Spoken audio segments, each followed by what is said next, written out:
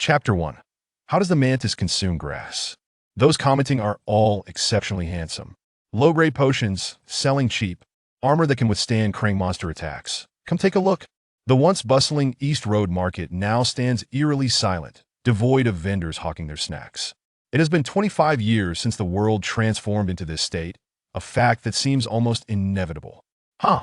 Liu stretched lazily, stifling a yawn as he listlessly gazed at his stall. Another day with no customers. Sigh. The world had irrevocably changed 25 years ago. A rift appeared in the void, gradually widening until it formed a gate, beyond which lurked monsters. The hunters who preyed upon these monsters were those who had awakened the system. This fundamental understanding only began to permeate society after the year 2000. What were once mere fantasies magic, sword energy had now materialized into reality. Of course, none of this concerns me. He elongated his arms, stretching his weary limbs, then rested his chin on his hand, observing the now quiet market. Indeed, none of this had any bearing on him.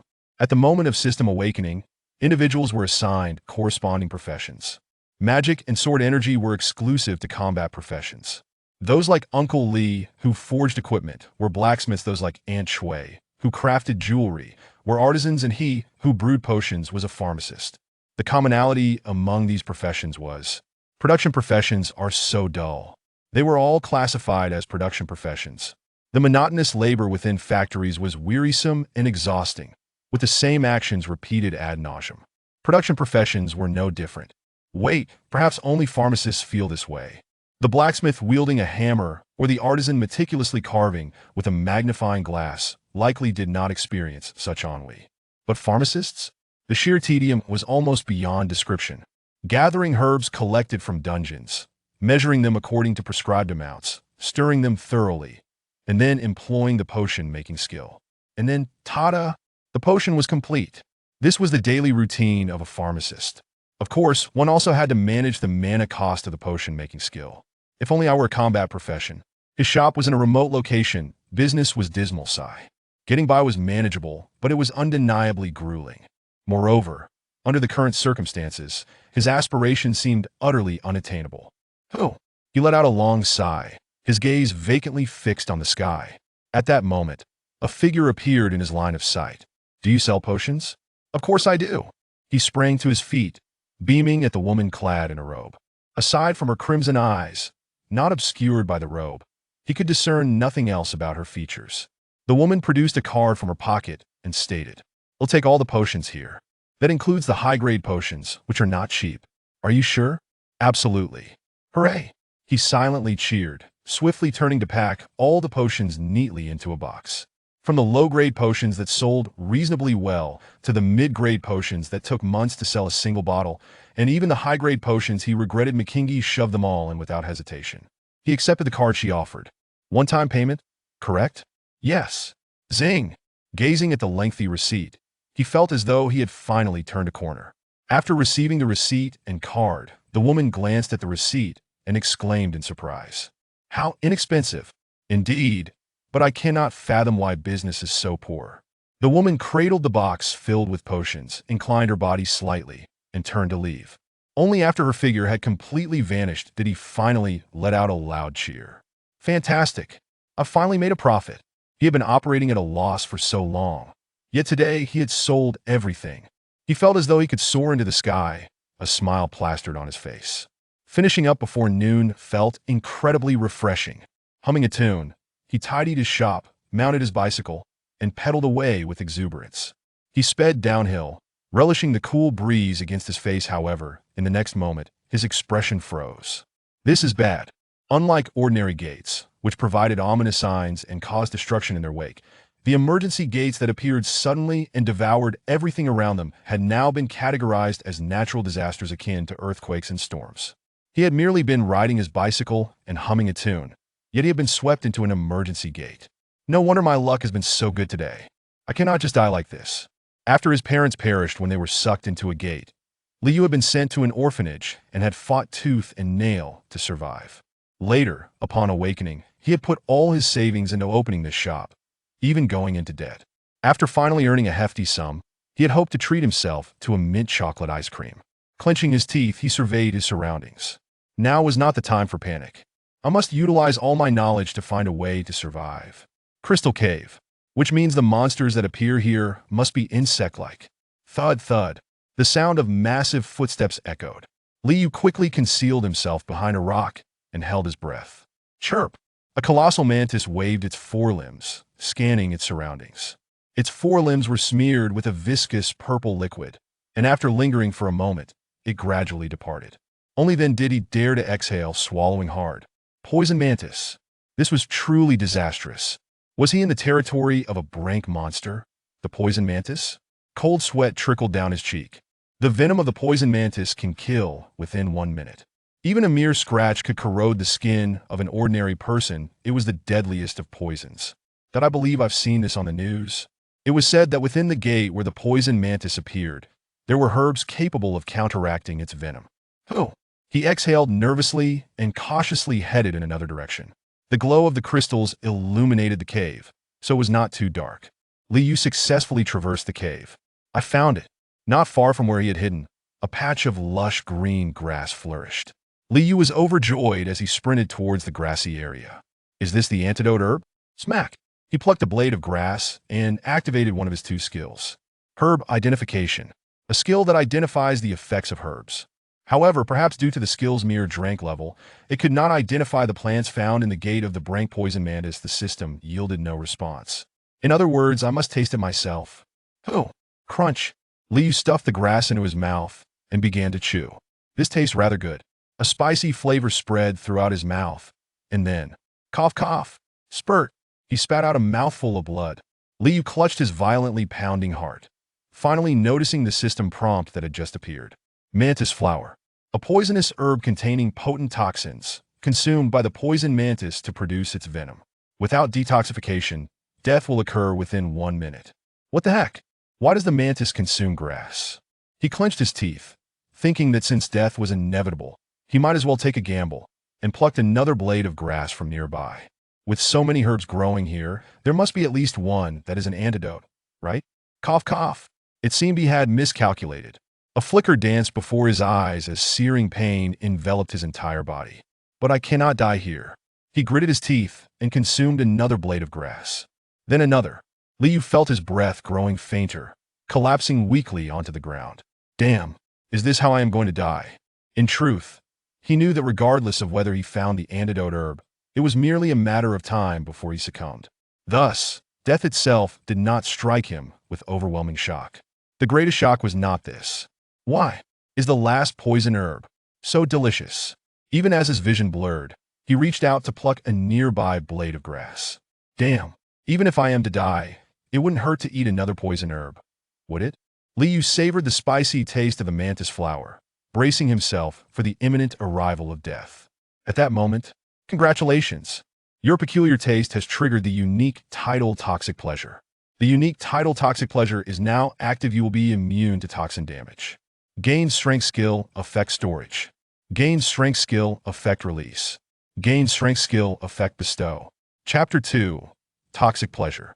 His vision sharpened instantaneously, and he abruptly sat up from the ground. What is this? Cough, cough. A surge of fresh blood rushed to his throat and erupted forth. Warm blood still surged within his throat. Ugh! Thud, thud. Clotted black blood continuously poured from his mouth. But he could not afford to dwell on that. Unique title? He mumbled incoherently, gazing at the system interface. Name? Liu. Profession? Pharmacist.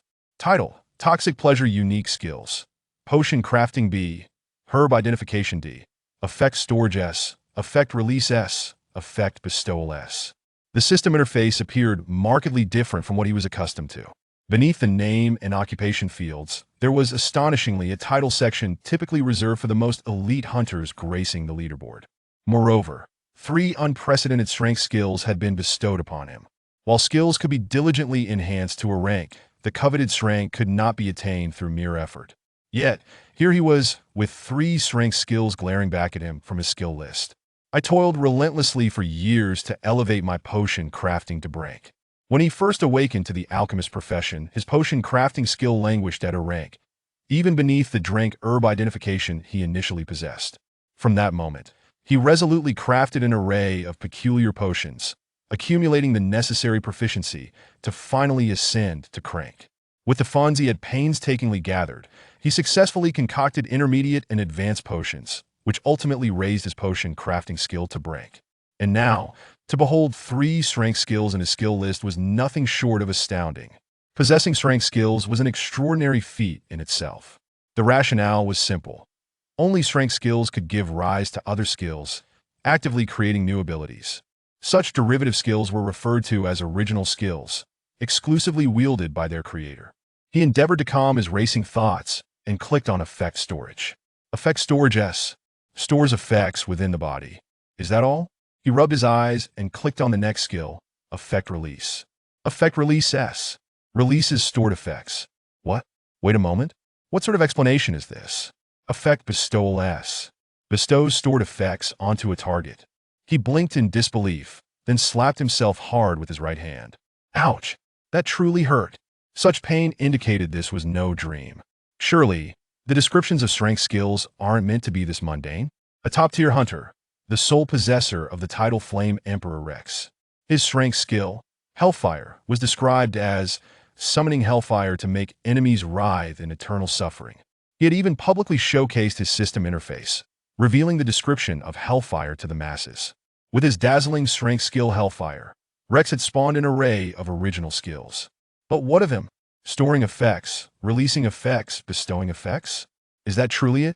Well, never mind, let's check the title. Unique title. The term unique signifies that he alone in the world possesses this title. Titles as grand as Flame Emperor are often referred to as exclusive titles. Although his title, Finding Joy in Poison, lacked the grandeur and carried a somewhat twisted connotation, it was still an exclusive title nonetheless. Top-tier hunters invariably possess unique titles, their effects undoubtedly remarkable. With hopeful anticipation, he clicked on the title section. Finding Joy in Poison Unique. On the brink of death from poison, you choose to taste the poison, engaging in this peculiar behavior. You are immune to toxin damage and will never perish from poisoning. You can ingest any toxin. However, you will still experience mild pain caused by the toxins. Never die from poisoning? Does that mean he is immune to toxins? Though the descriptions of those 3 strength skills seemed rather useless, the effect of this title was astounding. Let's give it a try. He surveyed his surroundings, noting the abundance of poisonous herbs scattered about, plucking a mantis flower and popping it into his mouth. Delicious. Crunch, crunch. How to describe it? It felt akin to indulging in some delightful snack. As the mantis flower slid down his esophagus into his stomach, a sharp pain surged within. What's happening? It didn't hurt. Just a slight prickling sensation that quickly dissipated. He rubbed his chest, recalling the final line of the title's description. It mentioned feeling mild pain from the toxins.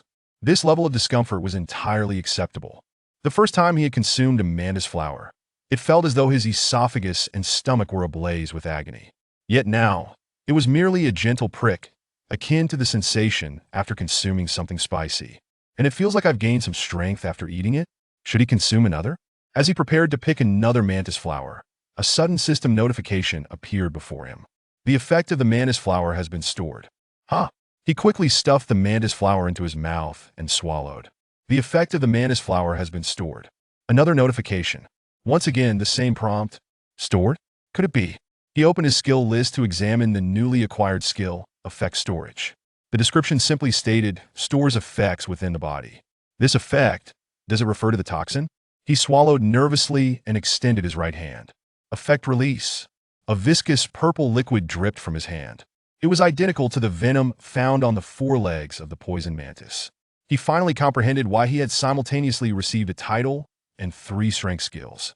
It allows for the risk-free ingestion of toxins, storing them within the body, and then releasing them. Though he hadn't yet experimented with effect bestowal, it was likely that one must first store an effect before utilizing it.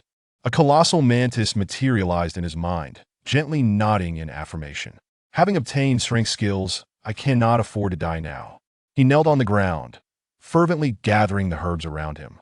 Approximately 10 minutes later, gazing at the mountain of poisonous herbs he had amassed, he wiped the sweat from his brow. Come on, let's get inside my stomach. He grasped the mantis flowers with both hands and stuffed them into his mouth. Crunch, crunch. He diligently chewed the mantis flowers, watching the incessant system prompts appear. The effect of the mantis flower has been stored. The effect of the mantis flower has been stored. The effect of the mantis flower has been stored. Effects were continuously being stored. To absorb more toxins, he fervently worked his jaw. At that moment, the effect of lubricating grass has been stored. A different system prompt emerged. No wonder it tasted a bit sweet. It was another type of herb. He directed herb identification at the half-consumed plant. Lubricating grass. Restores thickened blood to normal. Has analgesic effects. Can be used to produce painkillers. Could this be the detoxification herb mentioned in that report? He scrutinized the appearance of the lubricating grass. I see. Only the leaf tips differ. The mantis flower's leaf tips were sharp, while the lubricating grass were forked. Aside from that, they were identical in color and appearance. If one didn't observe closely, it would be nearly impossible to distinguish between them. So it seems not only toxins can be stored. The effects of lubricating grass could also be stored. It appeared that other effects should be applicable as well. He rummaged through the towering pile of poisonous herbs and discovered 10 more lubricating grass plants. With so many poisonous herbs, only this little lubricating grass? Had his reckless consumption of random herbs in search of detoxification been utterly foolish? Which imbecile wrote that misleading article? While lubricating grass indeed existed, it couldn't be labeled a complete fabrication. Yet the odds seemed terribly slim. If one must write, they ought to be clearer, including methods for identification. Well, this should suffice, right? He clapped his hands and surveyed his surroundings. The mountain of mantis flowers had dwindled to just a bit. He could no longer consume any more. He was already full. The last 10 lubricating grass plants he found were all stashed away in his pockets. Why is there no inventory in reality, just like in games? Chapter 3. The Venomous Mantis. Will anyone come? The duration of a sudden portal can range from a mere day to 3 days. Those that last only a single day typically fall between D and E ranks. In truth, conquering a portal of such low rank requires merely about an hour. However, the task of rescuing survivors consumes considerably more time. I must make my exit before the portal closes. Within ordinary portals, there are boss monsters. Should one fail to eliminate the boss within the designated time frame, the monsters will escape into the outside world. This phenomenon is referred to as a portal collapse as long as the boss is routinely defeated. Ordinary portals will not experience such collapses. In portals devoid of a boss, the strength of the regular monsters also diminishes, rendering these portals suitable for profit. However, sudden portals are markedly different. They too harbor boss monsters. Even if the boss of an ordinary portal is slain, the portal persists, whereas once the boss in a sudden portal is defeated, it will close within an hour. This occurrence is known as portal clearance. If one fails to exit before the portal's closure, they will be trapped indefinitely. Thus, in the context of sudden portals, rescuing survivors is of greater significance and more time-consuming than mere conquest. Should I remain still? He surveyed his surroundings. His hiding place, nestled behind a massive rock, appeared secure. Here, he should remain undetected by the venomous mantis. Staying put indeed seemed the safer option. Yet, at that moment, a piercing scream shattered the silence. Thud, thud, thud. He dashed from behind the rock towards the cave's end, where he beheld a colossal venomous mantis roaring, while a girl clad in the uniform of a nearby high school sat trembling on the ground, clutching a small boy. Can I do this? He clenched his fists tightly. It was his first encounter with the monster, and his inaugural real battle. Although he was uncertain whether the venom of the mantis would affect him, inaction was not an option. Hey, you filthy bug! The mantis, poised to strike at the children, suddenly turned its grotesque eyes upon him. Fixating intently, he forced a smile and beckoned with his finger. You dare bully children when you're nothing more than a pest that can be exterminated with insecticide? Come on, bring it on! The mantis lunged at him. He had read that monsters were attracted to creatures brimming with magical energy, and it appeared to be true, for the mantis disregarded the children and targeted him. The hunter, calm down, he exhaled slowly, extending his hands. Effect release. A viscous purple liquid dripped from his palms as he lowered them and charged towards the mantis's abdomen. Huh? The mantis seemed taken aback by his sudden advance into its attack range, momentarily stunned, before retreating. This aligned with what he had gleaned from the monster encyclopedia. The venomous mantis primarily hunts with its scythe-like forelimbs. Its instinct is to first inject venom into its prey to induce paralysis before consuming it. Thus, in its flustered state, it was oblivious to how to utilize its formidable size to attack. He seized the opportunity. Placing his hands on the mantis's abdomen, he forcefully expelled the venom. Bubbling, the venom surged forth like foam, rapidly coating the mantis's legs. Huh? The mantis, after a brief moment of confusion, began to thrash violently. Though he had awakened an S-rank skill, his physical attributes were merely at the E to F hunter level. Gritting his teeth, he clung tightly to the writhing mantis. I am the venom. Gurgle, gurgle, gurgle. Purple liquid erupted from his body, enveloping the mantis. After about 10 minutes of intense struggle, it finally collapsed, rendered motionless. Once he confirmed that the mantis was no longer active, Liu unsteadily rose from the pool of slime and wiped the venom from his face. Is finally dead. Though it felt more akin to being suffocated than poison, he wiped the venom off his body. He frowned. Why won't this stuff come off? Sticky, sticky, sticky. This venom possessed an exceptionally strong adhesive quality, resisting all attempts to cleanse it. Can't I absorb it? He muttered in disdain as the venom spread across the ground and was swiftly drawn into his body. Venomous mantis effect has been stored. Mantis blossom effect merged with venomous mantis effect, generating slime venom. Original skill created. Slime venom. Slime venom, a toxin with exceptional stickiness, surpassing all other venoms.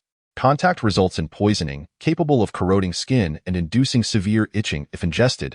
It transforms blood into a viscous state. Only usable in the amount stored through effect storage. So this is an original skill? Not to mention the skin corrosion and intense itching. It can even turn blood into slime.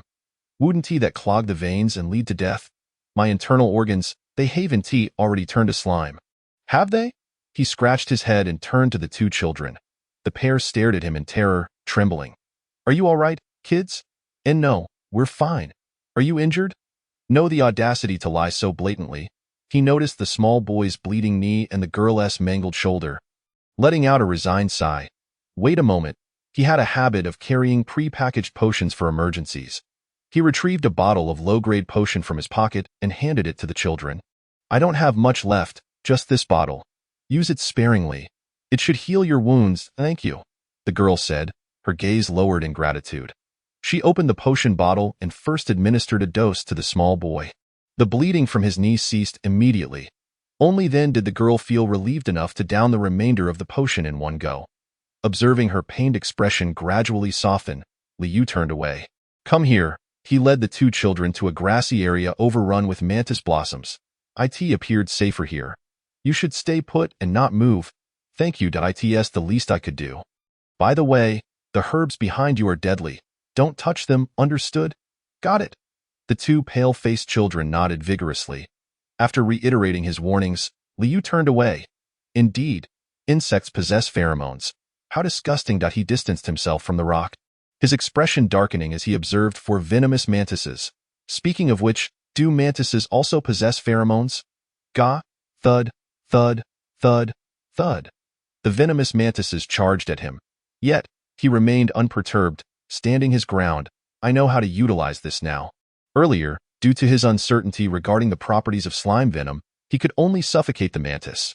But now, he had practical experience and a clear understanding of its effects. Slime venom. He placed his hands on the ground, unleashing a torrent of slime venom. The viscous toxin rapidly spread, covering the ground. The advancing mantises, ensnared like mice caught in a trap, fell to the ground, thrashing helplessly. This way, he need not risk approaching them. Once he confirmed that all the venomous mantises were ensnared by the slime venom, Liu intensified the spray of venom. Slime trap, boom. The slime venom erupted from his hands, sweeping over the mantises like a tidal wave. The mantises, ensnared in the thick venom, struggled momentarily before falling still. I've never expended so much magical energy in my life. With his magic depleted, he felt utterly drained. The total amount of magic would increase with consumption and recovery. However, as an apothecary, he typically consumed vast amounts of magic only when crafting high-grade potions from expensive materials. Even when concocting low-grade potions, the energy expenditure was minimal. He had never expended so much magic in a single day. Not even while crafting high-grade potions. This indicated that his total magical capacity was nearly unchanged from when he first awakened. Effect storage, recovery, whoosh. Chapter 4. The Venomous Mantis Queen magic stones are valuable. But there's no time to waste. The two children huddled in the corner, trembling. You both saw that, didn't you? Ah? The children shivered in fright, shrinking deeper into their hiding spot, yet seemingly reluctant to brush against the venomous mantis flowers. They only shifted slightly inward. It's all right to touch them. Just go inside. Oliu gestured for them to enter, and the two children slowly crept into the concealed area, flinching each time they encountered a mantis flower. I need to find a hunter to notify the outside world that there are survivors here. He sighed softly and moved in the opposite direction from the children. He cautiously navigated through the cave until he suddenly halted. Beneath his feet lay a corpse, a gaping hole marred its abdomen, and one arm and leg had been torn away. The gruesome sight was unbearable, prompting him to gently close the deceased's eyes. If I hadn't intervened, those two children would have met the same fate, wouldn't they? This marked the third corpse he had encountered, each one meeting a tragic end. The agony of being pierced, the torment of blood turning to slime, the suffering of being devoured. Surely it was far more painful than the near-death experience he had endured from poisoning. With a heavy heart, he pressed onward, suddenly sensing an inexplicable chill, compelling him to crouch down. What is happening? His heart raced violently, as if warning him that proceeding further would lead to peril. He concealed himself behind a wall and cautiously peered around the corner. A boss? Twice the size of a venomous mantis, this creature can expel toxic slime from every inch of its body. The Venomous Mantis Queen proves to be the most formidable boss within the realm of venomous mantises. Approaching it is absolutely out of the question. It can unleash toxins from its entire form. He covers his mouth, praying that the Venomous Mantis Queen has not detected his presence. However, a sound reverberates nearby. Holding his breath, he lunges forward. Crack, boom, boom, boom. The scythe-like forelimbs descend in rapid succession. The cave floor resembles soft tofu, easily cleaved by the massive appendages. Goodness, boom. He presses close to the ground, narrowly evading the sweeping strike of the forelimb. His face turning ashen, a glance back reveals the wall has been breached and is collapsing. He feels as though his time is running out. With the knowledge gleaned from the monster encyclopedia, he can still barely contend with an ordinary venomous mantis. Yet this one is different. Not only is it colossal, but it also knows how to utilize its body for attack. Struggling is futile. Even with S-rank skills, he is merely an apothecary, not a combat specialist. What can he possibly do? No, he can do something. Thud. He forcefully pushes off the ground, barely evading the onslaught, gasping for breath. My parents, though not renowned hunters, sacrifice themselves to save me and protect children of similar stature. And I? Am I to surrender at this mere obstacle? Absolutely not. Recall your goal, the one that has sustained you all along. Still not enough. Before locating my parents' remains, I cannot perish. Even if I must die, I shall take you down with me. He grits his teeth, spraying toxic slime onto the ground. The viscous substance spreads, forming small traps.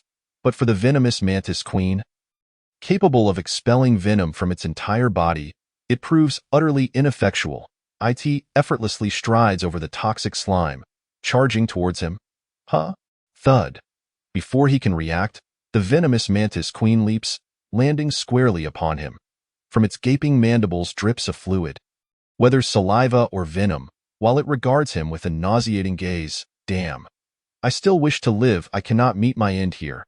The immense pressure compresses his abdomen, causing him to cough up a mouthful of blood. Unlike the sensation of poisoning, this is an excruciating pain that feels as though his very bones are being crushed. Yet, it is far more bearable than the effects of poison. He clenches his teeth, forcing a smile as a sudden spark of inspiration ignites within him. It's time to fight. Trembling, he extends his hand toward the leg of the Venomous Mantis Queen, activating an S-rank skill he has never used before. Effect bestowed. A wave of intense weakness envelopes him, as if something essential within him is being drained. Not mana, but something else entirely. Then, screech. The Venomous Mantis Queen begins to thrash violently. It thrashes its head wildly, colliding with the wall. Then, raising its forelimbs, it severs the leg he had touched. Crack, screech. Even so, it continues to struggle in agony. Cough, cough. He expels another mouthful of blood, observing the pitiful state of the venomous mantis queen. Effect release. Biffed. He attempts to utilize the skill again, but nothing emerges from him. It seems that the effect of the toxic slime has indeed been conferred upon the venomous mantis queen, as anticipated. The venomous mantis queen merely employs the toxic slime as a weapon. Its bodily fluids are not the slime itself. Thus, when the toxic slime acts upon its body, it experiences such torment. Cracked, he crushes a lubricating herb. Breathing softly. The analgesic properties of the herb momentarily restore clarity to his blurred vision. Effect bestowal. Before the analgesic effects dissipate, he employs the skill once more. It appears that effect bestowal can also apply to oneself. Utilizing the lubricating herb along with effect bestowal, he continuously suppresses the pain, laboriously distancing himself from the still thrashing venomous mantis queen. Ha! The efficacy of the lubricating herb is waning. He feels increasingly cold. His vision fading. The struggles of the venomous mantis queen gradually cease, its body slumping to the ground. It seems it has finally perished. He has reached his limit. Just before losing consciousness entirely, he perceives the silhouette of a robed figure. Huh! He jolts awake, a sharp pain radiating from his abdomen causing him to grit his teeth. He trembles in agony, suddenly filled with confusion. Am I still alive? How did I survive? At that moment, he hears the shrill sound of an alarm. An emergency tent? A temporary facility established in areas affected by sudden portals. He pulls back the covers, discovering his abdomen wrapped in thick bandages. The last sight he beheld was not a mere illusion. Someone has indeed come to his aid. He had thought it to be a hallucination born of near-death .3 S-rank skills. Though he is still uncertain, these must be extraordinarily powerful abilities. Storage effect, release effect, bestowal effect. How succinct, yet brimming with infinite potential. Currently, he can only utilize the toxic slime and the ingested effects, but what original skills might emerge in the future remains to be seen. With these skills, I shall be able to enter the gate. Perhaps he can personally seek out the whereabouts of his parents, and no longer will he hide in the shadows, waiting anxiously for news of survivors. With this thought, he feels all pain dissipate. Chapter 5. Return. Alone. He chuckles foolishly, when suddenly a familiar voice pierces the air outside the tent. Indeed, a dashing brother saved me and my sister. Precisely. When we emerged, we saw him lying in bed. He is the one who rescued us. Ah. He ceases his idle thoughts, carefully sitting up in bed. He had forgotten. The sudden portal itself is a disaster, drawing a large number of reporters to the scene. He must not reveal that he possesses S-rank skills. S-rank skills are distinctly different from others. A and B ranks can disclose their skill names without concern, as most skills can be learned through skill books if the professions are the same. However, S-rank skills are another matter entirely. The limits of S-rank skills are unknown even to the wielder. Their potential is contingent upon the user themselves. Thus, some may fear the latent power of others possessing S-rank skills. They may dispatch assassins to eliminate potential awakeners before they can fully develop. Therefore, considering his current physical condition, inferior even to an E-rank hunter, should the truth of his S-rank skills be revealed, it would be akin to loudly proclaiming, "Come, slay me, escape." Merely sitting up brings waves of agony to his abdomen. How could he run? Even crawling would require tremendous effort. Reporters are notoriously relentless. They will not relent until they extract the information they seek. Thus, the best course of action is to slip away unnoticed before the reporters catch wind. Though this means foregoing treatment and compensation, it is better than losing his life. Determined to make his escape, he endures the pain, inching forward step by step. At that moment, he spots a cane in the corner of the tent. He retrieves it, using it to support his weight as he exits the tent. Over here. Stretcher. Quickly, bring a stretcher. The ground is littered with corpses. Numerous hunters are moving in and out of the sudden portal, transporting bodies and aiding survivors. So, he had only been unconscious for less than an hour? The fact that he can still move is a miracle. No, under normal circumstances, he should be unable to move at all. Regardless, he leans on the cane, limping away from the scene. Suddenly, he feels a chilling touch against his cheek, causing him to shiver in fright. He swiftly turns his head to see a pair of crimson eyes fixated on him. discovered. Just as he begins to sweat nervously, the robed woman shakes a vial of potion in her hand. He respectfully accepts the potion, scrutinizing the enigmatic woman. You are? Isn't this the very person who cleared out all the potions from his shop earlier that morning? The woman pays him no mind, simply gesturing to the potion. An advanced potion? Of course, I am aware. I crafted it myself. Pop. He twists the cap off and gulps it down eagerly. This strawberry-flavored advanced potion could only have come from his own creation. Master-level advanced potion effect stored. He discards the cane and twists his body. Although his waist still aches, the pain in other areas has vanished. This is the first time I've consumed my own potion. Due to the high cost of raw materials, he had only ever tasted an intermediate potion once and had never dared to indulge in an advanced potion. At most, he would sample the residue left in the bottle.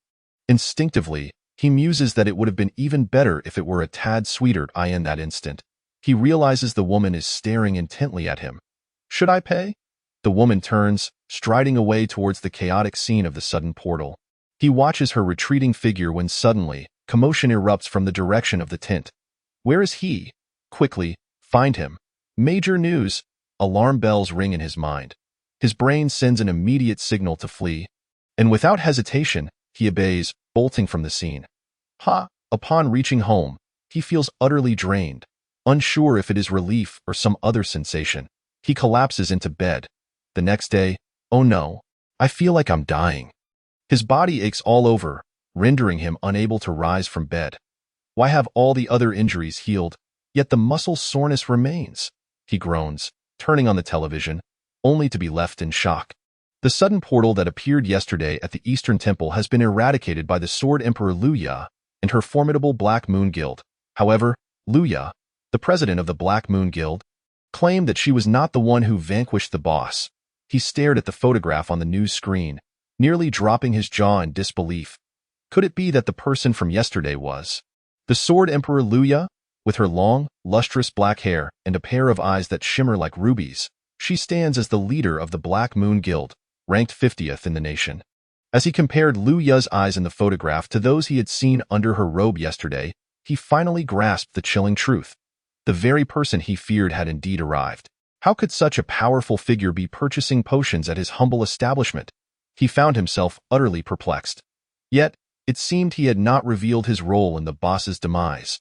The media was fervently discussing who, apart from Luya, could possibly have defeated the boss. He, too, believed that among the hunters who participated in the sudden portal, only Luya possessed the capability to slay the boss. It still felt surreal that he had been the one to kill the boss.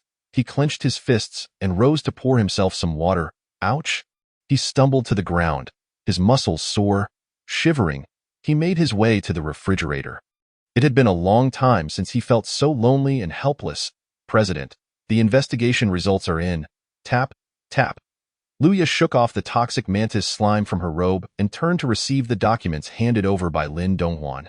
Leaning against her desk, she slowly perused the files, her expression growing increasingly grim. The astonishing content forced her to pause and confirm with Lin Donghuan. Is this true? Indeed. The shop of Liu has been under malicious suppression by the Gaia Guild. Why would they do such a thing? Luya found it hard to believe. I'm not entirely sure. However, the Gaia Guild has previously employed similar tactics to stifle the growth of talented awakeners. So, this person named Liu is also in such a situation? Yes. Moreover, the price and quality of the potions sold by Liu could significantly impact the potion business of the Gaia Guild, which is why they are so relentless in their suppression. ITSU again. Luya gritted her teeth and turned to the next page. Then, her eyes widened in shock. This? Yes. Mr. Liu's parents also failed to escape from the sudden portal in the past. Is that so? Lu Jia placed the completed document on the desk and said to Lin Donghuan, tomorrow, we shall immediately arrange a contract with him. Chapter 6. Original skills tomorrow? So urgent? Yes. We cannot predict what actions the Gaia Guild may take. Hence the need for haste. In truth, this was merely an excuse. Luya recalled the image of Liu she had witnessed inside the portal. His waist had been trampled and yet, he had single-handedly dealt with the boss. Had she not promptly summoned the captain of the Black Moon Guild's 4th assault team, the S-class healer Lu Weilai, he would likely have been left paralyzed from the waist down. Luya had entrusted the healing to Lu Weilai while gazing at the unscathed corpse of the toxic mantis.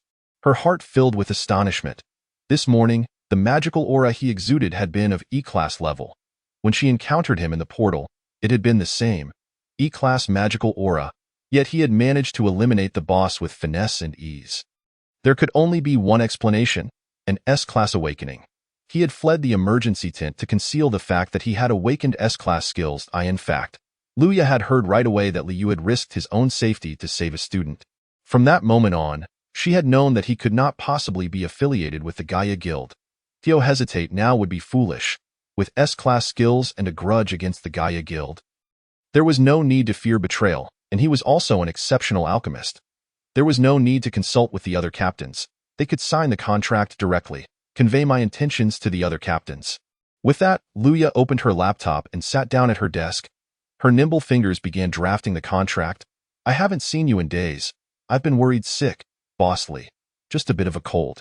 On his way to the shop, he had been intercepted by Uncle Li and Aunt Shui, who had stuffed him with food. Young man, you really need to take better care of yourself. Have some more of this. Cough, cough. He finally managed to swallow the food in his mouth and rinsed it down with some rice porridge. Although Dong Road had transformed from its original clothing and snack street into a hunter's supplies trading market, it still retained some of its former charm. He had unexpectedly filled his stomach and, after thanking the kind elderly couple, prepared to leave. By the way, bossly. What is it? There have been people looking for you these past few days. Ah? Who would be looking for him? Occasionally, passers-by would come for a bargain on potions. Though he found it strange that those who knew his potions were effective and affordable had not returned. It was rare for anyone to visit his shop more than once. Yet, someone had been persistently searching for him during his time off. After expressing his gratitude to the elderly couple, he opened the shop door and rested his chin on his hand. Staring blankly at the empty warehouse, oh no, I sold out of potions. This realization hit him hard. Amidst all that had transpired, he had completely forgotten about this. He had sold all his potions to the Sword Emperor. Potion materials spoil if left for too long, and they are quite expensive. However, preemptively crafting potions was not feasible either, as low-tier and lowest-tier potions have very short shelf lives, unlike mid-tier and high-tier potions which can be stored long-term. Therefore, he typically did not stockpile materials. After all, there was no point in hoarding them if they wouldn't sell. It was better to buy and create anew once he ran out. And now, here he was. Today? No business? He opened his phone and accessed the hunter's market to see if he could procure materials for the lowest-tier potions. Though many believed that it was better to spend a little more for low-tier potions rather than settle for the lowest tier. The latter could still find buyers, however. To his astonishment, even the materials for the lowest-tier potions were sold out. What now? He let out a soft sigh, pulled over a chair, and slumped down. Perhaps he could try purchasing some toxic herbs? Since that day, he hadn't consumed any toxic herbs. To be precise, he hadn't even stepped outside in the plant section of the hunter's market. He located the toxic herbs, emetic herbs, hallucinogenic herbs. Could he also try the toxic fly mushroom? He decided to buy them all and see. He added all the toxic herbs to his shopping cart, entered the shop coordinates, and clicked for one-time payment. In the next moment, the magical delivery arrived swiftly. A box appeared on his table in an instant. There exists a skill known as low-tier teleportation, which can only be learned by mage-type professions. By merely setting the coordinates, items can be teleported. Although the shipping cost is higher due to magical energy consumption, it is quite popular since it allows for instant delivery once everything is packed. He opened the box and took out the green herb, the yellow herb, and the red mushroom. First, he decided to try the emetic herb. With a crunch, he stuffed the green herb into his mouth, closed his eyes, and began to chew slowly. When the stem snapped, a viscous juice flowed out. The sour and spicy liquid mingled with the sweet leaves, reminiscent of some inferior snack. Though his body felt a sharp sting, emetic herb effect has been stored.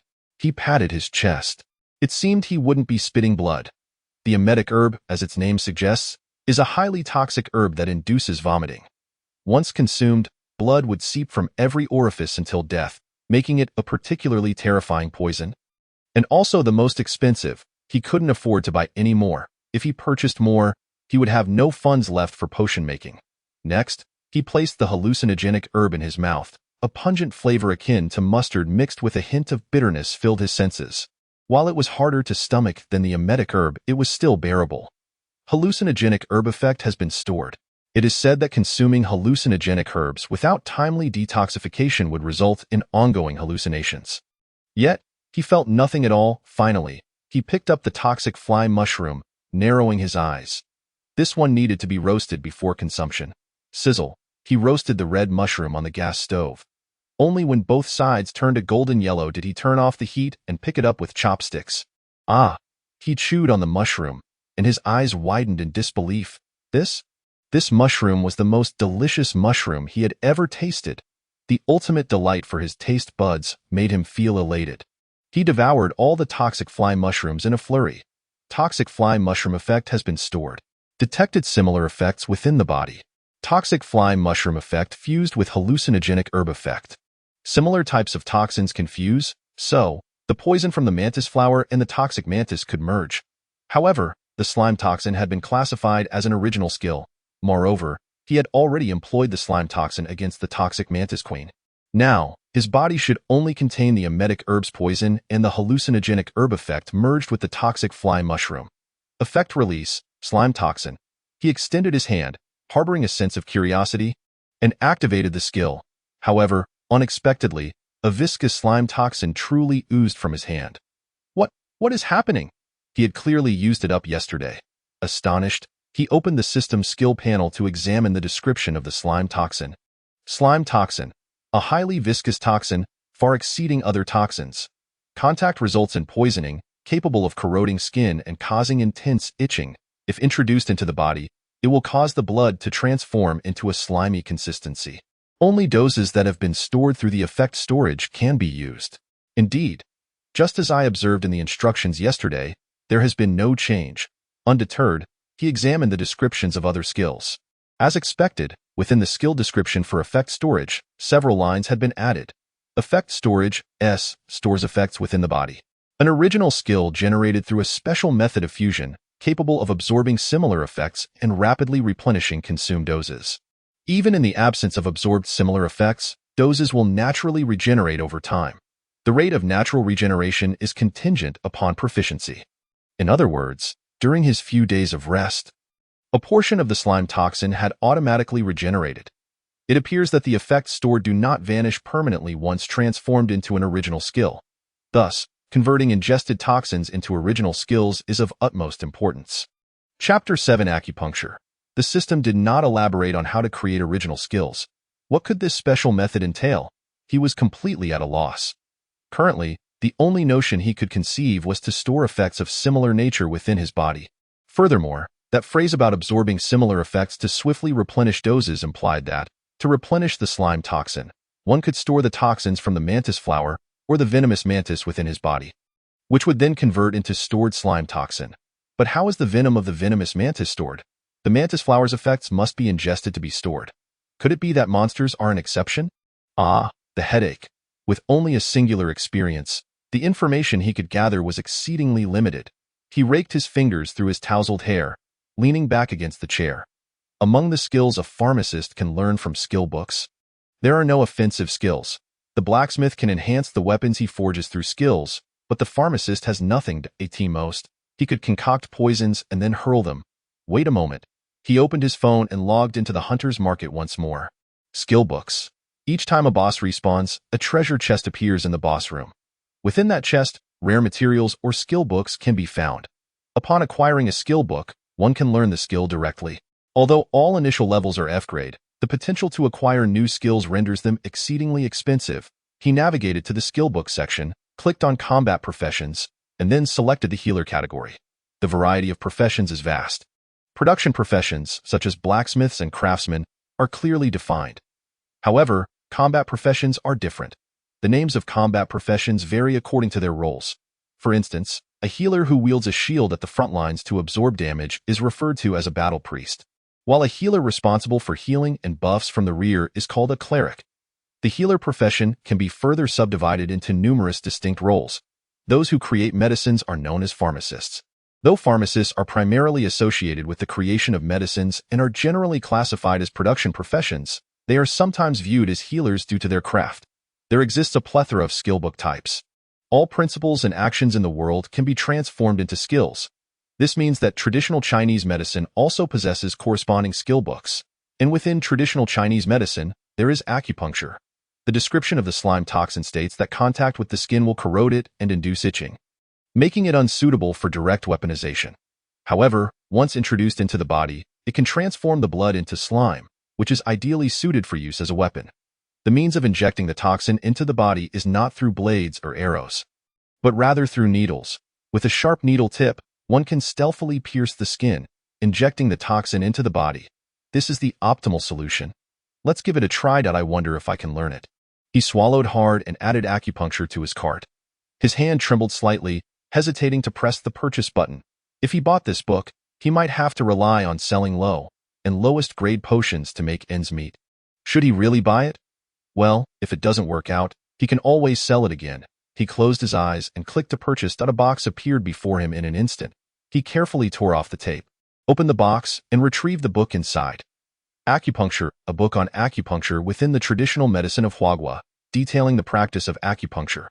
Upon studying, one can see the acupoints of the human body. The final line, which states that one can see the acupoints of the human body, is the reason for the exorbitant price of the acupuncture book. Even though it is a skill that only healers can learn, its cost far surpasses that of other skill books. He prayed he had not squandered his money and opened the book. Then, would you like to learn acupuncture? Yes, no. It worked out. He could learn it. A smile broke across his face as he unhesitatingly selected yes. The acupuncture in his hand vanished, and a system interface popped up. F-grade skill acupuncture has been generated. F-grade skill acupoint has been generated. 2 F-grade skills. He had originally thought he could only learn skills related to potion making, yet he was pleasantly surprised to find he could also learn acupuncture, so let's give it a try. Standing before the mirror, he activated acupoint. His eyes felt a twinge of discomfort, and then he beheld something peculiar manifesting on his body in the reflection. Is this it? He pressed on the oddly feeling area of his hand. And in an instant, a wave of relaxation washed over him. Wow, what is this? So comfortable. The moment he pressed down, his entire body relaxed, a sensation of unparalleled ease. This peculiar feeling was not confined to his hand alone but radiated throughout his entire being. From fingertips to toes, it was all-encompassing. Are these all acupoints? It is said that there are certain acupoints on the human body that, when pressed, can lead to death. He hesitated, wary of pressing recklessly, and turned to exit the shop. It is time to learn about the acupoints. After all, he could not conduct any business at the moment. He closed the shop door and made his way toward the Eastern Road Library. Studying could also enhance his skill level, 2 birds with 1 stone. He had previously elevated his E-grade potion-making skill to B-grade, so he was well aware of how to enhance skill levels. Familiarizing oneself with the sensations of skill use allows one to achieve the same results without relying on the skill. Ultimately, mastering the skill perfectly leads to an increase in skill level. He had employed this very method to elevate his E-grade potion-making skill to B-grade. Although acupuncture and acupoints were merely F-grade skills, he believed he could apply the same approach to improve them. Just as he was about to turn into the alley leading to the Eastern Road Library, he was interrupted. Wait a moment, clap. Someone grasped his shoulder. He turned quizzically, drawing a sharp breath. Where have you been these past few days? I was resting at home due to a cold. Standing before him was the Sword Emperor, Luya, with her robe partially disheveled. Upon seeing Luya, a sudden realization struck him. Could it be that you were the one searching for me these past few days? Indeed, I have a proposal I wish to discuss with you, which is why I came every day. Luya released her grip on his shoulder, taking a step back to regard him. Allow me to introduce myself. My name is Luya, the president of the Black Moon Guild, known as the Sword Emperor. Hello, I am Liu, the owner of Liu Potion Shop over there. An ordinary pharmacist. Part of that statement was somewhat inaccurate. Luya's eyes, gleaming like rubies, locked onto his. She did nothing but gaze at him. Yet he felt the pressure on his shoulder intensify in an instant. A pharmacist capable of independently slaying A-grade bosses is certainly not an ordinary pharmacist. Indeed, it was you who saved us that day. There was no hiding it now. He prepared to unleash slime toxin at a moment's notice and took a step back. Yet, Luya merely stood there quietly. Observing him, did I harbor no ill will toward you? Then what brings you to seek me out?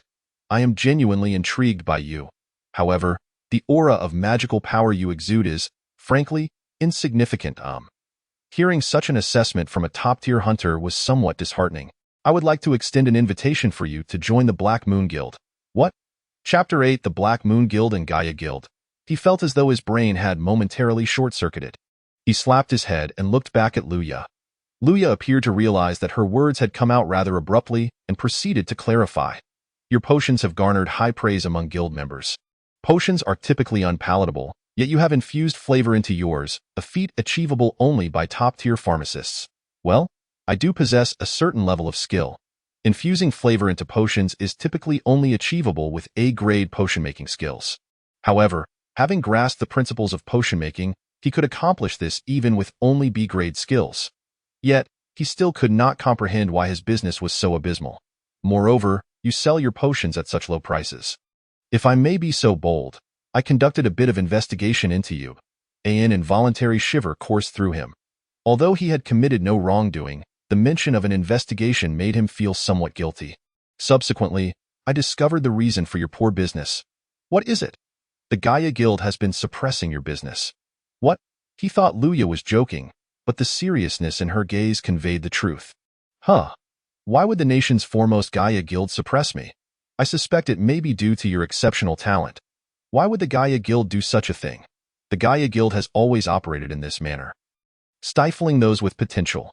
When those individuals find themselves cornered with no options left, the Gaia Guild will appear like angels, extending a helping hand. Those who find themselves in desperate situations, akin to grasping at straws, have sought the assistance of the Gaia Guild, which has thus flourished and expanded. You are a master at concocting high-grade potions, and your prices are remarkably affordable. Once your potions become popular, they will inevitably impact the Gaia Guild's potion business.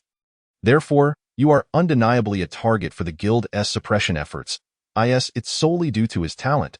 Is it merely because his potions might affect the Guild's profits? He gritted his teeth. Liu invited Luya into the shop and poured her a cup of tea brewed from herbs. Luya took a sip and then produced a stack of photographs from a paper bag. Handing them to him. This is the evidence. Liu perused the photographs one by one, unable to suppress a bitter smile. Ha, is this for real? The individual in the photographs was someone he recognized well, the customer who had purchased potions from his shop the day before the sudden incident. In the pictures, that customer was surrounded by a group of people, trembling in fear. This isn't photoshopped, is it? No, I can guarantee it with everything I have. Sigh. Very well, he wasn't blind. It was evident that the photographs had not been altered in any way. He had long suspected that the Gaia Guild had been engaging in underhanded dealings since its inception. Before awakening, he had absorbed a wealth of knowledge to enter the hunter-related industry, collecting numerous news reports, some of which detailed the Guild's clandestine criminal activities. How could he have imagined that they would set their sights on him? It turned out that the reason for his dismal business was this group of scoundrels. He had always thought it was due to bad luck. Since this was a path he had chosen, he could only grit his teeth and persevere. Upon reflection, it seemed rather absurd for a large guild to target a mere individual. He let out a sigh as Luya handed him a document. This is the contract. Take your time to read it, and feel free to ask me any questions. He read the contract meticulously, wary of any traps within. After reading it 3 times, he was astonished to discover that there were no issues whatsoever. The contract was impeccably clean, offering him only benefits and no drawbacks. Very well. I will sign it. A wise choice. He picked up the pen and inscribed his name on the contract. According to its terms, he was only required to perform one task, to produce a certain quantity of potions for the Black Moon Guild each month. He had initially assumed that he would need to supply the entire guild, expecting a substantial quantity, but upon closer inspection, he realized it could be accomplished with just 2 days of light work. Completely devoid of pressure. Observing his ease in signing, Luya inquired earnestly, "Are you certain you can complete the potion quantity stipulated in the contract within the designated time frame?" Why wouldn't I be able to? I believe this quantity is beyond your capacity to accomplish alone. Just this? He responded, puzzled, while Luya appeared bewildered. What is going on? Does she truly think he is incapable? Noticing his confusion, Luya seemed slightly flustered, clearing her throat and rising from her seat. Now that you have signed the contract, would you like to visit the guild? Is that permissible? Of course. According to the contract, You are free to utilize all the facilities within the guild. Oh, so signing the contract allows immediate access? I actually have the opportunity to visit the Black Moon Guild. He had always believed that, as a non-combat profession, an apothecary like himself would have little intersection with a guild of this nature. The hunter equipment will also be provided as per the contract. Correct. Indeed. Shall we depart now? Splendid. He promptly locked the shop door and followed Luya to the Black Moon Guild. The Black Moon Guild was responsible for the defense operations on the eastern route. Thus, it took merely a 20-minute walk from his shop to the guild that he is so tall. The Black Moon Guild's building towered into the clouds, compelling him to tilt his head back to glimpse its pinnacle. Let us go. He followed Luya into the Black Moon Guild, glancing around in awe. Good morning, guild leader. A member of the guild happened to pass by and respectfully greeted Luya. We are now partners. So we can't keep calling each other you or sir. If you dislike you, I could call you Sister Luya, or perhaps Lord Sword Emperor. Liu suddenly inquired. Call me whatever you wish. Luya appeared slightly flustered again, awkwardly clearing her throat as she began to introduce him to the guild's internal facilities. Following Luya, he suddenly spotted a familiar figure and froze. Ah, big sister. A burly man, beaming with a smile, waved at him. His broad shoulders and muscular build made him appear even more imposing. Let me introduce you. This is the captain of our guild's second assault team, Huang Haodao. Who is this handsome fellow? Upon hearing Huang Hao's words, Luya lowered her voice. This is our newly contracted apothecary. He will be providing us with potions going forward. Ah, so he is the one responsible for creating those delectable potions? Huang Hao stroked his chin, sizing him up. Quite curious indeed. This young man is capable of producing such high-grade potions. He seems roughly the same age as my daughter. Brother Hao, didn't I mention to refrain from calling me big sister? Ah, my apologies, guild leader. Huang Hao awkwardly apologized to Luya before extending his hand to Liu. Upon seeing the look in Huang Hao's eyes, Liu quickly grasped his hand. I look forward to your guidance. Apothecary brother. My name is Liu. I also hope for your guidance. Excellent, let us stay in touch. Chapter 9. F-rank gate haha. Huang Hao burst into hearty laughter just as someone called for him. Ah, I must be off. Huang Hao vanished in an instant, prompting Luya to sigh. Let us be on our way as well, big sister, big sister. Thus, it could be said that Luya indeed warranted that title.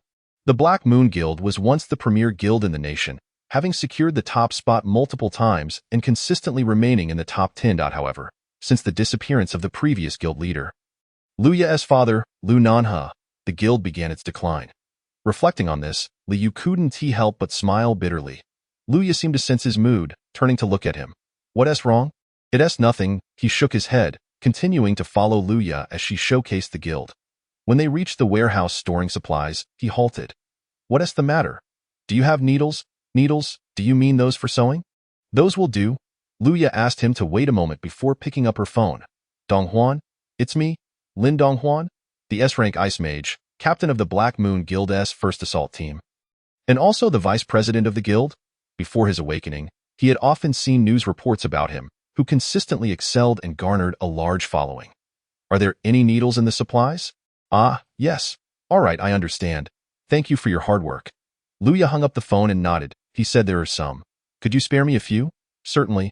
Luya entered the warehouse, seemingly already informed of the precise location by Lin Donghuan, and skillfully retrieved a box containing silver needles, handing it to him. He examined the gleaming needle box. This looks quite expensive, I said. It has been sitting here for quite a while. I'm not too sure. However, since I promised to provide you with equipment, just accept it. He planned to refuse, opening the needle box. Contrary to its splendid exterior, the silver needles inside appeared rather ordinary. These needles emanate magical fluctuations. They must be magical items. These seemingly mundane needles are, in fact, magical artifacts? No wonder the needle box looks so radiant, he gasped, picking up one of the silver needles. Let us give it a try. Ptah! He gently pierced the silver needle into an acupoint. Upon seeing him insert the needle into his skin, Luya gasped. What are you doing? Those needles have been sitting for ages. Even if they possess magic, there's a chance of tetanus. I'll be fine. I want to die. Quickly pull it out. We need to find a healer. I told you. I want to die. Before awakening, he had acquired some medical knowledge to enter the hunter-related field, albeit just the basics.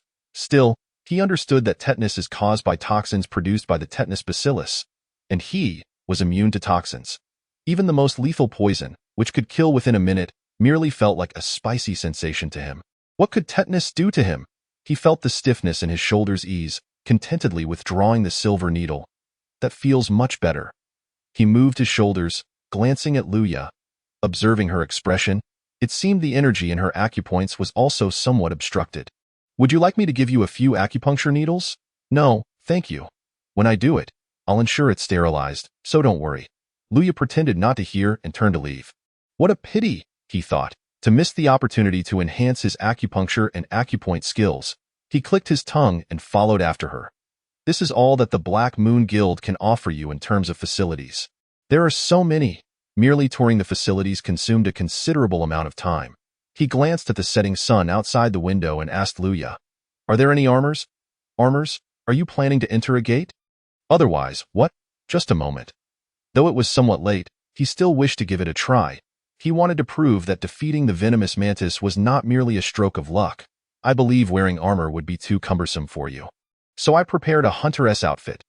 The defensive capabilities of the hunter's suit are inferior to that of armor. Thus it is advisable to avoid being attacked." He accepted the neatly stacked suit, slightly bowed, and proceeded towards the elevator. With a chime, the elevator doors opened, and he stepped inside, finally addressing Luya. "The supply date begins on May 1 ST, correct?" "Indeed. Understood. Should there be any needs or modifications, please feel free to contact me using the number on the contract. Travel safely. Thank you for today." With a swish, the elevator doors closed. Descending, he clutched the hunter's suit and silver needles under his left arm, while his right hand held his phone. He glanced at the navigation. The lowest level F-grade door. He searched for the presently accessible F-grade doors nearest to him, only to furrow his brow upon discovering slimes. In truth, he wished to enter the door not merely to prove his ability to defeat the toxic mantis was not a stroke of luck, but also to test whether the acupuncture techniques he had expensively learned could be effective against monsters. Would applying poison to the needles prove beneficial? Furthermore, he was curious about the efficacy of the additional acupoint skills on monsters. But do slimes even possess acupoints? Aren't they merely blobs of jelly? Never mind, let us take a look. Even if acupuncture proves ineffective, the poison should still work, right? He tapped the navigation, following the directions on the map towards his destination. "A pharmacist? You're a production class, and you intend to enter?" "Yes." He presented his hunter qualification certificate, and the staff squinted at him. All entrances to the doors are monitored by staff checking the qualifications of entrance. His hunter qualification certificate indicated his profession was a pharmacist, with a hunter level of F. There was no escaping the fact that he had previously been merely a B-level awakener with B-grade skills. His combat abilities lacking compared to an F-grade hunter. Hunter levels are determined based on combat effectiveness during skill utilization. Aside from S-grade hunters, who must possess S-grade skills, a B-grade awakener can also become an A-grade hunter if they have the strength to match an A-grade hunter. The hunter ranking system is quite fair out of course. Such instances are exceedingly rare, and even if one becomes an A-grade hunter, they would swiftly advance to an A-grade awakener. He surmised that the staff's astonishment stemmed from his production class background. The F-grade door is a realm designated for F-grade combat classes, not for F-grade production classes. In reality, production classes should not be entering the doors at all. Yet, he was entirely qualified to enter. Despite his physical attributes only being at an E-grade level, his combat prowess far surpassed that of E-grade. The staff scrutinized him from head to toe before nodding. "Since you are properly equipped, you may proceed." The staff returned his hunter qualification certificate upon noticing the black hunter suit visible beneath his t-shirt. Chapter 10. Slime. So this is what it feels like. One moment, he was amidst towering skyscrapers. And with a single step through the door, he arrived in a lush green meadow. "Ah, it's getting away, fool. Catch it." A group of hunters in a party clamored. On the ground, blobs of blue slime, devoid of features, were bouncing about. That was indeed a slime. He had only seen them in monster compendiums before. This was his first time witnessing one in person. A slime hopped closer to him. He crouched down and poked the bouncy slime with his index finger. Oh, the texture was rather pleasant. No wonder some people sell slime jelly cushions. While he was toying with the slime, a sudden sizzling sound caught his attention. Looking down, he discovered his palm had been corroded. Monsters truly are monsters. His palm had sustained slight corrosion. The slime secretions are highly acidic. Yet, he felt no pain. Rubbing his hand, the corrosive marks vanished. Is acidity considered poison? Due to the effect of poison immunity, he wouldn't be poisoned to death. Although acidity leans more towards corrosiveness rather than toxicity, the system seemed to categorize them similarly, hence he felt nothing at all. He clapped his hands, retrieving the silver needles from his pocket. He squinted, observing the slime closely, then reached a conclusion. No, the slime has no acupoints. A blob of goo does not possess a circulatory system, does it? Effect bestowal. He applied the effect bestowal to the silver needle, feeling a small amount of toxins and magical energy deplete from within him. What a disappointment. No change whatsoever. The silver needle remained as it was. He touched the needle with his fingertip, but since the toxins were already stored within his body, he could not discern any alterations, though. He lowered his gaze to the slime on the ground. Grasping the slime, he gently pierced it with the silver needle. It seemed ineffective. If the needle were coated with poison, the slime secretion should have thickened. Could it be? He slapped his forehead in exasperation, bestowing the silver needle with a different toxin, not the slime toxin, and then pierced it again. It finally began to convulse. Glug, glug, glug. The slime's secretion surged violently, then exploded with a pop.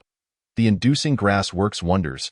However, he still felt somewhat dissatisfied, as it took quite a while from the moment the needle pierced the slime to the toxin taking effect. Almost a full minute.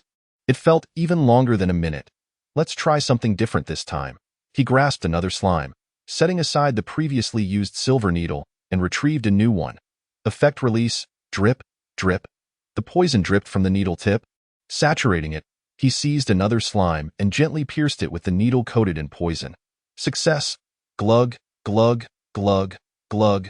As soon as the needle penetrated, the slime began to convulse violently. The amount of inducing grass poison stored within him was minimal. However, a silver needle suddenly shot towards him, piercing his palm. Since it struck near his hand, it wasn't overly painful, but there was a slight sting. He withdrew the needle, tilting his head in confusion.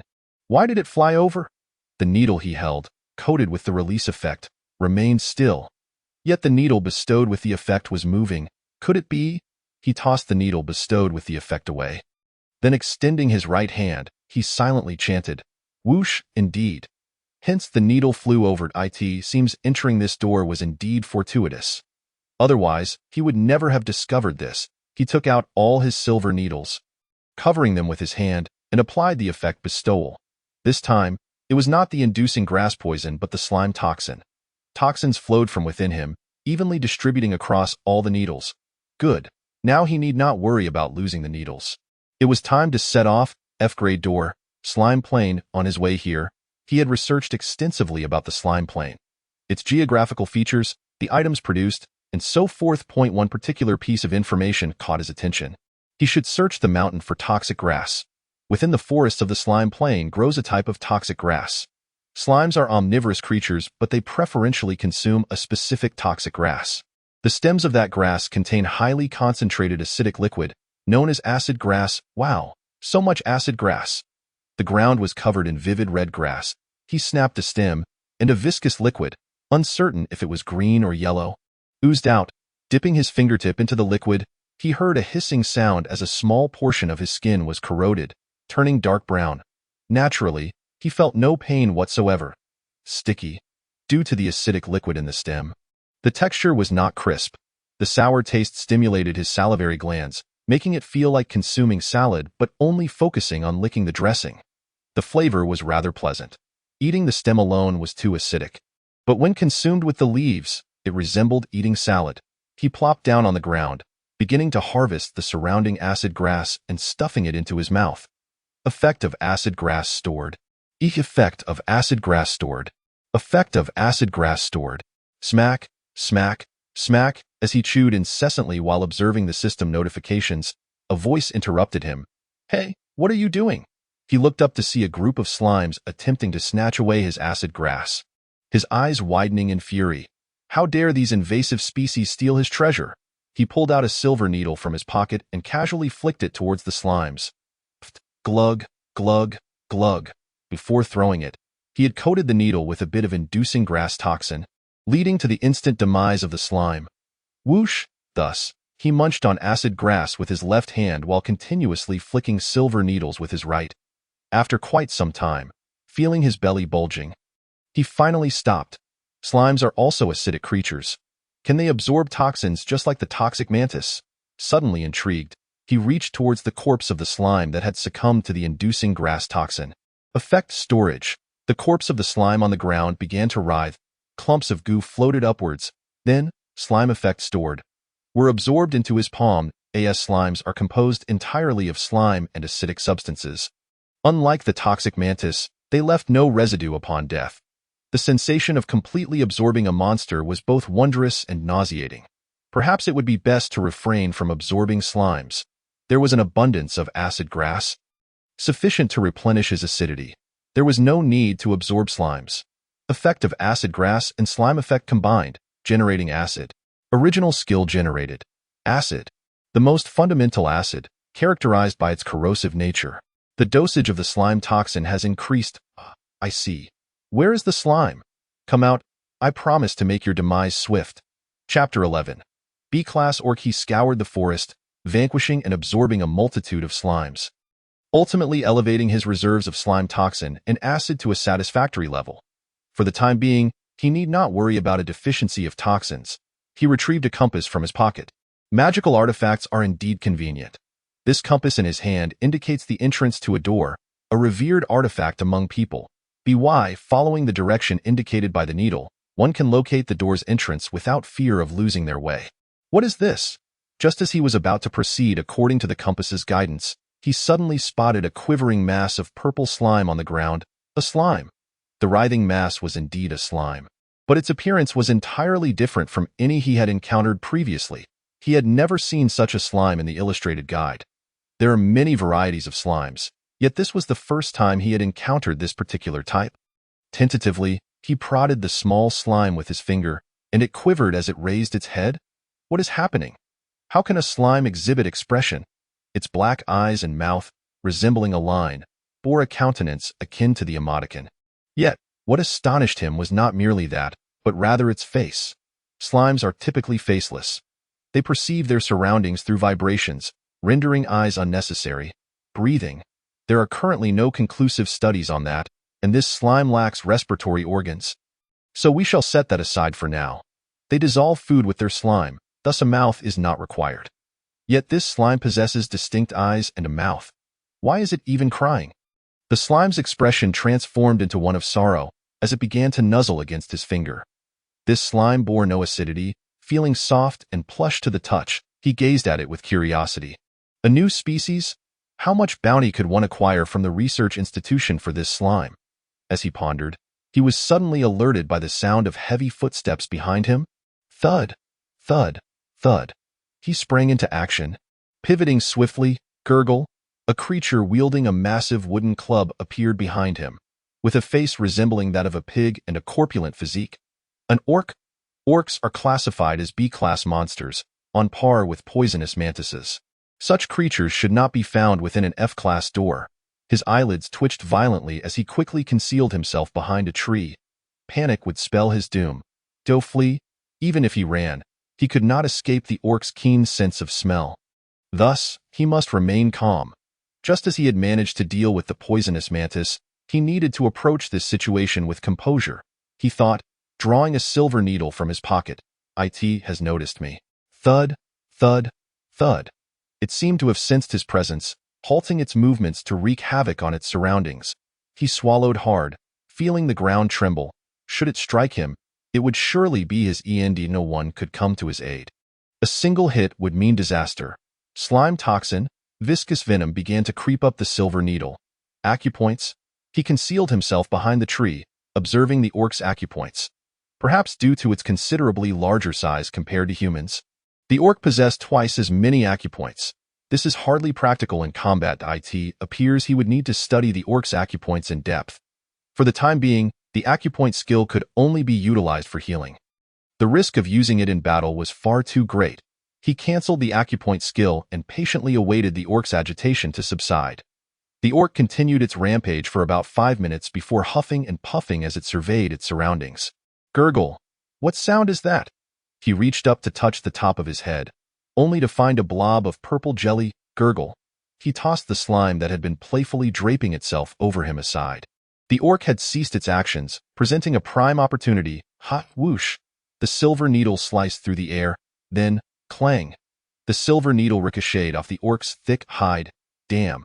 Upon reflection, it was rather inevitable. Although the acupoint skill had reached E-class, the acupuncture skill remained at F-class. How could a skill of such low rank penetrate the thick skin of a B-class monster? Now he had thoroughly captured the orc's attention. Gurgle. The orc raised its wooden club and charged toward him. He gritted his teeth, bracing himself against the ground. Slime toxin. Whoosh! The viscous venom rapidly spread, enveloping the ground. The approaching orc stepped into the slime toxin, faltering in its stride. Gurgle, gurgle, bam, bam. The orc stomped its feet with great force. Slime toxin, slime trap. He must ensnare it completely before it breaks free. Doubling the release of slime toxin, he conjured a massive wave of slime. The wave surged forward, instantaneously engulfing the orc. Gurgle. The poisonous mantis was classified as B-class due to its potent venom, while the orc attained B-class status purely through brute strength. Even when completely coated in the viscous toxin, the orc showed no signs of concern. Instead, it struggled more violently than before. It can still break free. Splash, splash. The sticky slime toxin began to tear under the orc's frantic thrashing. He contemplated approaching the orc to directly administer the toxin as he had previously. However, doing so would place him in the path of the orc's violent struggles. At present, it was solely focused on escaping the confines of the slime, causing the ground to tremble beneath it. This implies that he must engage in ranged attacks. But with what? The slime toxin is ineffective against it. The poison from the vomiting grass? He was uncertain of its efficacy when used externally. If it proved ineffective, he would essentially be forfeiting a crucial skill in that moment.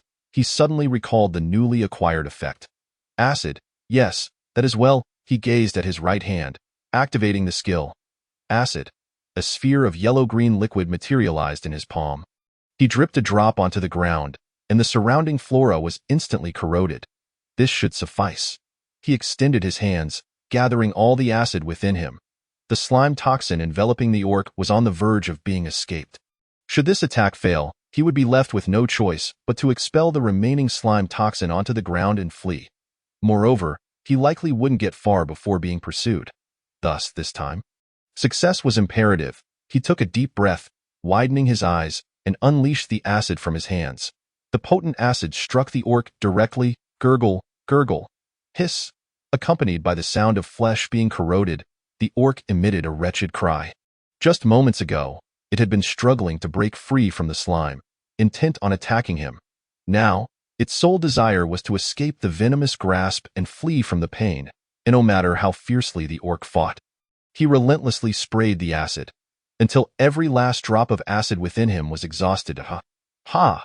He gasped for breath, gazing at the orc. The orc's skin had been corroded away, revealing stark white bones as it lay motionless on the ground. He exhaled deeply, feeling a wave of relief wash over him, while simultaneously experiencing a surge of exhilaration, collapsing onto the ground. Ha ha! Ha ha! An overwhelming sense of accomplishment compelled him to laugh heartily. He then arrived at a conclusion. Chapter 12. Poison Dragon. Geel. Indeed, it is essential to inject the toxins directly into the body. This battle had imparted a crucial lesson. If he must expend such vast quantities of toxins to slay a single monster, survival within the door would be impossible. Not only would the toxins be insufficient, but the expenditure of magical energy would also be considerable. To effortlessly slay monsters, he must pierce their dermis and inject the toxins directly into their bodies. First, he must elevate the level of acupuncture. Acupuncture. At present, it appears somewhat impractical, but once its level is raised, it should prove formidable. As he contemplated whether to add the term acupuncture to the apothecary's sign, he suddenly felt something pierce his body, freezing him in place. Huh? Wriggle, wriggle. A purple tendril pierced through his clothing and hunter's garb, burrowing into his side. His eyelids fluttered wildly as he turned to look. There, a purple slime gazed at him with the same expression it had worn upon their first encounter. Its tendril was connected to his side. This wriggle, with each undulation of the tendril, the slime's form diminished. Simultaneously, he sensed something entering his body. Then, ugh, crack, crack, crack. It felt as though all the bones in his body were being crushed under immense pressure. The unbearable agony transcended his limits, causing him to lose consciousness momentarily, only to awaken again amidst the excruciating torment. In the haze of repeated unconsciousness, he observed the slime's figure shrinking further. Then, effect has been absorbed. Failure. Failure. Optimizing. All he could see were garbled system notifications. When did I lose consciousness? Am I still alive? He struggled to sit up, bewildered as he clenched his fists. He had been certain he was doomed. The pain was indescribable. It surpassed the agony of accidentally consuming a mantis flower. It was more excruciating than being trampled by the poison mantis queen. It eclipsed all the suffering he had ever endured combined. Yet, he had somehow survived. Wait, the system. He recalled the garbled system notifications he had seen before losing consciousness and hurriedly accessed the system interface. Then, optimization complete. Effect of poison dragon. Geel has been absorbed.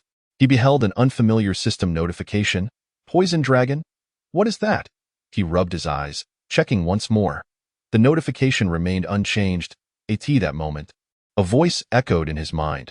How could I be trapped in this feeble human body? The deafening sound sent waves of pain coursing through his head. He furrowed his brow and glanced around, seeking the source of the voice. Foolish human. The sound is not outside. It resides within. Within? The only thing that has entered him is one entity, human. Release the poison dragon, Jier. Let me out. The one who claimed to be Jier began to shout within his mind. He attempted to gather his thoughts, but the cacophony rendered him unable to concentrate. Silence, you wretched slime. The voice abruptly ceased. He felt a slight relief from the headache and spoke calmly. Slime, I am the great poison dragon. Jier, so, you are that slime, are you? Indeed. That is merely my diminutive form. Diminutive form. So this fellow has pierced his body with tentacles and entered him. What do you mean by being trapped? Literally trapped. I am confined within your body. Furthermore, this creature is a poison dragon, incapacitated by its own toxic title, and can only be stored within him. He clarified his thoughts and posed the most crucial question. Why did you enter my body? To infiltrate human society, naturally, I must don the guise of a human. Therefore, I intend to borrow your body. This creature wishes to usurp his body and impersonate him. His gaze turned icy as he shut down the system interface. Are you not afraid of being corroded by acid? What are you talking about? You nearly killed me. I will not let you off easily. While acid may corrode beastmen, this creature is a poison dragon. It likely won't be very effective, but he must still not worry about it escaping. Even if it leaves his body, it cannot escape his grasp. He contemplated, releasing Jier from within him. Summon Jier? No, he had intended to release Jier, if not for accidentally triggering a previously unseen skill. Free at last, bouncing about, the purple slime joyfully hopped around. A smile gracing its face, he stared blankly at the scene, slowly opening the system interface. He was so astonished that his jaw nearly dropped, for within his skill tab lay several previously unseen skills. Poison Dragon Jier. Summon Poison Dragon Jier. Can utilize a portion of Jier's powers. Dragon S Breath. The potent toxin possessed by Poison Dragon Jier. Capable of dissolving, poisoning, corroding, and annihilating all. All skills related to toxins will become subskills of Dragon S Breath. The level of Dragon S Breath will rise in tandem with the skill of Poison Dragon Jier. Skills included in Dragon S Breath: Slime Poison, Acid. Original skills lack levels. Yet the skill Poison Dragon Jier possesses a level. This indicates that it is not an original skill generated by effect storage, but rather a new skill formed after Jier was absorbed by him. Still reeling from the shock, he discovered another issue. What does that symbol mean? He had never encountered such a level designation. He pondered. Jier scoffed, saying, This is quite normal. Do you think this toy-like system can gauge my power? Toy. Although this toy currently rates me as E-level, my true strength far exceeds its calculable limits. In other words, as this creature grows, will E transform into D? It seems the fundamental mechanism is somewhat similar to ordinary skills. No, wait. The appearance of this skill in the system implies that he cannot kill Jie. This means he must carry it with him? Carry around a creature that nearly usurped his body. Stop calling me a creature. I am a poison dragon. Silence, I understand. Sigh. He let out a long sigh, to which Jie protested. I too wish to leave your body. However, I do not comprehend why the power you absorbed cannot be separated. Is that so? What a pity. Chapter 13. The poison dragon can serve as a dishwasher. He looked down at Jie. This creature continued to bounce around but did not stray too far from him. Was it the incessant movement nearby that caused his headache? Can you distance yourself from me? Stop flitting about by my side. If I move too far from you, I will become utterly weak. There's no choice. He extended his hand towards Jie. The slimy body of Jie began to be drawn into his palm. No, stop. Jie extended its tentacles, grasping the ground and struggling desperately. Yet it had been summoned by his skilled deity, had become a part of his body and could not resist. Once Jie was fully absorbed, a voice filled with resentment echoed in his mind. 4 days, and the freedom I so painstakingly attained? Wait a moment. What? 4 days? He abruptly halted in his tracks, then, good grief. He pulled out a compass from his pocket and took off running. If 4 days had truly passed, he needed to get out as quickly as possible. Why the sudden urgency? Of course, there's a reason to be anxious. If 4 days have passed, today is April 30th. And tomorrow, May 1, is the delivery date. It is the day of his first potion delivery to the Black Moon Guild. Tio botched the first collaboration. This is absolutely intolerable for him as a businessman. Gritting his teeth, he raced according to the compass directions. Finally, he spotted the entrance. He stuffed the compass into his pocket and burst through the door. Out, taxi. He changed his clothes at lightning speed, opened his phone, and logged into the hunter market. Hopefully, there are enough materials. Holding the list provided by the Black Moon Guild, he added all the required herbs to his cart. Fortunately, the supply was plentiful. However, the prices of these herbs had risen today, despite being below average just yesterday. But there was no choice. If he didn't purchase today, it would constitute a breach of contract. Reluctantly, he bought all the herbs, chose Magical Express delivery, and rolled up his sleeves. Before beginning the potion-making process, he closed his eyes and called out to the incessantly nagging entity that had been buzzing in his ear since he got into the taxi. Hey, let me out. Let me out. Let me out. Why are you calling me? Can you guarantee you won't cause any trouble? Humph, of course. Though he did not trust this at all, if this creature continued to clamor in his mind, he would be unable to concentrate. He sighed and summoned Jie into the shop. Do not move around. Do not touch anything, and do not leave this store. Why should I? I never said I wanted to go out. Ignoring the now quiet Jie, he began crafting potions according to the list. Several hours later, hey, what is it? What are you doing? This is more interesting than I expected. Indeed, jumping from one empty bottle to another does appear quite amusing. Furthermore, each leap produces a delightful popping sound, which is rather captivating. However, you little rascal, those bottles have been sterilized and are meant for potion storage. With so many empty bottles available, why must you insist on jumping into my sterilized ones? He let out a long sigh, retrieved a cork, and sealed the bottle that Jie had jumped into. What are you doing? He placed the bottle containing Jie in a corner of the shelf. Stay put. What difference does that make compared to staying in your body? Do you want to be hit? Ignoring the trembling Jie, he twisted his waist. With a satisfying click, he felt much better and patted his waist before bending down again to continue making potions.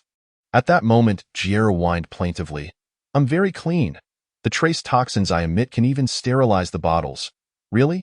Indeed. Oh? It can sterilize? He picked up the bottle containing Jie, grinning wickedly, and opened the cork. Jie slowly slid out. Little rascal. He looked at Jie with a mischievous smile. Sterilize all the empty bottles over there. Why should I? Don't want to do it. Then you must provide a meal. I am hungry. No problem, I assure you. Yay, a free dishwasher at my disposal. So tired. May 1, 9 a.m., he slumped in a chair, gazing at the numerous boxes of potions before him. I'm hungry. Is there anything to eat? I am hungry too. Since awakening, he had only consumed a bit of water. Having been unconscious for 4 days, he had been crafting potions ever since waking up, and he hadn't eaten for 5 days. He sighed, watching Jie, who showed no signs of stopping. Are dragons inherently this energetic? Sigh. Acid cannot corrode it, and poison cannot kill it. Attempting to eliminate it through physical means was futile, as it was merely a skill. It seems he is destined to live alongside Jer my life. He had intended to search for clues about his parents, only to find himself burdened with a deadweight, as if hearing his thoughts. Jer glared at him, its eyes transforming into triangles. I am not deadweight. I can make you stronger. What do you mean? You see, ever since I was absorbed by you, you have acquired a skill called Dragon's Breath. Haven't you? He extended his hand, opening the system interface to check the skill named Dragon's Breath. This was one of the new skills he obtained after Jer entered his body. That skill allows you to wield the strongest toxin of the poison dragon. But that skill is only a level. The skill description mentioned that the level of Dragon's Breath would rise in tandem with Poison Dragon Jer.at present. The level of the Poison Dragon, Jer, stands at E rank. This implies that the potency of the Dragon's Breath is likewise classified as E rank. Thus, it is indeed the venomous breath of a dragon. It encompasses a myriad of toxins, far surpassing the mere poisons you have at your disposal in terms of potential. He suspected that this creature was merely boasting. What is the issue? Why do you seek to inhabit my body? The answer is quite simple. Unlike his previous flippant tone, Jer's voice now resonated with calmness and depth.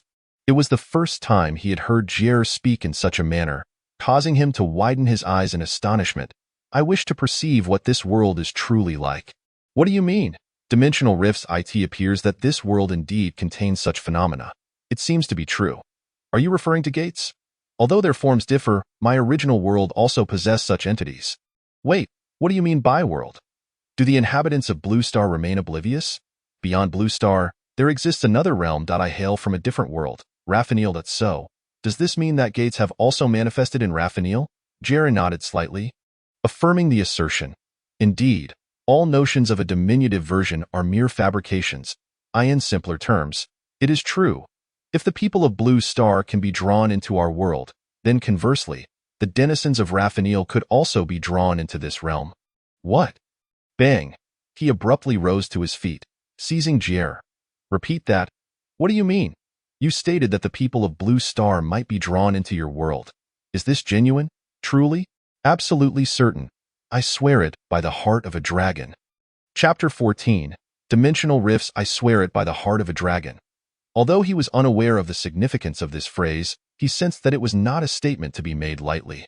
He had always believed his parents to be deceased. Yet, if they were drawn into the dimensional rift that Jer spoke of, in that case, calm down. Steady yourself, Liu. He inhaled deeply, striving to regain his composure before slumping back into his chair. Hey, Jer, what is it? Do you know how to reach Raphael? Aside from traversing the dimensional rift, there is no alternative. Had I not fortuitously been nearby when the rift appeared, I would have had no chance of arriving here. To cross the dimensional rift, fortuitously, does that refer to the sudden appearance of a gate? So, are you implying that if he remains near the sudden gate, he could travel to Raphael? Jer seemed to see through his thoughts and clicked his tongue. Do not entertain such notions. With your limited strength, you would be unable to withstand the impact of the dimensional rift. What do you mean? Why do you think I have transformed into my current state? Jer extended a long tentacle and delved into an empty bottle, comfortably coiled within the vessel, and continued, stating, crossing the dimensional rift necessitates enduring countless battles. With your current strength, you would not survive more than 10 seconds within the rift. Then how can one pass through? Ordinary humans cannot safely traverse the dimensional rift. Therefore, you must aid me in regaining my power, empowering yourself in the process. I have already fused with you. If you grow stronger, I may be able to restore my original abilities. If I can regain my original strength, I shall take you to Raphael. Very well, it seems we have no other choice. You mentioned assisting me. How exactly will you do so? In the near future, beings from Raphael will arrive in this world. You merely need to hinder or eliminate them. Raphael's beings. He inquired further about what they were. But Jer could not provide clarity. In other words, they are unknown entities. How am I to know when the beings from Raphael will arrive, let alone how to stop them? I can sense the presence of Raphael. Even the rifts that have yet to manifest are detectable to me. Jer's requirements were twofold: to grow stronger and to thwart the unknown beings. Yet, regardless of either point, the ultimate objective remained singular. I must become stronger. Of course, I shall certainly grow stronger, enabling you to reclaim your original power. Thus, you must cooperate with me, understood? I will do my utmost to assist you. He had nearly memorized the monster compendium, allowing him to identify the weaknesses of the creatures to defeat them. However, if those unknown beings possessed intelligence akin to Jairus, he would have to rely solely on genuine strength to prevail. Yet, his current prowess was far from adequate. Is anyone there? Knock, knock, knock. Here I am. I came to collect the potions. However, standing outside the door was Luya, clad in a long robe. She scrutinized him, her expression shifting to one of subtle complexity. What is it? Liu, it seems your hair color has changed. Have you dyed it? What are you? He turned to glance at the mirror, his eyes widening in shock. His hair had always been black. Yet, the reflection revealed a mane of deep purple locks. How did I end up looking like a punk? That is likely due to my... How peculiar my venom is a deep purple. I never anticipated your hair would transform to match. He stiffly nodded. Yes, I dyed my hair. Does it look good? He had heard that when awakeners acquired new skills, the colors of their hair or eyes might change. Luya's eyes, too, had turned red due to her skill awakening. Denying it now would equate to admitting he had awakened a new skill, particularly an S-rank skill, which was more prone to manifesting physical alterations. It looks quite nice. He invited the hesitant Luya into the shop, gesturing toward the boxes that filled the walls. They are all here. I have prepared the quantities listed in the inventory. Thank you for your hard work. However, what is it now? Has my eye color changed too? I don't recall it being different when I looked in the mirror earlier. He tilted his head in confusion, while Luya continued to gaze intently at his face. Lu Jian inquired with concern. Is it too burdensome for one person to handle all this? Not at all. Yet you appear rather haggard. Indeed. He had gone 5 consecutive days without sleep or sustenance, laboring tirelessly to concoct potions. Disheveled attire, unkempt hair, and pronounced dark circles under his eyes. Upon glancing at the mirror again, he realized he hardly resembled a person. Realizing this, fatigue and hunger surged through him, and his vision darkened as he lost consciousness. Ultimately, he felt the soft, squishy touch of the slime. Liu suddenly toppled backward.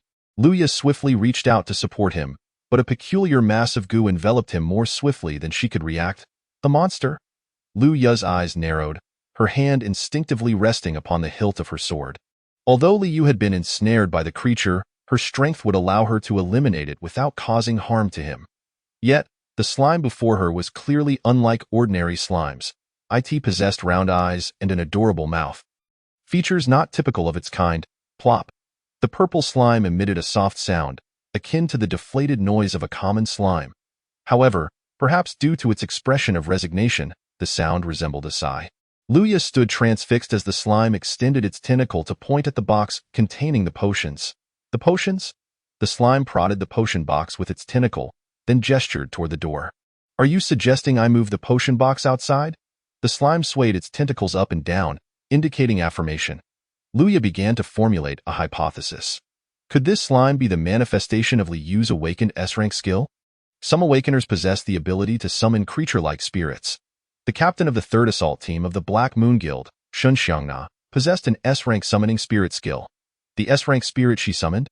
The fire lizard could communicate through body language. Thus, Luya understood that even beings that do not resemble humans might possess intelligence. If this were indeed the case, then Liu's hair turning purple could likely be attributed to his awakening of the slime summoning S-rank skill. Luya observed as the slime wrapped Liu in a cocoon and carried him into the inner chamber. The slime forcefully pushed open the door and tossed Liu onto the bed. It extended its tentacle, tucking him under the covers before exiting. Plop. Although it emitted the same sound, this time it seemed to convey the message to leave. Luya pondered for a moment before shaking her head. That must be what it means. She began to transport the potion boxes outside. When only the final box remained, she crouched down, looking at the slime, and said, If the workload is too much, please inform him. I will expedite the payment, and when he awakens, kindly relay my message. Plop. The slime nodded, indicating understanding. Luya scrutinized the slime for a while before extending her index finger. I initially thought you were some unrecognizable spirit, but you truly are a slime.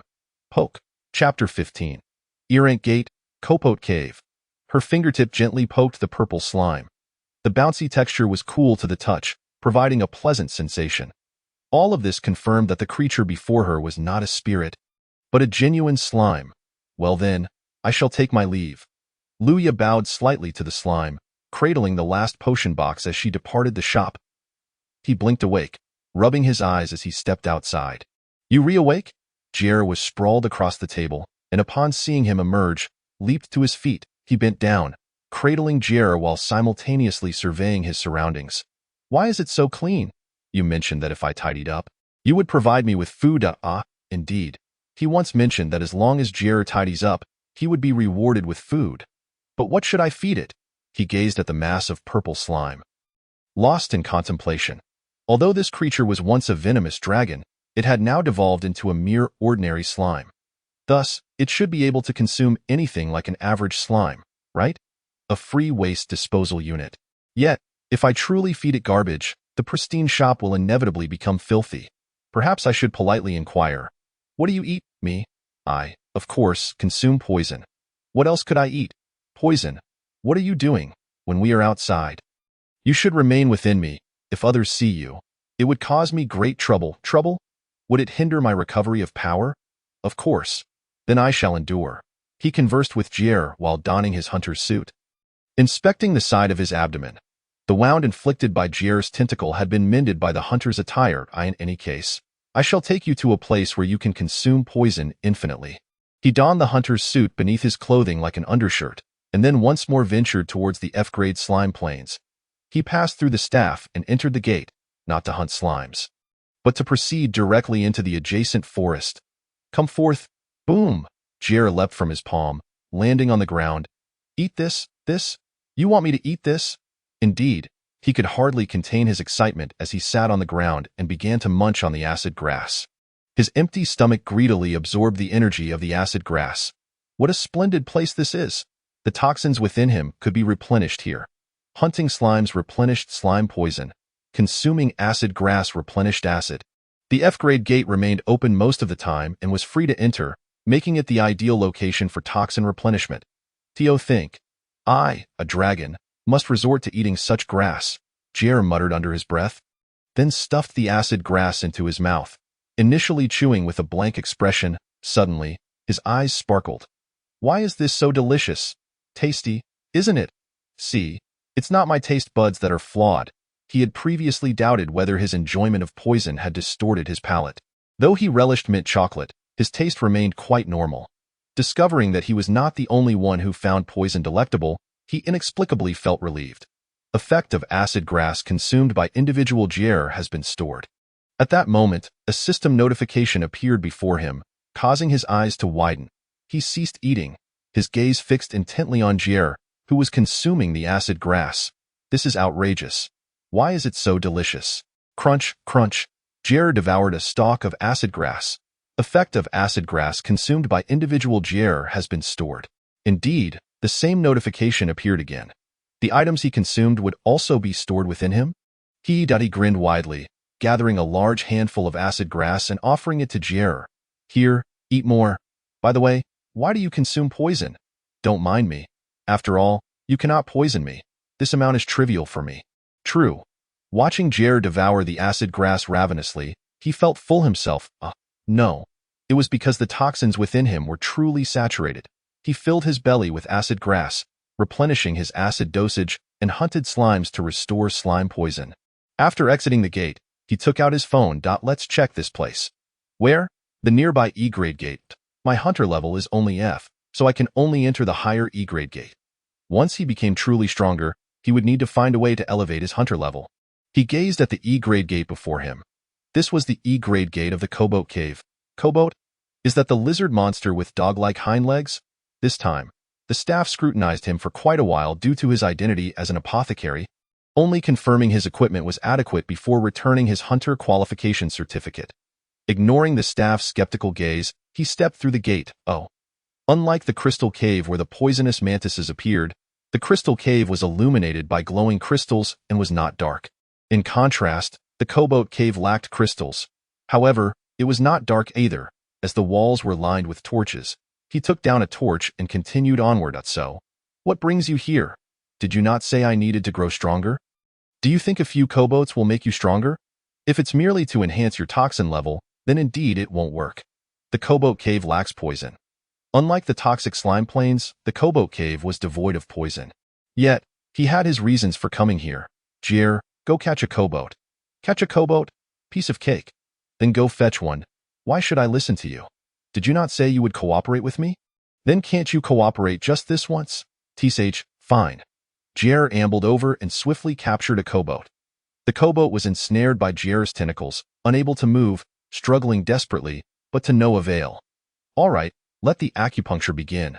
Since you've been caught, you might as well become my test subject. How cruel! Several dozen minutes later, the kobold, completely covered in silver needles, trembled slightly. Its acupoints had been sealed, rendering it immobile, only able to roll its eyes. The acupuncture had reached E grade. The lower the grade, the faster the upgrade. In just a few dozen minutes, the acupuncture skill had risen to E grade. He observed the kobold. Aside from one particularly pronounced acupoint, the rest were filled with silver needles. He murmured softly, "Safe travels." He plunged the silver needle into that notably sensitive acupoint. Then he extended his right hand. Virum, where's the next kobold? Jer looked at him, trembling all over. I haven't felt guilty towards such weak creatures in a long while. What? Nothing. Boom, boom. Jer lightly leaped and landed on his shoulder. To administer acupuncture to more kobolds, he ventured deeper into the cave. Subsequently, from the depths of the cave, the sounds of kobolds moaning and a certain perverse cackling echoed. Chapter 16. Acupuncture Level Up. Late at night. Why has acupuncture remained at E grade and failed to ascend to D grade? He had spent the entire day administering acupuncture to kobolds. Yet, the skill level showed no signs of improvement. It seems I must practice on humans. You wouldn't be thinking of killing someone, would you?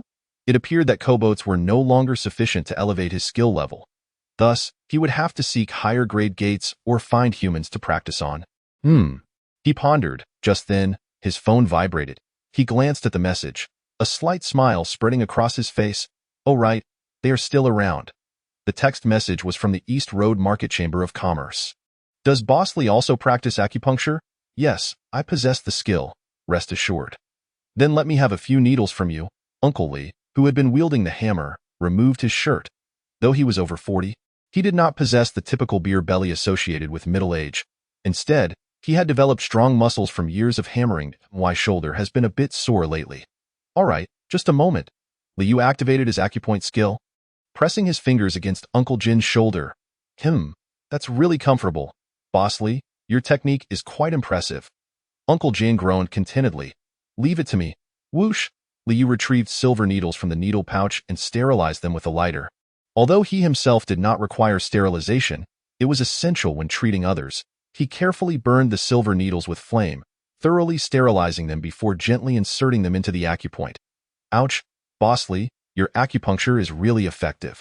After the acupuncture session, Uncle Gene moved his shoulders, revealing a satisfied smile.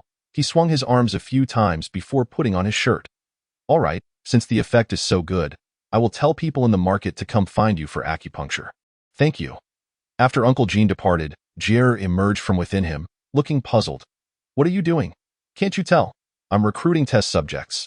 Doing nothing and recruiting test subjects? TSK, TSK, TSK. What an unsophisticated dragon, so naive. How will you survive in society in the future? Do you know what business people love most? What? Free stuff. Business people adore free items. Business people buy low and sell high, profiting from the difference. Their primary concern is the gain and loss of profits, and such business people. Bosley, you really offer free acupuncture? Indeed, come on in. The most irresistible thing is free. I ask that why business people end up bald. Where did you learn all this? What is it to you? All right, let the proficiency replication begin. 2 days of free acupuncture labor yielded significant results. Finally, it's done. He gazed at the system interface displaying acupuncture, D, a satisfied smile gracing his lips. When administering acupuncture to kobolds, he felt no sense of skill improvement. However, practicing on humans was entirely different. He could feel his skill continuously enhancing, and finally, on the second day, the skill level had risen. The needle tips had become sharper. When using the acupuncture skill, the silver needles would be imbued with magical power. Skills like swordsmanship and marksmanship would also see a significant increase in sharpness and cutting power when magic was attached to the weapon. This should be capable of piercing through orc skin, right? Upon reaching the skill level of D, one can effortlessly pierce through wood without exerting much effort. It seems acupuncture is no longer necessary, is it? He turned to glance at Jer, who lay sprawled on the ground. His tone tinged with dissatisfaction. This fellow had initially complained about how dull it was to reside within him, questioning the need to persist in such activities. However, ever since he consumed the food gifted by the market's elderly vendors, he had grown taciturn. In my eyes, you hardly resemble a dragon. I am indeed a dragon. Ah, did you hear that? I have reiterated it countless times. As long as you think about it, I can hear you. He squinted at Jer, who trembled under his gaze and retorted, "Why are you looking at me like that? I refer to you. Don't you claim you only consume poison? Why do you relish the food provided by the market's elderly vendors?" He recalled someone had presented him with barbecued meat and pancakes, a gesture of gratitude for alleviating their shoulder pain. Initially, he intended to place it on the table and wait until hunger struck. Yet by the time he felt hungry, the pancakes had vanished. In the dish that once held the pancakes, only a lump of purple slime remained. Jer, feeling guilty, averted his gaze and murmured, "Although I can only absorb toxins for nourishment, I possess a sense of taste. Thus I also delight in gourmet food." "So you devoured it all?" "It has been ages since I savored something so delectable. My apologies. In any case, the acupuncture skill has now advanced to a level suitable for practical application. And there remains but one task ahead. Let us proceed." "Where to?" "The Black Moon Guild." He opened the shop door, retrieved his phone, and dialed a number. "Hello, Sister Ya, are you free today? I'm relatively unoccupied. Shall we meet now?" "Oh, I have something I wish to discuss with you." "Very well. Where shall I find you?" "No need, I will come to the guild." "All right, then I will have someone at the front desk attend to you." "Please take your time." "Understood. Why not go inside, but rather to the guild?" "I mentioned that the E-level door is the highest rank I can currently access." Though Luya did not voice it, she must have already concluded that he had awakened to S-level. Even though he had not publicly disclosed his unique title and 3 effect skills, Jer had already revealed enough. In any case, he intended to exploit Jer's exposure to orchestrate a ruse. "I shall disguise the currently E-level poison dragon Jer as an S-level skill. Conceal the primary skill while revealing the inconsequential ones." "What? You claim I am inconsequential?" "At present, you indeed are. Boo-hoo." Jer sobbed pathetically within his mind. The declining Black Moon Guild should not oppose me. An S-level awakener, if they wished to strike against him, they would not have offered such an advantageous contract, nor would they have acted while he lay defenseless in slumber, though his acquaintance with Luya was brief. Given the current circumstances, it was worth a gamble. "Are you M.R.Liu?" Indeed, a man with navy blue hair and glasses bowed respectfully to him. He was Lin Donghuan, the second in command of the Black Moon Guild and captain of the first assault team. "Please follow me. The president is awaiting your arrival." Chapter 17. The Poison Master. He followed Lin Donghuan through the grand hall of the Black Moon Guild. As they ascended in the elevator to the top floor, Lin Donghuan suddenly inquired, "What is your relationship with the president?" "Me? I am merely the potion supplier for the Black Moon Guild." "That's so." Although Lin Donghuan's gaze seemed to question whether it was truly that simple, their relationship indeed appeared so up to this point. As for whether it would remain the same after his discussion with Luya, that was uncertain. "President, Mr. Liu has arrived. Let him in." On the top floor of the Black Moon Guild, Lin Donghuan knocked on the massive office door before opening it. "You've arrived." Luya, sipping a steaming cup of coffee, looked up upon his entrance. Lin Donghuan bowed to Luya before closing the office door and departing. Liu took a seat opposite Luya, where a cup of hot tea awaited him. "What brings you here?" "I dislike beating around the bush, so I shall speak plainly." He gazed steadily at Luya and stated calmly, "I am an S-level awakener. I seek your assistance." Pfft. Luya spat out her coffee. Covering her mouth, she coughed a few times, regaining her composure before asking, "Why would you suddenly disclose this to me?" "I find you to be more trustworthy. Moreover, you likely suspected it long ago." He summoned Jer, declaring, "This fellow, named Jer, is my S-level skill." "Indeed." "Freedom!" Jer exclaimed, joyfully bounding towards the cookies on the table. "Can you help me realize my dream?" "May I ask, what is your dream?" "Pardon my intrusion, but Sister Ya's father, former President Lu Nanha, went missing within the sudden gate, did he not? At that moment, the air around them turned icy. Luya remained silently seated. Yet he felt as though dozens of blades were poised at his throat, causing him to swallow nervously. Did I, too, share that sentiment? That does not clarify anything. Please elaborate. I wish to locate my parents, who likewise disappeared within the sudden gate. The chilling and sharp sensation dissipated, and he sighed in relief as he regarded Luya, stating, "This has been my dream since childhood. My goal is to find my parents. I in his youth, to commemorate his parents lost in the sudden gate." He constructed a small grave in a corner of the orphanage. Though there was a monument honoring the victims of the sudden gate, neither there nor here bore any trace of his parents. Rather than gaze upon the vast monument engraved with countless names, he felt that the small grave he fashioned was a more genuine resting place. From that moment on, whenever he was mocked for being an orphan, he would retreat to that spot and weep in solitude. I, too, have a father and mother. They are the best parents. Yet, despite hiding beside the grave and shedding tears, the void within his heart remained unfilled. For there was nothing there. Could a grave devoid of any evidence truly be called a grave? He silently vowed that one day he would find his parents' remains, seeking to fill the everlasting emptiness within him through that means. With a goal in mind, life felt considerably lighter. He dedicated himself to this pursuit, and upon reaching adulthood, the sense of emptiness had somewhat faded. Yet, deep within, a trace of that void lingered. Ever since he heeded Jer's words, that emptiness transformed into a yearning. To satiate this longing and fill the void in his heart, he needed to locate his parents. He resolved to devote the remainder of his life to achieving this goal. Do you think that is possible? Must I surrender? He gazed calmly at Luya, whose eyes trembled slightly. They held each other's gaze for a considerable time before Luya finally lowered her head. I seem to have foolishly given up on searching for my father. I am the fool, then, for engaging in such daydreams, hoping to find those lost within the sudden gate. No, your dream is not foolish at all. I find it rather admirable. For the first time, a hint of laughter graced Luya's voice. Her sweet tone compelled him to gaze intently at her face, yet Luya did not smile. Her expression appeared somewhat agitated, akin to a doll devoid of emotion. Cough, cough. In any case, I have come to seek your assistance in fabricating an identity that will allow me to enter the gate controlled by the Black Moon Guild. Or even a more advanced gate. Fabricating an identity? It is difficult for ordinary individuals to access such information. I mentioned that I have been studying hunter-related knowledge, so I am well informed. Thus, you concealed your identity as an S-level awakener to elevate your rank. He nodded. Once an S-level awakener's identity is exposed, complications arise. Various factions will attempt to recruit him, and refusal may lead to suppression. An S-level awakener without connections runs the risk of assassination. Then let us proceed this way. You shall operate under the guise of a newly minted D-level hunter, affiliated with the Black Moon Guild. As a member of the Black Moon Guild, he could access the gates they controlled. As a D-level hunter, he would be able to enter even more advanced gates. Without hesitation, he agreed. Dio, you have a preferred profession and name. For the profession, I would choose a poison master within the assassin category. Poison master? This fellow is a poison slime. Luya stared at Jer on the table, momentarily stunned. As long as I do not command it, it will not utilize toxins, so there is no need for concern.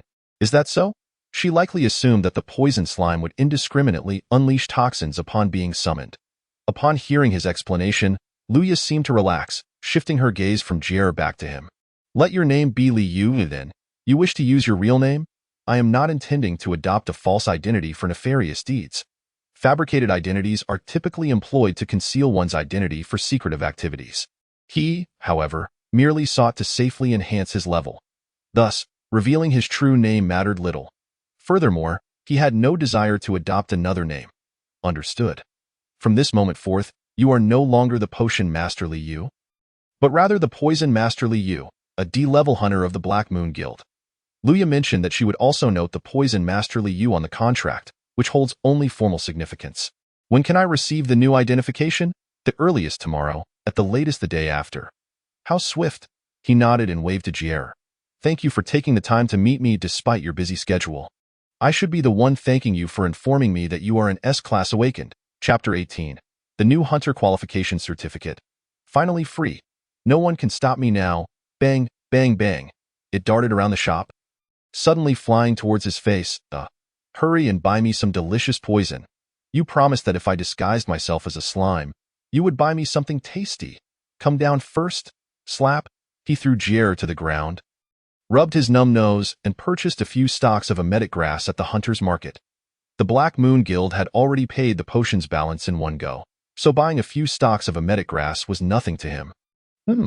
This grass is sour and sweet, quite delicious. The moment Jier saw the package delivered, he immediately dissolved the box and began to munch on the emetic grass inside. Watching Jier, he suddenly felt hungry. I'm so hungry. Right? I haven't had breakfast yet. He quietly approached Jier, snatched the emetic grass he was eating, and stuffed it into his mouth.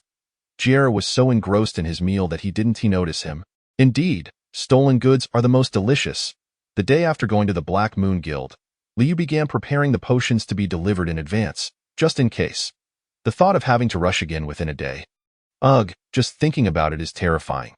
Although he felt it unlikely he would faint for 4 days inside the gate again, life is unpredictable. Who could have anticipated that he would gain a unique title from consuming poison in a sudden gate?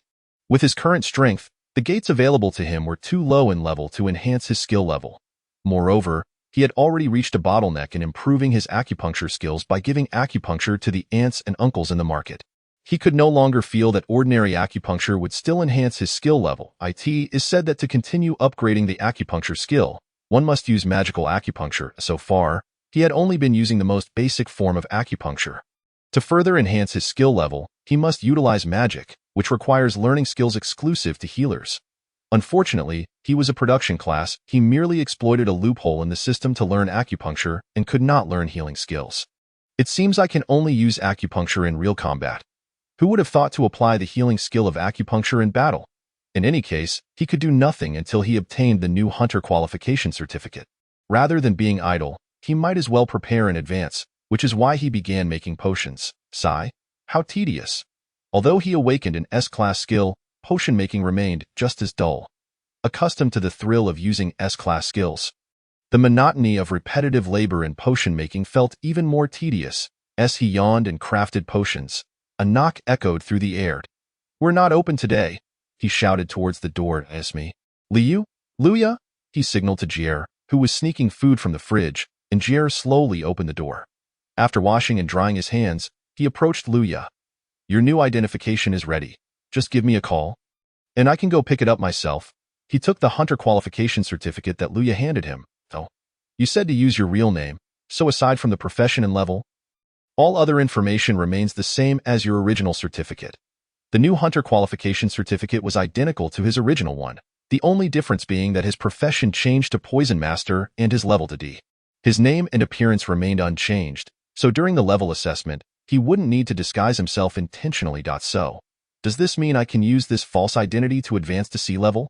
While flipping through the new certificate, he inquired, if I altered my appearance and name, would I be unable to level up? You could still participate in the level assessment.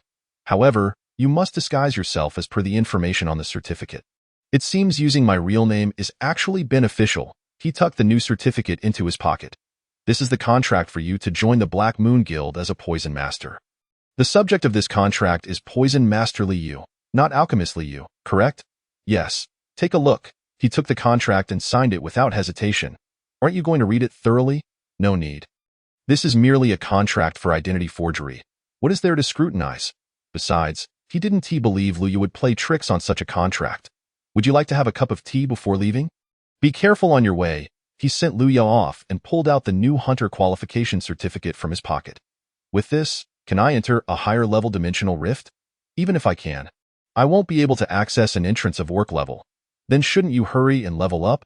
Only by doing so can you undergo real training. He tossed Jier, who was chattering in his ear, outside and continued making potions. Now that you have the hunter qualification certificate, why not head straight to the door? What are you waiting for? Hurry to the dimensional rift. Annoying.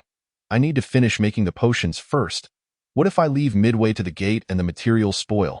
The money lost could buy 5 stalks of emetic grass. Only then did Jier finally shut his mouth. The shop fell silent, and he quickly completed the potion-making process. Is this poisonous? Yes. He placed his phone into his pocket, gazing at the enormous door ahead. The size of the door and the aura it emanated varied according to its level. Frankly, he could not discern much difference between the E and F level doors he had previously visited. However, the D level door before him was significantly larger than the E and F level doors and exuded a sharper aura. What kind of monsters will appear here? Goblins. Goblins? Aren't they weaker than kobolds? Indeed. He expressionlessly handed over the forged hunter qualification certificate to the staff. The staff took the certificate and inserted it into the card reader. D-level Poison Master. Confirmation complete. Thank you. Chapter 19. Goblin Forest. He took the certificate, placed it in his pocket, and after taking a few steps, exhaled softly. I have truly become a D-level Poison Master. Entering a gate managed by the state requires identity verification, and the higher the level, the stricter the scrutiny. The F and E level gates only require qualification confirmation. However, gates above D level necessitate verification of whether the awakened's level and profession are forged. This level of scrutiny is relatively lenient, at least there is no facial recognition involved. Strict scrutiny is only natural. Within the gates lies an ungoverned realm, a legal no man's land. Therefore, everything that occurs inside the gate is the responsibility of the parties involved. To minimize casualties, the government enforces rigorous checks. Are you an idiot? She can modify official records. Is it possible they wouldn't find your information? That is true. His information is indeed insignificant in the official records. He sighed and stepped into the gate at a forest. The scenery before him transformed instantly. Lush trees, the fragrance of earth. This is the Goblin Forest.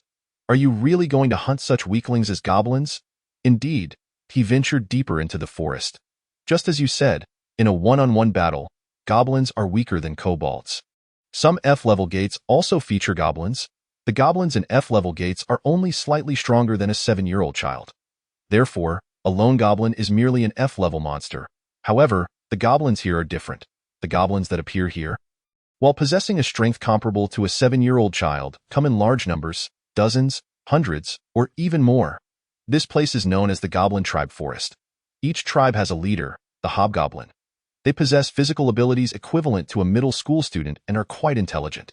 They can create rudimentary traps and weapons, and they even coat their weapons in poison. So, you say it's poisonous here? Just as he was about to nod, he suddenly halted. It seems they have arrived. A slight smile curled at the corner of his mouth as he observed the system prompt. Goblin's inferior toxin effect stored. He bent down to inspect the leaves of a plant. The leaves were smeared with a faint purple substance. This vascular toxin? Indeed. Vascular toxin. Once poisoned, it causes incessant bleeding and continuous damage. Goblins use this toxin to inflict wounds on their prey and then track the blood trails left behind. Finally, when the prey collapses due to poisoning, the goblins begin to feast. And, what is this taste? Truly awful. Jer extended his tongue to lick the toxin on the leaves, then made a face of disgust. Wow, you actually ate that? It's horrendously disgusting. Don't eat it. Why would you eat that? That's a mixture of toxin and feces. What? Although slimes lack the ability to vomit, Jer still mimicked a retching motion. Indeed, goblins mix their feces into vascular toxins to create traps. This intensifies the poisoning and enhances the prey's suffering. He brushed off the toxin from the leaves and took out a silver needle from his pocket. If there are traps, it means the goblin tribe is nearby. I shall not let them escape. I will undoubtedly not spare these goblins. Crack! Geel furiously snapped a branch laced with venom. It appeared genuinely enraged. Leaping onto his shoulder, let us move quickly, but no need to rush. The branches rustled in the gentle breeze, producing a crisp sound. Yet, within this refreshing melody lay dissonant notes of slime toxin. He hurled a silver needle coated with the viscous poison to his right, then calmly fixed his gaze upon a certain tree. After a brief moment, a diminutive green figure plummeted from the branches. Cough, cough. The goblin foamed at the mouth, convulsing violently. Eventually, its blood transformed into slime, rolling its eyes back. And it perished. The acupuncture skill had ascended to rank D, indeed making a difference. This acupuncture ability enhances all actions involving needles. Thus, even though it was his first time attacking with a silver needle, he executed the actions of withdrawing, throwing, and hitting with remarkable fluidity.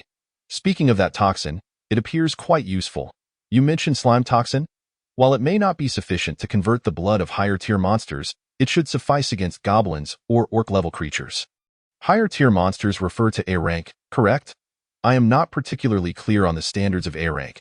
However, it would undoubtedly be ineffective against ogres, so that means slime toxin can at most contend with B rank monsters? Nonetheless, it should still hold some efficacy against ogres, shouldn't it? The stickiness of slime toxin is the strongest I have encountered among all toxins, excluding my own. Oh? So, it can be utilized to craft traps? A slight smile crept upon his lips as he released the slime toxin from his palm. He shaped the slime into a sphere, tossed it in his hand, and then hurled it forcefully behind him. Squeak, squeak. Two goblins became ensnared by the slime toxin. Struggling desperately, he approached slowly, piercing their foreheads with a silver needle cough. Since the silver needle was coated with slime toxin, they swiftly met their demise. It was time to extract the magical stones. Swish! He drew a dagger from his waist.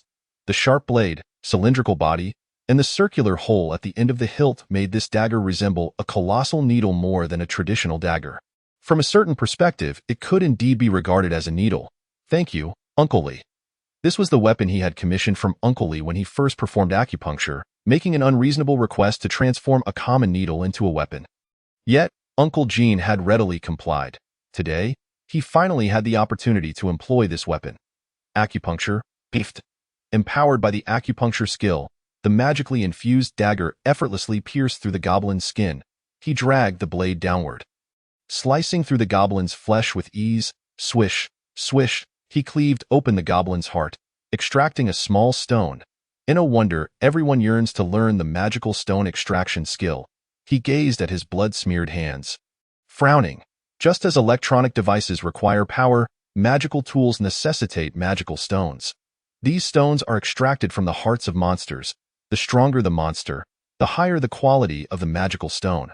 Goblins are merely F-rank monsters, making the extraction of magical stones somewhat unnecessary. Nevertheless, this dagger proves remarkably effective. Uncle Lee's blacksmith shop thrives in the Eastern market for good reason. Chapter 20. Strength. He retrieved a towel, wiping the blood from his hands before turning around. It's you who made me suffer? Squeak. Die. Go to hell and repent. No wonder it was so quiet, he observed Geel, expressionless, as it ensnared a group of goblins with its tendrils. One goblin had already been slain by its venom, but it seemed unable to kill the remaining goblins, merely trapping them. He sighed and drew his dagger once more. Effect bestowal? Slime toxin. He infused the slime toxin into the dagger, while simultaneously allowing the toxin to flow from his hand, enveloping the blade. Raising the dagger, dripping with purple slime, he dispatched the goblins ensnared by Geel. The grass beneath was trampled and disordered. That must be the goblin tribe. Following the trail of destruction, he advanced. Rustled, he concealed himself within the underbrush, revealing only his head. Though goblins reside in such places, haven't you seen in Rapheniel? Before I transformed into this form, I could effortlessly crush monsters of the orc tier with my claws. How would I know where goblins dwell? The appearance of the goblin tribe was precisely as he had read in books. Indeed, thatched huts. Numerous small thatched houses, even smaller than ordinary ones, were crammed with diminutive green goblins. Emitting chattering sounds, the center of the goblin tribe stood an exceptionally large and ornately decorated thatched house. Even a fool could discern that it was the residence of the hobgoblins. The simplest approach would be to eliminate the goblins one by one. As long as he coated the silver needles with enough venom, he could ensure the goblins met their silent demise. However, he would not resort to such tactics. He was here to familiarize himself with combat. Slime toxin. With his right hand, he drew the dagger from his waist, while his left hand grasped several silver needles. Then, he charged forth from the underbrush, plunging the dagger into the forehead of the nearest goblin. Squeak! He withdrew the dagger and hurled a silver needle at the fleeing goblin. Cackle! Thud! The goblin, mid-flight, collapsed to the ground, convulsing a few times before falling still. All the goblins in the tribe turned their gazes toward him. They emitted shrill cries, surging in his direction. He pushed off the ground, retrieving a new silver needle from his case. Ha! Pift! Pift! Pift! 3 silver needles struck true, hitting the 3 goblins at the forefront. Yet, he had no time to observe the results, for he was preoccupied fending off a goblin's stone sword. He deflected the stone sword with his dagger. then delivered a kick to the goblin's stomach. The goblin, weighing no more than a 7-year-old child, was effortlessly sent flying. Slime toxin.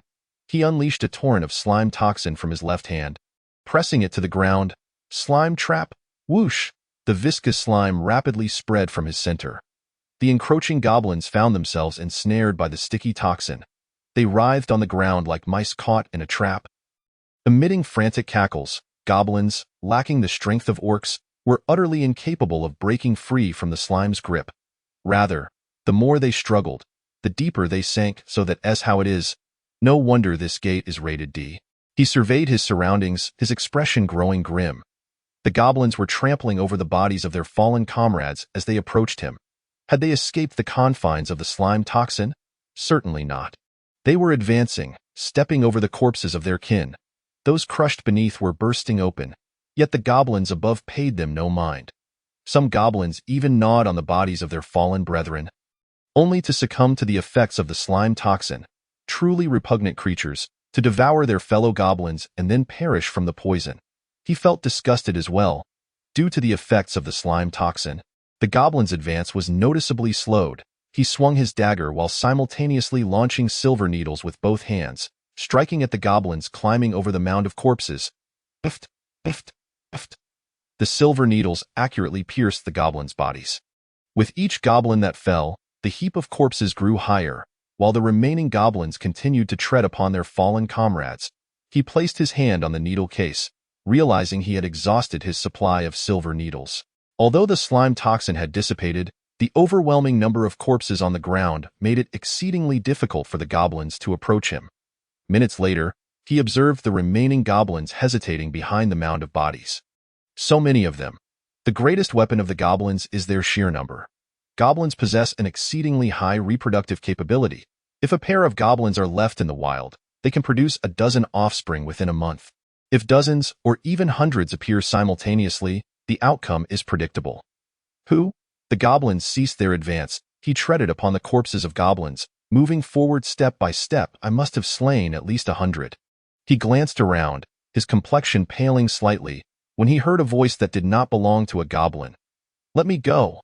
I am," from the guild, from the thatched hut, exuding a potent stench of blood, came not the cackling of goblins, but rather the voice of a human. Indeed, only the dead goblins could be considered good goblins. He extended his left hand toward the goblins climbing over the corpses. Releasing acid, sizzle, accompanied by the grotesque sound of flesh being corroded, the goblins shrieked as they tumbled from the mound of bodies. He successfully navigated over the pile of corpses, and as his feet touched the ground, he abruptly propelled himself, driving the dagger into the forehead of the nearest goblin. He withdrew the dagger, grabbing another goblin by the neck with his left hand, forcefully pressing down. Crack! The goblin's neck snapped with a sickening sound. Collapsing lifelessly to the ground, he tilted his head in confusion, staring at the goblin he had slain in a single strike. When did I become so strong? His physical prowess was at most earache.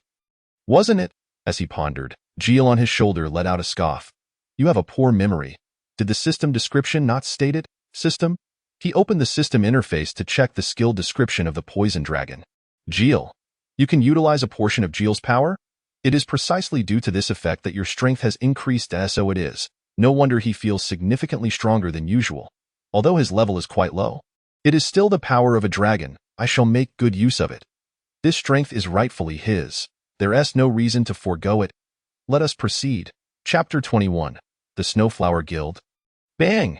He forcefully pushed off the ground, delivering a knee strike that struck a goblin squarely on the head. As he landed, another goblin charged at him. With a swift motion, he gripped his dagger and pivoted, slashing open the goblin's throat. Still holding the dagger in reverse, he thrust it fiercely into the head of the goblin, attempting to ambush him from behind. He withdrew the dagger, which had embedded deeply into the skull, and blood splattered across his face. Wiping the blood from his visage with his sleeve, he turned towards another goblin. He exhaled deeply, surveying his surroundings. The ground was littered with corpses and blood. Not a single goblin remained standing. Is this truly your first battle? Strictly speaking, this is my first real combat experience. Unbelievable.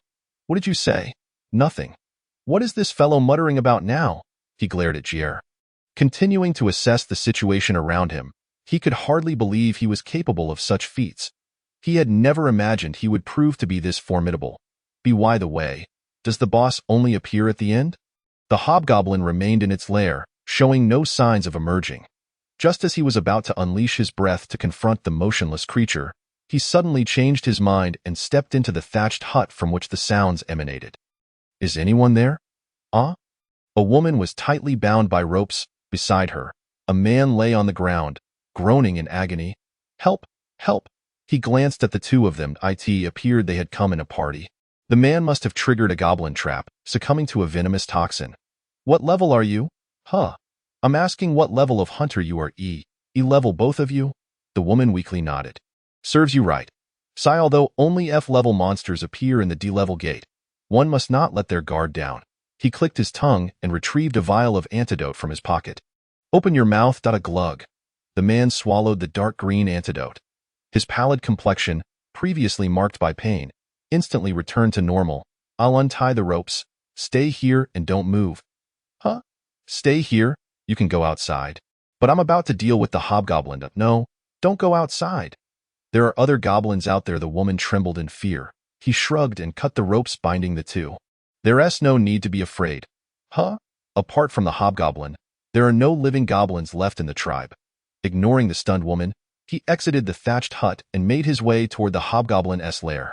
With each step, he could sense an aura distinctly different from ordinary goblins. When he was just a few steps from the hobgoblin's dwelling, he halted. The hobgoblin was standing at the entrance, awaiting him. So this is the leader of those ruffians? Witnessing it firsthand, I too find it hard to believe. Its stature was roughly double that of an ordinary goblin, adorned with red tattoos etched upon its face. It emanated an aura of murderous intent, wielding an iron sword. That sword is not forged by goblins, but rather a weapon of humans. From whom did you steal that blade? Giggling. Although he posed the question, he did not expect an answer. He pinched a silver needle between his fingers and flung it forcefully, giggling. Ding, ding, ding. The swiftly shot silver needles were all blocked by the hobgoblin's sword. The battle commenced. After deflecting the silver needles, the hobgoblin charged at him. Clang. A crisp sound of metal clashing echoed. He parried the hobgoblin's sword and then threw out a silver needle, giggling. Heft. The silver needle pierced the hobgoblin's right arm. Ugh! Screech. The hobgoblin let out a wretched cry, then swiftly grasped the sword with its left hand and severed its own right arm. The mangled right limb fell to the ground, blood gushing from its shoulder. It seemed it had severed its arm before the toxin could spread throughout its body. Though it appeared agonizing, it did not seem to be poisoned. Screech, screech. It bared its yellow fangs, emitting a furious roar. It radiated an instinctual murderous aura, as if intent on tearing him to shreds. However, compared to Yi, your murderous intent is rather feeble. After experiencing Liu Ye's aura, he felt this one was as light as a feather. He disregarded the hobgoblin's murderous intent and calmly advanced forward. You wield a human sword, which implies you have taken human lives, correct? Giggling. Seeing that the murderous intent had no effect on him, the hobgoblin took a step back. With his left hand, he released acid. A yellow-green liquid coalesced into a sphere in his palm, growing larger by the moment. Then I suppose I shall kill you, and that should pose no problem. Right? Screech, screech. Realizing the dire situation, it turned to flee. Yet, slime poison. It overlooked one crucial detail. When I battled the poison mantis for the first time, I was able to spray venom from my entire body. Although he had since simplified it to spraying from his hands for convenience, he was still capable of spraying from every part of his body. The slime poison oozed from his feet. Ensnaring the hobgoblin's legs, the hobgoblin trembled in fear. Its legs ensnared by the viscous liquid seemed that controlling multiple areas at once was somewhat challenging. He was unaccustomed to spraying slime poison from other parts of his body while simultaneously releasing acid with his hands. Causing a splitting headache, screech, cough, the hobgoblin swung its sword with its left hand, attempting to prevent him from closing in. Acid. A basketball-sized sphere of acid. He slowly extended his left hand, aiming at the hobgoblin. Acid shot. Hiss. The hobgoblin's left arm, along with the sword it held, was entirely dissolved by the acid. Cough, cough, hiss. The yellow-green acid sphere drew ever closer. My magic stone. The hobgoblin's body was completely dissolved by the acid, vanishing without a trace. The magic stone of the hobgoblin is quite valuable among D-level monsters. The price of the hobgoblin's magic stone could rival that of a C-level stone, and now it has been dissolved. What a pity. He clapped his hands and turned away. I told you not to come out. Why do you not listen? He noticed the woman standing there with her mouth agape, while the man leaned against her. Rubbing his eyes, the woman pushed the man away and rushed toward him. What is your name? Why? Which guild do you belong to? Black Moon. Black Moon. The woman's eyes widened in astonishment. Although the Black Moon Guild has seen better days, it still ranks 50 in the country. He thought she would back down, preparing to turn and leave. Would you like to join our guild? You dare to look down on even the Black Moon Guild? What guild do you belong to? The Snowflower Guild. Snowflower? The Snowflower Guild, ranked second in the country? Chapter 22. The Theft. The woman nodded, confirming his suspicions. But in truth, the answer had long been predetermined. I'm sorry. But even for the Snowflower Guild, I shall not go. He washed away the fatigue with hot water and, upon drying his hair, received a message on his phone indicating that his takeout had arrived. Try it.is this the food you enjoy?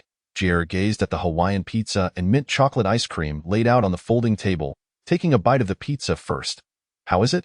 Why has this fellow fallen silent? He tilted his head in confusion and took a bite of the pizza. The tangy sweetness of the pineapple balanced the grease of the pizza. Indeed, Hawaiian pizza is the most delectable. He drizzled chili sauce over it and took another bite.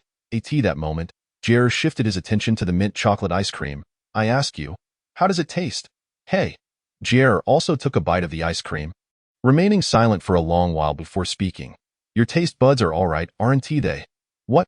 This thing. What is so tasty about it? If you want fruit, just eat fruit. Why put pineapple on pizza? You and this, isn't it just cold herbs with added sugar? I dislike the taste of herbs. Slap. Jer pushed the pizza box and ice cream cup in front of him with his tendrils.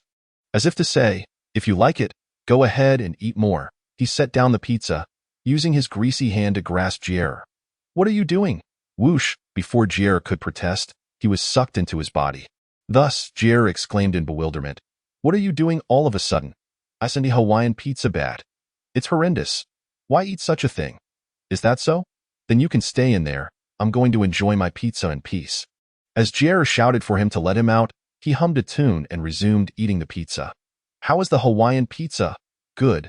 Delicious, that's more like it. He nodded in satisfaction, finally hearing the correct answer. How about the mint chocolate? Good, no. This I absolutely cannot accept.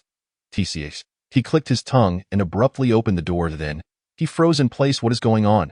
He had meticulously tidied up the store yesterday, ensuring that not a single item was left on the tables and that the door leading to the back room was securely closed. Yet, the chaos that greeted him was overwhelming. The shop lay in utter disarray, as if it had been ransacked. Before he could fully process the situation, his mind raced to the store's most valuable possessions.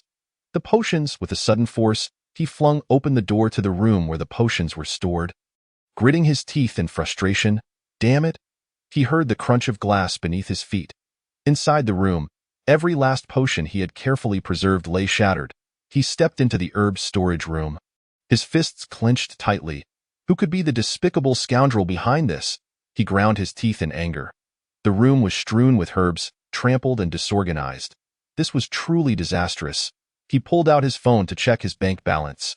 The meager funds available were barely sufficient to craft 2 or 3 bottles of premium potions. Regardless of who the culprit was, he could no longer afford the materials needed to supply the Black Moon Guild. Raking his fingers through his hair, he felt utterly defeated, and no matter who it was, I will ensure they pay it. It had been a long time since he had felt such rage. Though he did not know who the perpetrator was, he envisioned driving a silver needle, laced with deadly poison, into their forehead, requesting assistance. No, that one Tidu, Luya, the president of the Black Moon Guild, had countless responsibilities each day. It felt wrong to trouble her over such a minor issue. Moreover, he owed her a significant debt of gratitude already. He did not wish to accumulate further obligations. When did I become so reliant on others? Ever since leaving the orphanage and opening this shop, he had faced every challenge alone. When the potions failed to sell, He had found ways to sustain himself on his own, which had brought him to where he was today. He was not the kind of person who needed to depend on others for everything.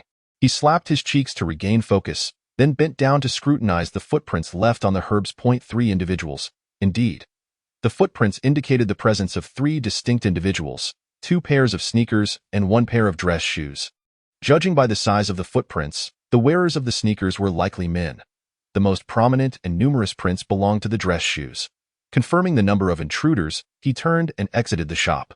"Where are you headed?" "To the market." He made his way directly to Uncle Lee's blacksmith shop. "Uncle Dotto, if it isn't you. How did the dagger turn out? Are you satisfied?" "Yes, it's perfect for self-defense." He refrained from sharing the incident of the sudden portal with anyone, yet Uncle Lee seemed to be aware of it. He later learned that Uncle Lee had known he had been caught up in the sudden portal event. Thus, when he hastily ordered the dagger for self-defense, Uncle Lee without hesitation crafted it for him free of charge. "Uncle, did you see anyone suspicious passing through the alleyway by my shop yesterday?" I didn't notice. What is going on? My shop was robbed." "What?" With a bang, Uncle Lee slammed his hand on the table, bellowing, "Everyone come out!" His voice resonated throughout the market. Passers-by turned their heads in surprise. Soon, the residents of the East Road Market began to gather. "What is happening?" He smiled slightly at the quickly converging crowd. The East Road Market Chamber of Commerce. In the past, when awakeners appeared, combat professions and production professions were distinctly separated. Combat professions could form hunter guilds, but production professions could not, as each had its own unique production process. Thus, in the early days, production professions banded together based on their respective trades. The chaos among combat professions quickly subsided. But the turmoil among production professions lasted much longer. Instead of donning cumbersome armor, it was more advantageous to wear accessories that enhanced magical circulation and accelerated mana recovery. However, magical circulation and defensive capabilities were not directly related. Armor remained the more practical choice. The production professions engaged in endless debates. That moment, a group weary of such arguments congregated in the market, which became the East Road Market. Originally a marketplace for food and clothing, it began to host shops for various production professions. They sold each other's products and helped refer customers if someone needed something. 1 person became 2, 2 became 3. Thus, the East Road Market Chamber of Commerce was established. The president of the chamber rotates annually, and this year it was Uncle Lee. Naturally, even with the rotation, Uncle Lee often remained in the role. "Everyone, listen up. Lee's shop has been robbed." Chapter 23. The Holy Grail Guild. What? All eyes in the market turned to him. "When I arrived at my shop this morning, I found all the potions shattered and the herbs trampled." "Were you hurt?" "No, fortunately, the thief had already left. So I came to no harm." He expressed gratitude to Aunt Shui for her concern, then turned to the chamber members, asking, "Has anyone seen any suspicious individuals entering the alley by my shop yesterday?" "You don't know what they look like?" "There should have been 3 people, 2 men and 1 woman. The woman was wearing dress shoes." However, after a long pause, no one spoke up. "If you can't recall, let us check the surveillance footage." "Yes." "Oh, Liu, you're clever. Youth truly brings a different perspective." "Ha ha ha." Standing near the entrance, Uncle Liu, who sold enhancement dishes, patted him on the shoulder. "Thank you all for coming to assist me. It's only right. You're a member of the chamber too, that I've always said you should install a surveillance camera in that alley by your shop. But there's only my shop in that alley." "True enough, Liu, but even if there's no camera in the alley, you should at least have one inside your shop. Don't have the funds?" His shop was situated in a remote corner of a deserted alley, known as the market parking lot. In that alley, aside from his shop, there were no other buildings or even residents, placing his shop directly in the blind spot of any surveillance camera. He activated the 2 surveillance cameras facing both the market entrance and the alley entrance. Then fast-forwarded the footage. He focused on the rapidly playing images for several minutes until he suddenly heard Jier's voice, prompting him to pause the recording. "Here?" Click. "Did you see those 2 men?" "Yes." 2 men in black hoodies and hats walked past the alley entrance, heading towards his shop. "And the woman, you saw her too?" A woman approached from the direction of the market, heading towards his shop. But they weren't acting together. If these 3 were a group, they should have moved together. However, the 2 men and the woman came from different directions. The surveillance footage continued to play. The 3 of them entered the alley almost simultaneously, but it was a long time before they appeared again on the screen. Moreover, they left together with the woman who came from the market. He reviewed the footage repeatedly, But aside from these three individuals, there were no other suspicious figures. Did you find anything? Yes. He pointed at the three individuals on the screen and said to Uncle Lee. Although their faces were unclear, their attire was easily recognizable. The two men wore ordinary clothes, black hoodies and hats. But that woman, her fashion sense was quite questionable. Exactly. She had the audacity to wear a Hawaiian shirt over her dress. Such an odd combination made it nearly impossible not to draw attention. Uncle Lee, may I view the surveillance footage from around here? As long as it's in this district, you can. Thank you for your assistance. Click. Clicked. He examined the direction the three had departed towards and reviewed all surrounding surveillance footage. There were no cameras further ahead. It's all right. He stood up, thanked Uncle Lee, and then left the chamber building. Is there no need to search any further? No. I've already identified the culprits. It was the Holy Grail Guild. The Holy Grail? Those bastards from Gaia. He gritted his teeth, and Gier curiously inquired, what is Gaia? You need to clarify for me to understand. The Gaia Guild is the top-ranked guild in the country, meaning they are the strongest military organization here. But how does this relate to the Holy Grail's involvement? It's directly connected. The Holy Grail is an affiliated guild of Gaia. The top-ranked Gaia Guild oversees numerous subordinate guilds, using its prestigious name to commit wrongdoing. Thus, they must obey Gaia's commands. While they are nominally affiliated guilds, in reality, they are Gaia's lackeys. He could not fathom why the Gaia Guild harbored such animosity towards him. To the extent of sending individuals to vandalize his shop, the culprits had headed in the direction of the Holy Grail Guild. What now? He had identified the culprits, but what should he do next?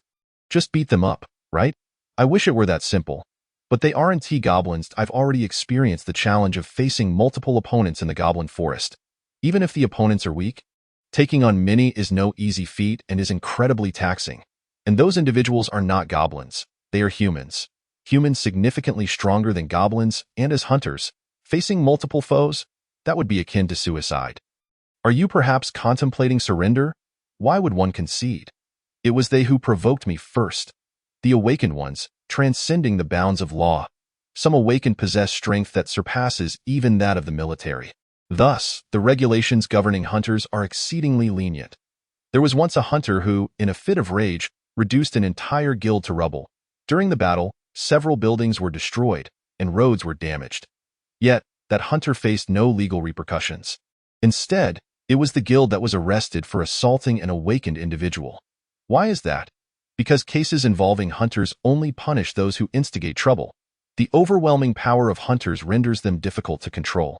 Therefore, as long as no significant disturbances arise, the state remains uninvolved. The government will only apprehend those who instigate conflict. Even if the instigator suffers greater harm, it is of no consequence. Had the instigator not acted provocatively, they would not have incurred injury. This is the current societal attitude towards hunters. Thus, even if a confrontation occurs between him and the Holy Grail Guild, it is the guild that will face the consequences.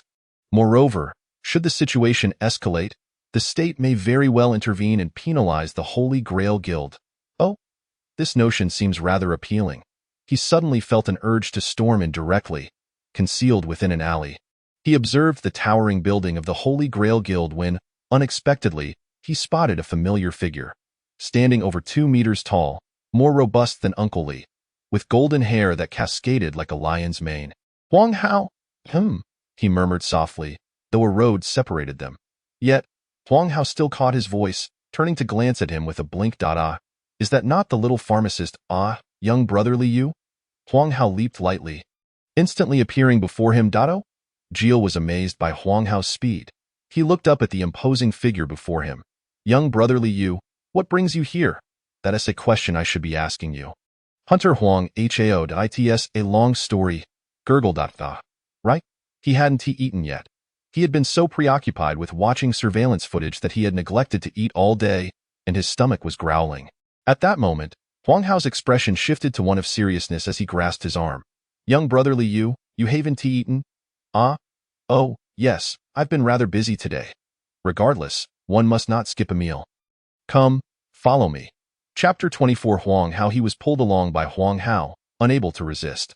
Huang Hao led him to a pork soup restaurant, where he devoured a bowl of pork soup rice as if in a whirlwind. Before leaning back in his chair, patting his stomach, Huang Hao consumed 3 bowls of soup rice, seemingly still unsatisfied, and began to eat the white cut meat they had ordered. After pouring himself a glass of water and taking a sip, he questioned Huang Hao. Speaking of which, Hunter Huang Hao, what brings you to that place?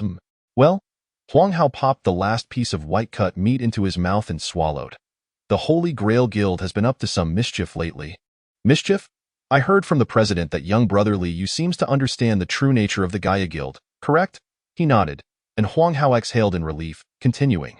The Holy Grail Guild has been harassing those closely associated with the Black Moon Guild. If we can gather solid evidence and witnesses, we can strike directly. However, that Dong Huan fellow has yet to collect any evidence.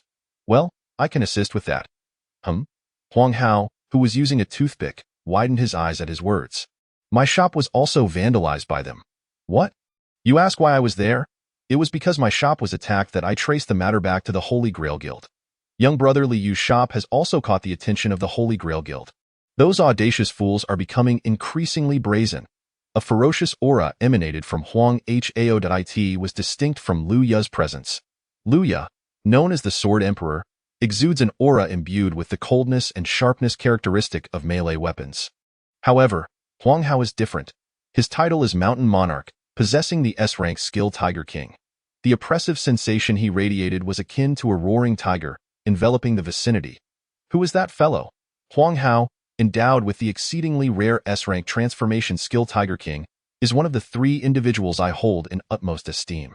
While he was immersed in studying hunter knowledge and information about guilds, a momentous event unfolded across the nation. At that time, he had memorized the monster compendium, fortuitously finding himself near the incident's epicenter. The gate, flickering with crimson sparks, appeared to be on the verge of collapse. Lu Ya's father, Lu Nanha, and Huang Hao stood before the gate. My child is still inside the gate. He is hiding. Please, I beg you. Save him. A couple rushed over, crying out. The man's hand had been severed and should have been resting, yet he paid no heed to his injuries. They clutched Huang Hao and Lu Nanha's pant legs, pleading for their child's rescue. The gate would seal shut in 10 minutes. Entering now would be tantamount to suicide. The surrounding hunters averted their gazes or bowed their heads in silence. At that moment, only one hunter stepped forward. I will go save him, Huang Hao declared, instructing them to wait there before dashing into the gate. With 30 seconds remaining before closure, he emerged safely with the child in tow. He witnessed this scene firsthand, and from that day forth, he held Huang Hao in the highest regard, fervently collecting information about him. The tension of that moment and the ensuing cheers from the crowd are etched into his memory. What left the deepest impression was Huang Hao's smile as he looked at the child weeping in his parents' embrace. That smile mirrored the one he recalled from his own parents. The person I admire most is but one. Really? The great poison dragon lord can also admire others. Though I may not know what you think of me in your heart, I am capable of gratitude. Is that so? He concluded his conversation with Jill and turned to face the smiling Huang Hao. Young brother Li Yu, could you lend a hand? A favor? Indeed, you harbor a grudge against that group from the Holy Grail Guild. Do you not? Naturally. They had destroyed his hard work and trampled upon his treasured medicinal herbs. Thus, he yearned to teach them a lesson personally. Shall we cause some chaos together? Though Huang Hao did not specify where they would stir trouble, he had already surmised, I would not refuse such an endeavor. Ha ha ha. I appreciate your spirit. Both stood simultaneously, and after settling their bill, they made their way toward the Holy Grail Guild's edifice. Along the way, he inquired of Huang Hao, isn't Hunter Lin Dong Huan currently gathering evidence? Shouldn't we inform him? That Dong Huan fellow is too earnest and rigid. If we tell him, we'll likely accomplish nothing but wait idly. That's simply one to do, right? Hence, we shall act first and report later. If things escalate, Dong Huan will naturally handle it. Ha ha ha. He halted, observing the boisterous laughter of Huang Hao. Hey, what is it? You actually admire such a fellow? He is quite a good person. I suppose so. He consoled himself inwardly, then caught up with Huang Hao. Following Huang Hao to wreak havoc upon the Holy Grail Guild posed no issue, yet he still felt somewhat perplexed. Why do you want to bring me along? It's simply because young brother Li Yu, you are quite powerful. How do you know that? He was taken aback, and Huang Hao scratched the back of his head. Ah, is that a secret? That was my slip of the tongue. Given Huang Hao's reaction, it seemed he had not been informed by Lu Ya. This meant that Huang Hao had sensed his power on his own. You mean that fellow can transform into a tiger? That makes sense. Just as Jill finished speaking, Huang Hao, feeling a bit bashful, remarked, my perception ability is quite strong. Therefore, when I first encountered you at the Black Moon Guild, I felt that you were an entirely different person. Your aura completely altered. That's so? Indeed. But you need not worry. The reason I could sense it is that I possess the S-rank transformation skill Tiger King, which grants me heightened perception. As long as you conceal your magical power well, no one else would detect it. Huang Hao leaned closer, gently nudging him with his elbow. That's so? What power have you acquired? Sigh. He shook his head and extended his right hand. Freedom! Boom! A burst of purple slime sprang forth from his palm. Huang Hao's eyes widened in astonishment. This fellow here, he is called Jild. Oh my, what an adorable slime. Sister Ya is also aware of its existence. You mean the president?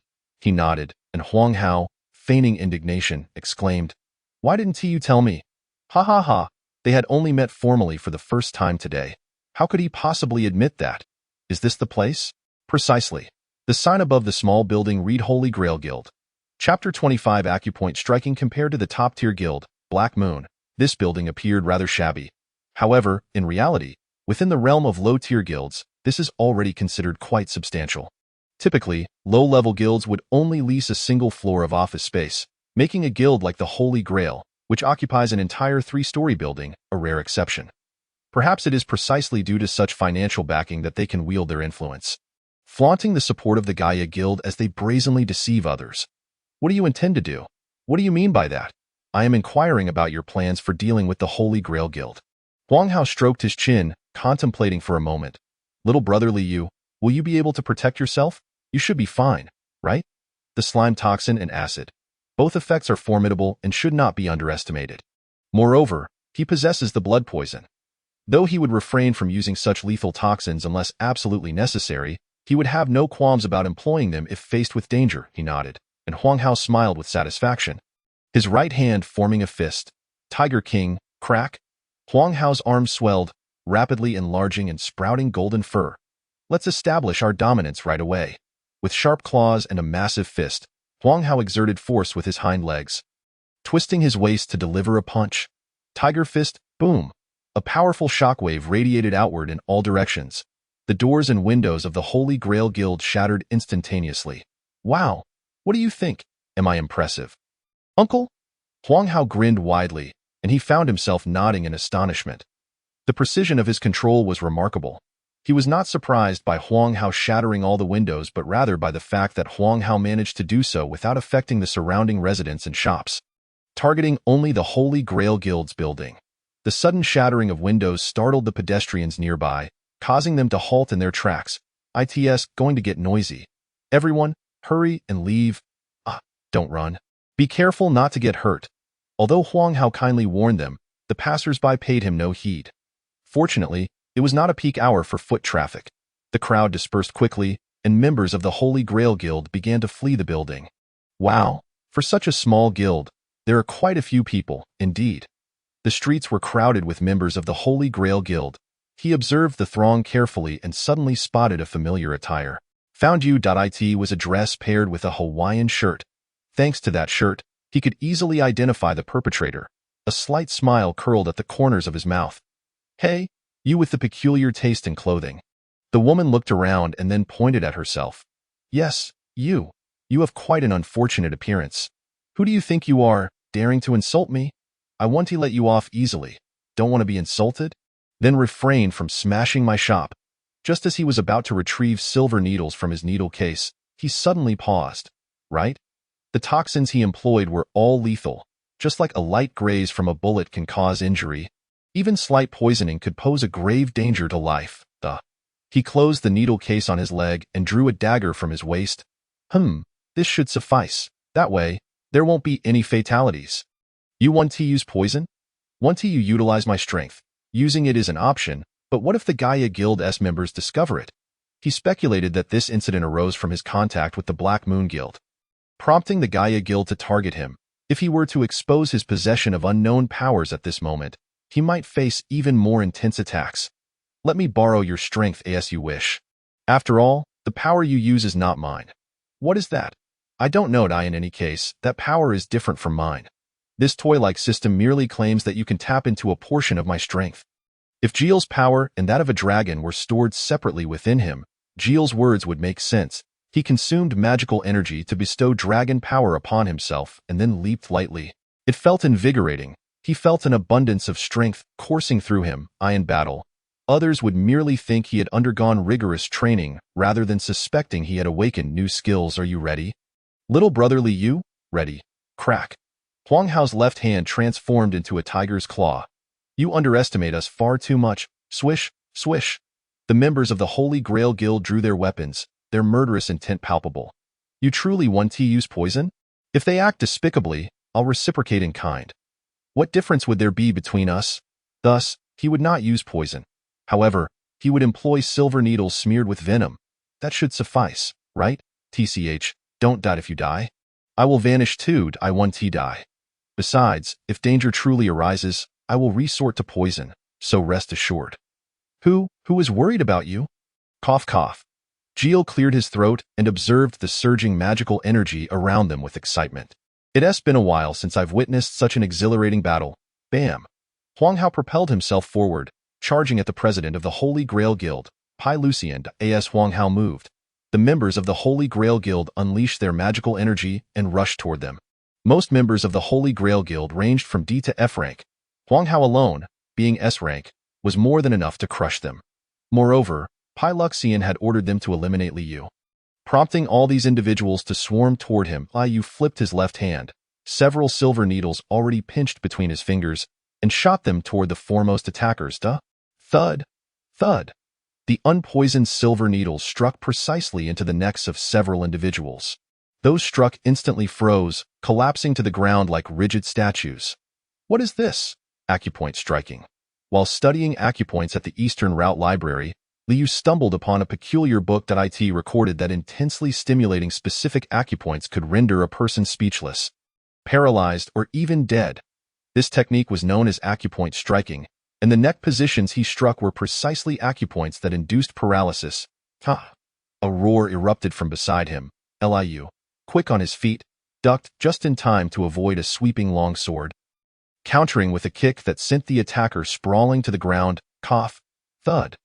Another precisely aimed needle pierced the acupoint, and Liu deftly maneuvered through the members of the Holy Grail Guild, gripping the dagger in reverse. Given the dire circumstances, Liu would not foolishly stand there to be struck. Reloading silver needles into his left hand, he flicked his wrist, sending the needles flying like petals scattered by the wind. Glimmers of silver flashed, causing the advancing members of the Holy Grail Guild to hesitate. Though not lethal, being struck would still be quite painful. Seizing this fleeting opportunity, Liu's dagger flashed and struck one individual squarely in the temple. With a dull thud, the person's eyes rolled back, collapsing to the ground. Maintaining his stance, Liu pivoted on his left foot, swiftly adjusting his center of gravity. Twisting his waist, he delivered a powerful roundhouse kick. With a thud, the attacker who had approached from behind was sent flying like a kite with its string cut. Chapter 26. C-Class Hunter, just one person. Capture him quickly, someone shouted, as the surrounding members of the Holy Grail Guild gritted their teeth and pressed in. Jeel chuckled derisively within Liu's mind. Their coordination is so poor, they might as well attack one by one. Indeed, it was far easier than expected. The reason was simple. These individuals lacked coordination. In a multi-person battle, the most crucial aspect is teamwork. When Liu attacked, if the opponent dodged, others should capitalize on that opportunity to strike.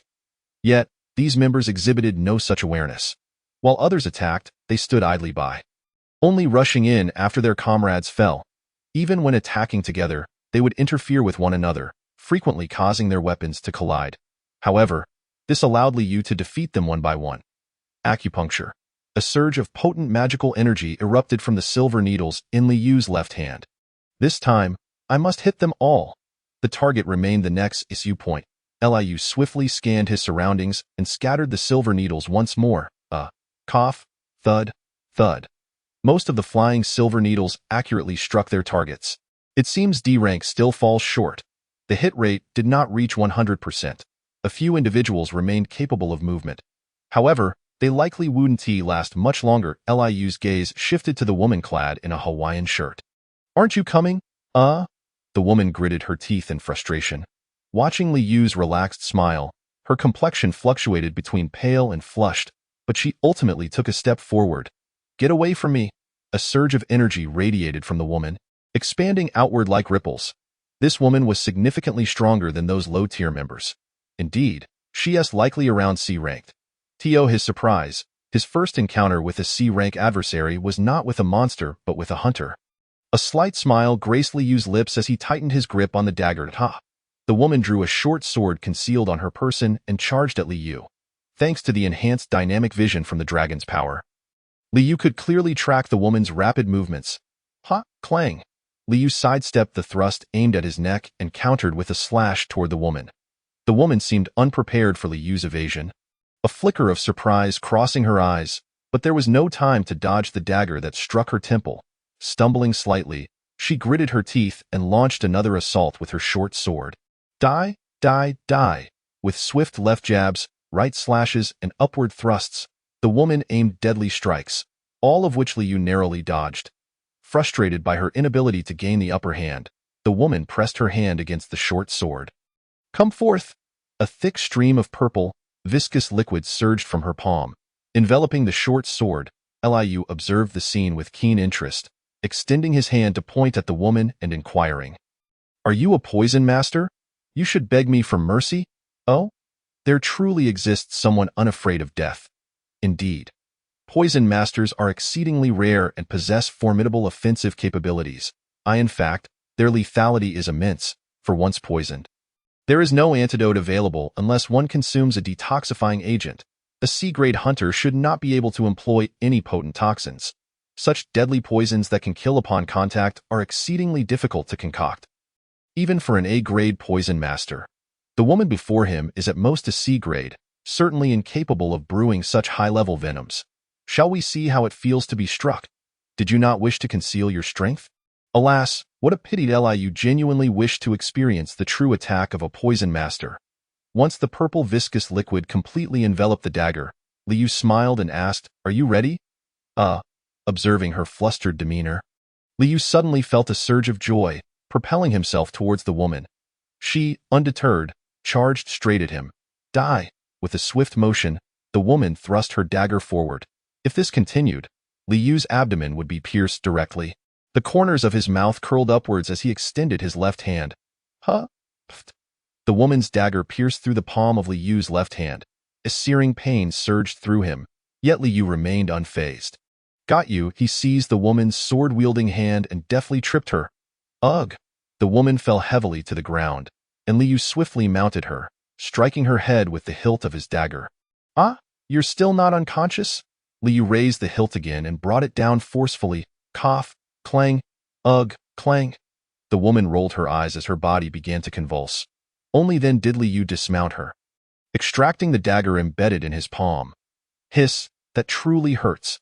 Perhaps because he had previously consumed mantis flower and endured the agony inflicted by the poison mantis queen, along with the intense pain during Jier's possession. He was able to tolerate the pain of the dagger piercing his hand. He retrieved a small vial of potion from his pocket and drank it down. The effects of the master-level advanced potion, minimal quantity, have been preserved. Li Yu observed the slowly healing wound and nodded in satisfaction. Effect conferred. He reactivated the preserved effects of the potion on his wound. A tingling sensation coursed through him, and the gash on his left hand rapidly healed. Truly worthy of the advanced potion I concocted. The effects are remarkable, Li Yu chuckled with pride, discarding the empty vial on the ground. When Black Moon first ordered potions, Li Yu had separately collected the remaining advanced potions after bottling them, dividing them into small vials to carry with him. Previously, he had carried diluted low-level potions, but since that day, he switched to advanced potions. Although the dosage he just consumed was far below the recommended amount for an advanced potion, it was sufficient to treat such a penetrating wound. Coupled with the reactivation of the effects, the wound healing instantly was entirely reasonable. Li Yu flexed his completely healed left hand and surveyed his surroundings. The members of the Holy Grail stood dazed, their faces ghostly pale. Why does everyone look so white? Wouldn't you be? True enough, it appeared this woman was the strongest among the remaining Holy Grail members, which is why the others had stepped aside when she spoke, hoping for her victory. Unfortunately, she had been swiftly dispatched by Li Yu before she could demonstrate her abilities. As Li Yu appraised the pale-faced Holy Grail members, a figure suddenly flew between him and them. Yo, Li Yu, little brother, impressive skills, did you win? When I, the uncle, step in, losing is not an option, though it is somewhat troublesome. Huang Hao displayed his pearly white teeth, grinning proudly as he stomped on the fallen head of the Holy Grail leader, Pai Lixian, and shouted, "Drop your weapons!" Like the roar of a tiger echoing through the mountains, his thunderous voice dispirited the Holy Grail members, causing them to drop their weapons en masse. All set. Chapter 27. Compensation. Huang Hao smiled in satisfaction, glancing towards the direction behind the Holy Grail members. Several police cars and a luxury sedan were speeding towards them. Huang Hao. Donghuan has arrived. What on earth are you doing? Lin Donghuan burst from the sedan, clutching his forehead as he roared at Huang Hao. Unfazed, Huang Hao waved his hand, pushing Li Yu forward. The victim and witness you've been searching for is right here, so I took the liberty of acting first. You are Mr. Li Yu? Lin Donghuan gazed at Li Yu in disbelief, to which Li Yu nodded. Ah, I see. Leave the aftermath to me.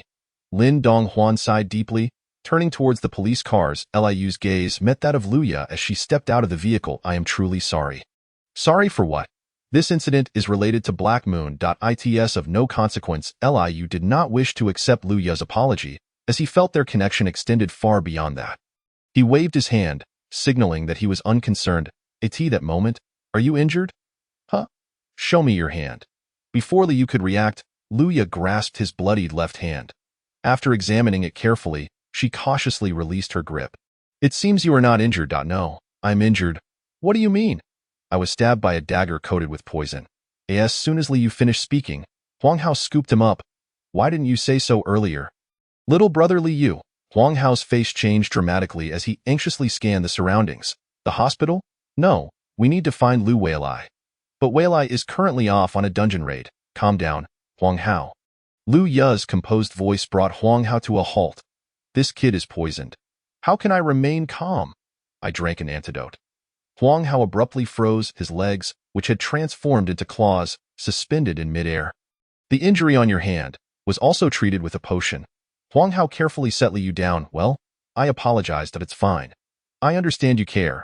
Being carried around was making Liu feel a bit dizzy, but it was manageable. Oh, right? Liu squeezed between Huang Hao and Luya, approaching the fallen Holy Grail members and extracting the silver needles embedded in them one by one. As the needles were removed, the paralyzed members of the Holy Grail began to stagger to their feet. However, doing so would reveal that he was not merely enhancing his physical abilities, so he had to abandon that course of action. Liu, could you come over here for a moment? Lin Donghuan's voice called from behind, and Liu turned around. What is it? The police require your testimony regarding the events of today. A trivial matter. Liu readily agreed and followed Lin Donghuan towards the police car.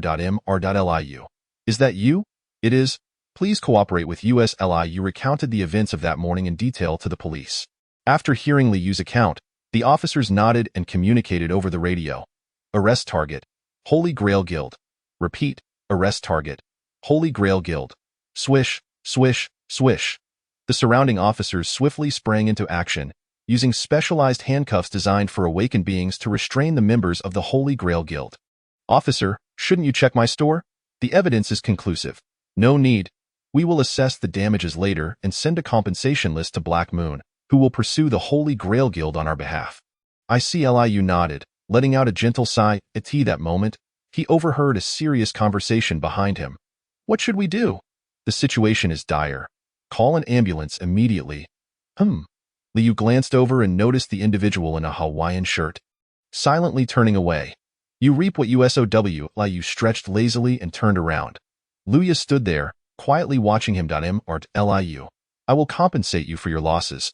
Luya approached with a resolute tone, her expression somewhat somber. I have already discussed the amount of the loss with Hunter Lin Donghuan. No, I mean in addition to that, I will provide you with extra compensation. Really? Then I shall not hold back. Luya's tone carried an air of refusal. Given the circumstances, Liu decided not to decline further. Upon seeing Liu's agreement, Luya's expression softened slightly. It seems she has always maintained a stoic demeanor. In various media outlets, Luya had always projected an image of being as cold as ice. However, upon closer inspection, Liu discovered her expressions were actually quite varied. Liu, little brother, why are you moving so slowly? In no reason, Liu frowned and glanced at Huang Hao. I was wondering, what is it? Aren't you busy?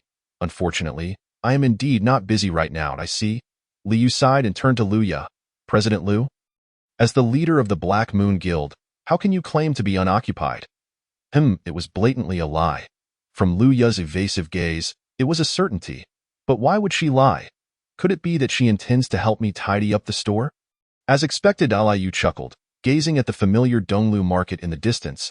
I have indeed received considerable care from President Liu. No. It is we who have received more care from you, Mr. Liu. I merely provided some potions. Art Liu is far too modest about himself. Your capabilities extend far beyond this. Capabilities? Liu couldn't help but chuckle bitterly. He was merely an apothecary possessing B-grade potion-making skills. Naturally, his proficiency in potion crafting was also B-grade. What remarkable talent could that be considered? In any case, I can handle tidying up the shop myself. There's no need to trouble you. He already owed too many favors to Luya. Just these debts weighed heavily on his conscience, not to mention that Luya was the president of a major guild like Heiyu. Asking her to assist with such menial tasks would be exceedingly disrespectful. Upon hearing this, Luya frowned slightly, and after a moment of silence, she turned and said, Ah? Did you not promise additional compensation? I will consider helping you restore the shop as that compensation. Is that truly all right? Liu pondered, but since the one with the ultimate decision had spoken thus, what else could he do? He nodded and pushed open the shop door. Chapter 28. Cleaning. My goodness. Has this place been ransacked? The shop lay in utter disarray, with shattered furniture strewn about. Witnessing this calamity, Huang Hao involuntarily gasped.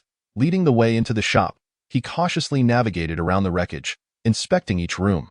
The areas designated for storing potions and herbs had suffered severe damage. Littered with shards of glass, scattered potions, and trampled herbs. Liu, do you have a broom? A broom? Just a moment. Huang Hao bent down, beginning to pick up the glass fragments by hand. I can handle this myself. What nonsense! Dangerous tasks are meant for adults. You and the president can tidy up the tables over there. Liu was ushered out by Huang Hao, standing with Luya amidst the chaos of the shop. Blinking in disbelief. Well then, shall we begin? All right. Many hands make light work. Liu extended his right hand, summoning Jie. You too, come lend a hand. Although he wished to refuse, it seemed there was no escaping this time. Jie sighed and extended a tendril to gather the broken pieces of the table. Wait. Liu quickly stopped Luya, who was about to move the fragments, and opened a drawer that had fortunately escaped damage. He retrieved a pair of gloves and handed them to Luya. This is, put them on before you work. I fear you might get hurt. After giving the gloves to Luya, he approached Huang Hao with another pair that was far too large to wear. Luya stared blankly at the white gloves in her hands. Phew. Liu wiped the sweat from his forehead, surveying the surroundings. Once the broken furniture was cleared away, the shop appeared quite empty, reminiscent of the time when he first opened his business. Back then, I was deep in debt. By day, he sold potions, and by night, he toiled to pay off his debts. He exchanged glances with Luya, who had just moved the last pile of wreckage outside, then cautiously peered into the room. My apologies, Liu. How did such a sturdy shelf collapse? Liu rubbed his eyes, pointing at the shattered shelf. Huang Hao scratched the back of his head awkwardly, avoiding eye contact as he explained. I was cleaning the last piece of glass when I accidentally bumped my head, and the shelf just gave way. It's nothing, just a shelf, not worth much. Sigh. The potions are the real issue. Huang Hao carried a sack filled with glass shards and a box containing the remnants of the shelf out of the shop. Liu gazed around the room with a heavy sigh. What's wrong? It's nothing. The potions I had prepared to deliver to Heiyu now have to be remade. Then consider it another form of compensation. No need for that. It's merely a slight inconvenience. I don't wish to accept further compensation for it. Moreover, the losses already include the costs of the potions and herbs. Why do you refuse compensation? Luya furrowed her brow, her tone somewhat displeased. This is a loss we caused. You should be demanding more compensation. While that may be true, I simply wish to make a good impression in front of President Liu. What do you mean? Liu smiled faintly, clarifying, what I mean is, I wish to establish a long-term collaboration with President Liu and the Heiyu Guild. Long-term collaboration. Our relationship was merely that of potion supplier and client. Nothing more, however, since he had publicly revealed Jier's existence and sought Liu Ye's assistance. Their relationship had transformed. He had received Liu Ye's help and care. For Liu Ye, befriending an S-grade awakened one was the sole reason for her assistance and care. All of this was to maintain their connection. Moreover, preserving a good rapport with Liu Ye was equally vital for Li Yu. He did not wish to lose a good friend over trivial gains. Good friend, is it not so? Having latched onto such a promising ally, why would I ever let go? Haha, our Heiyu has fallen to 50th place, and you still call us an ally. It's both amusing and daunting. Li Yu stared in astonishment, his eyes wide. Had Liu Ye recently smiled? He recalled that when her father managed Heiyu, she often appeared smiling before the media. Yet since she had assumed the presidency, he had not seen her smile even once. The media always depicted her expressionless, rarely exhibiting significant emotional fluctuations. At this moment, Liu Ye's smile was so radiant that Li Yu found himself momentarily entranced. Since Liu holds me in such high regard, I must work even harder to meet your expectations. Then I entrust this to you. Please do not let me down with a gilded leg. It must be pure gold. I will do my utmost. No, I will certainly achieve it. Witnessing Liu Ye maintain her smile, Huang Hao's eyes widened in disbelief. The president, she smiled. Huang Hao's exclamation reverberated through the shop, causing Li Yu to hastily cover his ears. It seemed Huang Hao realized his volume was excessive and quickly muffled his mouth. What is so surprising about this? Li Yu, you've done a great deed. Thump thump. Huang Hao's large hand began to pat Li Yu's back like AF and Liu gritted his teeth, enduring the waves of pain coursing through his back. Liu Ye continued to touch her mouth. Turning to Li Yu, thank you, Mr. Li Yu. Ever since the former president of the Heiyu Guild, Liu Nanha, went missing, Liu Ye had not smiled even once. This meant she had not smiled for 5 years. I can relate. Before deciding to venture into the hunter industry, Li Yu himself had not smiled for quite some time. The overwhelming void left by the loss of a loved one made it impossible for him to even force a smile. Was this what they called shared suffering? Li Yu understood well the significance of a smile. It was a smile that had allowed him to emerge from his bleak past and become optimistic. 5 years without a smile meant Liu Ye had endured her suffering far longer than he could not fathom the extent of pain Liu Ye had experienced. Liu Ye returned to her usual expressionless demeanor. Gently caressing her mouth, beside her, Huang Hao exclaimed with wide eyes, President, smile once more, quickly. Is this how? Liu Ye forced out a smile that was more grotesque than crying. Liu quickly closed his eyes, biting his lip to suppress his laughter. This expression was far too incongruous with Liu Ye's demeanor. He feared he would burst into laughter. However, ha, this woman can still make such a face. Stop laughing. How can I possibly hold back? Ha. Jier burst into laughter. Fortunately, only Liu could hear Jier's voice, but for him, it was still a form of torment. Thankfully, the morose Huang Hao came to Liu's rescue just in time. Why can't you laugh again? I don't know. I haven't laughed in so long that I've forgotten how. President. Liu Ye returned to her normal state, and Huang Hao appeared even more disheartened. In any case, thank you, Liu. You're welcome. To show my gratitude. How about we have dinner together? I'll treat you to drinks. So sudden? While dining is indeed pleasant, I still need to select new furniture. Just as Liu was contemplating how to decline, Liu Ye's phone suddenly rang. Liu Ye glanced at her phone and frowned slightly. Oh no, I must leave. She tucked her phone into her pocket and looked at Huang Hao, who wore an expectant expression. Under Liu Ye's silent pressure, Huang Hao lowered his head and followed her quietly. By the way, Mr. Liu. As Liu Ye reached the door, as if remembering something, she turned to Liu. Liu was searching for furniture on his phone when he looked up at Liu Ye. What is it? I have already ordered the furniture. I mentioned I would help you restore the shop. Including the furniture, I have ordered pieces similar to the original. You need not purchase anything else, It will arrive tomorrow. If you are not satisfied, let me know. Then I shall take my leave. Liu Ye closed the shop door behind her. Chapter 29. Furniture. Liu was left alone. No, rather. He remained in the shop with Jier, blinking in confusion. Why am I just standing here? It's nothing. Let us get back to work. Outside, the sky had darkened. Liu glanced out the window and then opened his notebook to begin tallying the losses. The next day, Upon seeing the delivered furniture, Liu's jaw nearly dropped. Oh? Isn't that Steelwood?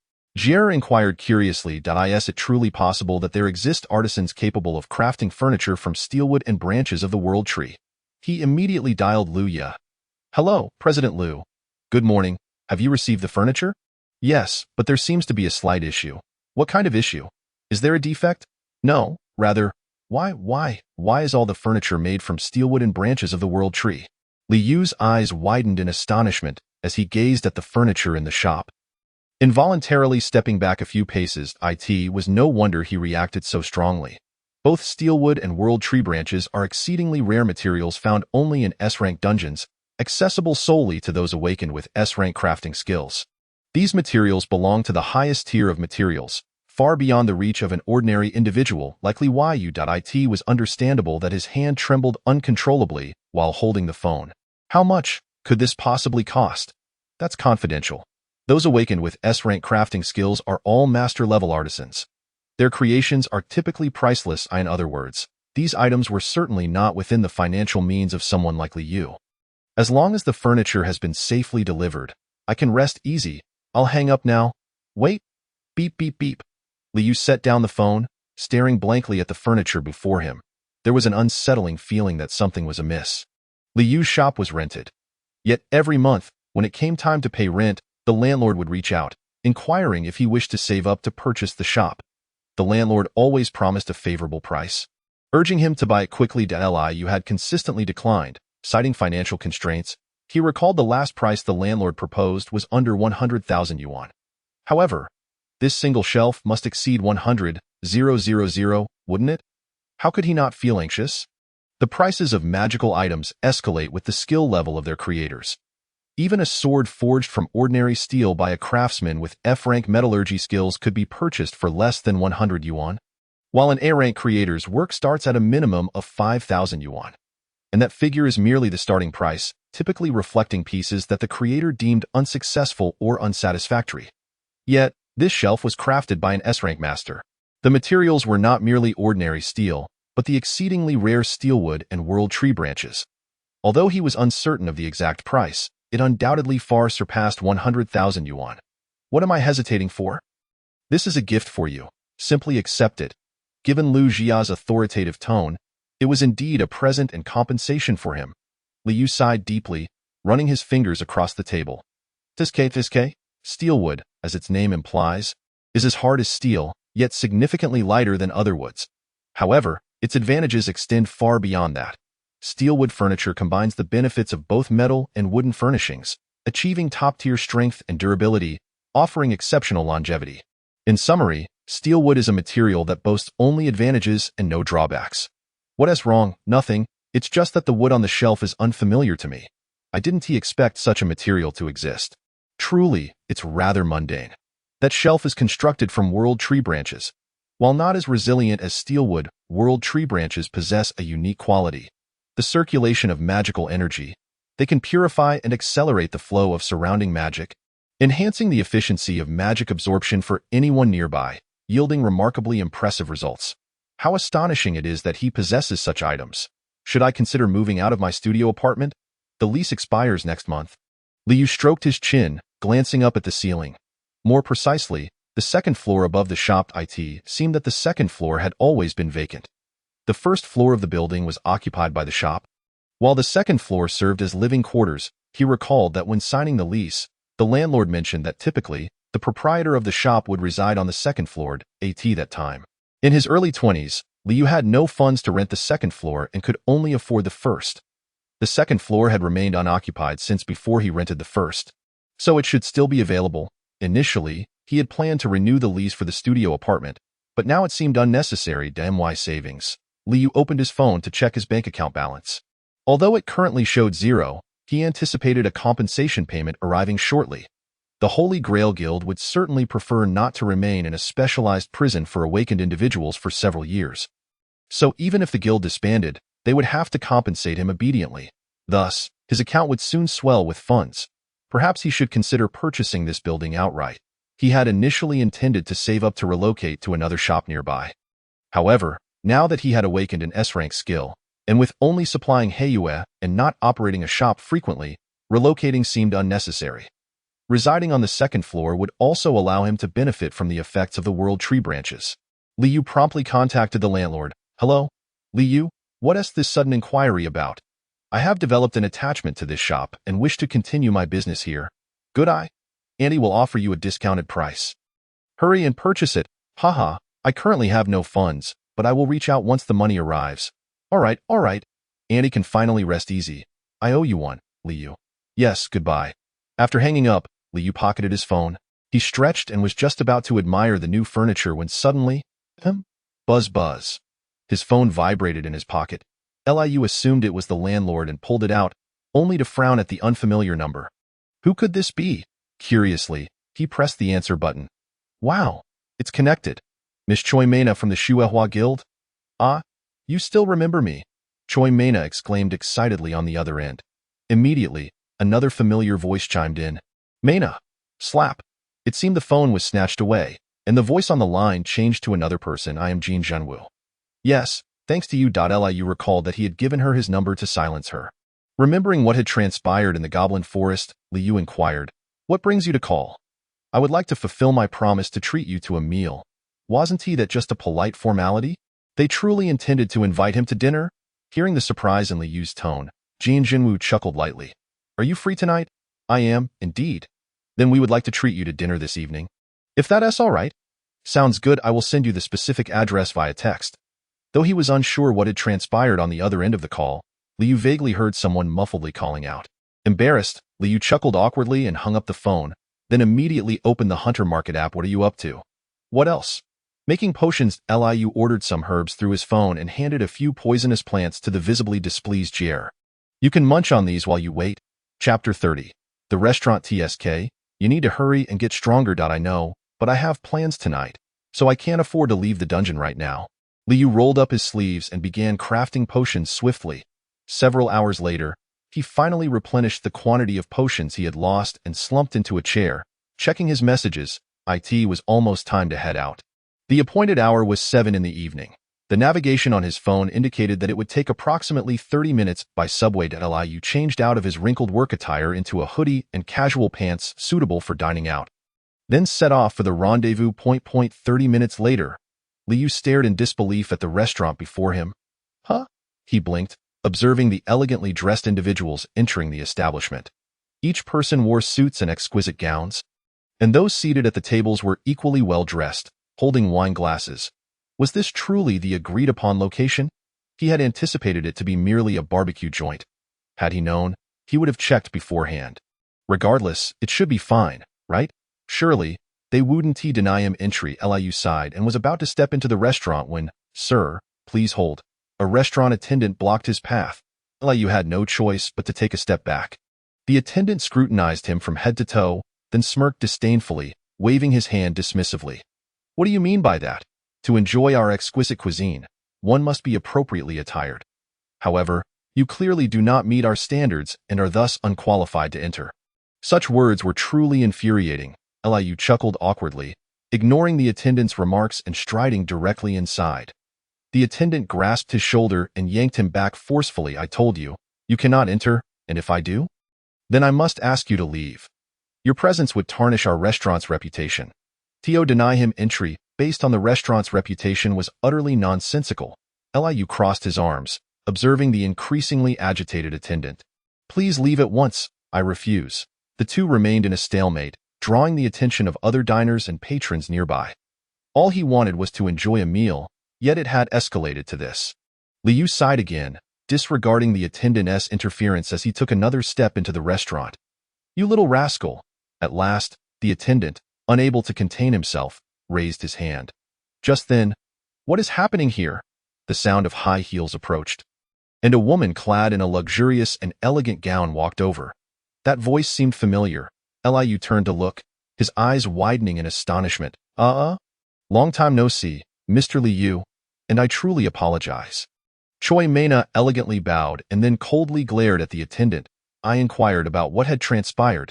As the countdown began, the server's complexion grew increasingly pallid with each passing second. Before reaching the count of 1, He collapsed to his knees with a thud. "I beg your pardon, esteemed director." "Director?" Liu blinked, glancing at Cui Mena. She offered him a faint smile, then spoke to the server in a chilling tone. "The investment from Xuehua in the Ikali restaurant ends here. No. You have brought shame upon my esteemed benefactor. I should be grateful to keep my position." Wao Liu silently marveled as a burly man in a tailored suit approached. "My apologies, Mr. Liu." Jane Jinwu? Jane Jinwu, with his hair slicked back, appeared entirely different from the poisoned state he had been in at Goblin Forest. He now exuded an air of professionalism. He coldly regarded the server who had just quarreled with Liu and remarked, "I specifically chose this recently acquired restaurant to entertain you, only to find such discrimination here. I apologize. I am new here. It was all our fault, and we deeply regret the unpleasant experience we caused you." Jane Jinwu bowed deeply. The server, terrified, turned pale and trembled. "The dishes here indeed taste exquisite, but I presume you would not wish to dine here any longer. Shall we relocate?" "No, it's quite all right." "What?" "I am indifferent." Liu observed the server, who was incessantly bowing and apologizing, and a faint smile crept onto his lips. "You know, it is said that providing the best service while maintaining a smile is a fundamental requirement. Discriminating against guests based on appearance is unacceptable. ASA colleague. It is my duty to educate this junior properly. This dish is too old. It needs to be redone." Yes. Previously, he had complained about the salad dressing being too sour and the soup too cold. Witnessing the once arrogant server now too frightened to breathe, Liu felt a surge of satisfaction. "I believe your disposition leaves much to be desired." "You only just realized that?" Liu hummed a cheerful tune. His smile radiant. Cui Mena and Jin Jinwu exchanged awkward smiles. "Perhaps it's time to cease this. After such a lesson, I doubt he will repeat the same mistake." Liu dismissed all the servers from the room. Leaning back in his chair to observe the two. It seemed that both held a significant status within the Xuehua Guild.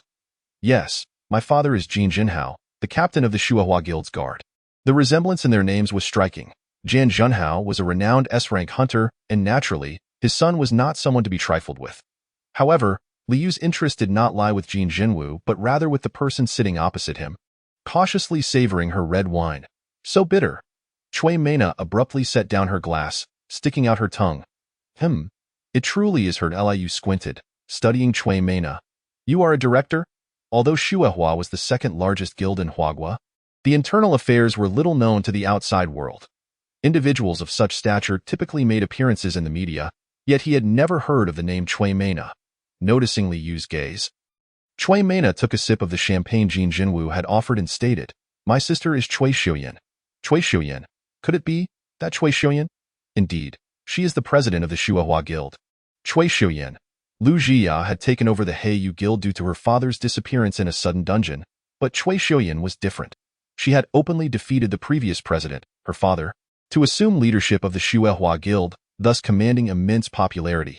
Furthermore, prior to Cui Xiuyan's emergence, the former president had never disclosed his family status. Therefore, Liu had never anticipated that, apart from Cui Xiuyan, there existed another daughter of the former president. "But why were you found in a place like Goblin Forest?" "Huh? Shouldn't a director of Xuehua be accompanied by a large entourage to a safer hunting ground?" Furthermore, the son of the esteemed captain of the guard nearly succumbed to goblin poison. Is that plausible? Both Jin Jinwu and Cui Mena fell silent, their eyes darting about. Liu sensed something amiss and narrowed his eyes. Inquiring, "Surely you did not sneak out?" "Ha, as expected. Well, we wished to explore the dungeon, but they always forbade us from going, insisting we train in the training room. Children can be quite willful. They likely believe themselves sufficiently powerful, thus underestimating the dangers." Even though Liu had awakened an S-rank skill, he had first ventured into an F-rank dungeon to test his strength. He had taken measured steps, gradually increasing the level of the dungeons he faced, all to thoroughly comprehend the nuances of real combat. Yet these two had the audacity to directly challenge a D-rank dungeon. It was no surprise that trouble ensued. Be more cautious next time. Yes, and it would be best not to make excuses. Ah? Observing their bewildered expressions, Liu chuckled and turned to look behind him. A plain door stood there, yet he sensed someone eavesdropping on their conversation. "Shall we invite you in?" The door creaked open, and a formidable middle-aged man strode in. "Junwu, you rascal, Dad, Father." Jin Jinhao, who had appeared several times on television, stormed into the room, delivering a punch to Jin Jinwu's head. Behind Jin Jinhao trailed a figure with flowing platinum hair. Sister, elder sister, Cui Xiuyan, the president of the Shuehua Guild, entered with an impassive expression. Chapter 31. The misty mind Cui Xiuyan remained silent for a long time. Her gaze fixed on Cui Mena before finally turning to Li Yu, offering a deep bow. Thank you for saving my sister. I did not act to elicit your gratitude. The prominent hunters frequently featured in news reports were often surrounded by controversy, with the most common allegations being that they abused their power in a society where strength equates to everything. Formidable hunters often look down upon the weak. He had initially assumed that all top-ranked hunters were alike. It appears this one is different. The few high-ranking hunters he had encountered lacked that overbearing aura. By the way, it seems I've been receiving thanks from prominent hunters quite often lately in the past. He would never have had the opportunity to meet such individuals. As Liu pondered this, he gestured for Cui Xiuyan to rise. I will ensure this child receives a proper reprimand. You need not worry. I trust you will handle it well. Cui Xiuyan nodded slightly, shifting her gaze to Cui Mena. The latter, under her sister's scrutiny, broke into a cold sweat and hastily bowed her head. Sister, I apologize. Do you understand where you went wrong? Yes, for now. I shall let this slide, but there shall be no next time. Cui Xiuyan admonished Cui Mena in a tone that was gentle yet laced with authority, then turned her attention back to Li Yu. Allow me to formally introduce myself. I am Cui Xiuyan, president of the Shuehua Guild. D-rank poison master. Li Yu grasped Cui Xiuyan's hand, momentarily taken aback. This hand, known as the Platinum Cui Xiuyan, her profession was that of a mage. The hallmark of a mage is to engage in ranged attacks from the rear. Moreover, Cui Xiuyan's role as a rare mineral mage was exceptionally uncommon, capable of manipulating minerals for offensive purposes. Regardless of the rarity of her profession, she was still a mage, implying she did not engage in close combat. However, your hands are calloused. Cui Xiuyan's hands were indeed covered in calluses, reminiscent of a warrior's. She chuckled awkwardly. I apologize. I forgot to wear gloves. My hands must feel quite rough. Not at all. It is of no consequence. I hold you in high regard. It was said that mages typically focus solely on enhancing their offensive capabilities. Yet Cui Xiuyan had not neglected her physical training. This alone earned Li Yu's respect. Ahem. Greetings. Hello. Jin Jinhao seemed still irate, sighed, and greeted Li Yu. Behind him, Jin Jinwu had obediently knelt, his head bowed. I am Jin Jinhao, captain of the Shuehua Guild's guard. It is an honor to meet you, the unyielding Mr. Jan. Haha, unyielding. What a long-lost title. Jin Jinhao chuckled heartily, cleared his throat, and inquired, could you share the events that transpired in Goblin Forest with us? Certainly. Liu succinctly recounted the occurrences in Goblin Forest, omitting certain sensitive details. Once he concluded, Jin Jinhao delivered another thump to Jin Jinwu's head. My son has caused you trouble. Not at all. I will cover the compensation costs. Only for the potions. I did nothing else. You truly need not? Did I not mention? I did not save him for the sake of reward. Initially, he had intended to let them leave. It was they who insisted on meeting him. Jin Jinhao seemed to grasp this, letting out a gentle sigh and nodding. Please hold on a moment. Jin Jinhao stepped aside to make a phone call. As Li Yu observed the softly murmuring Jin Jinhao. Cui Xiuyan suddenly spoke up. Shall we continue dining? Certainly. In truth, he had been too preoccupied with teasing the server to truly savor the flavors of the food. Li Yu gazed at the trembling waiter standing outside the door.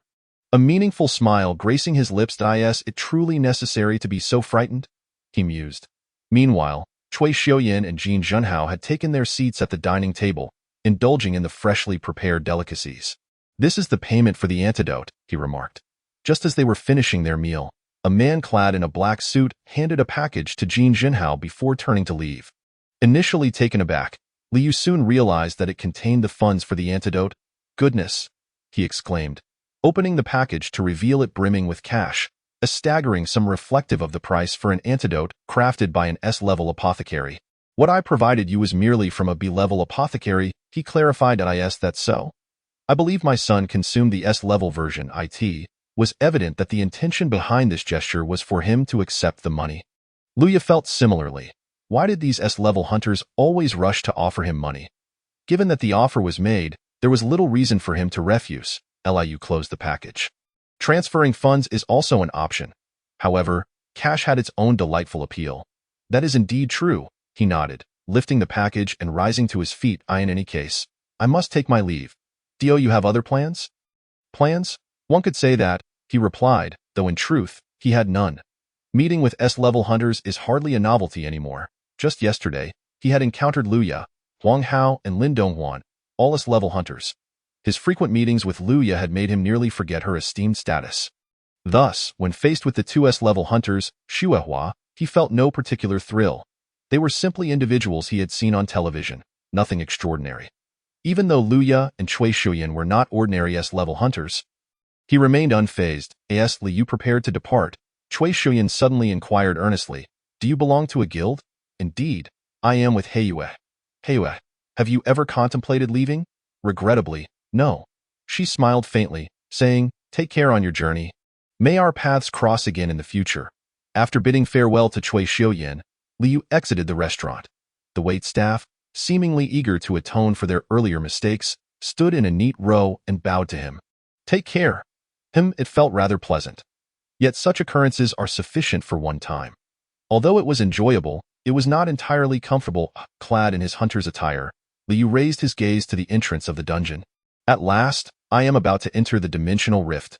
Indeed, it promised both a means to find the poison to silence Jie and an opportunity to enhance his combat experience and physical prowess.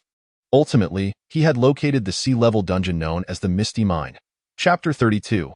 Fian Stone. What kind of dimensional rift is the Misty Mine? You will know once you enter. It was a dungeon of little renown, high mortality rates, and suffused with toxins. As Liu stepped into the dungeon, the scenery around him shifted dramatically, resembling an ordinary mine. What is this?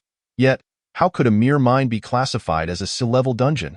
A slight smile tugged at the corners of Liu's mouth.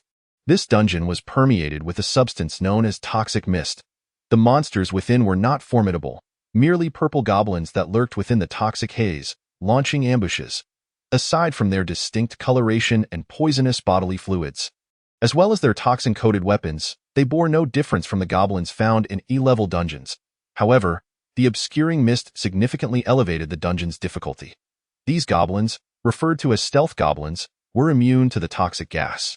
They thrived under the cover of the mist, preying upon hunters who ventured into the mine. The toxic mist made breathing arduous for hunters. Even magical artifacts would not alleviate their struggle for air. Coupled with impaired visibility, hunters could easily fall victim to stealth goblins. Both sight and smell were compromised, thus justifying the Misty Mine's classification as a sea-level dungeon. "Come forth." After ensuring the area was clear, Liu summoned Jie. Jie leapt onto Liu's shoulder, puffing out its belly as it inhaled the faintly toxic air. It tastes like sweet candy. Is that so? Allow me to try." Mimicking Jie, Liu took a deep breath and nodded. "It feels like a hint of powdered sugar on my tongue." With a silver needle in his left hand and a dagger firmly gripped in his right, Liu ventured deeper into the mine, where the toxic mist thickened.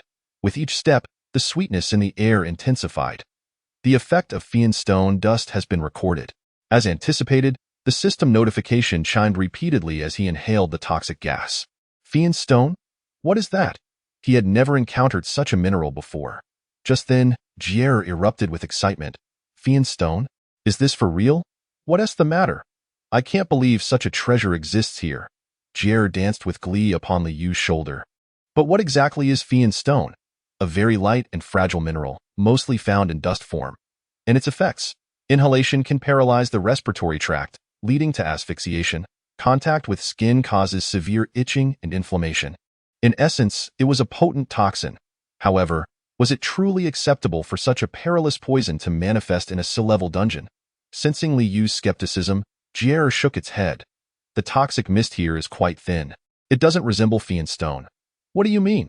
"It feels more akin to the gases emitted from decaying corpses. It's as if, after consuming the raw ore of Fian Stone, the corpse decayed and released this gas.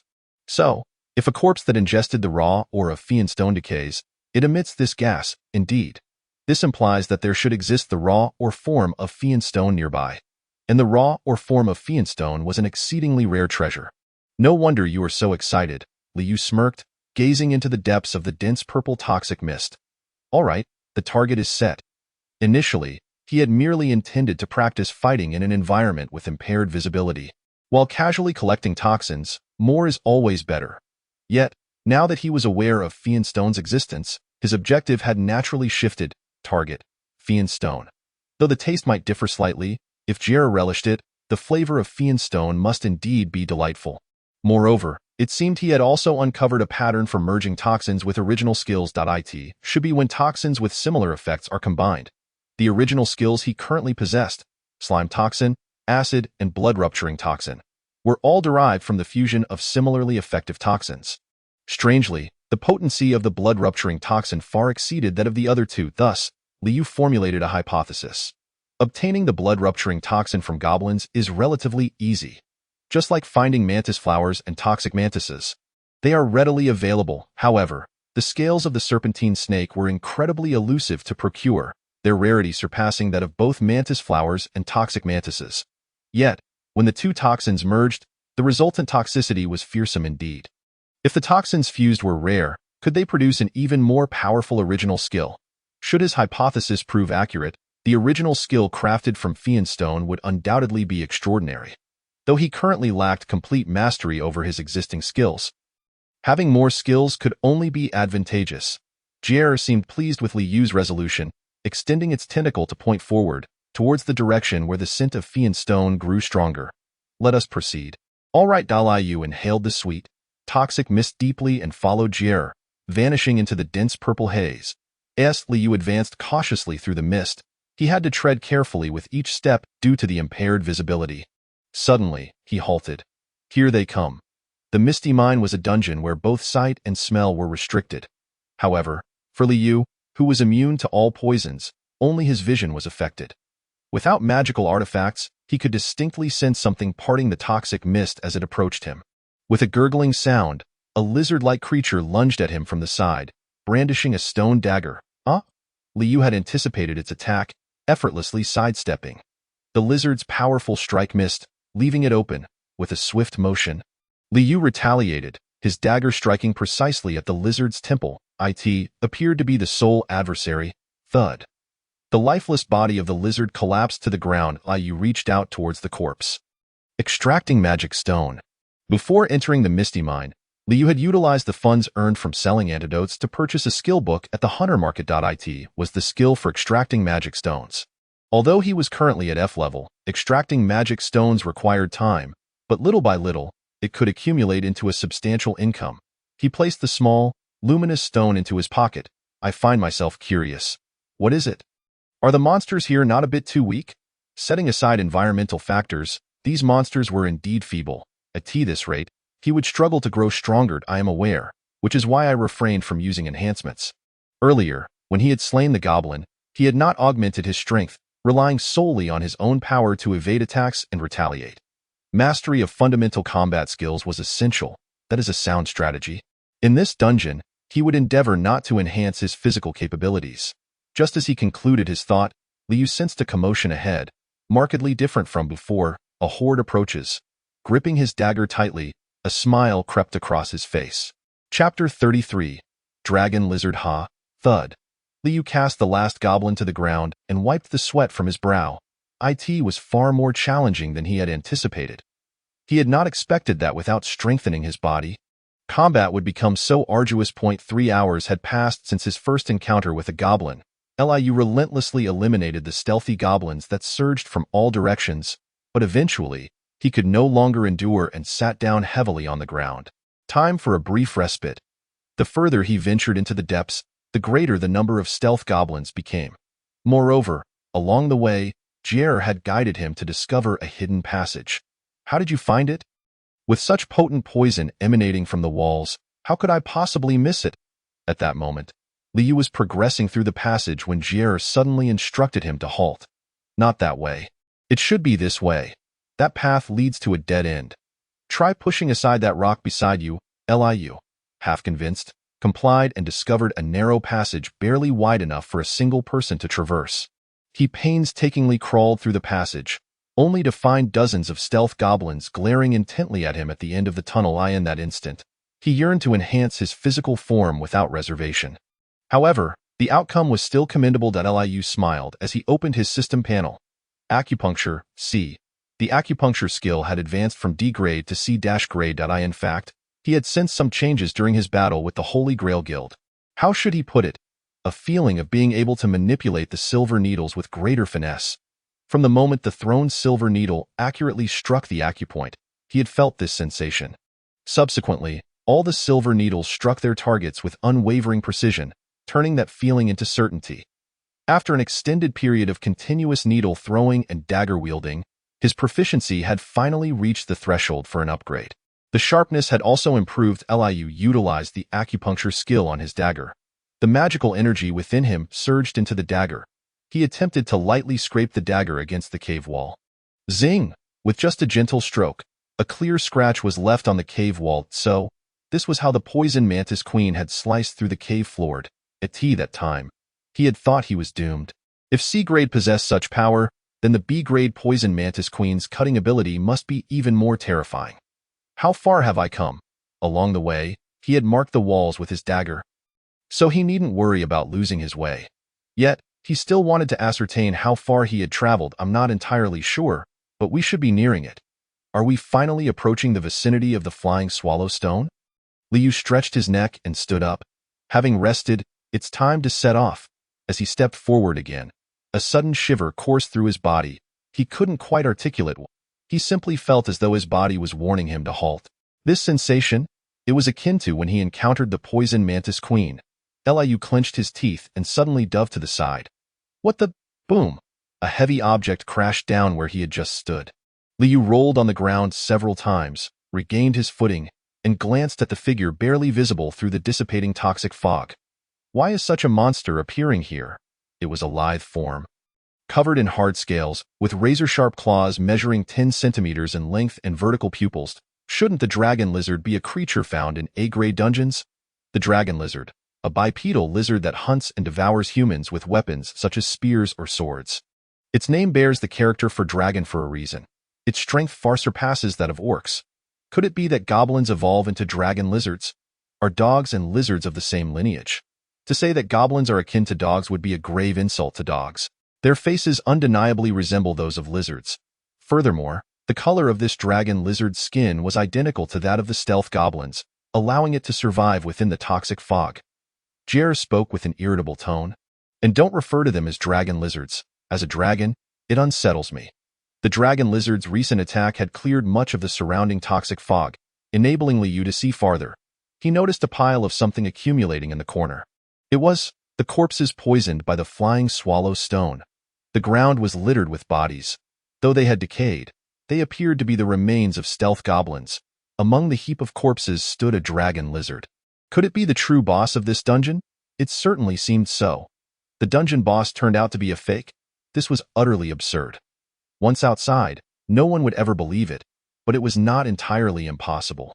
The dungeon had existed for merely 25 years, so such a situation was understandable. Nonetheless, this was undoubtedly a highly unusual circumstance.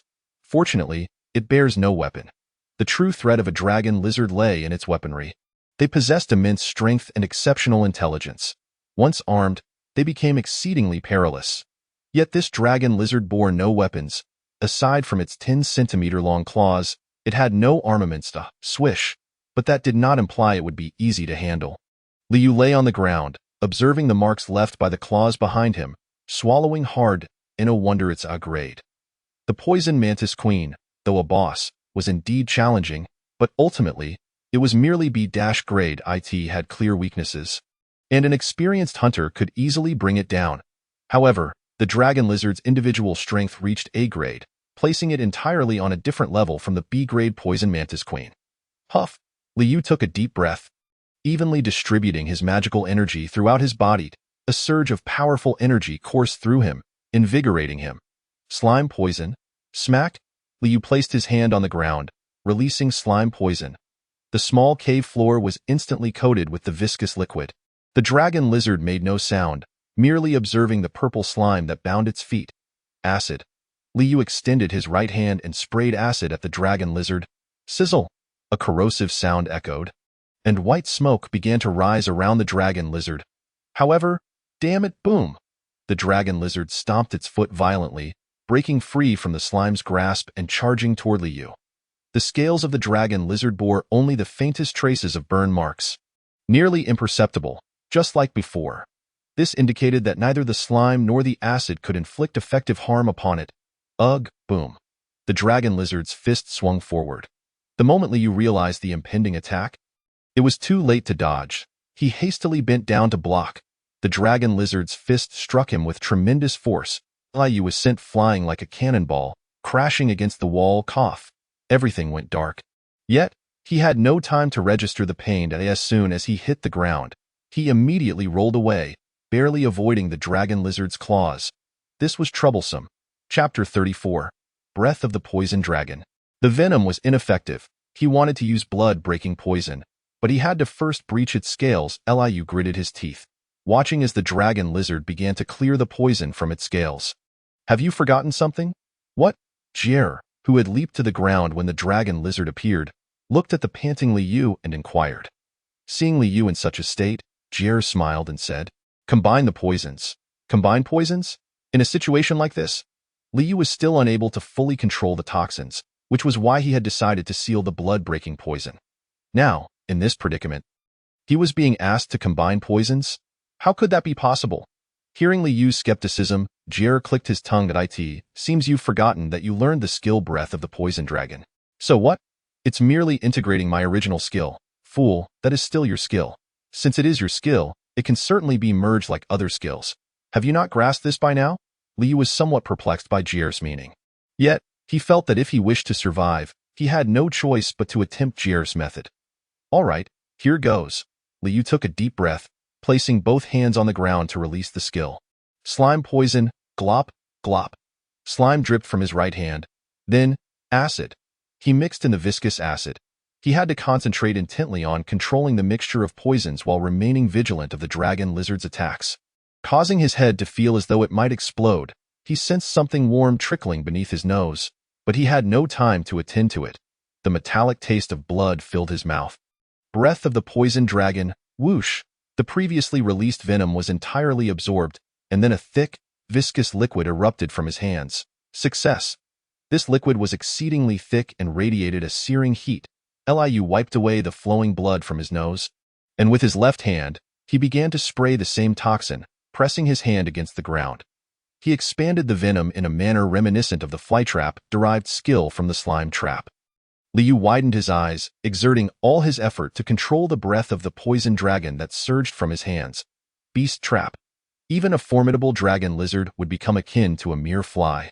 Eternally trapped in this inescapable hell, the purple liquid rapidly spread, engulfing the ground. Hiss, for the first time. The dragon lizard emitted a sound. It furrowed its brow slightly and stomped its foot with great force. Boom! The ground cracked, and the swiftly spreading venom immediately scattered. However, whoosh! The toxin from the breath of the poison dragon enveloped the shattered ground and continued to spread forward. Under normal circumstances, he could control the venom from his original skills. Yet the venom from the breath of the poison dragon was somewhat different. He could control it with greater precision. Therefore, from the moment he employed the beast trap, he had not blinked, perhaps because of this. Now, something began to flow from his eyes as well. Was it tears? Or something else? He was uncertain. His mind was consumed by a singular thought: survive. The venom from the breath of the poison dragon soared, enveloping the dragon lizard. Like a cascade of venomous liquid, it engulfed the dragon lizard.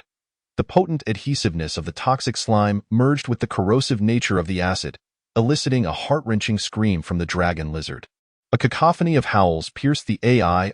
Liu observed the dragon lizard struggling within the venom, extracting a vial of potent elixir from his pocket.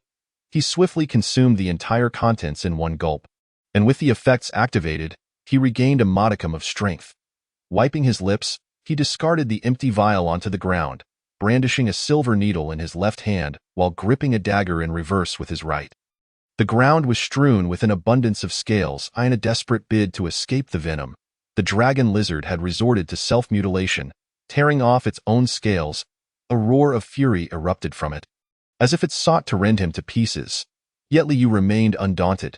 Instead, a grin spread across his face as he addressed the dragon lizard. You are bereft of armor to shield you now. The scales of the dragon lizard had either been corroded by the toxic breath of the venomous dragon or had been plucked away by its own hand. Liu contemplated employing the toxic breath once more. But he had reached his limits. Continuing would feel akin to his brain melting. A wave of dizziness washed over him. Gritting his teeth against the discomfort, he unleashed the previously sealed toxin. Blood break poisoned. The tips of all his weapons began to coalesce with a dark red liquid. Now, this was a fair duel. A single strike would spell instant death.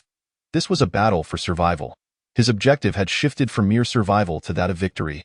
Liu fixed his gaze upon his adversary.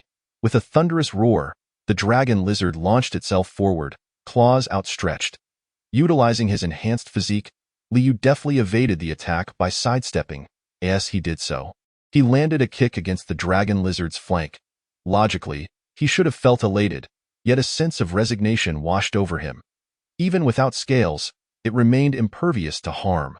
Were it not for the dragon's power acquired from Jie, he would surely have been the one injured. Testing the waters, Liu sensed the dragon lizard was now serious, exuding an overwhelming aura of menace. This presence starkly contrasted with its previous demeanor. It fixated on Liu, emitting a low growl that suggested it could pounce at any moment. Liu's ears buzzed with a ringing sound, his face contorting in pain as he staggered back. Seizing the opportunity, the dragon lizard struck with its claws. Liu swiftly parried with his dagger, blocking the attack, but the force of the impact sent tremors through his right hand. He could not afford to falter. With determination, he launched the silver needle at the dragon lizard, only for it to bounce harmlessly off its skin. Despite his acupuncture skills being upgraded, they were still only at C rank, rendering them insufficient to penetrate the A-rank dragon lizard's hide. Cursing under his breath, he adjusted his strategy, delivering a fierce kick to the dragon lizard's side. The dragon lizard merely recoiled slightly, seemingly unfazed, before retaliating with another swipe of its claws. If he hadn't kicked it back moments ago, he might have already been severed in two. The thought sent shivers down his spine.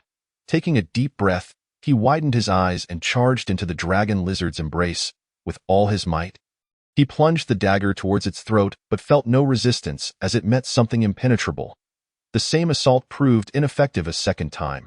Indeed, the dragon lizard effortlessly thwarted his attack, yet he did not cease his barrage of silver needles. They flew through the air, but he knew this was merely a stalling tactic. With a furious roar, the dragon lizard unleashed a magical shockwave that sent all the needles clattering to the ground. The sudden turn of events momentarily stunned Liu. In that instant, the dragon lizard vanished. Crack! The dragon lizard seized Liu's outstretched left arm, twisting it painfully. Darkness encroached upon his vision as excruciating pain washed over him. Struggling to regain consciousness, he summoned all his strength to drive the dagger into the dragon lizard's forehead. But crack!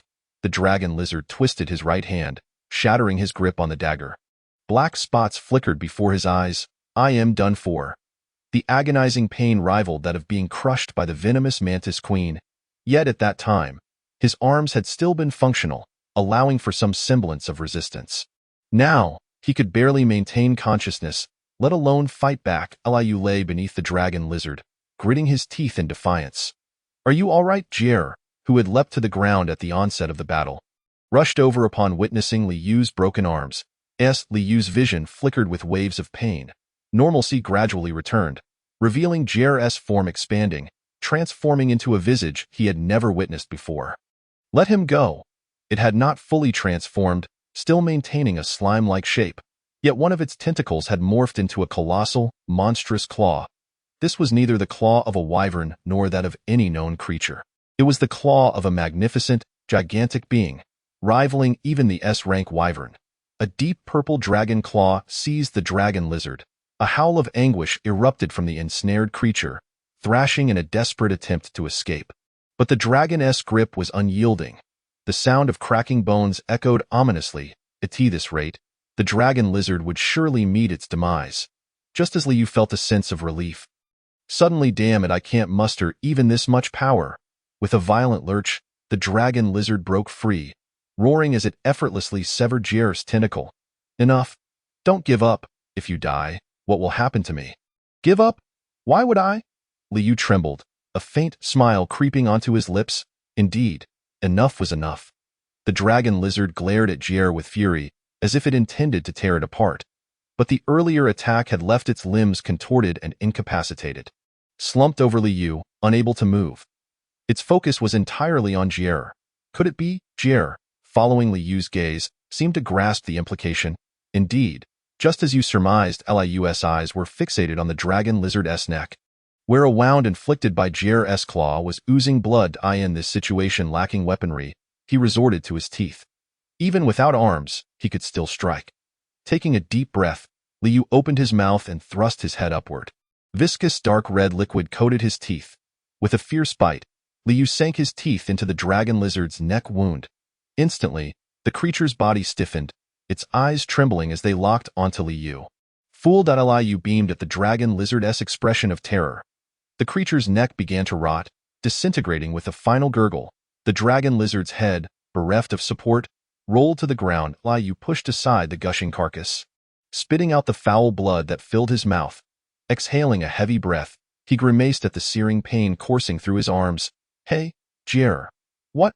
Fetch me a potion from my pocket. Jier, having shrunk somewhat, hopped over and retrieved a vial from Liu's pocket. Liu drained the entire potion before closing his eyes. Crack, crack. His twisted arms began to realign. The agony was more intense than when the dragon lizard had broken them. Breathing heavily, Liu flexed his restored arms.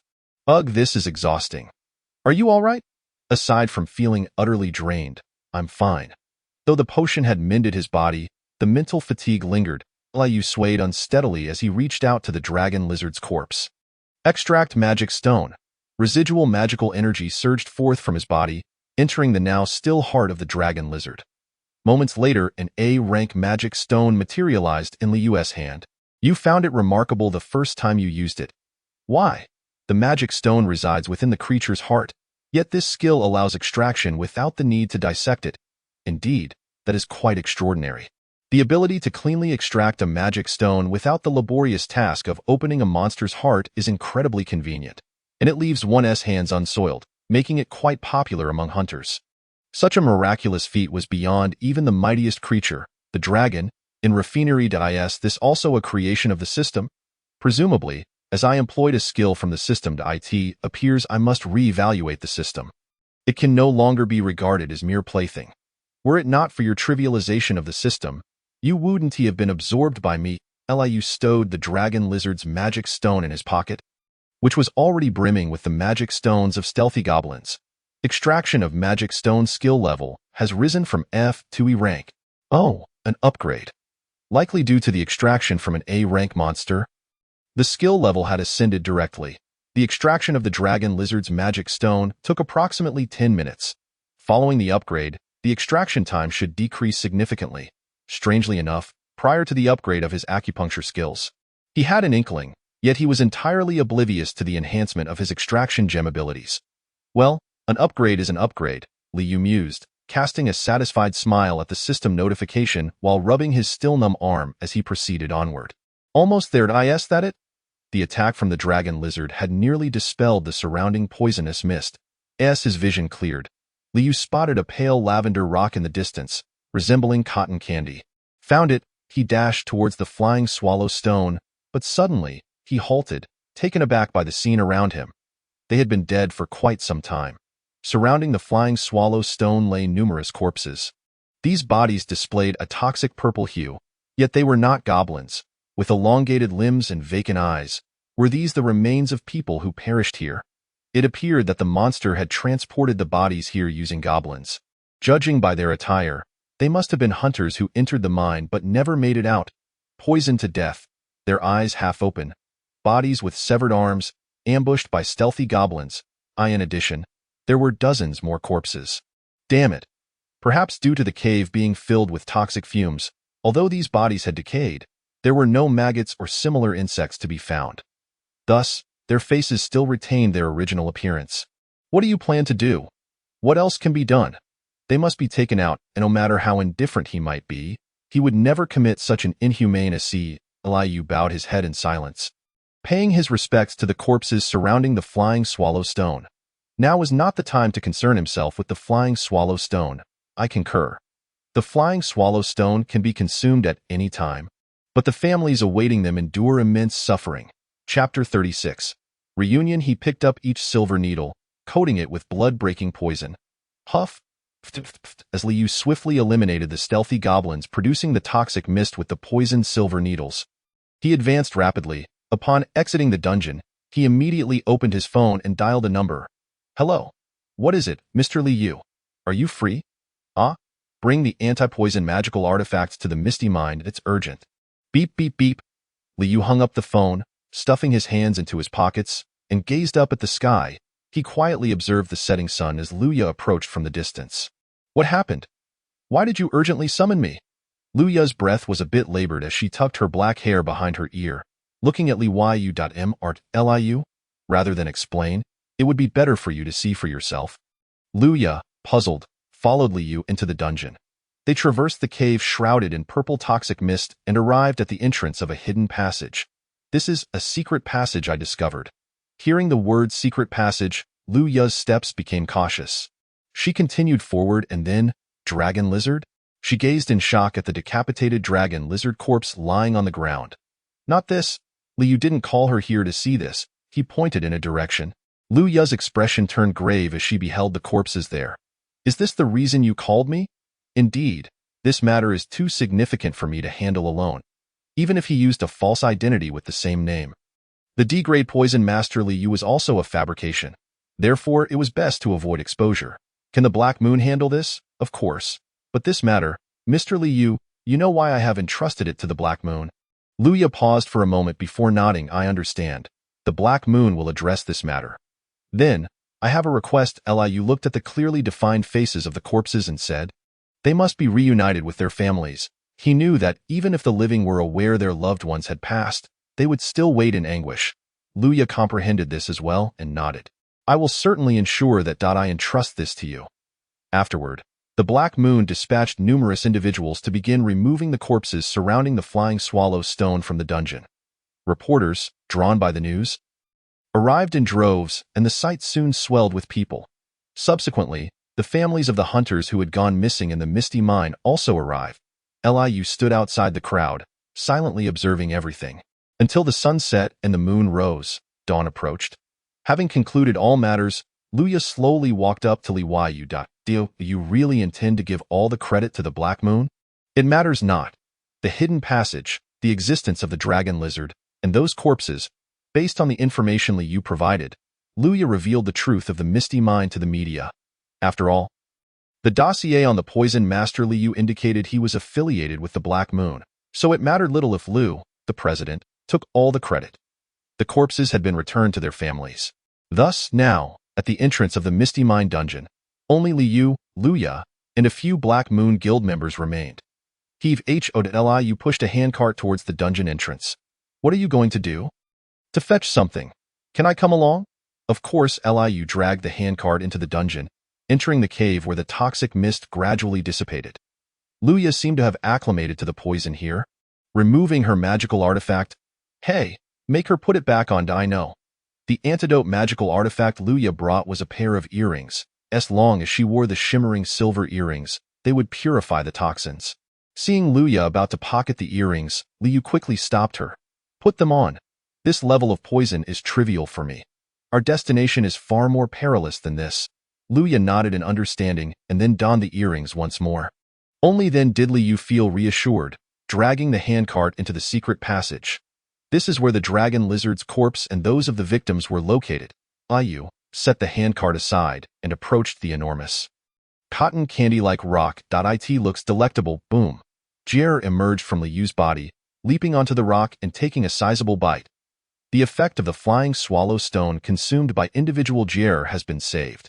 Seeing Jier munching on the rock so nonchalantly, Luya blinked in astonishment. Isn't that a stone? Indeed. But it seems to be eating the stone. Exactly. Luya was still unaware that Jier could consume toxins.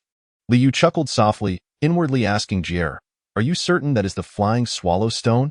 Absolutely. This sweet, irresistible flavor can only belong to the flying swallow stone. Hearing Jier's soft voice, Liu couldn't help but smile, stroking his chin as he gazed at the flying swallow stone. You don't intend to take that stone away, Do you? Indeed, I can sense it emanating potent toxic fumes. Yes, that stone itself is a deadly poison. Which is why I had you wear the earrings, however. How should we handle it? It's far too large for him to consume in one go. It must be taken out and savored slowly. Did you not say it is fragile and easily turns to powder? Moreover, inhaling the powder would result in poisoning and death. Is it truly safe to take it out? Liu furrowed his brow, pondering for a moment before clicking his tongue. Hey, what? Can you prevent the flying swallow stone from turning to powder? I should be able to. Really? Liu's eyes sparkled with excitement as he looked at Jierre, the corners of his mouth lifting. Then let us give it a try. Wait. Jierre's body suddenly expanded, enveloping the flying swallow stone in a purple goo. All right, now it won't turn to powder. It indeed won't turn to powder. Liu was left speechless, clearing his throat as he approached the flying swallow stone. In truth, he had anticipated this all along, for Jierre had previously mentioned that the flying swallow stone was fragile and easily shattered. Turning to powder, the flying swallow stone was exceedingly light. Liu effortlessly lifted the enormous, cotton candy-like rock onto the handcart.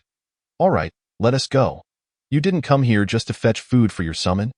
Did you? Pretty much. He needs to eat, but Jierre needs to eat as well. That's not incorrect. Are there other flying swallow stones around? I can't sense any now. That's good. Heave-ho. Chapter 37. Jierre's upgrade. You seem to have grown significantly stronger. Is that so? Much stronger than during the sudden dungeon event. Indeed. Back then, he had no knowledge of how to use poison, nor did he possess any weapons. Furthermore, he had no experience and nearly perished. Surviving was purely luck. Compared to that time, he now possessed a greater number of original skills and had indeed become significantly stronger. Liu nodded, and Luya followed suit. Every time I hear news about you, I am filled with astonishment. What do you mean by that? Liu widened his eyes, staring at Luya. Initially, it was due to the quality of your potions, and later, because you became a target for Gaia, turning into a potential asset. You provided a substantial quantity of potions in a short time, suddenly revealing yourself as an S-grade awakened to seek assistance, which astonished her greatly. Huang Hao, who was dispatched to track down leads, suddenly attacked the Holy Grail Guild, and now new information about the dungeon has surfaced. You hardly resemble an ordinary potion master. Every time I see you, I feel you are formidable. So, do you regret not bringing me into the Black Moon? If I said I had no regrets, that would be a lie. Yet, even if given the chance to choose again, I would make the same decision. I understand that you are precisely that kind of person. Lu Ya's consistent performance has instilled in him a profound trust in her. Liu smiled, walking directly into the entrance of the dungeon before him. Upon returning to reality, Liu continued to push the cart. Gazing at Luya, I must apologize for summoning you so abruptly today. I trust you as well, which is why I rushed over immediately. Now, I shall take my leave. The rest is in your capable hands. Well then, good night. Liu offered a slight bow to Luya before slowly making his way toward the shop with the cart. An hour later. Look, there is no need to worry about the Fian stone turning to dust now. Liu instructed Jierre to revert to his original state before effortlessly breaking off a piece of the Fian stone with his hands. It shattered. He hardly exerted any force, yet the Fian stone broke into small fragments. Liu picked up a piece resembling chalk, closed his eyes, and slowly placed it in his mouth. Crunch, crunch. The Fian stone was quite hard to chew, however, once crushed by his teeth and transformed into powder. Its texture became intriguingly delightful. It feels akin to treading upon fresh snow. Crunch, crunch, The flavor was both fascinating and addictive, accompanied by a subtle sweetness. Not an overpowering sweetness, but a gentle essence that pervaded his entire mouth. Wow, this is exquisite. The meal he had at the restaurant yesterday was indeed delightful, especially since it was his first experience with such high-end cuisine. Yet now, after tasting the Fian stone, his perception of gourmet food had been utterly transformed. Wow, that's so delicious it made him want to stomp his feet. Liu couldn't help but chuckle, breaking off another piece of the Fian stone to savor. The effects of the Fian stone have been saved. Although the system indicated that the effects of the Fian stone had been preserved, he hardly paid it any mind. At this moment, he only wished to indulge in this cotton candy-like rock. Savoring it thoroughly, he closed his eyes, relishing the crunching sensation while humming a little tune. Wait, I mustn't indulge any further. With great effort, Liu managed to regain his composure and stepped back a few paces. I must exercise restraint. Such a delectable treat should not be consumed all at once. Moreover, perhaps due to the Fian stone being pure toxin, even a small amount preserved a significant effect. I must find a safe place to conceal it. A splendid idea. Not just Liu, but Jier also found it hard to stop eating. The Fian stone had already diminished by a quarter. However, it wouldn't do to leave it unattended, would it? He might be fine. But if others accidentally inhaled the dust, they could succumb to poisoning. Liu gazed at the Fian stone and snapped his fingers. Aha, I can use this to store it. With a swish, Liu retrieved a roll of plastic wrap from the drawer and began meticulously wrapping the Fian stone. Would this truly prevent the Fian stone from turning to powder? After using an entire roll of plastic wrap, he had finally encased the Fian stone completely. Now it surely wouldn't turn to dust. He transported the securely wrapped Fian stone into the herb storage room that had been ravaged by the Holy Grail Guild and now lay empty. This should be safe. Liu locked the door and clapped his hands. Can we clear away the residual Fian stone dust in the shop? No problem. Swish, swish, swish. Jier darted around the shop like a vacuum cleaner, absorbing the Fian stone dust. I must reevaluate the skill breath of the poison dragon. The skill breath of the poison dragon grows alongside the skill of the poison dragon. Jier. Previously, he had only noticed its ability to integrate all toxin-related original skills, but he hadn't realized it could also merge original skills with one another, thereby creating more powerful attacks. Huh? Liu opened the system panel, preparing to review the skill description for Breath of the Poison Dragon, only to suddenly notice some changes. Hey, Jier. What is it? Jier, having absorbed all the toxins in the shop, bounced over excitedly. Liu pointed at the level next to the poison dragon. Jier's skill that you've risen from E rank to D rank. What? Jier's eyes widened as it turned to the system panel. Its rank had indeed transformed from E to D. Do you feel any different? I feel. Jier wriggled its body. Not much. Could it be because of that? Although this was Liu's first time using Breath of the Poison Dragon, the skill was distinct from Poison Dragon, Jier, so the latter's level shouldn't have increased. Therefore, the reason must be, Liu recalled the giant dragon claws he had seen in the cave. Jier seemed to have thought of this as well, nodding in agreement. It appears that this is indeed the reason for the level increase. Why don't you try transforming again? Perhaps it will level up again. I currently lack the strength to transform. Once you grow stronger, I may be able to transform again. Thus, he must become more powerful. Liu sighed and stretched lazily. His blood coursed rapidly, and he should feel invigorated. Yet, ouch, my head hurts. It seemed that the overload caused by using Breath of the Poison Dragon had triggered a severe headache. Liu clutched his head in agony as he rummaged through the drawer. I recall there being painkillers here. Upon realizing this, his headache seemed to intensify. Liu searched through the drawer and found a packet of white powder. When did I acquire this medication? He had previously visited the hospital for a headache and had received medication. He couldn't recall when it had been prescribed, but since it was pain relief, he decided to take it. Liu poured a glass of water, dumped the powder into his mouth, and swallowed it.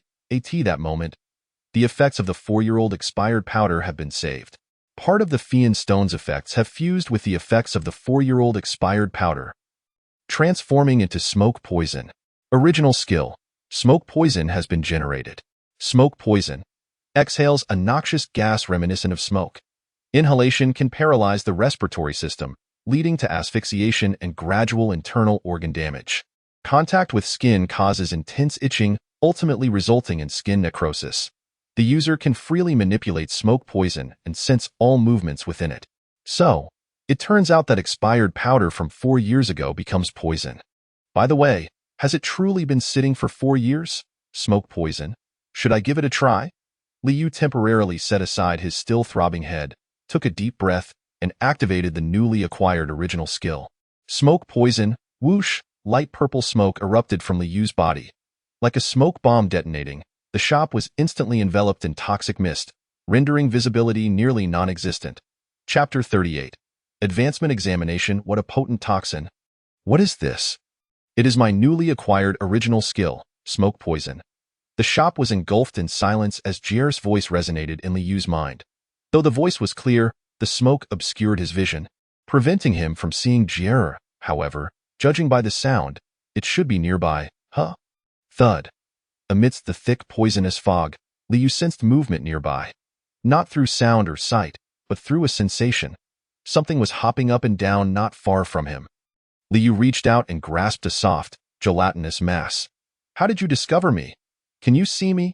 Jie seemed astonished, believing the smoke would obscure Liu's sight. Liu shook his head. I merely sensed your movements. Sensed my movements? What do you mean? I am not quite sure.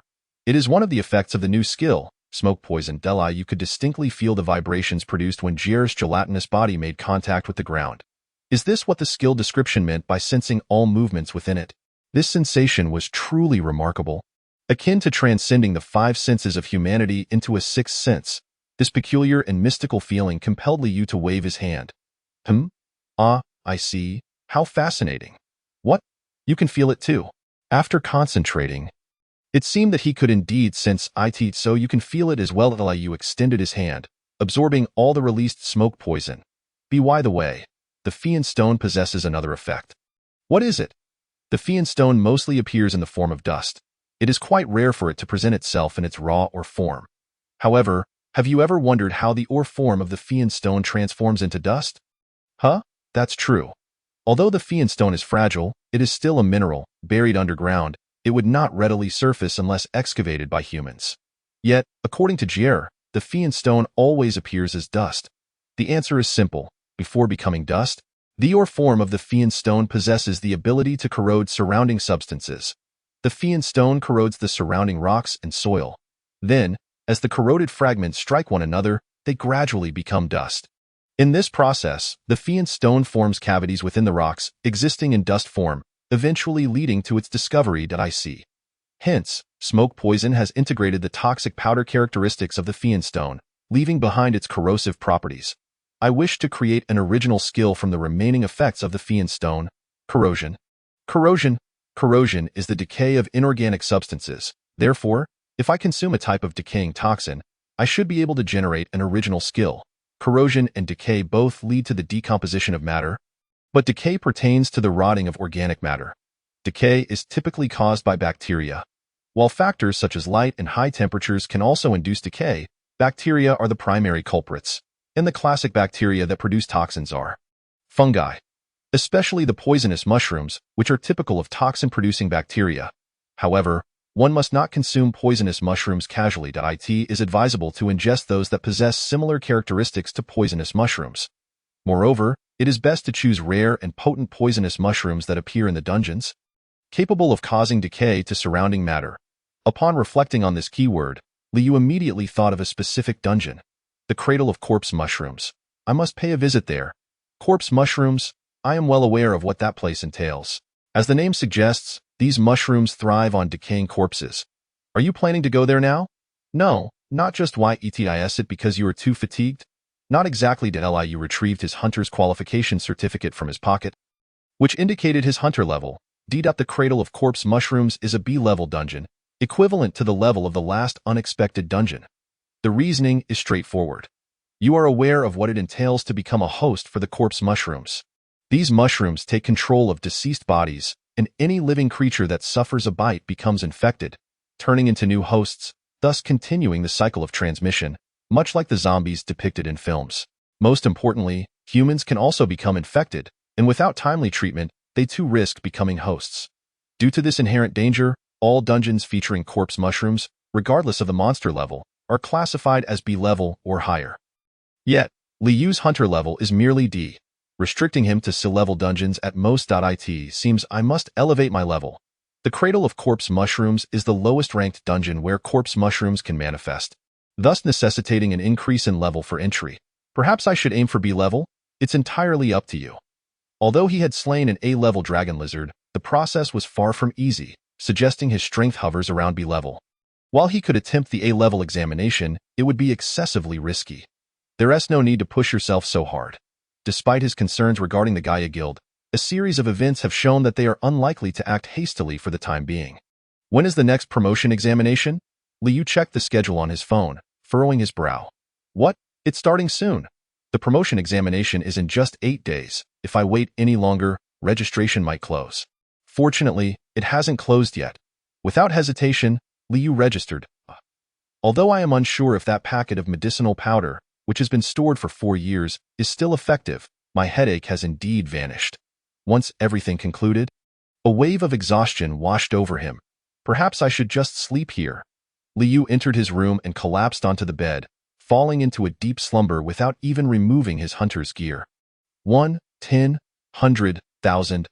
Wowed. Liu gazed at his account balance, inhaling sharply. I have never seen so much money in my life. While this sum is still insufficient to purchase furniture for the store, the sight of such wealth feels remarkably different. Have you confirmed it? Yes, I can confirm receipt. While Liu leisurely crafted potions, he received a call from Luya, informing him that the compensation, which included all repair costs, had been credited. Thank you for letting me know. You're welcome. By the way, have you registered for the promotion examination? How did you know? The profile of Poison Master Liu is in the Black Moon. We are notified of all guild members' information. Should he have informed the Black Moon in advance?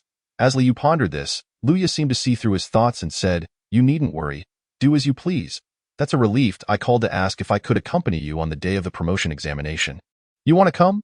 I would like to see you in action, and I happen to be free that day. If it's inconvenient for you, feel free to decline. It's all right. You can come, then I shall see you that day. Beep, beep, beep. Liu placed his phone on the table, glancing at the unfinished potions. I must finish this quickly. Chapter 39. Buying a house. If it were a high-level potion, he would take great care in its preparation. But since he was working on a low-level potion, he could afford to be somewhat careless. Liu swiftly completed the potion-making process, then picked up his phone to make a call. Is it convenient to talk? Hello, Xiaoyu. What is the matter? I mentioned I would buy your building, and now I have gathered the funds. Really? The landlord's voice brimmed with excitement. Liu nodded and glanced at the time. When are you available? I am free right now. Wait a moment. I'll be there soon. Beep, beep, beep. Huh? Liu dialed again, but the line was busied. He blinked, letting out a sigh. What are you doing? Preparing? Weren't you staying in today? Why the sudden need to prepare? The landlord is coming over soon. Liu sluggishly tidied himself up, then cleaned the store.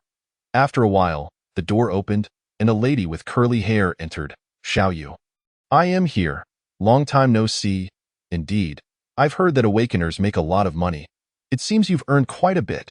I've been lucky lately, having latched onto a significant opportunity. Oh. The landlord lightly patted Liu's shoulder, then pulled out a chair to sit down. Huh? This chair is so light yet sturdy. I just replaced it recently. Liu sat opposite the landlord, carefully reviewing the document she handed over. Xiaoyu, thank you. You're welcome. Be careful on the way. You are indeed swift in your actions. As the sun set, Liu finally completed all the paperwork and bid farewell to the landlord. No, she should now be addressed as Annie Maisie. I still need to move things over from the apartment. So much to do. Originally, he had intended to leisurely prepare potions before the promotion examination. Liu sighed, raising his gaze to the building that now belonged to him. Perhaps I should check out the second floor. Next to the back door of the store is the staircase leading to the second floor. Liu ascended the stairs, entered the password, and opened the door. Cough, cough, cough, cough. So much dust. Liu covered his mouth and nose with his clothing, surveying the surroundings. It's quite spacious. Although it's a bit late, he still checked the water pressure and other facilities, nodding in satisfaction. It's just a bit dirty. There are many rooms, and the heating is functioning normally. Now, all that remains is to clean it up. Liu turned to descend, preparing to fetch cleaning tools from the store. That moment. Liu, my little brother? Hunter Huang Hao. Liu spotted Huang Hao loitering at the store's entrance. He was carrying 2 black plastic bags and waved at Liu upon seeing him. What do you have there? Alcohol and snacks. Didn't we say we would have a drink together last time? I haven't had the chance, so I brought them today. What should I do? Liu scratched his cheek, looking troubled, as Huang Hao raised an eyebrow in confusion. What's wrong? Well, I bought a house. You bought a house? My ears. Huang Hao's voice was deafening, and Liu covered his ears. Nodding. I've purchased this building. Not just a house, but an entire building. My ears are going to be deafened. Why is the volume still so high even with my ears covered? Liu rubbed his buzzing ears and continued. The second floor is residential and has been uninhabited for quite some time, so it's quite dirty. I was just about to go up and clean it so that's why you look troubled. Huang Hao crossed his arms, nodded, and then flashed a bright smile. Leave it to the uncle. He stepped into the store, placed the plastic bags on the table, stretched his shoulders, and looked at Liu. How do I get to the second floor? exit through the back door. The stairs are right beside it. What's the matter? Are you going to help me clean? Of course, and no need to go through all that trouble. It can wait until tomorrow, but Huang Hao is resolute. Little brother Li Yu is like a son to me. Li Yu is momentarily speechless. Let us finish cleaning quickly so we can enjoy a proper drink. All right. Li Yu silently followed Huang Hao at some point. Jill, who had been within Li Yu, hopped onto his shoulder and asked curiously, "What's wrong? I don't know whether to be happy or sad." "What do you mean?" Hunter Huang Hao. His children and wife perished in an unexpected dungeon. Huang Hao awakened quite early. Although he didn't possess S-level skills, he had A-level skills at the time and was a well-known hunter. However, when he was dispatched on a mission, an unexpected dungeon appeared near his home. Unfortunately, his entire family perished. He couldn't even find the bodies of his wife and child. After the unexpected dungeon closed, he cried at the sight for a week, then awakened S-level skills. After awakening, he transformed into a fierce tiger, traversing various dungeons and battling incessantly, as if he sought to slay every monster and perish alongside them. Liu Ya's father, the previous Sword Emperor, was also a longtime friend and comrade of Huang Hao. Hunter Huang Hao once stated in an interview that he saved a child just before the unexpected dungeon closed, as he did not wish for the child's parents to endure the same suffering. Thus, Huang Hao's words held profound significance for Li Yu. He could only silently hand the broom to the jovial Huang Hao.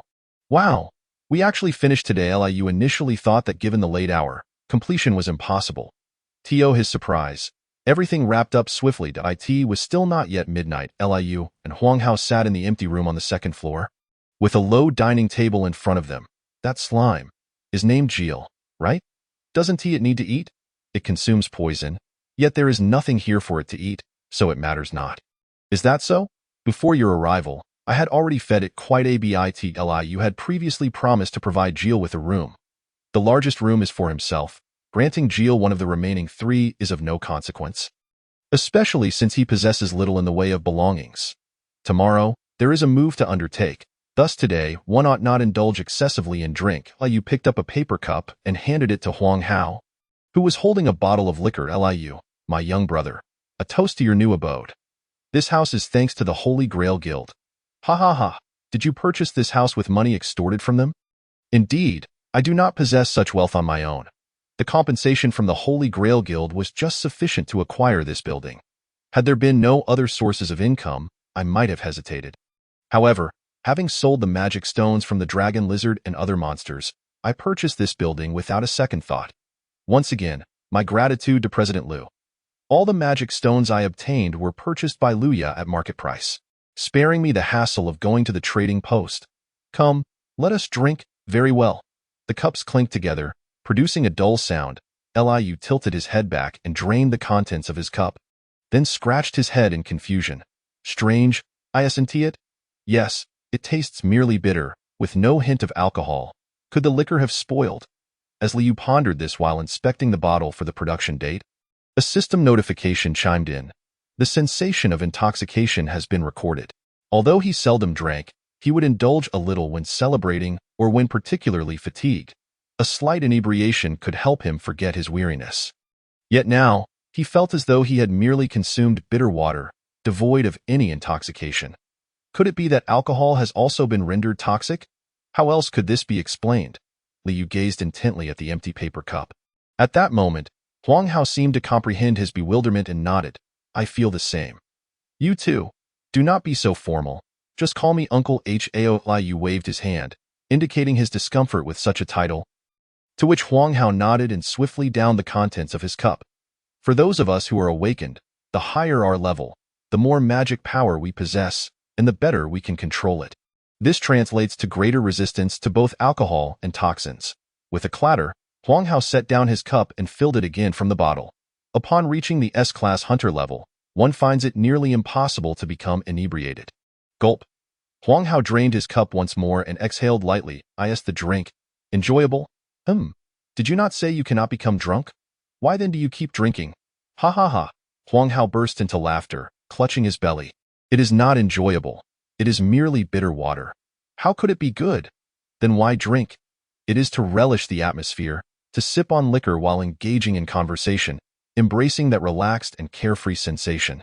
Chapter 40.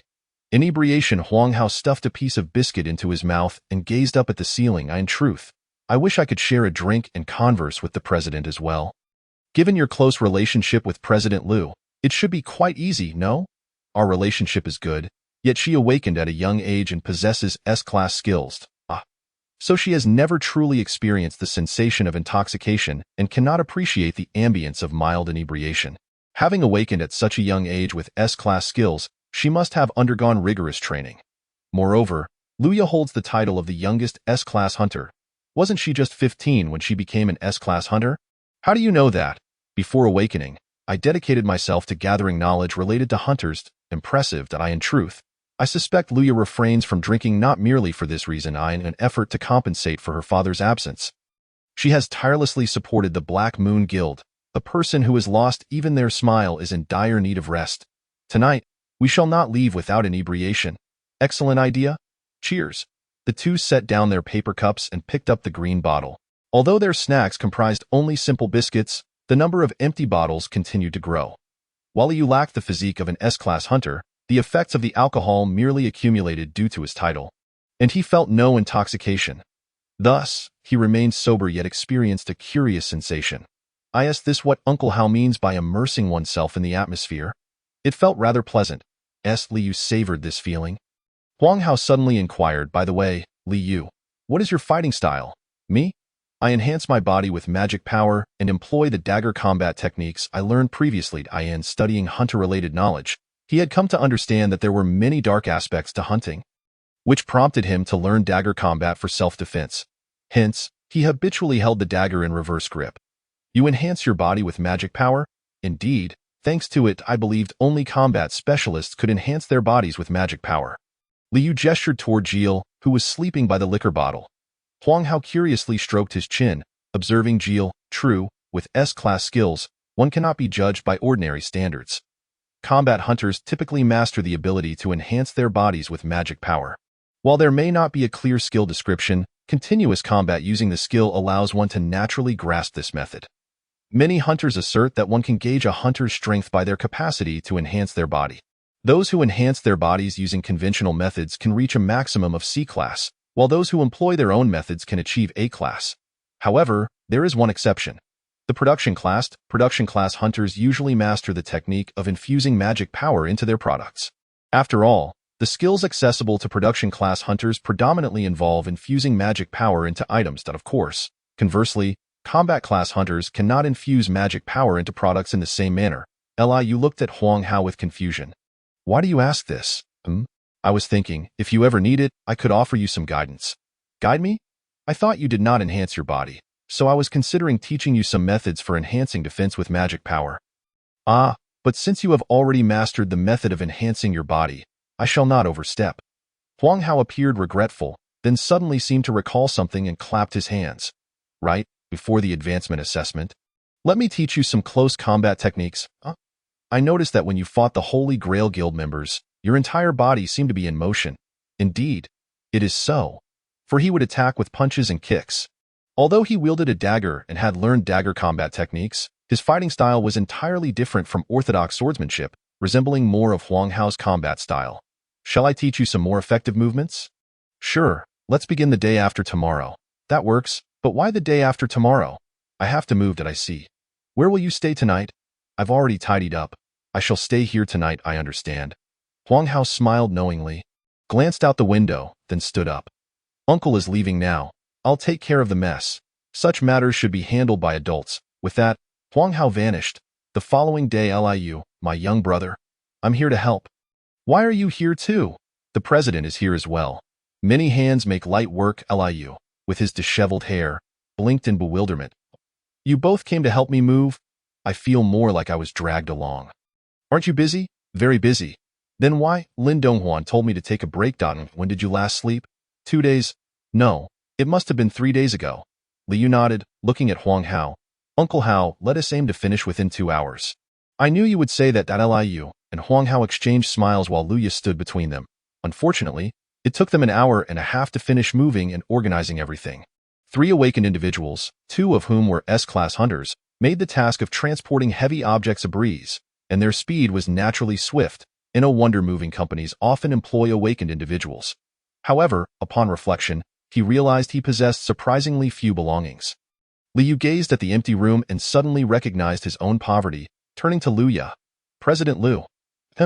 You should go rest, huh? Luya blinked in confusion. Jill. What? If one were to directly infuse the effects of alcohol into another person, would that individual become intoxicated? I cannot guarantee it, but I believe it should work. Oh? Liu looked at the young woman before him, who was of his age yet had never tasted the flavor of intoxication. And a meaningful smile spread across his face. President Liu, may I have your hand? My hand? Without hesitation, Luya extended her hand, and Liu grasped it, channeling the effects of the liquor he had consumed the previous night. Effect infusion, buzz. The sensation of intoxication instantly transferred to Luya. She staggered back a step. What have you done to me? I merely wish to allow you to experience the feeling of inebriation. Intoxication? Consider it an emergency measure. It should not be used frequently. If she were merely slightly intoxicated, she might not fall asleep immediately. However, given the copious amount she drank with Huang Hao last night, the effects were not to be trifled with. Huang Hao instantly detected the scent of alcohol emanating from Luya, his eyes widening in surprise. Liu, my young brother, this is one of his abilities. Liu gestured towards gel perched on his shoulder. As I mentioned before, it is a slime capable of utilizing toxins. Indeed, your false identity also designates you as a poison master, Liu affirmed, a smile curling at the corners of his mouth. After all, alcohol is a form of poison as well. Could it be the work of gel? Precisely, I believe she should experience the sensation of inebriation, and it is high time she enjoyed a proper rest. Just then, Luya staggered to the side of the sofa, collapsing onto it and succumbing to slumber. Huang Hao looked on, astonished by both Luya and Liu, exclaiming in admiration, truly remarkable, possessing an S-class skill that can even influence an S-class hunter. Haha, to be accurate, Poison Dragon Gel is currently only D-class, while its effect is S-class. Nevertheless, it is not inaccurate to call it an S-class skill. Indeed, it is time for the president to have a good sleep, Huang Hao remarked seriously, gazing at the slumbering Luya. All right, let us head to Black Moon. Let us go. Liu gently carried Luya to her bed, leaving a note on the table before departing with Huang Hao for the Black Moon Guild. In their new home, only the even rhythm of breathing and a faint scent of alcohol lingered. Chapter 41. Training Liu, my young brother, what is your fighting style? I generally act on instinct on the 4th floor of the Black Moon Guild. Liu and Huang Hao stood facing each other in the spacious training room. Instinct, you say? You belong to that type, then? What type? Fighting styles can generally be divided into 2 categories. Point 1 is the strategic type. Luya, the president of the Black Moon Guild, is a quintessential representative of this type. Hunters of this kind calculate how to allocate their strength and skills during battle, strategizing for victory and anticipating various contingencies. That even achievable? I cannot say. I am not of that type. Huang Hao chuckled, pointing his index finger at Liu.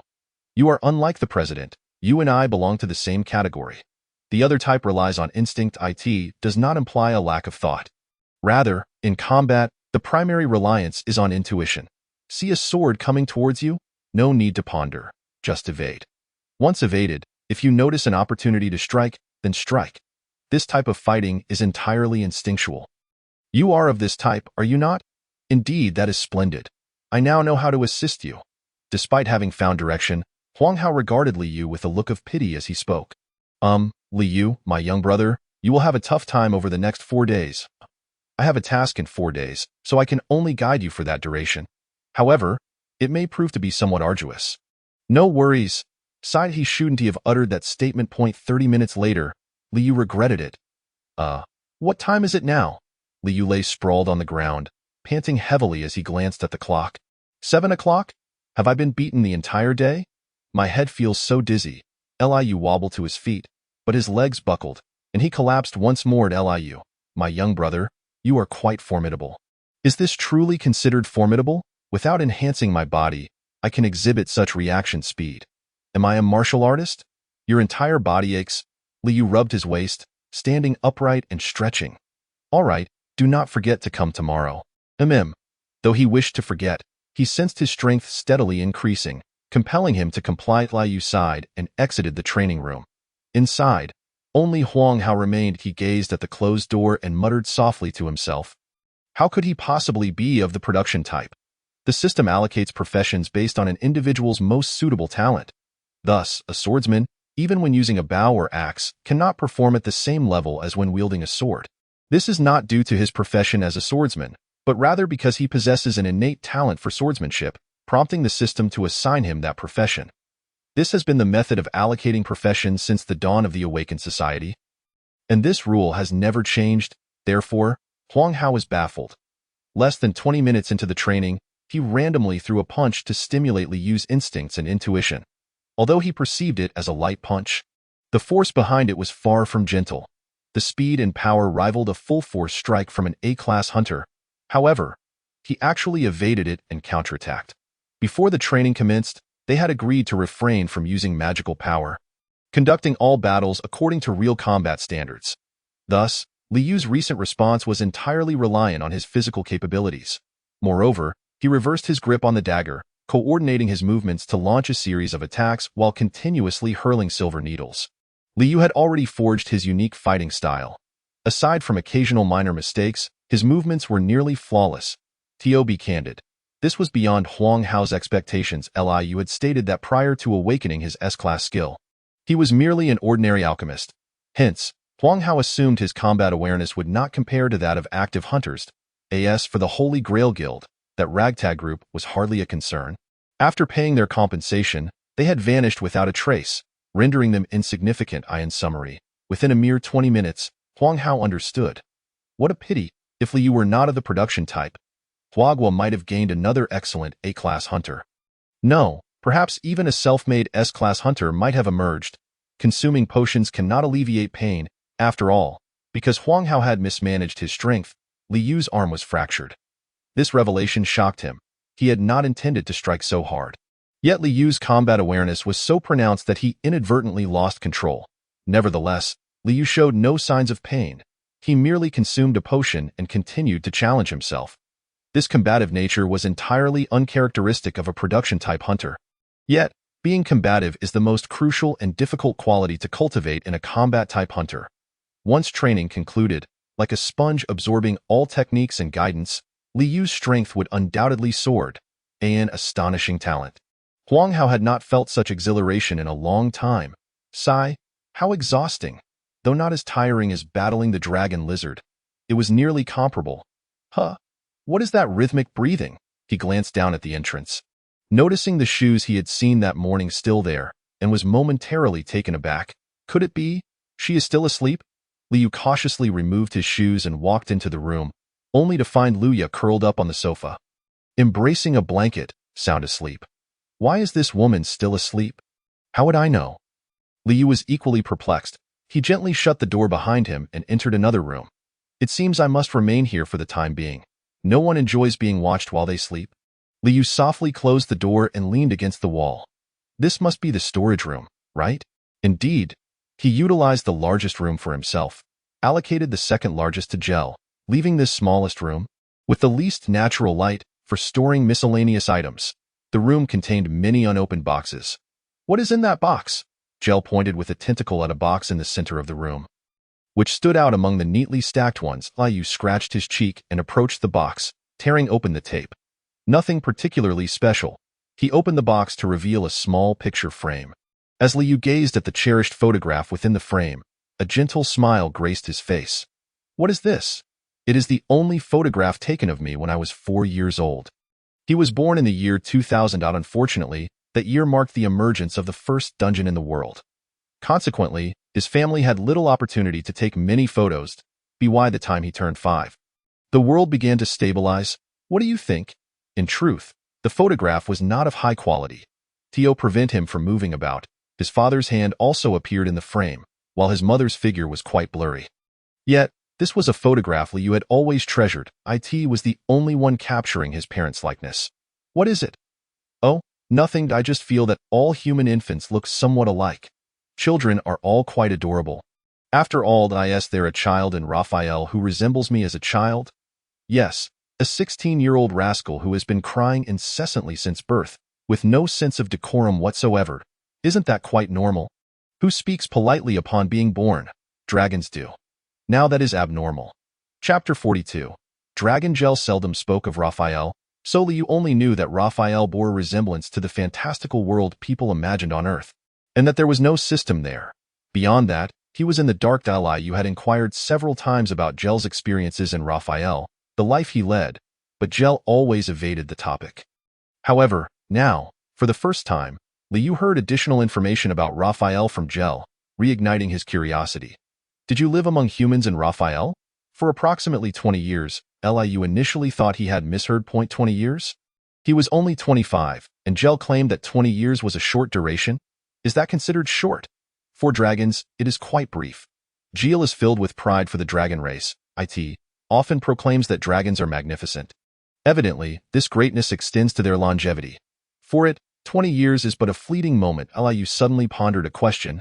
I am quite curious. How old are you? I cannot recall. Really? After I turned 100, I ceased to keep count. After 100, you stopped counting. Just how long do dragons live? They can live for up to 10,000 years. Dragons have such long lifespans, indeed, but those who reach the age of 10,000 are exceedingly rare. Why is that? Dragons inhabit a world governed by the survival of the fittest, and there are feuds and vendettas among them. Feuds. A dragon's lineage determines its color. For instance, the red dragon belongs to the crimson lineage, while the blue dragon hails from the azure lineage. These two races are perpetually embroiled in conflict, waging wars against one another. So it is indeed uncommon for a dragon to reach the age of 10,000?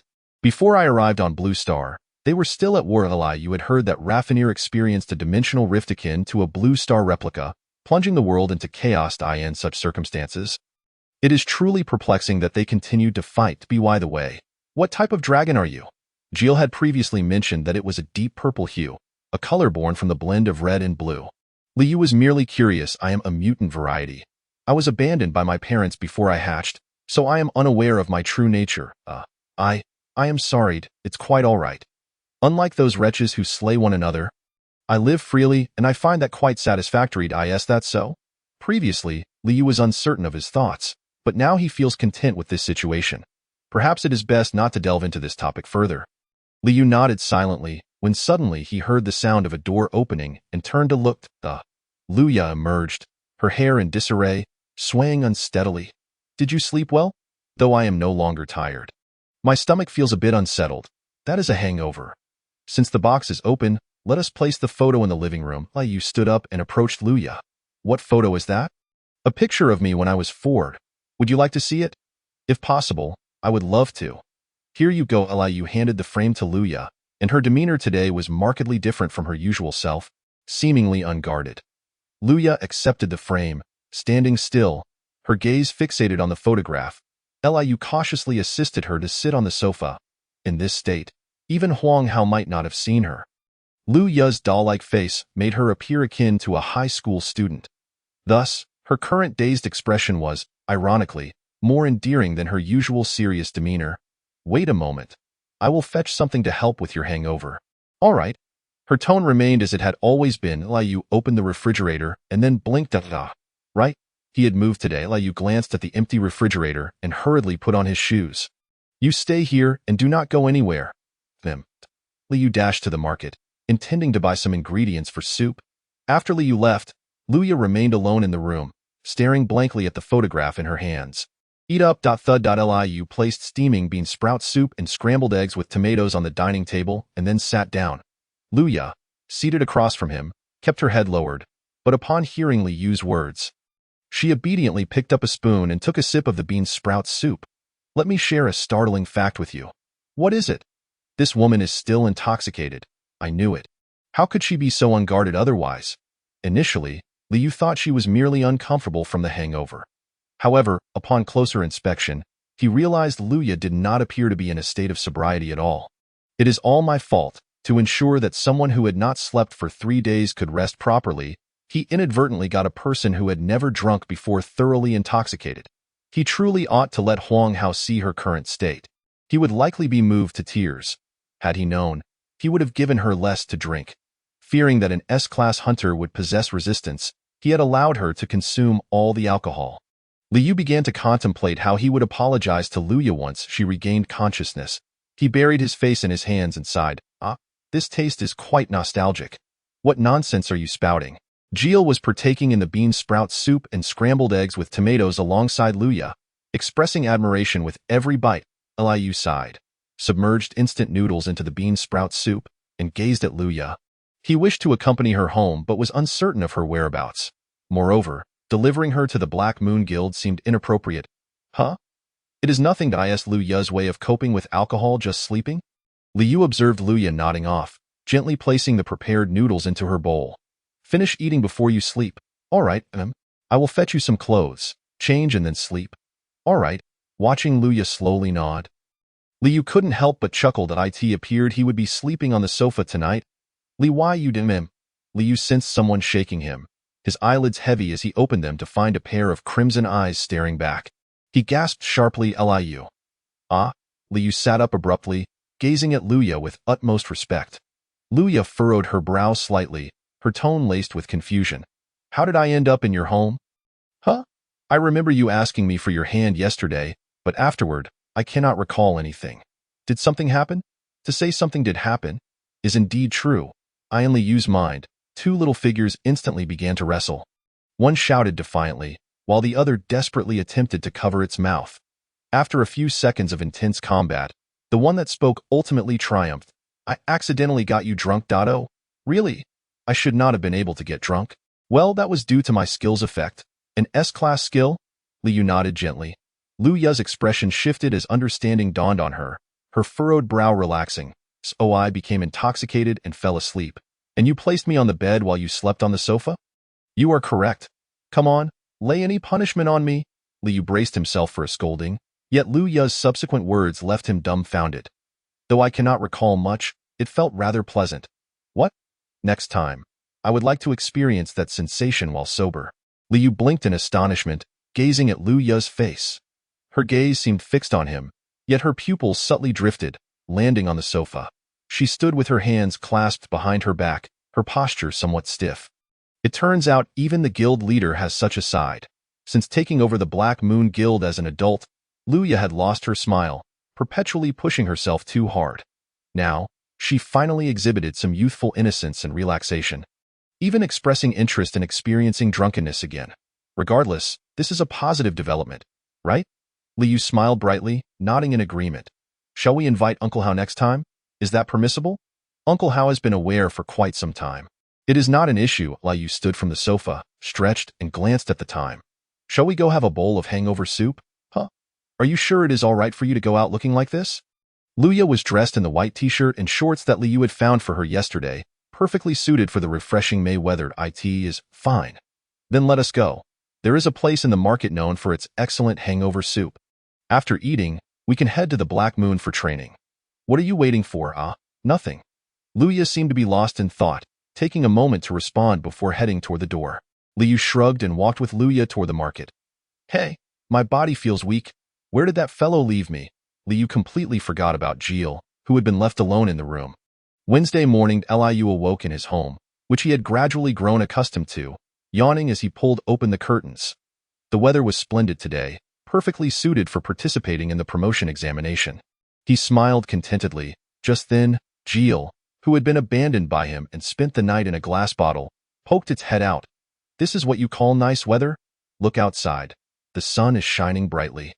The weather forecast also stated that today would be sunny. Liu gazed at Jill as if it were foolish. Is that so? How strange. What is it? I can't shake this indescribable sense of incongruity. Jill rested its chin on the rim of the glass bottle, blowing a series of bubbles. Regardless, today, Liu was to attend the Hunter Association in Jiangnan for his promotion examination. After completing his morning routine, he dressed in his hunter's attire. Let me think. I have my needles and daggers. Although they are forged, I also have my awakened proof. After confirming that he had everything, Liu was about to put on his shoes when, You little rascal, trying to leave me behind? I almost forgot. Liu retrieved Jill from the glass bottle in the bedroom, put on his shoes, and opened the door. You said we are going to Jiangnan? How are we getting there? President Liu said she would drive me. Liu arrived at the appointed location 10 minutes early and began his warm-up exercises, his waist cracking with each movement. At that moment, oh, a sleek black stretched Lincoln slowly approached, smoothly coming to a halt before Liu, its doors opening automatically. Inside the vehicle, Luya, elegantly attired, sat with poise. "Please, step in," she invited. Liu settled into the spacious and comfortable seat. "Did you sleep well?" "I slept like a log," he replied. The ample rest had elevated Liu's state to its recent zenith. The two engaged in light conversation, and before long, they arrived in Jiangnan. "I have informed them that I am here to assess the potential recruitment of any promising free awakeners. Is that excuse plausible? It is quite normal for the guild to conduct assessments for recruitment opportunities. Aren't you aware of that? True enough. But that was during the F and E ranks, wasn't it? Generally, hunters participating in the C rank advancement exam, even if they have not joined a major guild, usually possess some background. Well, if this excuse suffices, then so be it." Liu shrugged and exited the vehicle. "I will head up to prepare. You can take your time." "All right, I shall await you outside." After a brief farewell, Liu made his way to the examination room located on the 5th floor. This must be the place. The word C rank advancement examination loomed large at the entrance. Liu gently pushed the door open and found it filled with fully armed hunters. He silently took a seat in the corner, resting his chin on his hand as he monitored the time. The second hand ticked steadily until it finally pointed to the hour. At that moment, the door burst open and a sharply dressed man strode in. "Greetings, everyone. I am Zhang Shengyu, the examiner for this examination." Liu gazed at Zhang Shengyu, his mouth slightly agape. The examiners for advancement tests were typically state-certified hunters, mostly affiliated with the Hunter Association, and Zhang Shengyu was an A-rank hunter from the association. He was truly an elite among elites. It was said that within the Black Moon Guild there was Lin Donghuan, and within the Hunter Association there was Zhang Shengyu. Both were exceptionally capable all-rounders, their reputations nearly equal. Thus, among the many A-rank hunters in the association, Liu was uniquely aware of Zhang Shengyu's name. Unnoticed, he mused. The counterfeit credentials produced by Black Moon were indeed reliable. Removing the protective magical artifact from your wrist will result in the immediate disqualification from the examination, so please take heed. Click. Liu donned the white protective magical artifact. It appeared cumbersome, yet once worn, it felt as light as a feather, providing a sense of comfort. Now, where will this examination take place? The advancement examination venues were typically situated within dungeons. Even if a dungeon were damaged, there would be no cost for repairs, making it the perfect locale for an examination. The venue would be designated by the examiner on the day of the test, and then the candidates would be transported via teleportation magic. Those with the hidden title of Teleportation Magic Master could utilize the teleportation skill. The conditions for obtaining this hidden title were rather simple, requiring a certain number of low-level teleportations. It was said that due to the ease of these conditions, this hidden title was not even regarded as a true hidden title. However, there was no time for such thoughts now. Finally, Zhang Shengyu reiterated the prohibition against using lethal attacks and finally revealed the eagerly anticipated details. This examination will take place in the F-rank dungeon, Slime Plains. Chapter 44, Slime Plains? Slime Plains? Indeed, it is the very dungeon where you were discovered. The dungeon where Jier attempted to seize control of Liu's body, only to be absorbed instead, was the examination venue, Slime Plains. The purpose of the advancement examination was to assess strength. The content of the examination varied each time, typically requiring the elimination of a certain number of monsters or testing survival time. The C-rank advancement examination is actually being held in Slime Plains? Clearly, Liu was not the only one taken aback. Why there? A bald man raised his hand to pose a question to Zhang Shengyu. Adjusting his glasses, Zhang Shengyu explained, "The content of this advancement examination will be a battle among hunters." A battle? This was the first time Liu had heard of such an examination format. If the protective magical artifact on your wrist activates, you will be disqualified, so please exercise caution. The surrounding hunters exchanged glances, evidently baffled by this unprecedented examination format. 15 participants. Is that a lot or a little? The typical advancement ratio hovered around 20 to 30%, while the specifics of this examination's ratio remained unclear. One thing was certain. This examination would be far from simple. The Hunter Association's advancement examination introducing battles among hunters was an unprecedented occurrence. It was likely an experiment to test the feasibility of this examination format during the D-rank advancement examination. Even so, this seemed excessive. Failure in the advancement examination would result in a 6-month prohibition on re-participation. To use such a critical examination as an experiment. Liu clicked his tongue, discreetly observing those around him. The hunters, previously animated, had fallen silent, the atmosphere growing serious. They scrutinized one another, wary, as tension hung in the air. Only Liu maintained a relaxed demeanor, resting his chin on his hand. "This won't do," Liu straightened up. Feigning anxiety. "What are you doing all of a sudden? Consider this, if he remains so leisurely while the other hunters are tense, what will they think?" Of course, the latter assumption was indeed accurate. The aura emanating from those present was even less formidable than the orc he had encountered previously. Yet, regardless, attracting undue attention could prove troublesome. There was no need to incite notice at this juncture. Though their auras were not as potent as the orcs, they were still stronger than that of the stealthy goblins. This indicated that they all possessed the potential to advance to C rank. Moreover, they were human, sentient beings capable of thought. If he drew attention now, securing a decisive victory would be challenging. "Do you truly believe they pose a threat to you? It's better to be safe than sorry. With your demeanor, do you still dare to bite the neck of a dragon lizard? What choice did I have? Besides, I survived in the end, didn't I? In any case."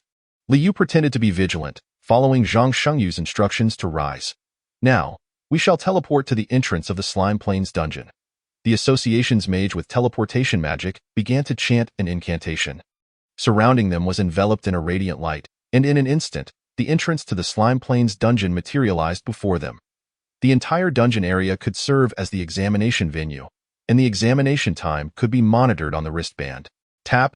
Liu lightly touched the screen of his wristband, revealing a timer displaying the time remaining. It currently read 0000, indicating that official timing would commence once the examination began. "Please enter the dungeon. The examination will formally commence in 5 minutes, so prepare yourselves." Boom, boomed, as Zhang Shengyu's words echoed. The anxious hunters began to file into the dungeon one after another. "All right, go forth and advance. This C-rank examination is but a minor obstacle that cannot hinder my progress." A subtle smile graced Liu's lips as he stepped into the dungeon. The sights within the dungeon were all too familiar to him. Having come this far, should he indulge in some acid liquid grass? He longed to, yet President Liu is likely watching as well. Liu surveyed his surroundings. The hunters who had entered the dungeon earlier were each making their battle preparations. Some concealed themselves behind trees at the edge of the plains, while others dashed off into the distance. Liu strode into the woods with a light step. The further he ventured, the denser the trees became, gradually obstructing his view, but this posed no challenge for Liu. To replenish his supply of acid and slime poison, he frequently traversed this dungeon, becoming well acquainted with its terrain. Liu continued deeper, settling onto a protruding rock. After a while, the wristband began to vibrate. "It's about to begin. Beep, beep, beep." The countdown commenced from 10, the numbers dwindling, as the last number shifted from 1 to 0. A cacophony erupted around him. Died, boom, clang. The sounds of explosions and the clamor of battle rose in a tumultuous chorus. The once tranquil plains were suddenly transformed into a chaotic battlefield. Has the consumption of stamina begun so soon? Liu glanced down at the remaining examination time displayed on his wristband. It appeared the examination duration was 3 hours. Would they be able to endure for 3 hours? After listening closely for a moment, it seemed that only a few individuals were causing the chaos. Those 2 raucous individuals would soon become the target of ire, indeed. Especially those 2. Their actions were far too conspicuous, at this rate. Once their stamina waned, they would easily become prey for the other hunters. I need not vie for first place. Liu merely wished to glide past the threshold. Indeed, that was his initial intention. How had it come to this? Liu felt the gazes directed at him from all directions and muttered helplessly to himself. The situation's origin was quite simple. He had merely been sitting there, doing nothing, either fiddling with nearby slimes or plucking acid liquid grass to feed to the slimes, leisurely savoring a rare moment of tranquility. In that peaceful moment, a shrill scream pierced the air from behind him. Liu initially intended to disregard it, but the familiar scream grew increasingly closer. Just as he prepared to evade, he spotted something plummeting from the sky. Squinting in surprise, why does that silhouette seem so familiar? A woman with flowing hair plummeted rapidly, alongside a man clad in armor rushing forth to catch her. Liu recognized the two familiar faces, and they too spotted Liu, calling out loudly, Mr. Liu, Cui Mena and Jin Jinwu? What are you two doing here? Chapter 45. Targeted before Liu could even pose a question, an archer trailing closely behind him released an arrow aimed directly at his forehead. Imbued with formidable lightning power, it appeared that the assailant had great confidence in their protective magical artifacts, daring to target such a vital area with precision. What? Clang! Liu's shoulder jerked sharply backward as his dagger, which had flown from his hand unbeknownst to him, effortlessly deflected the arrow, causing it to explode in midair. The archer was taken aback, hastily preparing to unleash another arrow. Following the dagger's cover, a silent silver needle swiftly followed suit, accurately piercing the archer's neck and striking a pressure point. Grasping the arrow, the archer's body went limp, succumbing to paralysis. Did I use too much force? Observing the hunter convulsing on the ground, frothing at the mouth, Liu scratched his cheek. Did I poison him? Better safe than sorry. His training with Huang Hao had solidified Liu's fundamentals. His skills in dagger combat and throwing concealed weapons had significantly improved, leading to a more stable fighting style. To his surprise, he had actually succeeded. This all stemmed from a simple query. If the breath of the poison dragon could be used to enhance toxins for offensive purposes, could the reverse be true? After honing his basics for 4 days at Huang Hao's training grounds, Liu had borrowed the training room to further explore new techniques during his remaining time. Of course, this was no simple endeavor. He couldn't concoct potions, relying instead on consuming them to maintain his stamina. Yet, all of this was worth it. Thud. The effect of the weakened slime toxin merely rendered one temporarily immobile. Posing no mortal threat, a healer could restore them post-examination. Was this paralysis or unconsciousness? It was still paralysis, right? Then there's no need to worry about him suffering. With an act of humanity, Liu extracted the silver needle and plunged it into the archer's sleeping point. The archer, still twitching slightly, suddenly slumped like a marionette with severed strings. Kill? Did I kill him? The tightly embraced Cui Mena and Jin Jinwu relaxed upon seeing the archer's abdomen still rising and falling. Speaking of, Liu sighed, turning to the disheveled duo. Are you Deerank? Ah, yes. You were permitted to come this time, correct? Of course. I am also a member of the Shuahua Guild. If I snuck in to participate in the advancement examination, my sister would discover it immediately. What if you could sneak in? Then I would certainly sneak. Ah, Liu fixed Cui Mena with a cold stare, sighing again. So, what is the situation now? Well, Cui Mena stammered. And Jin Jinwu quickly interjected. It's nothing serious. The hunters who entered with us formed an alliance. An alliance? Led by a member of the Gaia Guild, other guild members under Gaia also congregated. Thus, a new group was formed. They employed force to coerce other hunters into joining, continuously expanding their power. Then they also tried to recruit us, or rather, they forced us to join. You didn't want to? So you were beaten like this?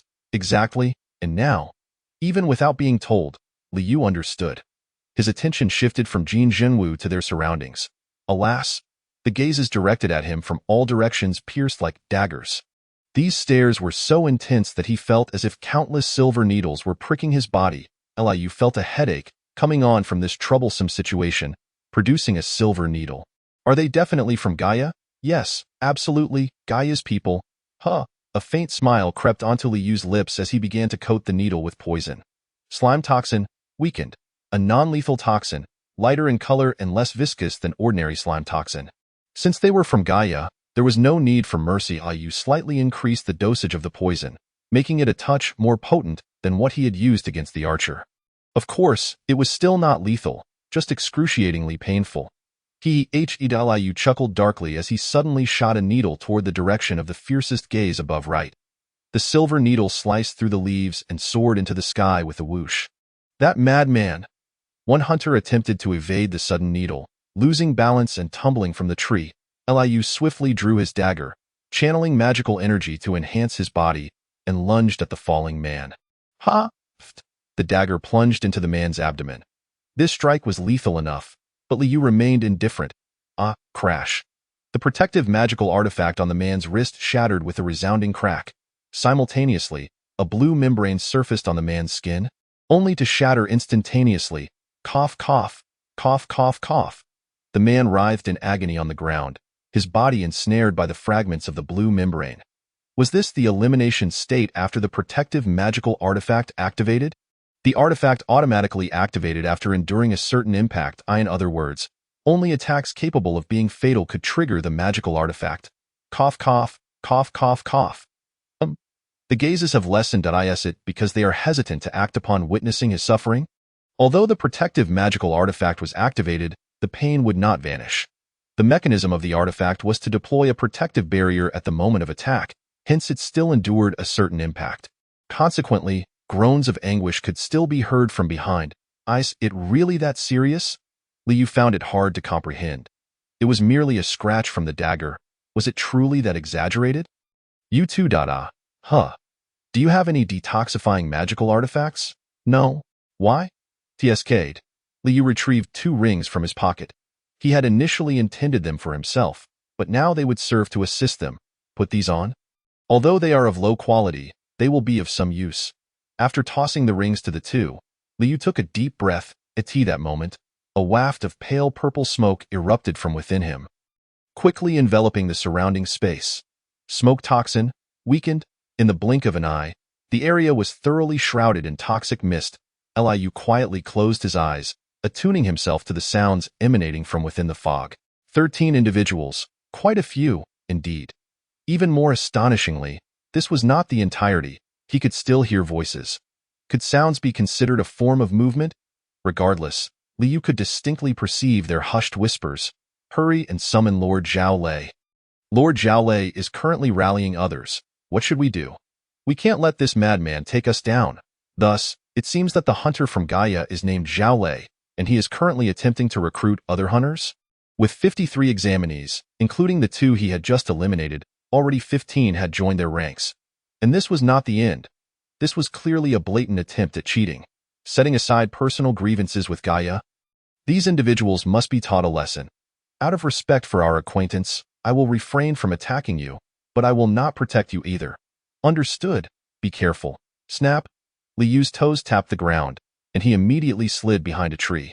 Shadat Liu covered the mouth of the hunter hiding behind the tree and swiftly pierced his pressure point with the silver needle. This point was known as the dumb point, rendering one unable to speak. Perhaps due to the weakened slime toxin smeared on the needle, the hunter was unable to articulate words yet writhed in agony. This is rather noisy. Liu had initially thought sealing the dumb point would silence him, but it only rendered him speechless, allowing for sounds to escape. He promptly administered another needle, piercing the hunter's paralysis point. Where to next? Chapter 46. Cui Xiuyan. As Liu twirled his dagger, he navigated through the toxic mist. Normally, he would rush toward the next target immediately, but at this moment, such haste was unnecessary. The others seemed to regard the smoke toxin as ordinary mist, succumbing to its effects and becoming sluggish in their movements. Fools! When encountering an unknown substance, should not caution be the first course of action? With them all poisoned, victory in this examination already belonged to Liu. 5 minutes later. Ha, plop. After sealing the last hunter's paralysis point, Liu let out a long sigh. It seems you are all unharmed. Based on the feedback from the smoke toxin, although Cui Mena and Jin Jinwu were in an environment where visibility was nearly non-existent, they had sustained no injuries. Whoosh, huh. Having taken down 3 hunters, Cui Mena and Jin Jinwu blinked in surprise as the toxic mist suddenly dissipated. Did we eliminate them? Haha. As long as it's not a group attack, I can still manage. Hee. The 3 of us are truly strong. With careful attention, we can become hunters capable of standing on our own. Oh no, I missed one eye in the midst of the melee. Liu sensed someone escaping the effective range of the smoke toxin. He had intended to pursue immediately, but the individual had already fled beyond the toxin's reach, making it impossible to track. Although he felt exhilarated at confronting the Gaia members, he did not wish to become a target. If this continues, my S-rank identity might be exposed. The observers outside are likely to perceive him as a hunter with a concealed title. If he inadvertently reveals his true strength here, the identity of an S-level awakener will be impossible to hide. It feels as though he is walking a tightrope. Even if he chooses to avoid confrontation now, there is a 99.9% chance that his adversaries will seek him out. Oh well, it matters not. Plop. Liu sat down heavily on a rock. resting his chin on his hand as he mused, indeed? Since evasion is futile, I might as well relish the moment. Li Yu resolved to await Zhao Lei's arrival. Tap, tap, tap, tap, tap, tap, tap. Luya, crossing her legs, gazed at the screen, a faint smile unconsciously gracing her lips. No wonder Huang Hao speaks so highly of Li Yu. The technique of concealing a silver needle behind a dagger is not one that can be mastered in just a few days. Yet Huang Hao claimed that Li Yu had indeed grasped it in a remarkably short time. Furthermore, he could release a fog that obscured vision and navigate through it with ease. Who would have thought this was the work of an apothecary rather than a poison master? Ah, Luya was so engrossed in her thoughts that a voice interrupted her, prompting her to turn her head. The woman with wavy platinum hair, clad in a white suit, was resting her chin on her hand. Fixated on the same screen, noticing Luya's gaze, she smiled slightly. What a surprise to encounter you here. It's been a while, Xiaoya. How have you been lately? I've told you countless times not to call me that. Also, Miss Choi Su-yun, what brings you to the C-level advancement exam site? Who knows? Is it necessary to divulge that to you? Choi Su-yun smiled mischievously. Luya shot her a cold glance, redirecting her attention to the screen, eager to focus on the U.S. examination. Well, I suppose it's similar to your situation. Similar? Luya abruptly turned her head, fixing an intense gaze on Choi Su-yun.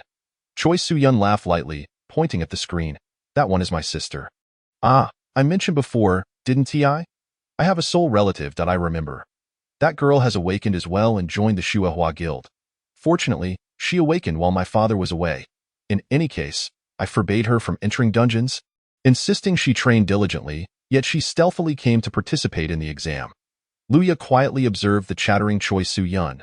A few years ago, Lu Nanhe was still the president of the Black Moon Guild.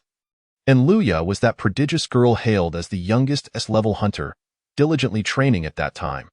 The girl had her right eye bandaged, her fair skin marred by bruises. Compared to Luya, she appeared considerably smaller, although she was actually 2 years her senior. Luya had once trailed behind that girl like a shadow, calling her sister. I am no longer who I used to be. I know. What I mean is, ever since father went missing and you turned your back on Black Moon, we can never be as close as we once were. Luya regarded Choi Su-yun with a calm demeanor. Choi Su-yun met Luya's crimson gaze unabashedly, smiling sweetly. I know. So now, I am no longer your former sister Choi Su-yun, but the president of the Shuahua Guild.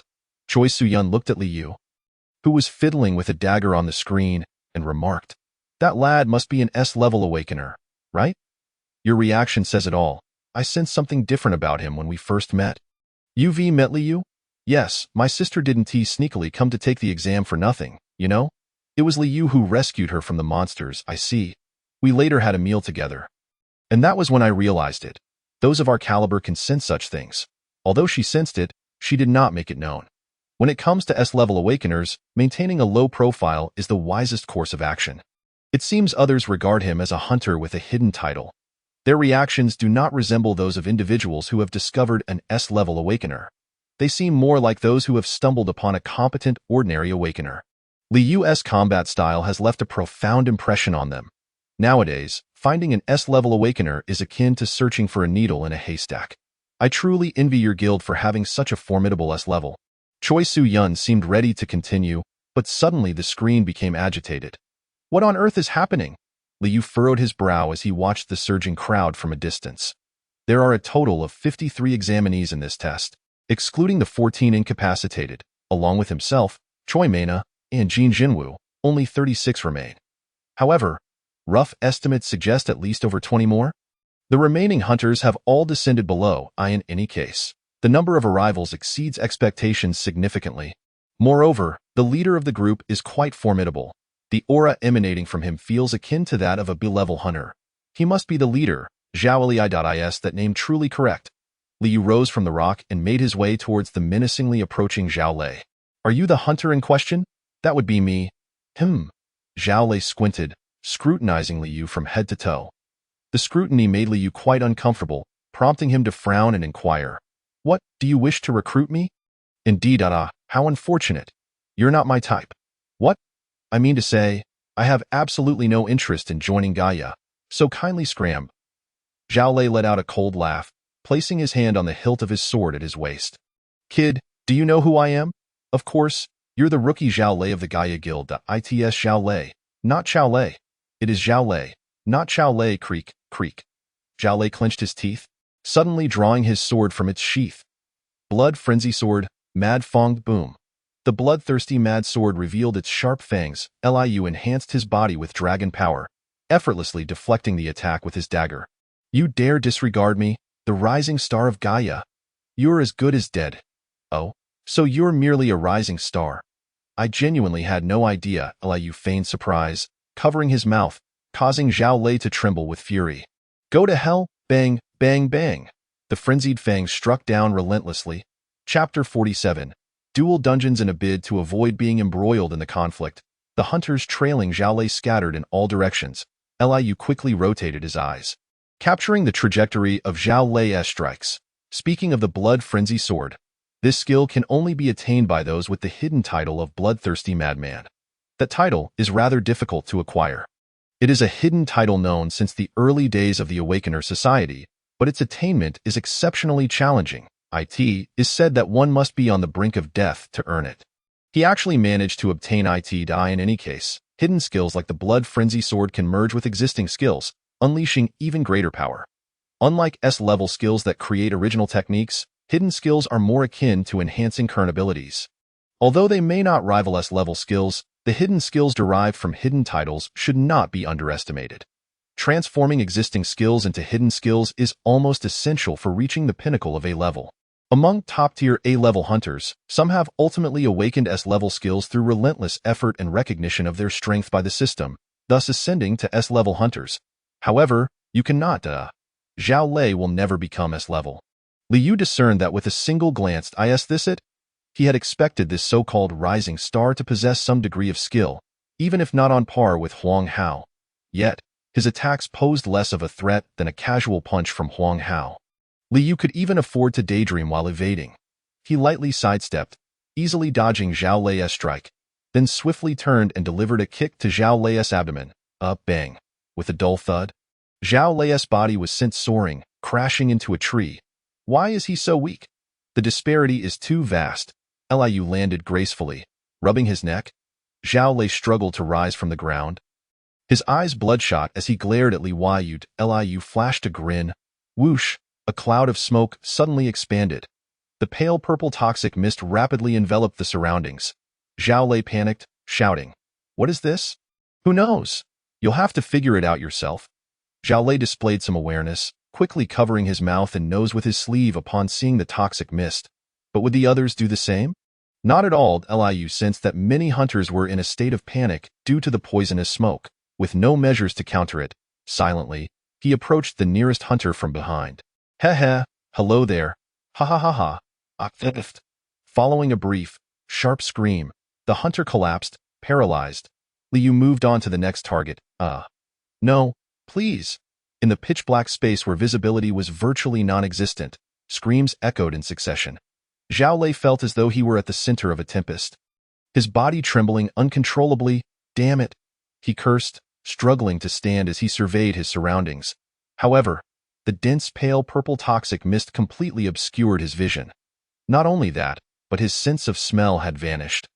And breathing had become increasingly difficult. In this world stripped of all sensory perception, Zhao Lei felt an intensifying sense of oppression, gritting his teeth.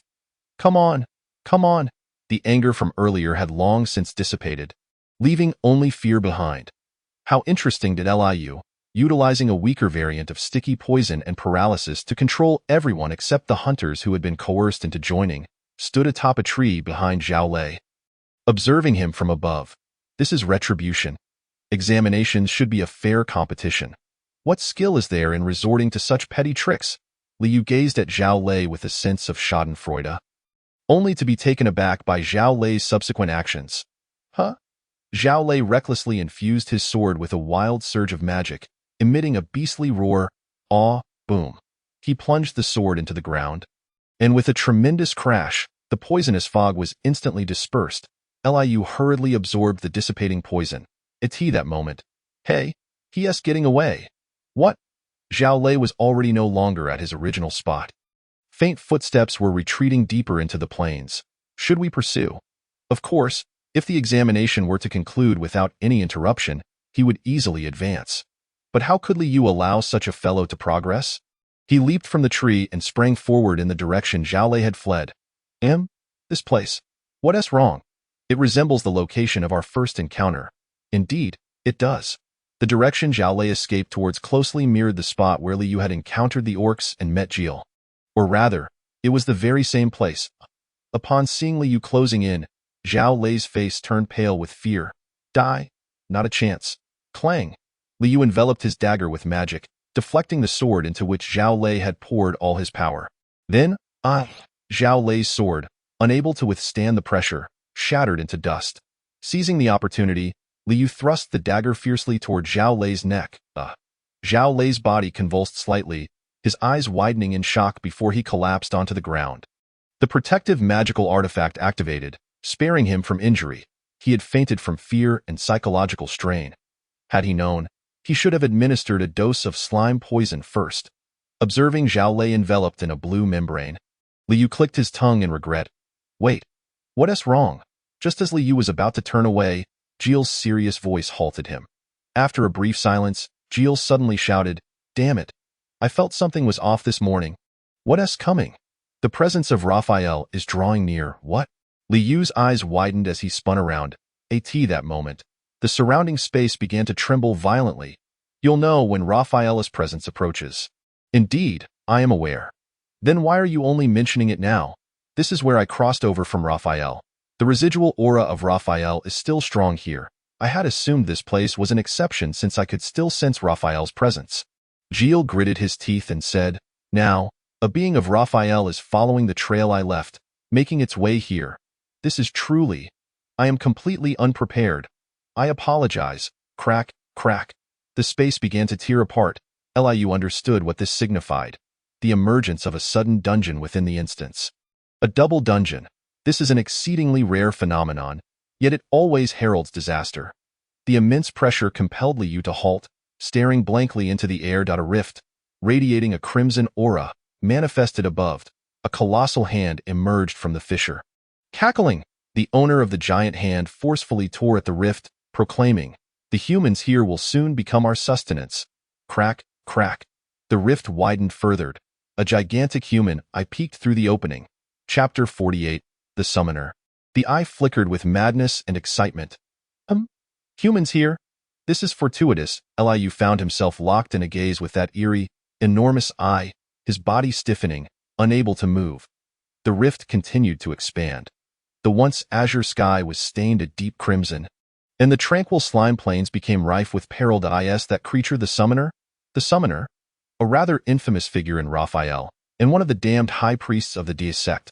The Dea sect? A high priest? How can he be so large? Such a physique is preposterous for a human. Liu observed the Summoner struggling to widen the rift, swallowing hard. He always referred to himself as a giant. Although Liu did not comprehend a word of Jill's dialogue, one thing was undeniable. A giant, so even though the rift was now nearly as large as a standard dungeon entrance, he still couldn't pass through. The rift had expanded to a size comparable to that of a typical dungeon entrance, yet the Summoner remained unable to cross over. Even if he were to breach the dimensional rift, he would not retain his original form. Would he then become as weak as you? Not necessarily. He is traversing the path I forged. However, he is inherently much weaker than I am. If given a little more time, you could easily handle him alone. Liu recalled Jill's dragon form witnessed in the Misty Mines. Jill had mentioned that it was not even his complete form. If that is the case, then this creature known as the Summoner possesses the strength to easily overpower an A-rank hunter. Boom. Now, the advancement examination is of no concern. By the way, are those creatures crawling out of the rift also summoned by the Summoner? No, those are beings dwelling within the dimensional rift, having escaped because the rift was forcibly opened. Raining down. From the double dungeon opened by the Summoner, countless monsters poured forth like a torrential downpour. The aura they exuded was no weaker than B-rank. They spotted Liu and began to close in on him. It seems a fight is unavoidable. If you do not stop him now, who knows what he will do to Blue Star? Can he communicate? Given that even Raphael was driven into a corner by them, do you think they would listen to you, despite the overwhelming pressure? Liu took a deep breath, raising his dagger and silver needles. Fortunately, those monsters had weakened due to the summoner's influence. Is that so? They are certainly weaker than the dragon lizard you faced last time. You still have a chance. That is quite reassuring. Liu unleashed the unweakened slime poison from his feet and propelled himself forward. Beep, beep, beep. The piercing alarm rang out. Quickly contact him. Issue an immediate alert. The room descended into chaos in an instant. Luya and Choi Su-yun stood up, their faces pale. The double dungeon? We must rush there at once. The last image they beheld was that of a colossal monster emerging from the double dungeon, with everyone present lacking confidence in their ability to defeat it. Moreover, they had never encountered such a creature before, a monster of this caliber appearing in an examination site filled with D-rank hunters. All they could do now was pray that someone would survive. Xiaoya, the slime plains are on the eastern route, right? Yes. Why does it have to be the eastern route? Jiangnan is quite distant from the eastern route. Although one could utilize teleportation magic, today, Jiangnan experienced an A-rank sudden dungeon emergence, exhausting nearly all the mage's magic power. Luya gritted her teeth and dashed toward the underground parking lot, retrieving her beloved sword to fasten at her waist. Well, what about the president? The driver waiting in the car looked at Luya in astonishment. Clearing his throat, he asked, "Where to?" "No need." Bang! Luya slammed the car door shut and swiftly exited the building. Even at the fastest speed, it would take an hour to reach the slime plains. She fervently prayed for Liyu's safety, bent her knees, and gathered her strength. Then, she propelled herself forward. The street was left marked with a small crater. Crash! Liyu, drenched in slime, gasped for breath as he slammed a monster to the ground. Ha! Ha! He had already dispatched at least 30 monsters. Damn it. But as if mocking him, new monsters continued to surge forth from the double dungeon. Though these creatures emitted an aura equivalent to A rank, their danger level ranged only from B to C. Therefore, dealing with them was not particularly challenging. The issue was that they were not the primary adversaries. The summoner was gradually emerging from the double dungeon. Now, he had unveiled half of his form. Liu initially intended to launch a surprise attack before he fully emerged, but Jill loudly intervened. Even if he is weakened, the summoner's skin is thicker and tougher than the dragon lizard you faced last time. Are you confident you can deliver a lethal blow? Liu was not inclined to gamble his life on an uncertain outcome. He opted to disregard the summoner for the moment and focus on the incessantly emerging monsters. Remember to conserve your stamina, I know. Liu weathered a wave of monster assaults and was about to catch his breath when a sharp cracking sound suddenly rang out, causing him to jerk his head up. Dash! He had fully emerged. Thud! Thud. The deafening footsteps echoed. Liu gazed upon the colossal figure, his eyelids twitching. It was a giant towering 20 stories high. His hands overshadowed the sky, and his feet were larger than a bus. He wore only a pair of trousers, his upper body muscular and brimming with explosive power. Hold on. If we don't stop him now, he will escape into the dimensional rift. Is this a boss battle right from the start? Moreover, he was currently soft and unable to exert his full strength, as I had previously mentioned. Thankfully, the summoner had crushed numerous monsters upon his emergence, reducing the onslaught of creatures that had originally cascaded like a waterfall by a significant margin. Are you a human of this world? Yes. Oh, then let me ask you, is there a great being in this world worthy of your unwavering faith and reliance? Are you referring to a god? Since it is a cult, it must be a god. What a pity. You have not had the chance to hear the teachings of the Almighty God.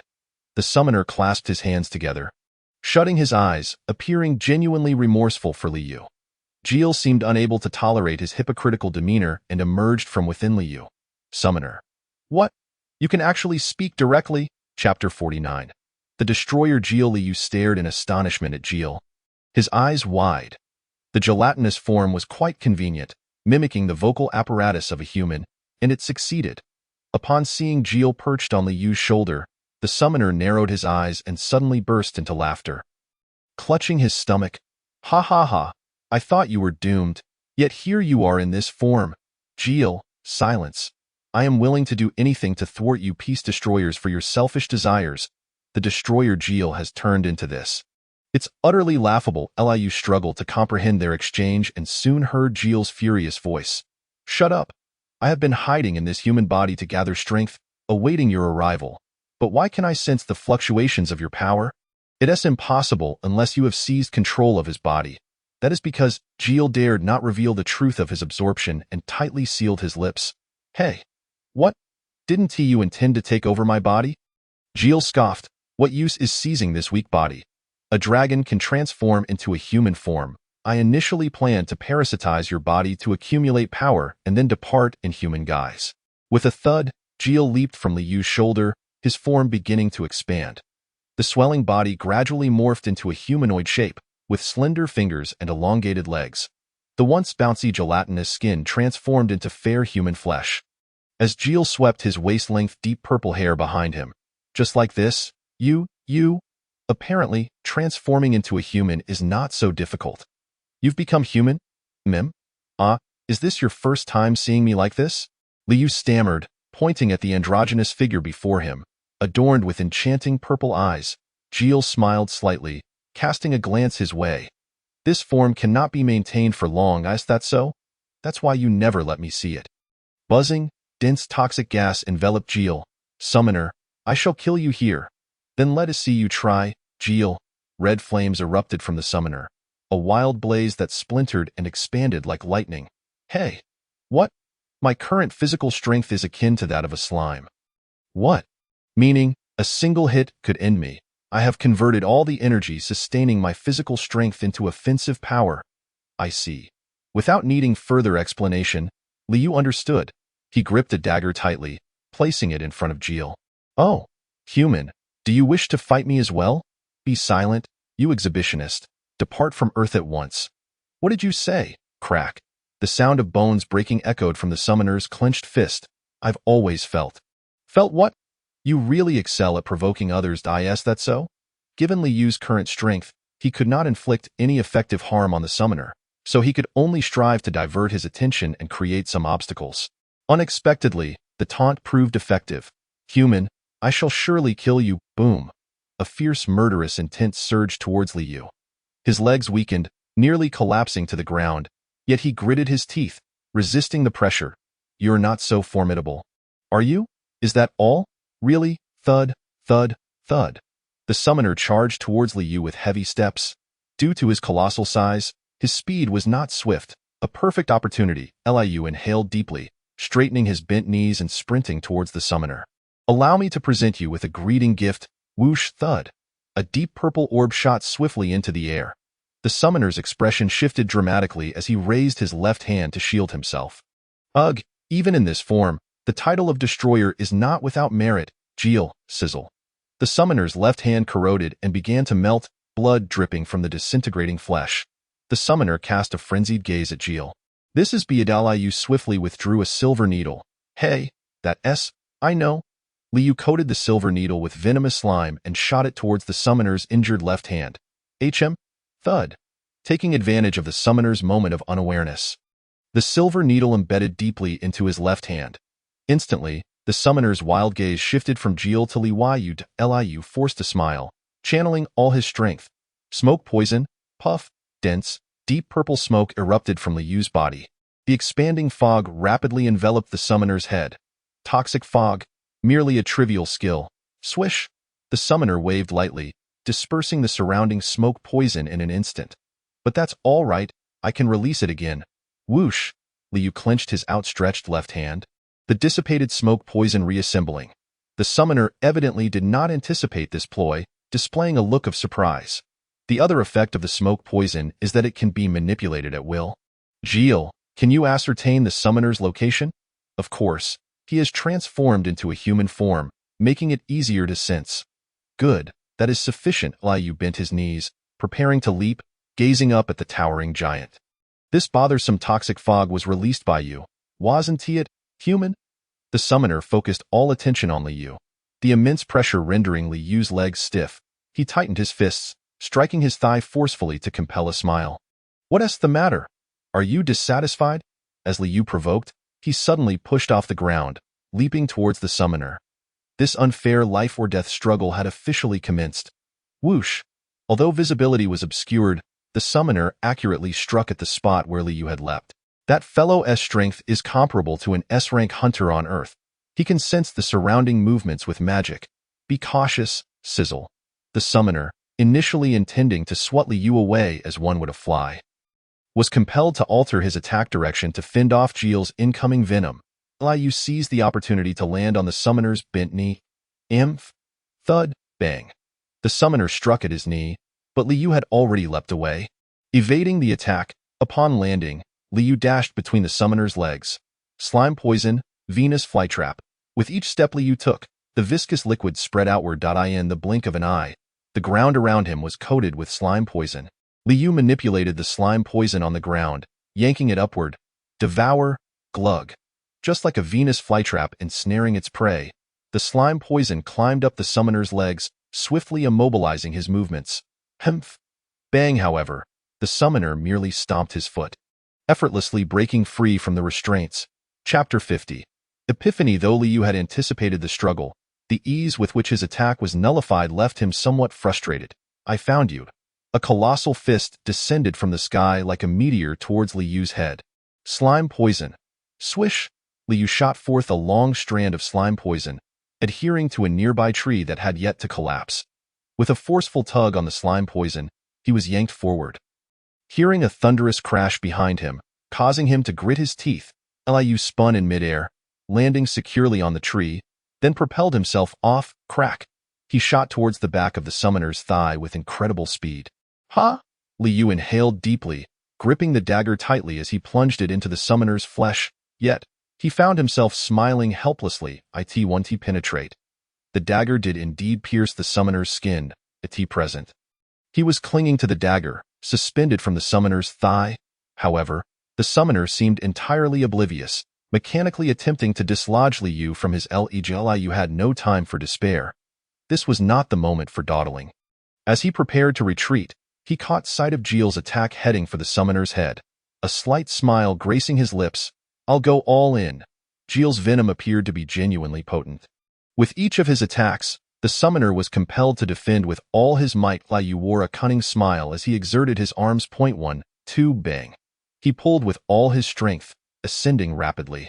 From thigh to waist, from waist to chest, then, from chest to shoulder in merely a second. Liu swiftly climbed to the summoner's shoulder, his eyes wide. A giant, as the name implies, is merely a colossal human. Aside from their oversized limbs and head, the summoner was essentially human in every other regard. If he were not of a giant race, but merely an exceptionally large human, the acupoints should be the same. Right? Embracing this thought, Liu continued to climb while attempting to utilize his acupoint skills. Indeed, he faintly sensed the human acupoints in the summoner's neck. Grasping the summoner's flowing hair, he steadied himself on his shoulder. Then, he dashed toward his neck. But, annoying fly, whoosh! The summoner's left hand suddenly struck fiercely against Liu's right shoulder. With great agility, Liu narrowly evaded the attack and leapt backward. Slime poison, spider silk, whoosh! Liu shot out a web-like slime poison from his hand, which adhered to the summoner's opposite shoulder, allowing him to swiftly reposition himself. The acupoints used for pressure point attacks are predominantly concentrated around the neck area, where the most vital organs, the brain and heart, reside. The commonly utilized acupoints are located near these two essential organs, with the neck being the area of highest density for acupoints. The neck serves as the sole conduit connecting the heart and the brain, surrounded by a multitude of acupoints. Therefore, to effectively execute a pressure point attack on this colossal being, one must remain on its shoulder. Phew! Thud! Liu safely landed on the summoner's opposite shoulder and charged once more toward its neck. Damn! If only I could sense the vital points. Is it because my acupoint skill level is too low? When facing goblins, he could sense the presence of vital points, yet against the summoner, he felt nothing at all. In desperation, he could only rush toward the nearest numb point. Just as he was about to approach the numb point, the summoner suddenly shifted its shoulder, causing Liu to slip and lose his balance. Plummeting down in the face of this unforeseen turn of events, Liu quickly expelled slime poison, which adhered to the summoner's chest. Phew, that was close. Bang bang. Once again, Jeel's fierce attacks bought Liu a moment's respite. He plunged his dagger deep into the summoner's chest. Although this meager assault was inconsequential to the summoner, it at least provided him with a means of grip to ensure his own safety. At that moment, Liu felt a slight tremor in the summoner's body the instant the dagger pierced. He was positioned near the summoner's heart, Liu stared at the summoner in puzzlement. When suddenly, in a fraction of a second, he caught a glimpse of a peculiar fluctuation. This fluctuation seemed to be composed of two distinct energies. One of these energies was exceedingly familiar, in an instant. Liu comprehended the nature of these energies. A wave of insight flooded over him. Indeed, what are acupoints? Skill level of acupoint has risen from E to D. Acupoints are the conduits for qi within the human body. Previously, Liu believed that qi was merely the force necessary for bodily movement. However, qi is, in fact, the very essence that constitutes the physical body. Skill level of acupoint has risen from D to C. In the year 2000, a new force emerged in this world, pervading the air like oxygen, magical power. Perhaps, when magical power enters the human body, it also transforms into the qi of the physical form. Skill level of acupoint has risen from C to B. The commonly employed acupoints for pressure point techniques are located near vital organs such as the heart and brain. While most acupoints are concentrated in the neck, there are also some whose positions are not fixed, referred to as fatal points. As the term suggests, fatal points are acupoints that can be lethal if stimulated. 10 years ago, the sudden discovery of fatal points might also be related to magical power. And this skill level of acupoint has risen from B to A. Is the undeniable truth. A smile crept across Liu's lips as he gazed at the summoner's chest. He had found it. By stimulating this specific area, he could sever the summoner's magical power throughout its body, along with the qi connected to its heart. Liu beheld it with his own eyes. Skill level of acupoint has risen from A to breakthrough limit. You have unveiled a truth unknown and unsearched by anyone, and obtained the unique title of Divine Healer. The unique title of Divine Healer allows you to craft special effects medicinal herbs using magical power. Skill acupoint has vanished, transforming into S-level skill true acupoint. Success. S-level skill true, acupoint generated. Original skill. Pressure point generated. Pressure point. A technique that stimulates special acupoints on the body to trigger unique effects. Once understood, one could see clearly those acupoints shimmering with light. Liu forcefully withdrew his dagger as his body began to descend. His gaze remained fixed on the spot on the summoner's chest that radiated a red glow. Ha, ha, ha. Previously, he had merely relied on memory to insert silver needles into acupoints. But now, he could see clearly. Chapter 51. Killing blow this time? I will trust you just this once. Liu, whoosh. The poison ball shot from Jill's hand. Phew, whoosh. Liu plummeted rapidly from the height of the summoner's eyes, taking a deep breath. Simultaneously, a deep purple poison ball, larger than a basketball, accurately struck the spot Liu had marked. Painful groans ensued. As Liu continued his descent, just before reaching the red mark, he expelled slime poison from his back. The splattering slime carried him close to his target. Liu settled firmly above the fatal point. Gathering his strength in both hands, this was the most powerful force he had ever amassed.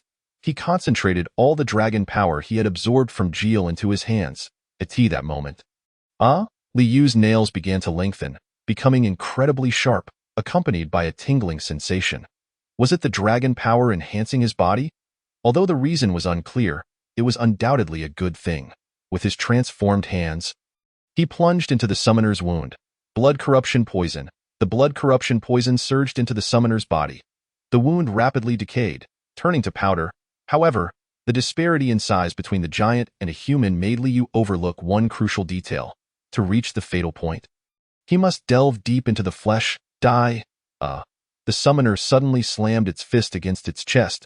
Liu, unable to dodge in time, was struck with full force. It felt as though all his bones would shatter, and a blinding light engulfed his vision.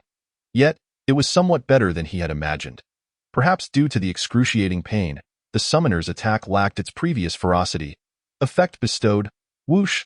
Liu unleashed the effects of all the potions he had consumed during training with Huang Hao in one go. No matter what, he had to hold on. This was the only chance. Slime poison, acid, smoke poison, blood corruption poison. Here, he would eliminate him. This was the sole goal of Liu now, and the only means of survival.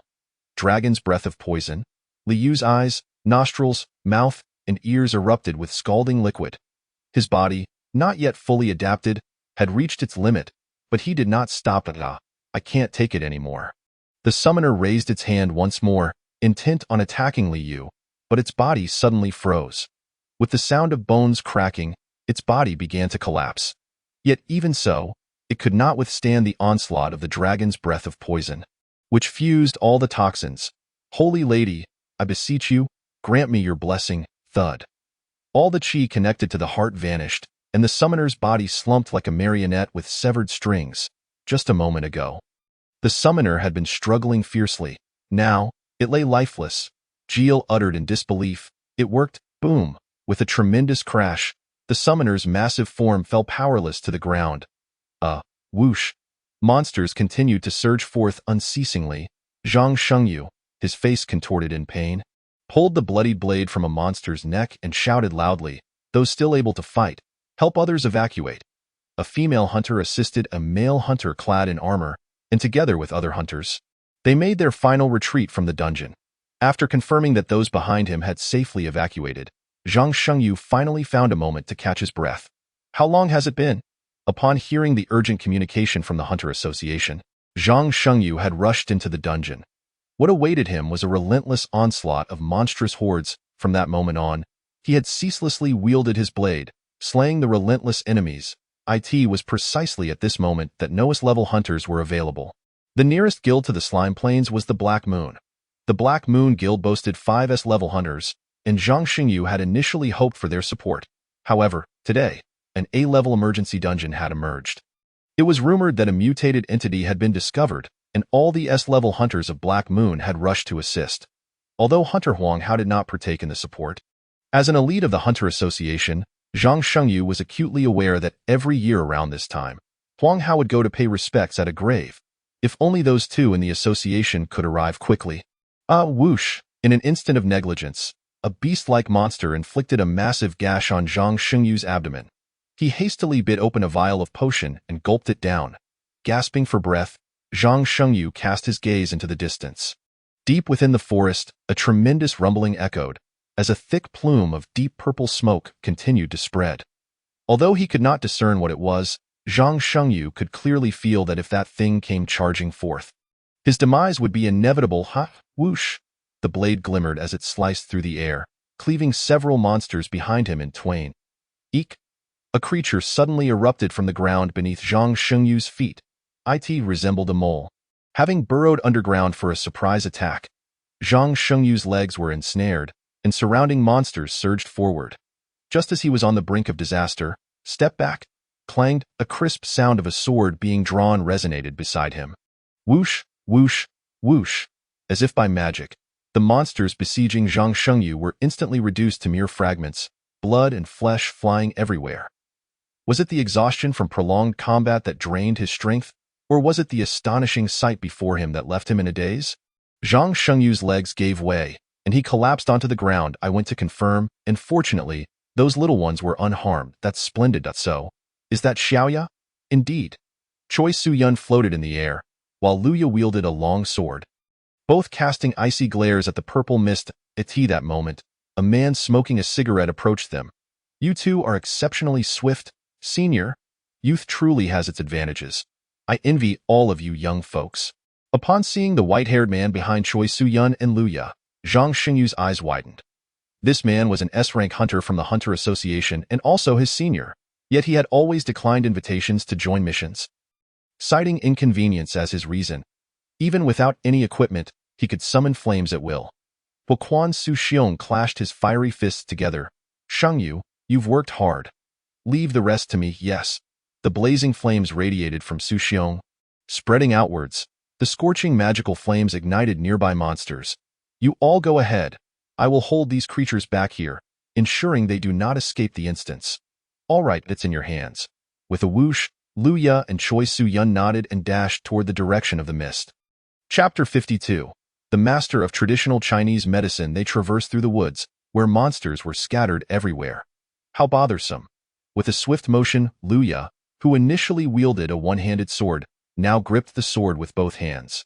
If Luya with a one-handed sword could annihilate monsters in a single strike, then Luya as a dual-wielder transformed into a true killing machine. Crimson Moon Dance, Dual Wing Annihilation. Thud. Thud. The advancing monsters fell to their knees. Luya glided past them. The monsters were instantly cleaved in two, collapsing to the ground. Yet, that was not the end. Next to the corpses of the monsters, the previously steadfast trees and boulders were also severed, slowly toppling down. Xiaoya, you've grown stronger. Boom. With a single stroke of her sword, Luya cleaved everything around her in half, feeling a tingle in her hands that made her frown. There's no time for idle chatter. Boom. A tremendous noise erupted, accompanied by a cloud of dust. Luya realized what was happening. Wait, Xiaoya. I must go first. That's too dangerous. Without allowing Choi Su-yun to finish her sentence, Luya infused her legs with magical energy and surged forward. This method was extremely perilous. If used again, her legs could shatter, yet the effects were undeniably remarkable. In a single leap, she reached the edge of the mist. Liu, thud, thud. Luya, equipped with an antidote magic item, sprinted through the dissipating poison mist, searching for Liu's figure. Could it be? The worst scenario flashed in Luya's mind, and she shook her head, wishing to call Liu's name once more, when suddenly, she halted in her tracks. The sight before her rendered her speechless, leaving her standing there in a daze. Ha, Xiaoya. I found, what is this? Choi Su-yun arrived shortly after, equally taken aback by the sight before them. What on earth is this? I have no idea. A massive humanoid corpse. Or rather, can this even be considered human? Its features were unrecognizable, the chest torn apart, its body partially melted, and its eye sockets hollow. Though it was dead, the corpse still emanated a fierce aura. A familiar voice came from above. Luya abruptly lifted her gaze, looking at the figure above the corpse. Wow, you're finally alive again. Thankfully, the potions are still intact. What a stroke of luck. Clink, dozens of empty potion vials lay scattered on the ground. A familiar figure held an empty potion vial, smacking his lips in apparent dissatisfaction. Liu? President Liu. Liu was covered in blood, his hunter gear tattered and nearly beyond repair, appearing utterly disheveled. Yet, contrary to his grim appearance, he waved his hand casually, seemingly unscathed. Witnessing this scene, Lu Ya's legs gave way, and she slumped to the ground. President Liu? Liu hurried over to check on Luya. Are you all right? What about you? I'm fine, not dead. Liu scratched his cheek awkwardly, smiling as he said, At least I'm still alive. What a statement. Luya sighed weakly. I'm so relieved you're unharmed. I'm not that easy to kill. You know that. Liu added with a grin. The Black Moon Guild's members have a 0 mortality rate. Is it because the president is like this? Or is it that Liu is special to her? In any case, witnessing this scene made Choi Su-yun entirely abandon any thoughts of undermining their relationship. However, her plans remained unchanged. She had to prepare for the worst, as well as the second worst. Choi Su-yun stood a few steps away, observing the two, crossed her arms, and turned her gaze in another direction. Are you both all right? What on earth is this? Having cleared the nearby monsters, Su Xiong, arriving late, was also startled by the enormous corpse. The situation gradually calmed down, in the VIP room of the hospital. Liu yawned and picked up his phone. Using his left hand, which was in a cast, he opened his phone and browsed through the news from the Hunter department. The headlines were all about Jiangnan. Naturally, new monsters had emerged there, causing quite a stir a few days ago. After defeating the summoner, Liu had to lean on Lu Ya's shoulder to exit the instance due to his leg numbness. Receiving countless gazes from the hunters around, of course, they weren't looking at me, but rather at Luya, Choi Su-yun, and Su Xiong beside me. The real issue was that Su Xiong, Zhang Shangyu, Choi Su-yun, too many eyes were on them. This time, it was impossible to deflect the credit to the Black Moon Guild and let it go unnoticed as before. Liu sighed, moving his tightly bandaged right hand. Aren't you already fine? I think so too. In fact, his right hand had long been healed with a high-grade potion. Initially, he had mentioned that no further treatment was needed and that he could be discharged, but the Hunter Association and Luya insisted he stay for observation.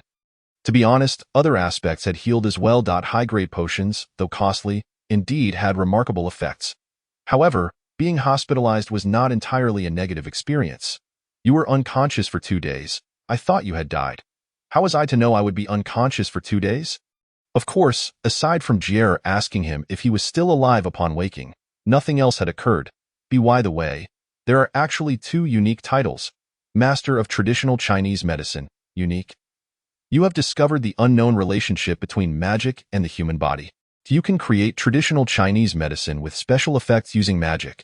All the medicines you create will gain additional effects. However, the title effect can only be obtained when using production skills related to the medicine. The first unique title obtained during the unexpected instance was Pleasure in Poison. Its effects granted Li Yu numerous benefits, 3 S-rank skills, and powerful immunity to toxins. Naturally, it wasn't without its side effects. While he wouldn't die from poison, he could still feel mild discomfort. Thus, when Jier entered his body, he fainted from the pain for 3 days. The newly acquired title also had some drawbacks. The title effect could only be activated when using production skills related to medicine. If this title were acquired by hunters of other combat professions, it would merely serve as a decorative embellishment. However, Li Yu's true profession was an alchemist. He possessed B-rank potion crafting skills. While not top tier, he was certainly on the verge of it. This meant that all the potions he crafted in the future would possess additional effects. Furthermore, the ability to create traditional Chinese medicine with special effects using magic was still somewhat unclear to Li Yu. Alchemists could only produce liquid potions.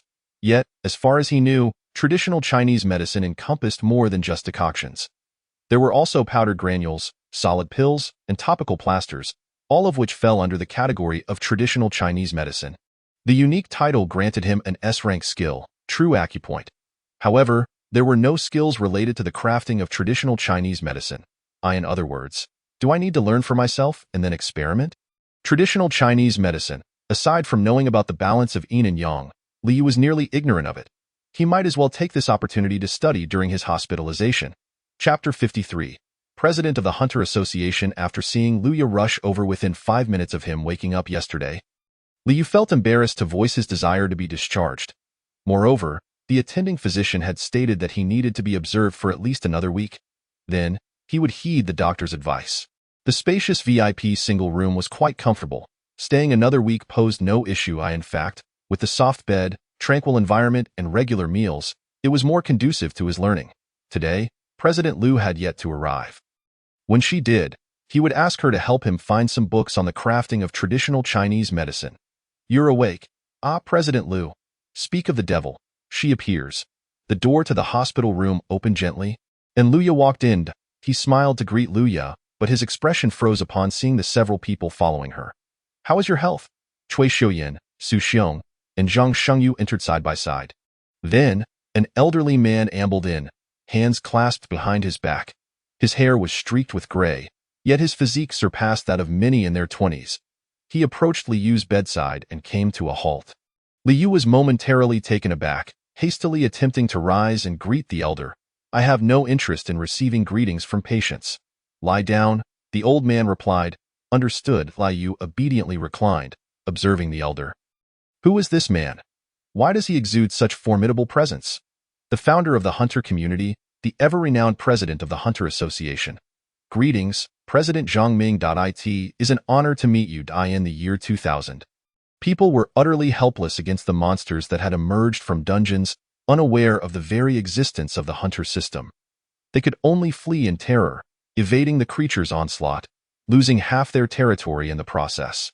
It was then that he, wielding a blunt iron greatsword, sounded the horn for counterattack.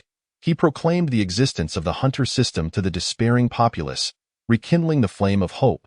He is none other than Zhang Ming, the leader of the first-generation Hunters, the sole bearer of the legendary title, gazing at Li Yu with kind eyes. Why has the president come to seek me? Li Yu wondered, casting a furtive glance at Zhang Ming. We have conferred and decided to conceal your exploits, Mr. Li Yu. You single-handedly defeated an enemy that even we found difficult to manage. You must be well aware of the consequences if this information were to leak. Of course, I am well aware. The appearance of giant creatures is unprecedented, and this will undoubtedly capture worldwide attention. And yet, it was a D-rank hunter who vanquished them, a foe that even S-rank hunters find formidable. The ensuing chaos is predictable. However, we cannot completely suppress the news. After all, there were many witnesses in the dungeon. Lu Yu referred not only to Su Xiong and Zhang Shengyu. Numerous others were present during the assessment. More astonishingly, Zhao Lei, whom Li Yu had previously bested, was still alive. Moreover, He had witnessed Li Yu's sweeping victory over the monsters and his battle with the summoner. Fortunately, it seemed he had not seen the most crucial parts. The most crucial parts? He stated that he fainted from the overwhelming aura of the giant before Liu defeated it. Therefore, after deliberation, they decided to publicly declare that Liu attracted the giant's attention due to his A-rank hidden skill, which allowed us to successfully slay the giant without any casualties. That is a commendable plan, Liu replied with a smile, nodding in agreement. However, Cui Xiuyan and Su Xiong regarded him with strange expressions. Brother, this is your accomplishment. Do you truly not care? It matters not. Ultimately, the greatest beneficiaries are us. Are you serious? Indeed. Why do you look at me like that? Liu felt uneasy under their gaze, turning to Zhang Ming, who was smiling with his eyes narrowed, the wrinkles at the corners of his eyes unfurling. Liu, you seem rather unambitious? I am, in fact, quite ambitious. However, I do not wish to lose my life in the pursuit of greed. Once dead, all is lost. Zhang Ming nodded in approval, bursting into hearty laughter. It has been a long time since I have encountered such an understanding hunter. Truly a cause for celebration. After a prolonged bout of laughter, Zhang Ming eventually ceased, inhaling deeply. Liu quickly accepted this narrative, nodding. What a pity. What is regrettable?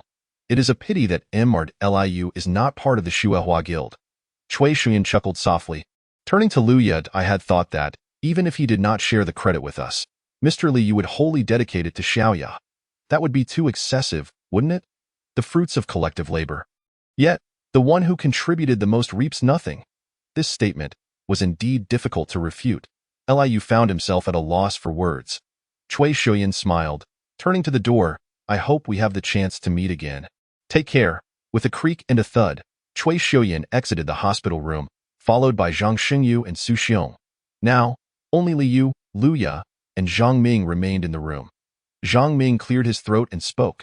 In this perilous world, your choice is quite astute. Furthermore, I sincerely apologize for not being able to alter the current state of affairs, where one must conceal their identity for safety. It is an unavoidable circumstance. I shall ensure that your true identity remains secure and is not easily discovered. Thank you. I look forward to the day you become an S-rank hunter. Then I shall take my leave for now. Zhang Ming walked out of the hospital room with hands clasped behind his back. Liu turned to Liu Ye, beginning to discuss the medicinal ingredients he required. Finally home. Thud. Liu slipped off his shoes, stepping into his room, surveying a space that appeared unchanged from a week ago. Ah, he reclined on the sofa, stretching his limbs, relishing the long-awaited freedom. Sigh. Where should I place these books? The room was cluttered with boxes, all filled with volumes pertaining to traditional Chinese medicine and herbal medicine.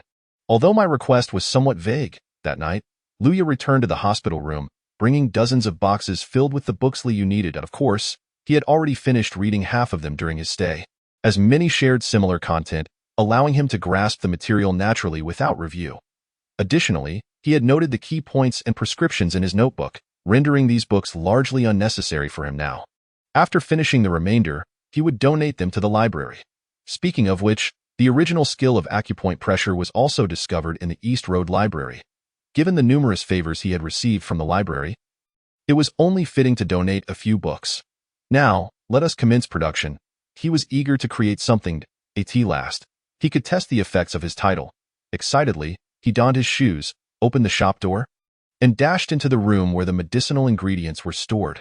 This one, and this one. Liu gathered a pile of herbs, closed the door, and began concocting potions. Chapter 54. The Teaching of Daya. Although it was completed, he rested his chin in his hand, gazing at the low-grade potion in his grasp. It appeared no different from an ordinary low-grade potion. Gulp. Though it felt somewhat wasteful, he had no other choice. Liu drank the potion in one go, concentrating on sensing its effects. Huh? What is this? He felt a subtle vitality coursing through him, looking down at his hand. The potion was supposed to heal injuries, thus only making one feel revitalized without genuinely enhancing vitality. However, Liu sensed a faint vigor flowing within him. This sensation was quite extraordinary. The effect of the artisan's low-grade potion has been saved. The system prompt confirmed that this was no mere illusion. Liu gaped in astonishment. Is this the additional effect? The potions he had previously crafted bore the prefix of master. Yet now, It had transformed to artisan. A low-grade potion possesses such effects. What might a high-grade potion yield? Li Yu's eyes widened, fixating on his palm. Then he abruptly shook his head. Now was not the time for such thoughts. First, he needed to create the herbal medicine. He accessed the hunter market, procuring the herbs he had previously planned to gather. Soon, the shop was enveloped in the distinctive aroma of traditional Chinese medicine. Sigh! The black broth bubbled and boiled. Li Yu exhaled gently, observing the nearly finished concoction, furrowing his brow. For now, it was merely an ordinary broth. He closed his eyes, extending his hands toward the potion. Countless experiences in potion making, as well as the sensation of infusing magical energy into objects, flooded his mind. Now, he would attempt to complete this process unaided by the system. Huh? Li Yu abruptly opened his eyes, releasing his magical energy. What is this? Whoosh! The broth began to glow. A brilliant radiance filled the entire shop, even spilling outside. Li Yu quickly raised his arm to shield his eyes from the blinding light. After a considerable time, the brilliance gradually subsided. The broth became crystal clear, and the previously pungent odor transformed into a refreshing fragrance. Let us taste. Li Yu ladled a bowl, bringing it to his lips, closing his eyes, and downing it in one gulp. Sweet. The old adage states that good medicine is bitter to the mouth. Most traditional Chinese medicine he knew was characteristically bitter. Yet this bowl of broth was sweet, akin to a beverage infused with medicinal herbs. Why was it sweet when the books claimed it to be bitter? Was it a remnant of his battle with the summoner? Li Yu took another sip, confirming that his taste buds were not in disarray. The flavor had merely changed. He puzzled over this as he set the bowl down. Just then, crash! The bowl shattered. Li Yu jumped back in surprise, looking down at the fragments. The effect of the strength-enhancing broth has been saved. A system prompt appeared before him. Li Yu quickly scanned the prompt, murmuring, "Strength enhancement?" He blinked, noticing an iron broom nearby. Hey! Li Yu refrained from using magical energy to enhance his body, simply delivering a light punch. Under these circumstances, the broom should remain intact, while his hand ought to be in pain. However, it is indeed true. The broom broke with a sound. If this is the case, then the vitality enhancement effect brought by the potion is utterly negligible. Feeling invigorated and an increase in strength are entirely different matters. The enhancement of vitality merely provides a sense of improved mental well-being, akin to a placebo effect, and does not genuinely augment physical strength or stamina. On the bright side, it might serve as a form of pain relief. However, an increase in strength is a different story altogether. This attribute enhancement is directly related to combat efficacy. Moreover, the strength enhancement potion is merely the result of his initial experimentation. If he continues to explore, perhaps he could concoct even more effective Chinese medicines, or even develop others with different effects. Time is of the essence. Li Yu hurriedly recorded the formula and insights of the potion he had just created in his notebook, then began preparing the next concoction, chirping.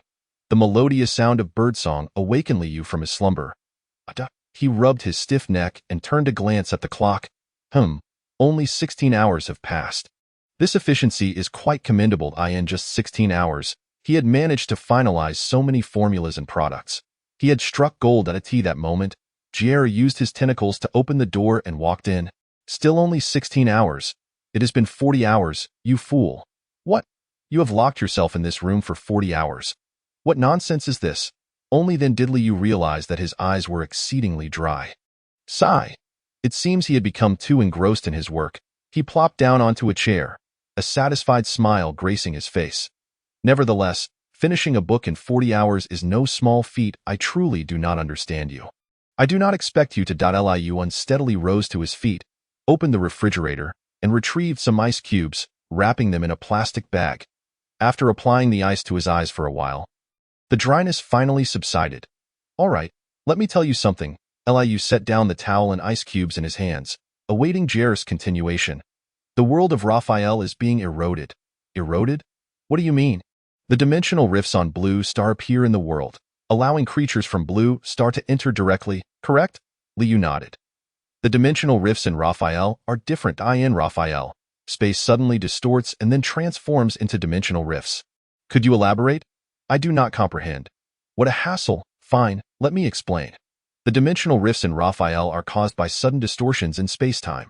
The distortion gradually expands, consuming everything around it. The engulfed space transforms into a world within the dimensional rift. Will the distorted space-time vanish? Indeed, that space will completely disappear, replaced by the world within the dimensional rift.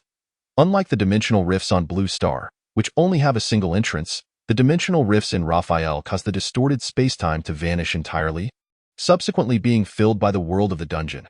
The world of Raphael is being consumed bit by the dimensional rifts. What about the Church of Dia? Did you not say that the summoner is their high priest? I have hesitated to tell you precisely because of the Church of Dia. Jer paused, his eyes flickering as he spoke. The Church of Dia is a new sect that arose in Raphael after the appearance of the dimensional rifts. The Church of Dia venerates angels, humans with pure white wings. They claim that these divine messengers exist for real and serve a deity named Dia, those who worship the one true God. Sela, in Raphael vehemently oppose this, but they have been ruthlessly suppressed. They can wield Dia's power. The Church of Sela has, for an unknown period, lost the divine power supply, whereas the Church of Dia can utilize Dia's holy power. In the chaos brought about by the dimensional rifts, the strength of each side is evident. Chapter 55. Secondary promotion. They swiftly expanded their influence, consuming all lands of Raphael except for the Dragon Clan's territory, Dela, and the emerging small nation of Rykeo on the continent's edge. Plains, mountains, oceans, all have fallen under the control of the Church of Dia. Of course, there were those who resisted. Countless individuals rose up in defiance. Yet in the end, they succumbed. They had no choice but to bow to the Church of Dia's saints, apostles, high priests, and priests. The high priest is precisely, yes, just like the summoners. All who resisted were branded as heretics and executed. They brainwashed the populace in the name of education, instilling a fearlessness of death for the sake of the divine. This is utterly maddening. The actions of the Church of Dia have plunged the people into terror. To combat the Church of Dia, the people established a new nation, the Kingdom of Rykeo, on the continent's edge. Apart from the Dragon Clan, which is perpetually embroiled in civil strife, the current state of Raphael is essentially a war between the Church of Dia and the Kingdom of Rykeo. What about the dimensional rift? That is also a grave issue, isn't it? Who has the time to concern themselves with that? The neglected, or rather, the uncared-for dimensional rift is incessantly gnawing away at the world of Raphael. Until one day, Dia discovered it. Discovered what? She found that occasionally, humans would come through from the other side of the dimensional rift. The Blue Star individuals crossing through the rift, the world of Raphael. These outsiders are the perfect common enemy. Thus, the saintess of the Church of Dia declared, all foreigners who come from the dimensional rift are minions of the demons, to be exterminated without mercy. What? Upon hearing this news, the followers of the Church of Dia began a frenzied slaughter of all survivors who emerged from the dimensional rift. Wait, did you not say that one's body weakens after crossing the dimensional rift? They must confront the monsters within the rift. Merely surviving is already a tremendous feat, leaving them with no strength to resist. Therefore, those who pass through the dimensional rift can only be slaughtered at will. Liu clenched his fists tightly. His nails dug deeply into his flesh, yet he did not relent, for he felt that the flicker of hope ignited within him was on the verge of extinguishing. I have been hesitant about whether to share this with you. Then tell me one thing. Has anyone crossed the dimensional rift and reached Raphael alive? Yes, the Kingdom of Rykeo has taken them in and protects them, referring to them as survivors. That is sufficient. Liu released his fists, managing a bitter smile. The Church of Dia is even more deranged than I had imagined, using force to control the faithful, instilling doctrine as if through brainwashing, executing all dissenters without hesitation, creating various excuses to establish external enemies. It is utterly reminiscent of a cult organization one would read about in novels. Simply unbelievable. By the way, Jer had mentioned that he had lived with humans for 20 years. Are you referring to the Kingdom of Rykeo? Jer silently nodded. Then, with a voice filled with anger, he stated, those damned followers of the Church of Dia attacked my lair, seeking to hunt me down. Although I annihilated them all, my lair was destroyed. I lost my place to dwell. The Church of Dia refuses to relent, relentlessly pursuing me. An enraged Jer battled the Church of Dia for several years. Just then, the Kingdom of Rykeo emerged. Seeing the Kingdom of Rykeo standing alone against the Church of Dia, Jer decided to extend a helping hand and join their ranks. Later, I heard that the Church of Daya intends to traverse the dimensional rift to massacre or convert the humans on the other side. So you came to Blue Star, and if the Church of Daya were to come to Blue Star to preach, would anyone believe them? It would likely be quite difficult. Most individuals on Blue Star do not believe in deities. Even if some have faith, they each worship their own gods. This is a society that venerates money over divinity. In the year 2025 on Blue Star, the doctrines of the Church of Daya would surely falter. I believe that the matters of Raphael should be resolved within Raphael. Hence, I crossed the dimensional rift before the Church of Daya could. A commendable thought. If it were not for your absorption, my plan would have succeeded. Who told you to casually invade my body? In any case, Liu had many more questions to pose. By the way, there is still one matter you have not disclosed to me. What matter? The Destroyer. That is your title, correct? Liu narrowed his eyes, gazing at the flickering eye Jier. The Destroyer? Jier, shut up. Your name is Li, and your surname is Yu. Huanghao's cat even calls you Xiao Yu. What difference does that make? I merely mentioned it casually, not expecting it to be true. How about I call you Lord Destroyer from now on? The great poison dragon, the mighty destroyer Lord Jier? I command you to be silent. Bang! Jier, furious and embarrassed, leaped up and burrowed into Liu's mouth. Jier did not relent, continuing to burrow deeper. Ugh, my breath. You are obstructing my throat. How can I breathe? Liu struggled desperately, trying to pull Jier from his mouth. 2 days later, Liu remained immersed in potion making when suddenly, his phone rang loudly. Who could it be? An unfamiliar number. It should not be related to the news. Right? The credit for the summoner incident has long been attributed to Luya, Chui Xiuyan, and Su Jixiong. In the news, Liu is merely an unnamed hunter without a face or a name. Could it be a promotional call? Liu wiped his hands and answered the phone. Is this Liu? Huh? Liu? President Zhang Ming? It is I. Liu immediately straightened up, respectfully holding the phone with both hands. How may I assist you? When will you come to collect it? Collect what? Of course, your Awakener certificate. My Awakener certificate is at home. Pardon. Did I not say anything? What was said? Liu found himself utterly perplexed. At that moment, he heard Zhang Ming declare, Congratulations, Liu. You have become the first level 2 hunter to be promoted in a decade. 10 years ago, the last hunter to achieve such a promotion was none other than the youngest S-rank hunter, the current president of the Black Moon Guild, Luya. Since then, no other level 2 hunters have emerged. Can you come by the Hunter Association tomorrow? There is no need to wait until tomorrow. I will head over right now. Oh, splendid. I will await your arrival. Liu. Beep. Liu, still dazed, hung up the phone and casually donned a coat before stepping out. Just as he was about to leave, Jiera leapt onto his shoulder. Where are you headed? Jiangnan. What business do you have in Jiangnan? Is there a dungeon? A dungeon? I should be able to go now. What do you mean? I am now a B-rank hunter. Jier inquired, puzzled. B-rank? Isn't it C-rank after D-rank? If a hunter displays extraordinary talent, they can ascend 2 ranks in a single promotion exam. Typically, this privilege is reserved for S-rank awakeners. Yet, not all S-rank awakeners qualify for a level 2 promotion. Only those with exceptional talent, like Luya, who still holds the record for the youngest S-rank hunter, can earn such a promotion. Thus, in Zhang Ming's eyes, Liu's talent is on par with that of Luya. This feeling is truly delightful. Chapter 56. Becoming a B-rank hunter.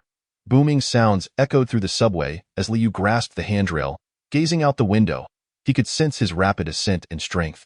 A smile crept onto his lips, the corners of his mouth lifting ever so slightly. Of course, Liu harbored some concerns. A level 2 promotion signifies the state's recognition of newcomers. Thus, the announcement of such a promotion must be made personally by the association president. Zhang Ming, he already knows my secret, so there should be no issues. However, there will undoubtedly be those who notice something amiss. The dual dungeon that appeared in the C-rank promotion exam at the Slime Plains, along with the dungeon boss, the giant, was briefly obstructed by a D-rank hunter. Soon after, the unexpected announcement of the level 2 promotion followed. If anyone connects these events, they may deduce that the promoted individual is that D-rank hunter. That could spell trouble. I have never shown my face to the media, so I should be fine. Those hunters cannot possibly know my detailed information. Liu had only exchanged fleeting glances with those hunters upon exiting the dungeon. Moreover, at that time, Luya was in a hurry to take him to the hospital, so they saw him for no more than 3 seconds. Therefore, Those who might notice subtle clues could only speculate that among the B-rank hunters, there exists an S-rank awakener. Speaking of which, I actually forgot my primary objective. Perhaps it was the excitement from receiving the unique title that caused my lapse in memory. You had completely overlooked the fact that his original goal was to promote to C-rank hunter. If it weren't for Zhang Ming's call, he would likely still be tinkering with his potions in the shop. Speaking of which, where should I go? Liu stood in the lobby of the Jiangnan Hunter Association. Looking around in bewilderment, he had promised Zhang Ming to come right away but had forgotten to inquire about what he was supposed to do. Hello, Hunter Zhang Shangyu. Please follow me. Zhang Shangyu was dressed just as he had been during the last promotion exam, leading Liu to a small room before departing. About 5 minutes later, the door swung open, and Zhang Ming strode in. You arrived quite swiftly. I hung up the phone and rushed over immediately. Thank you for your efforts.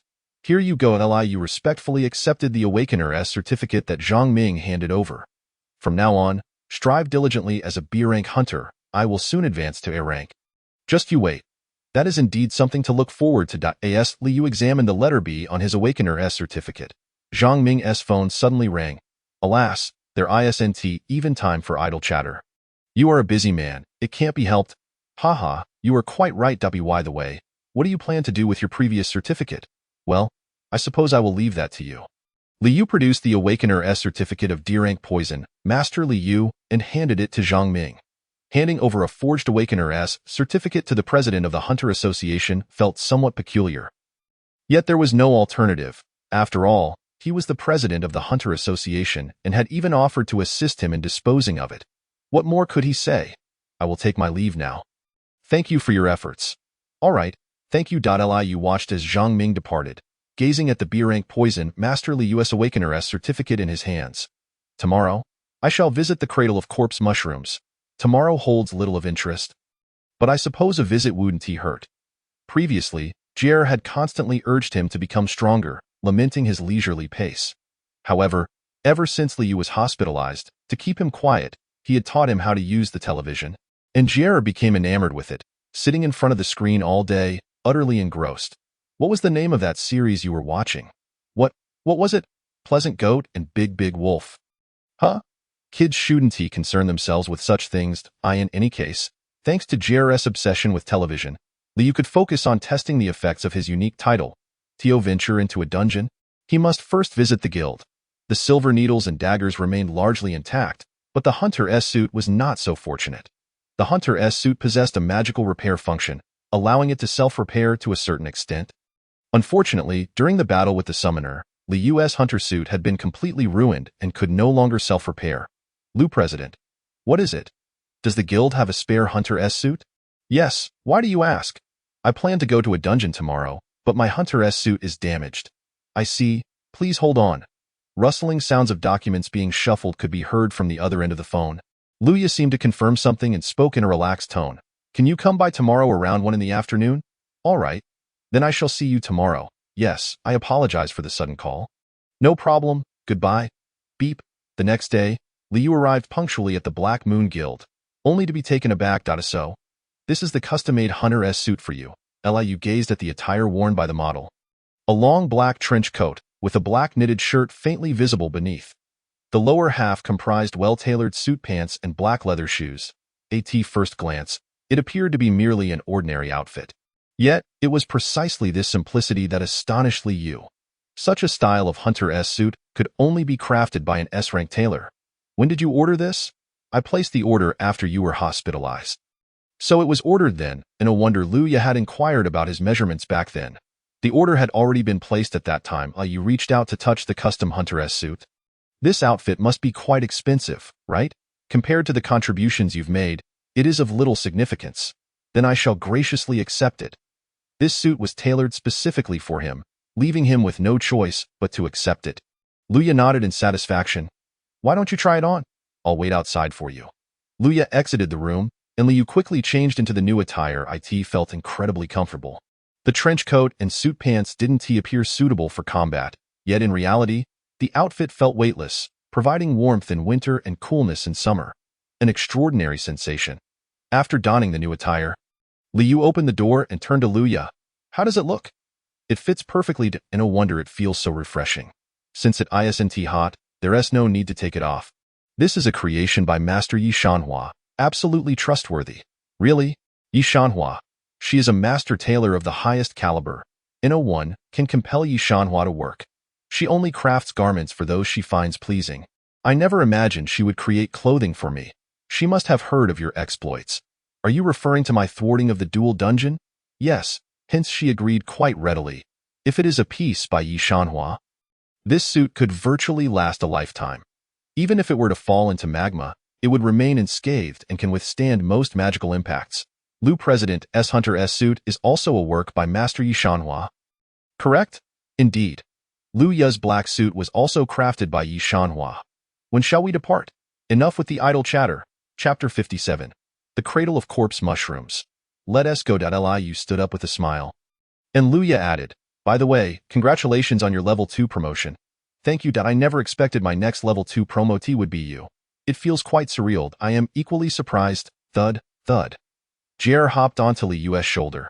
Thank you for your gift. I will treasure it dearly. Safety first. Take care. I shall be on my way now. May your work go smoothly today. Liu nodded, opened the door, and exited the room. He walked down the corridor of the Black Moon Guild when suddenly, a familiar figure appeared at the end of the hallway. Uncle Hao? Why the surprise? Did you think you were hiding well? Liu tilted his head in confusion. Huang Hao hesitantly approached. Little you. I am sorry.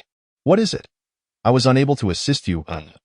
You were referring to that matter. Liu chuckled, gazing at Huang Hao. Thankfully, both Luya and Huang Hao were there. I am glad I joined the Black Moon Guild. Liu's desire to open his own shop stemmed from the frequent reports of S-rank hunters abusing their power. However, after encountering Huang Hao and Luya, he began to think that those news stories might be mere anomalies. I am fine. In fact, I've managed to turn misfortune into fortune. Even so, didn't I mention before? I hold great affection for you, Uncle Hao. Yes, I remember. Dio, you think I would forget what day it was? The reason Liu arranged a training session with Huang Hao was significant. Have you visited them? Yes, they are doing well. That day marks the anniversary of Huang Hao's family's tragic demise in a sudden dungeon event. What more could Liu say? He, too, understands the pain of losing loved ones. Next time, please invite me and President Liu for a drink. The president is coming too. She expressed a desire to experience drunkenness once more. Right, with Xiaoyu around, she'll surely get tipsy. Did I say something wrong? Huang Hao excitedly blinked, suddenly noticing Liu's stylish attire. Where are you headed? Dressed so handsomely. It was a gift from President Liu. Aha. Huang Hao seemed to comprehend something, nodding slowly. It certainly aligns with the president's taste. Is that so? Liu simply found the outfit appealing and did not refuse it, unaware that it reflected Luya's preferences. I'll come to see you again. Yes, be careful on your way. After bidding farewell to Huang Hao, Liu left the Black Moon Guild. At last, he was heading to the Cradle of Corpse Mushrooms. A full moon hung high in the night sky. Liu furrowed his brow, surveying the Cradle of Corpse Mushrooms. Although aware that this was a swamp, it was still, the stench emanating from the decaying corpses was far worse than he had anticipated. It's unbearable. Thankfully, I purchased a magical item at the entrance. Liu gently touched the silver earrings on his ears. Just moments ago, at the dungeon entrance, he had smoothly passed the entry check thanks to the Awakener's certificate personally prepared by Zhang Ming, and was ready to enter the dungeon. Just then, the staff member in charge of the checks called out to him, expressing concern and suggesting he wear a magical item. Seeing the sincere expression on the staff member's face, Liu nodded and bought an air purification magical item nearby. If only I had bought it at the East Road Market, it would have been cheaper, probably half the price. Liu clicked his tongue in regret when he suddenly heard a squelching sound from his right, as if something was dragging its legs towards him. Haven't you earned enough yet? Fool, money is always better in abundance. Liu drew a dagger from his waist, gripping it tightly. He then swiftly ran towards the source of the noise. As expected, he encountered a merman with a crushed leg, its back covered in corpse mushrooms, slowly approaching him. The merman's white pupils indicated that it was already dead. Ugh, how disgusting.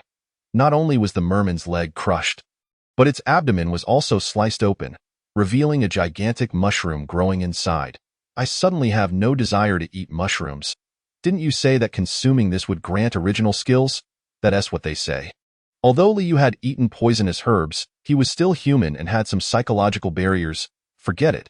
I'm going to have to eat it anyway. Liu closed his eyes and struck decisively at the merman's head.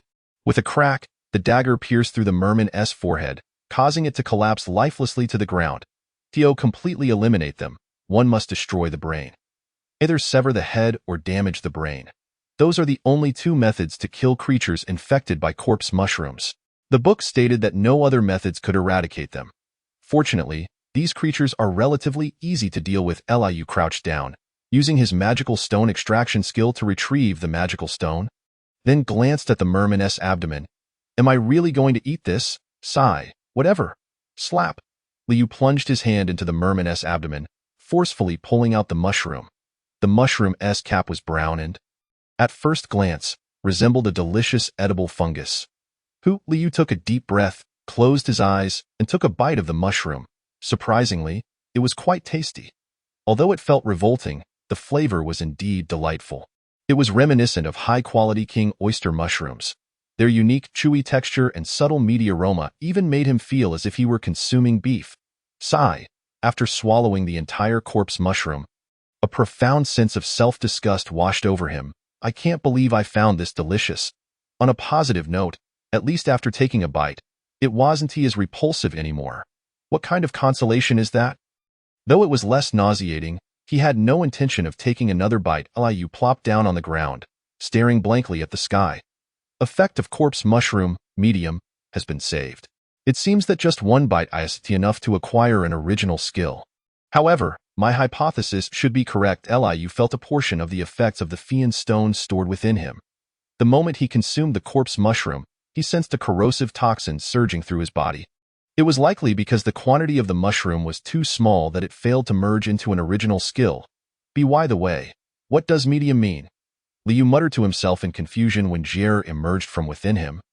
Hopping onto his shoulder to examine the system prompt, the taste of the corpse mushroom and the toxicity of the spores vary according to the host's nutritional composition. I see. This was the first time Liu had heard such information.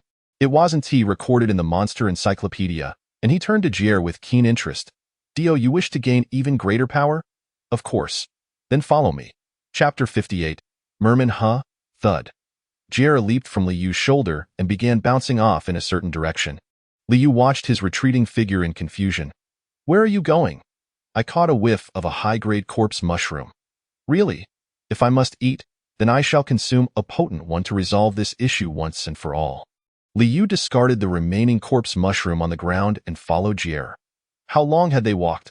Liu felt they had traversed at least 30 minutes and asked, is it truly there? Yes. Why do I feel like we've been going in circles? Liu glanced at the merman's corpse on the ground. This was the one he had ambushed and killed 10 minutes ago. He clearly remembered extracting the magical stone and continuing forward with Jier. 5 minutes later, he encountered the same merman again, and now he was seeing it once more. Are you sure you're not mistaken? Nonsense. Thanks to the battle with the summoner, your strength has improved, and my perception has also been restored somewhat. At this close distance, how could I possibly be mistaken? Then why can't we find it? Liu merely wished to leave this dreadful place, yet they seemed to be stuck in a loop. He glared furiously, and Jier averted his gaze, looking sheepish. It's nearby. Nearby? It is indeed close, but I can't see it. So then, Liu rested his chin on his hand, surveying the surroundings. They were on a narrow path, encircled by a circular swamp. They had indeed been circling around the swamp. In other words, it can't be. Tell me it's not what I think it is. Let us go in. Liu resigned himself, closing his eyes as he approached the swamp's edge. He took a deep breath and slowly stepped into the swamp. The icy mud water engulfed his feet, and the sludge greedily devoured his shoes. Liu trudged forward, pressing through the muck with each step. Just then, the swamp suddenly collapsed. In an instant, Liu was sucked in. He swiftly covered his nose, desperately trying to resurface. Wait, don't move. Why not? Can you swim? It's difficult to swim in a swamp. Then hold on tight. A familiar gelatinous sensation suddenly wrapped around Liu's wrists. Jier ensnared Liu's arms with his tentacles, propelling them swiftly through the swamp. Ugh! Jier utilized the slime's ability to transform his body into a propeller, moving rapidly forward. Liu was dragged behind, feeling as though he was living a nightmare. Finally, They reached the shore. Liu broke free from Jier's tentacles, gasping for breath. Cough, cough. He wiped his nose, clearing the mud from his nostrils, and brushed the dirt off his face and hair. This clothing is truly valuable. The mud on the fabric miraculously fell away. Truly a masterpiece. The functionality is unparalleled. By the way, where are we? Liu looked around, realizing they were in a space surrounded by rocks. Open at the top. We came through an underwater cave. An underwater cave? There is such a place here, to be precise. It's more of a passage frequented by mermen. And no wonder there are so many mermen here. Liu discreetly reached for his dagger at his waist, cautiously observing his surroundings. All around were mermen. Were these the uninfected ones? Humanoid creatures with fish heads. The mermen were watching his every move with wary eyes. It was indeed a rarity to find healthy mermen in the Cradle of Corpse Mushrooms dungeon. Though the fishmen infected by the corpse mushroom undoubtedly sprouted from living fishmen since the inception of this instance, not a single healthy fishman has been discovered. Could it be that the true corpse mushroom lies within these depths? I sense an overpowering aura of the corpse mushroom emanating from the central region. Why do I only perceive the stench of fish? In any case, to access the central area, I must first deal with these fishmen. However, something feels amiss. What could be wrong? When did fishmen become so vigilant? Indeed, the fishmen of Raffinir dare to confront dragons, yet these creatures exhibit such caution, which is rather peculiar. According to the Monster Compendium, fishmen are notoriously aggressive creatures. Even when dismembered, they continue to fight. Yet the fishmen before me are behaving unusually. Even if there are dreadful corpse mushrooms here, they shouldn't display such wariness. Glub, a particularly large fishman approaches, emitting a gurgling sound in its hand. It wields a gigantic trident. Liu observes its slow advance. Raising his dagger, should it come any closer, he is prepared to strike. Just then, a voice emerges from the fishman. Human? Liu's eyes widen in astonishment. You can talk? A bit glubbed, it can actually speak. Liu nods slowly. Although initially surprised, he quickly regains his composure. After all, slimes and giants that can converse exist, so a speaking fishman is not entirely astonishing. The fishman suddenly plunges its trident into the ground and slowly sits down. Sitting down, lowering its weapon signifies a lack of hostility. Liu nods and also takes a seat. Here, humans, long time no see. You mean, I am the human you haven't seen for a long time? The fishman nods, confirming Liu's understanding. At this moment, Jill's voice resonates in Liu's mind. What is that fishman saying? Ah, you can't understand. You can understand? Those with the system can automatically translate all languages. Such a function exists? You understood my conversation with the summoner, as well as with others from Raffinir, and you only now inquire about this. All awakened individuals can translate other languages into their native tongue.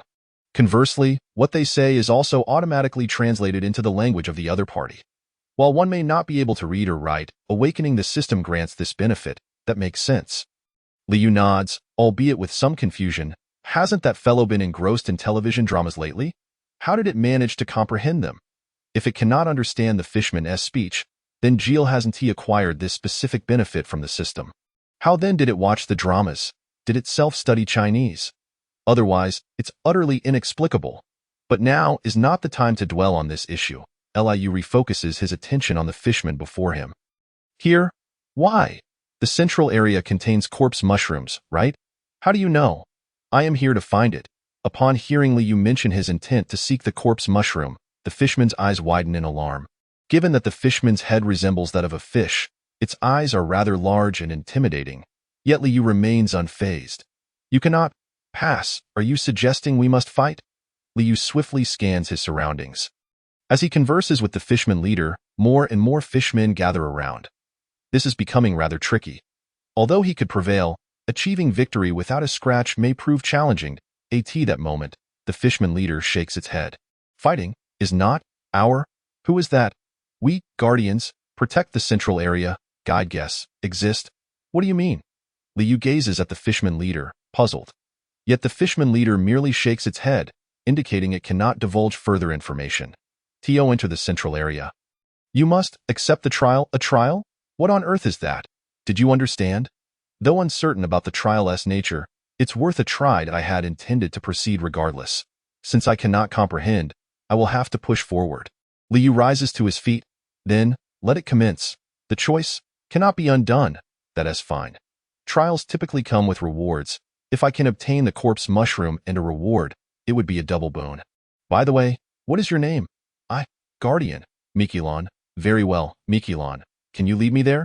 Certainly, thud. Mikilon stands, withdrawing the trident from the ground, and turns. Follow me, thud, thud. With each step Mikilon takes, the surrounding fishmen automatically part to create a path. Liu navigates through the throng, trailing behind Mikilon. A talking fishman is indeed a phenomenon unlike any other. Gilles whispers, seemingly indicating that such beings do not exist in Raffinir. Not even in Raffinir? Of course not. Like Blue Star, its primary inhabitants are humans. Even if intelligent monsters exist, they cannot communicate like humans. So what exactly is Mikilon? Liu contemplates as he observes Mikilon's broad back. Perhaps I shall inquire after the trial concludes. I wish to ask now. Without knowing the trial's contents, I certainly do not wish to invite unnecessary trouble. Since you've said that, I'll let it go. After all, I can't communicate with that fishman. So do as you please. You initially assumed Mikilon also hailed from Raffinir. After all, the poison dragon Gilles, disguised as a slime, and the giant summoner are both from Raffinir. Arriving, is this the place? Liu gazes at the immense stone door before Mikilon. The carvings on the door have weathered significantly, yet remnants of its former elegance remain discernible. This stone door appears to be the sole entrance to the central area. Resembling a circular fortress, I can detect the scent of the corpse mushroom. I can smell it too. Upon reaching this point, Liu also senses the aroma of the corpse mushroom. Inside, the trial begins. Wait, trials typically have conditions, right? Liu scratches his head, feeling somewhat lost as he tentatively glances at Mikilon. Can you accompany me inside? I cannot participate in the trial.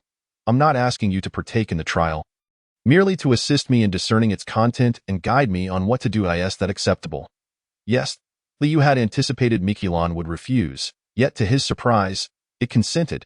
He smiled in satisfaction, enhancing his body with dragon power. He then approached the stone door and pushed with all his might. Why won't he budge? With his current strength, he cannot open the door? Liu is taken aback. Just as a massive arm covered in scales appears behind him. Push it open. Rumble. The stone door creaks open. Liu awkwardly thanks Mikilon and steps inside. As the door swings open, the previously pitch-black expanse is suddenly illuminated as the torches on the walls ignite one after another. In this bright space, flora and fauna flourish, alongside various rocks, resembling a forest. What should I do now? Liu glances around, and Mikilon points towards another door. The door opens. Potions, hidden. So I merely need to find the potions and drink them? Yes, but be cautious. Poison. Is that so? Liu has already seized a glass vial from the ground and downed it in one go. Upon witnessing the potion flow down Liu's throat, Mikilon gazes at him in horror. Effect of Trial S blood vessel poison has been saved. This poison is quite potent. After the toxin entered Liu's body, the amount of blood toxin within him increased as well. Liu wiped his mouth and began searching for the next vial. Effect of Trial S paralysis poison has been saved. Effect of Trial S corrosive poison has been saved. Effect of Trial S vaporization poison has been saved. The quantities of slime poison, acid, and smoke poison within Liu's body subsequently escalated. To his astonishment, he has discovered such a plethora of treasures, eliciting excitement as he surveys his surroundings. Yet, there are no more. Aside from the final vial of colorful potion, he could find no additional potions. Liu lifts the vibrant potion in his hand and takes asip.mmm.it, tastes like cotton candy. Unlike the other single-colored potions that bore fruity flavors, this particular potion possesses a distinctive hue and a sweet cotton candy flavor. Upon finishing the potion, indeed, the great door slowly opens. What is the next trial? Crossing through the second door, Liu finds the interior completely barren. Only darkness prevails, rendering everything invisible. Here, a maze, an invisible maze, traps. I see. Liu closes his eyes and releases the toxins. Smoke poison, weakening. A pale purple mist surges from his body. In an instant, the entire space becomes engulfed in the smoke poison. Liu carefully maneuvers the fog. What are you doing? I'm sensing the airflow in this space. Liu possesses the sixth sense of smoke poison. Through the manipulation of the pervasive miasma, he was able to effortlessly ascertain the location of the exit. Wow. Although he failed to identify the traps, he successfully evaded all of them with the aid of the noxious fog. The second trial was also passed with ease, as Mitsai gazed at him with an expression akin to that reserved for monsters. Trials? There are 3 in total. What? The next one is the last? Indeed. Simpler than anticipated. With this thought, Liu approached the next trial site, only to quickly regret his decision. What is that? Controlled by corpse mushrooms, our king. You mean that is your king? Is that for real? Is it truly wise to confine a king in such a place? Moreover, since it has already been overtaken by the corpse mushrooms, it should be dead by now. Useless. The king being utilized in such a manner, Judging by Mitsai's tone, it seems this king was not well liked in life. Chapter 60. Mitsai Liu scratched his cheek, gazing at the fishman whose back was adorned with gigantic corpse mushrooms, leaving only a skeletal frame. I thought Mitsai's size was already considerable. This fishman king was twice his size. Yet, what astonished Liu was not its stature. Having encountered summoners before, he could hardly be intimidated by such a sight. What truly surprised him was, it was reduced to mere bones, although some remnants of flesh remained. The majority was skeletal. In such a state, could its brain still function normally? And, does poison affect it? The fishman king twisted its body with a crackling sound, turning its head toward Liu in its hollow eye sockets. 2 red glimmers flickered.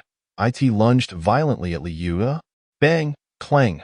With a mere collision, Liu was sent flying, crashing hard against the wall. What now? After hitting the ground, he extended his right hand. Bewildered, it was completely unscathed. Just as the fishman king charged at him, Liu had coated his dagger with blood-breaking poison and, at the moment of impact, plunged the dagger into its forehead. Yet it continued to move as if nothing had happened. And what the clack? The earlier attack seemed to have been effective. As the fishman king's arm fell away, Liu's mind raced. An undead creature devoid of weaknesses, pain, or rationality. Overcoming it with physical attacks was nearly impossible. Bang, clang. The fishman king offered no respite for Liu to contemplate, charging once more with a sweeping strike. Fishmen already possessed sharp claws, and this skeletal fishman king had nails akin to razor blades. Liu deflected the king's right hand with his dagger, then dropped to the ground to evade its left. Immediately after, the fishman king's right foot came crashing down, prompting Liu to curse under his breath and hastily unleash a spray of venom. Slime poison, spider silk, whooshed. He expelled a viscous, silk-like poison while retreating, taking a deep breath to steady himself. That's right. I acquired more than just the unique title. He also gained complementary skills from the title of Divine Healer. True acupuncture point. Swish. In an instant, Liu perceived all of the fishman king's acupuncture points. Although it was merely a skeleton, devoid of breath, there still flowed magic within its body. It was right there. A spot shimmering with gray light, located on the fishman king's abdomen, where the last remnants of flesh lay. Magic was converging there. Liu concentrated the power of the dragon in his legs.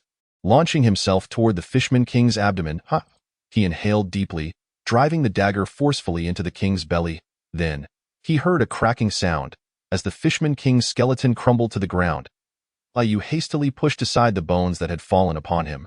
How foul! He grimaced at the massive mushroom that had rolled onto the ground, so that was where the roots were. On the ribs, previously, he had seen the mushrooms sprouting from the fishman king's back and assumed the roots were located there.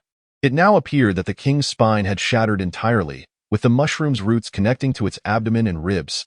Thus, the magic had gathered there. Liu deftly severed the mushroom roots that were attached to the bones. Thankfully, most of this creature was skeletal. Otherwise, he would have surely been repulsed. He closed his eyes, opened his mouth, and took a bite of the mushroom. This tastes even better. Although it was somewhat similar to the flavor of the intermediate corpse mushroom, the texture was superior, and the taste was more robust. Sitting on the ground, Liu consumed the corpse mushroom in silence. Once he finished the cap, effects of the upper corpse mushroom have been saved. Partial effects of the flying swallow stone fused with the effects of the upper corpse mushroom, transforming into decay poison. Original skill. Decay poison generated. Decay poison. a toxin capable of corroding everything. Upon contact with skin, even living beings will be eroded. Once ingested, it can cause the target to rot. At last, he had obtained the original skill he had longed for. For this skill, how much suffering had he endured? Liu trembled with excitement, extending his right hand. Let us give it a try. Buzzed, a turbulent aura coalesced in his right hand. Decay poison, purple powdery particles erupted from Liu's right hand. The particles swirled and swiftly flew toward the wall, splattering everywhere. A hiss upon contact, the wall began to corrode. Gradually rusting, it ultimately eroded into a gaping hole. The trial. Mitsai looked at him with a mournful gaze. All right, in any case, shall we proceed? The trials have all been completed, and now it is time to collect the rewards. Liu excitedly pushed open the grand doors. A clock tower? However, what lay before him was a towering clock tower. Is this what they mean by a glance into eternity? This clock tower was so beautiful that it was impossible to look away. Liu stood dazed, staring at the clock tower, suddenly realizing that the clock atop it had no minute hand. Hour hand or second hand. Why is there a clock tower here? Where are the hands? Liu fixed his gaze on the clock tower and inquired of Mitsai. Mitsai? Why are you silent? Puzzled, Liu turned to look at Mitsai. Clack, clack, clack. Mitsai's body emitted strange sounds, expanding and contracting like a balloon. Then gazing at Liu with dead fish-like eyes, it said, Hurry, run, the guardian. Task is over. Now, reason cannot be sustained. Will kill you, clack, with the final sharp sound. Mitsai's head fell off. Viscous liquid streamed from Mitsai's neck. Gurgle. Mitsai let out a low growl. Raising its head, Liu was horrified at the sight of its face, stumbling backward in fright. Me? Kai? Mitsai's eyes were filled with madness and a thirst for slaughter. Completely devoid of rationality, it roared at Liu like the fishmen described in the monster compendium. It was identical to the fishmen depicted in the compendium. Mitsai brandished a trident, seemingly intent on tearing Liu to shreds. Clang, clang. Even as Liu blocked with his dagger, he felt a numbing sensation in his arm. Staggering backward, he spat out a mouthful of blood. This situation is dire. Prepare for battle. I know. Liu clenched his teeth, raising his dagger, aiming it at the drooling Mitsai. Chapter 61 Clock Tower. Liu ducked to evade the sweeping trident, retreating. Yet Mitsai had no intention of letting him go, swiftly pursuing him. Bang! Liu was struck again by Mitsai's charge. Gritting his teeth and enduring the impact. That creature is faster than I anticipated, Gil had said. Mitsai was the speediest opponent Liu had encountered. A moment's distraction, and the trident would be aimed directly at his eyes. Slime poison, flytrap, whoosh whoosh. The viscous liquid spread across the ground like waves, immobilizing Mitsai's movements. Gurgle. Seizing the opportunity, Liu hid behind a rock. Ha, ha. He gasped for breath, gripping his dagger tighter. Why don't you just kill him? Yes, why not? In truth, Liu had numerous opportunities to eliminate Mitsai. Just like with the other fishmen, when it charged, he could have easily dispatched it by stabbing its forehead with the dagger coated in blood-breaking poison. Yet he refrained from doing so. Or rather, he found himself unable to do it. Can you bring yourself to do it? I admit, I cannot. After all, I still wish to glean more information from him. Liu had originally intended to inquire of Mitsai after the trial concluded, but that plan had backfired. Of course, this was not the only reason. He was concerned for me until the end. How could I bring myself to kill him? Before losing its sanity, Mitsai's eyes were filled with fear. Yet it was not the fear of losing its rationality that troubled it. It was the fear that, upon losing its sanity, it might harm Liu. How could Liu bring himself to harm someone who, even in the throes of madness, still cared for him? One must always remember to be grateful. Mitsai had guided him and assisted him greatly. He could not repay kindness with malice. Liu sensed that Mitsai Long was swiftly approaching and hurriedly darted behind a rock. Gurgle, bang. Mitsai Long swung its trident, shattering the rock into smithereens. The sheer force of it sent a shiver of dread through Liu. He quickly retreated while unleashing several silver needles to restrain it.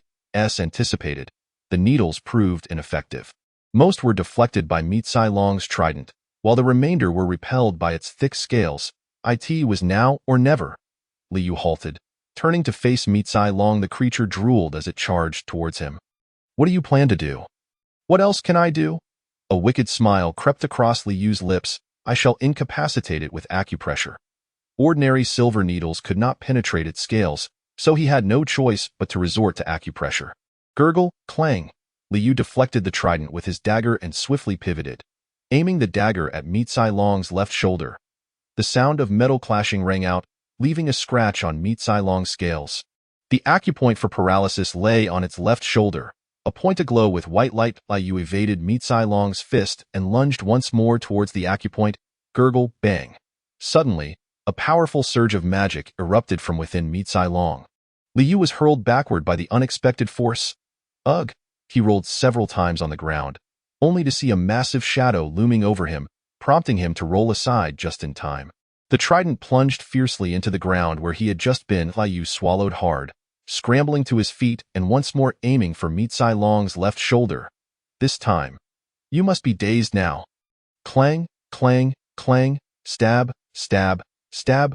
Liu relentlessly attacked Mitsai Long's left shoulder, leaving only shallow scratches. Its hardened scales showed no signs of cracking. Why? Acupuncture skill level is far too low. Liu's acupuncture skill was merely at level C, while Mitsai Long's strength was at least level A. His skill could not penetrate its scales. Yet, he refused to give up and continued his assault, because he had finally leveled up from battling the summoner to confronting the Fishman King. Liu could feel the sensation of skill enhancement. Acupuncture skill level upgraded from C to B. Simultaneously, a searing wave of magic surged forth from within him. Unlike the previous sensation of being enveloped in a thin membrane, flames now engulfed Liu. Hot gurgle. Mitsai Long's colossal fist came crashing towards Liu's head. Instead of dodging, he thrust his dagger towards Mitsai Long's left shoulder. The aftershock of the attack stirred a cloud of dust. As the dust settled, a diminutive figure stood resolutely in place. Phew, that was close. Just as Mitsai Long's fist was about to collide with Liu's head, the dagger finally pierced through its scales, embedding itself into its flesh and paralyzing its body. Mitsai Long's fist veered off course, allowing Liu to narrowly evade disaster. The creature's body trembled slightly, as if jolted by electricity, unable to control its movements. Yet it continued to crawl along the ground, heading in a certain direction. Liu remained vigilant, carefully trailing behind it. The bell tower? In a fit of madness, it was still making its way towards the bell tower. Liu maneuvered around the incapacitated Mitsai Long and entered the bell tower. What could it possibly want? How would I know? Thud, thud. Liu ascended the spiral staircase of the bell tower. Is this the top floor?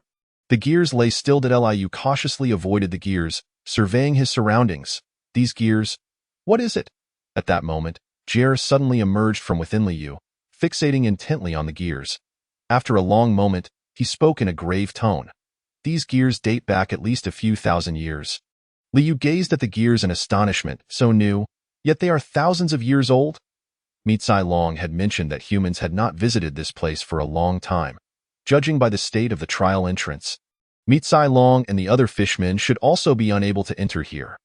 This implies that these gears and the bell tower had been left unattended for ages. Liu searched for traces of time.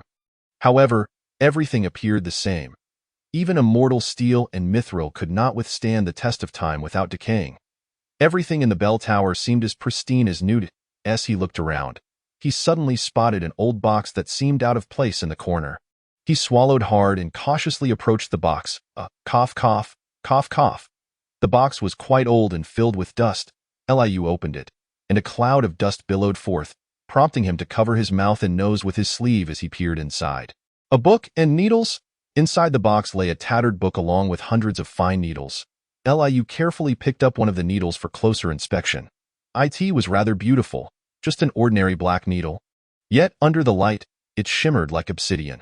The captivating glow reminded Liu of the first time he beheld the bell tower, evoking the same feeling. Chapter 62. Master of the Eternal Clock. Liu extracted a needle from the box for comparison. This needle was slightly thicker than the acupuncture needles, but considerably finer than a regular needle. Huh? He rubbed his eyes, staring intently at the sight before him. Master of the... Master. Would you like to learn? Yes, no. A skill book? At first, Liu thought he must have misread, but upon closer examination, it was indeed a skill book. What on earth is this, apart from the words master? The rest was illegible, best to refuse. He had no idea what this skill entailed. Just as he was about to indicate no, the options, yes, no, transformed into yes, and it was automatically selected. What the heck? Is there such an operation? Liu stared in disbelief as the old book disintegrated into dust. The book vanished completely, leaving no trace behind. S-level skill master of the eternal clock generated. Liu had acquired a new skill. Skills obtained from skill books should typically start from level F. Master of the eternal clock, S. You have become the master of the clock that has illuminated the world for millennia. Collect the components of the clock. Yet this skill was of S level. Components? Liu tilted his head in confusion, recalling the clock atop the bell tower, murmuring, that clock lacks hands. Could this refer to that? It likely does not pertain to the gears within the bell tower. If he was correct, the most probable hands were right before him. Liu picked up the slender needle once more. Conditions met. Original skill master of the eternal second hand generated. Just as he suspected. This was one of the hands of the clock. Master of the eternal second hand. You have become the master of the second hand that has illuminated the world for millennia. To accurately record every second, the tip of the eternal second hand shall remain eternally sharp. Remain eternally sharp? Liu cautiously touched the tip of the eternal second hand with his finger. However, his finger remained unscathed. It wasn't sharp at all. Thud. With a gentle flick, the eternal second hand pierced through the box and fell to the ground. He blinked, picking up the eternal second hand. Thud, thud, thud. No matter how he threw it, the eternal second hand easily penetrated the box. Liu tried the other needles for comparison. This one wouldn't go in. He hadn't used any magic, so ordinary needles couldn't penetrate the box, only embedding themselves on the surface. Could it be that becoming its master meant he wouldn't be harmed? Liu chuckled softly, eyeing the hundreds of needles in the box. Effect granted, since the eternal second hand had become his original skill. It indicated that ownership had transferred to him. So this is a second-hand storage box. The bottom of the eternal second hand. Liu discovered a black cloth bag, perfectly sized to contain all the eternal second hands within the box. Time to head down. His target was Mitsai Long, not the eternal clock. Moreover, Liu felt there was likely nothing else of interest here. He tied the bag containing the eternal second hands to the side of the needle box and made his way down the staircase. Gurgle. Upon reaching the bottom of the stairs, Liu heard Mitsai Long's low growl. Initially, he thought Mitsai Long had lost its senses and felt a tightening in his chest, but when he beheld Mitsai Long's demeanor, he was taken aback. Mitsai Long was seated cross-legged on the ground, appearing remarkably calm. A stark contrast to its earlier frenzy. Mitsai Long, gurgle. You've regained your senses? Gurgle.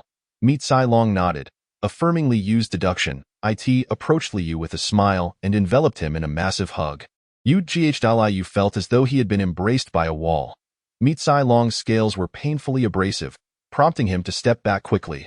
Why are you silent? Gurgle. Mitsai Long continued to emit gurgling sounds. Gesturing animatedly, Liu rested his chin on his hand, observing its antics, and suddenly snapped his fingers. Could it be that you can no longer speak? Gurgle. Mitsai Long nodded vigorously, confirming Liu's suspicion. It could not speak. So how could he ask it questions? Indeed. Liu sighed, turning to gaze at the eternal clock atop the bell tower. I asked it, because I have become the master of the eternal clock that you have regained your sanity?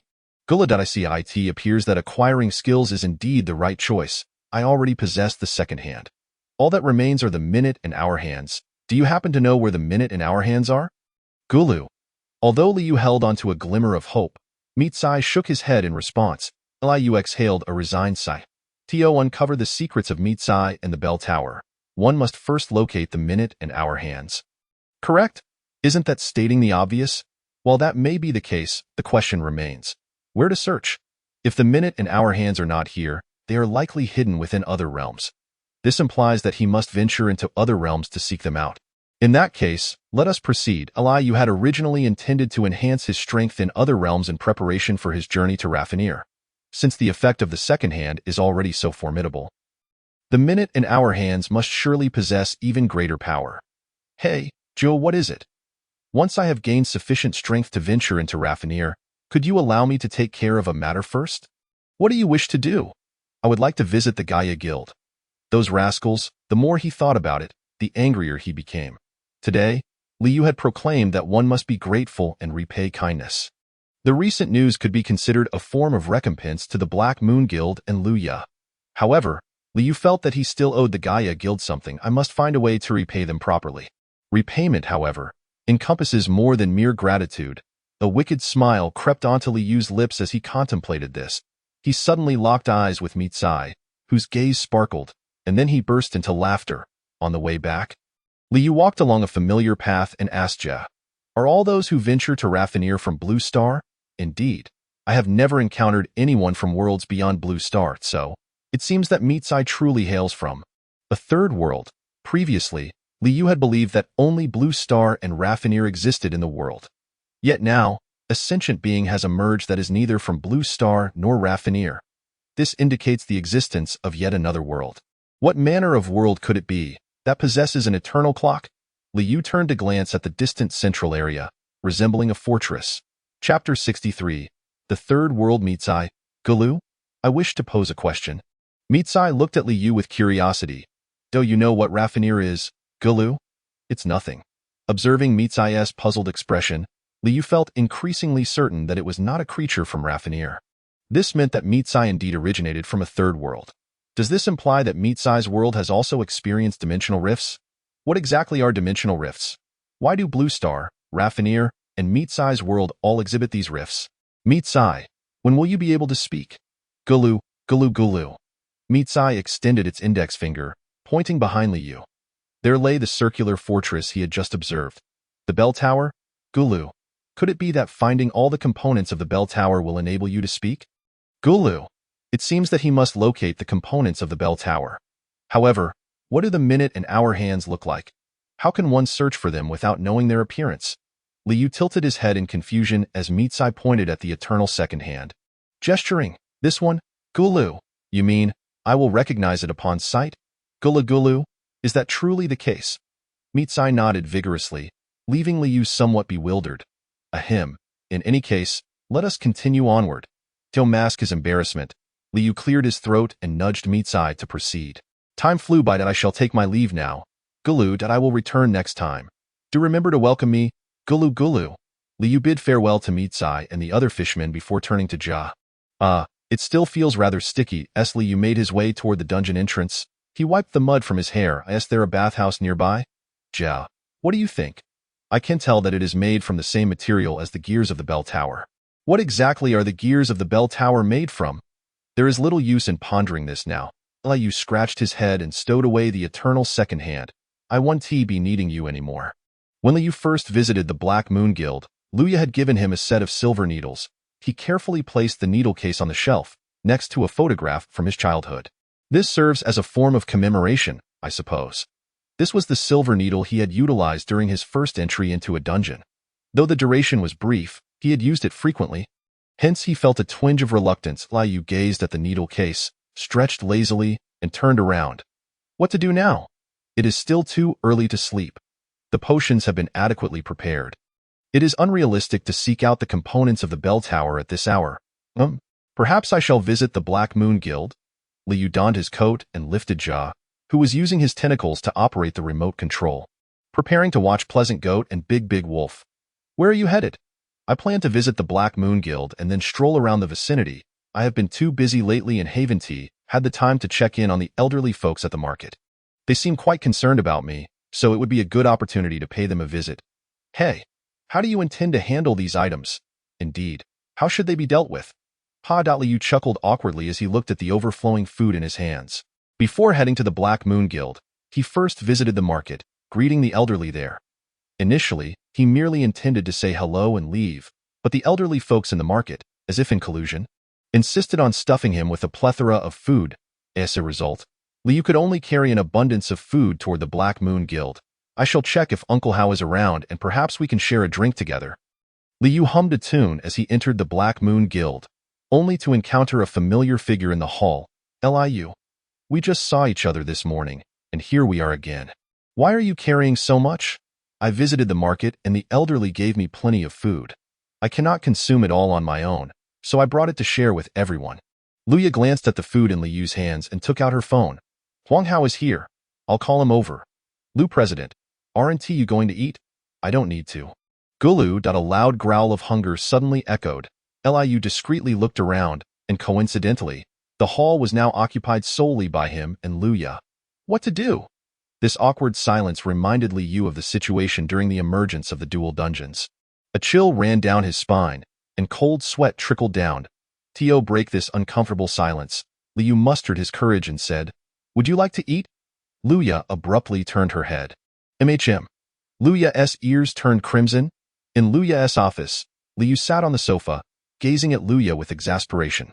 So, Hunter Lin Donghuan and Uncle Hao asked you to eat and rest. Yet you stealthily slipped out to work. Have you not eaten all day? Why do you look at me like that? I'm merely stating the facts. Luya bit her lip, remaining silent. Jia sat at the table, munching on glutinous rice cakes, and remarked with a smirk, This woman is just like you, a workaholic. What about me? When you get engrossed in potion making, you too go days and nights without rest. At least I still manage to eat. You do? Don't tell me. You don't? What do you think? Liu was left speechless, silently picking up a piece of pancake, tearing it into small bits, and placing it on the plate before Luya. Eat something first, thank you. Luya quietly consumed the still-warm pancake. Seeing that she had finally begun to eat, Huang Hao breathed a sigh of relief and turned to Liu. So much food. I haven't been to the market in ages. The elderly are quite enthusiastic. Donglu Market, quite normal, I'll give it a try, Xiaoyu. Huang Hao picked up a pancake, rolled it up, and swallowed it in one bite. Delicious, he skillfully shook the market-made rice wine and filled a cup to the brim. Refreshing. Huang Hao took a hearty sip of the rice wine, wiped his mouth, and handed the cup to Liu. Liu accepted the cup, watching Huang Hao pour the wine for him. Xiaoyu, come, let us make a toast. Sure, Liu and Huang Hao exchanged smiles, gently clinking their cups before stuffing a piece of pancake into their mouths. The rich aroma of the pancake flowed down his throat. Although Liu could not consume alcohol, to him, the taste of alcohol was merely bitter, while rice wine felt more like a beverage. Especially the rice wine from Donglu Market, which is renowned. Some even come specifically to taste it. Chapter 64, A-Class Emergency Dungeon. By the way, Xiaoyu. Did you not say you could make the president drunk? Indeed. However, Liu's method may not align with Huang Hao's expectations. He uses the effects of alcohol to cause instant intoxication. What a pity. Gulu gulu. Huang Hao muttered softly, continuing to sip his rice wine. Just suddenly spoke. I know how to do it. What? Liu widened his eyes, staring at Jia, who was indulging in fried meatballs. Jill regarded him with an expression akin to that of a fool. Magic is the essence of life itself. Once it reaches a certain threshold, one is endowed with formidable vitality, thus becoming impervious to the effects of lowly toxins such as alcohol. Yet, there exists a method to circumvent this predicament. It is quite simple. One merely needs to drain the magic that hinders intoxication. Wouldn't that lead to exhaustion? As Jill aptly noted, magic is the lifeblood of existence. Although it replenishes after depletion, the expenditure of magic can render one utterly fatigued, both physically and mentally. That not foolish. Alcohol is metabolized by the liver. Liu suddenly grasped the concept and turned to Huang Hao. Uncle Hao, as an S-rank hunter, you must be quite adept at controlling magic, correct? Indeed, as an S-rank hunter, controlling magic is a trivial matter. What is it? Can you extract only the magic from the liver? The magic from the liver? Huang Hao tilted his head in confusion, closing his eyes to sense the flow of magic within himself. Is it impossible? It is hard to say. Ever since my awakening, magic has been circulating within me, and I have never contemplated or attempted such an operation. To siphon off my own magic would be akin to creating a vulnerability. However, you did not say it is impossible. Hiss, Huang Hao uttered, and the windows of the office spontaneously shut, allowing a gentle breeze to waft through the room. He abruptly opened his eyes and struck his liver with force. Success. But why do you want me to do this? Now we can give it a try. Huang Hao gazed at the milky rice wine, tilting the cup. Just as the bottom of the cup was about to reveal itself, he felt a wave of dizziness. Dizziness? Huang Hao's eyes widened in astonishment as he looked at Liu. Xiaoyu, how do you know of this method? Alcohol is metabolized by the liver, so as long as we extract the magic from the liver, it suffices. Of course, The downside is that any subsequent ingestion of even a small amount of toxins may pose a life-threatening risk.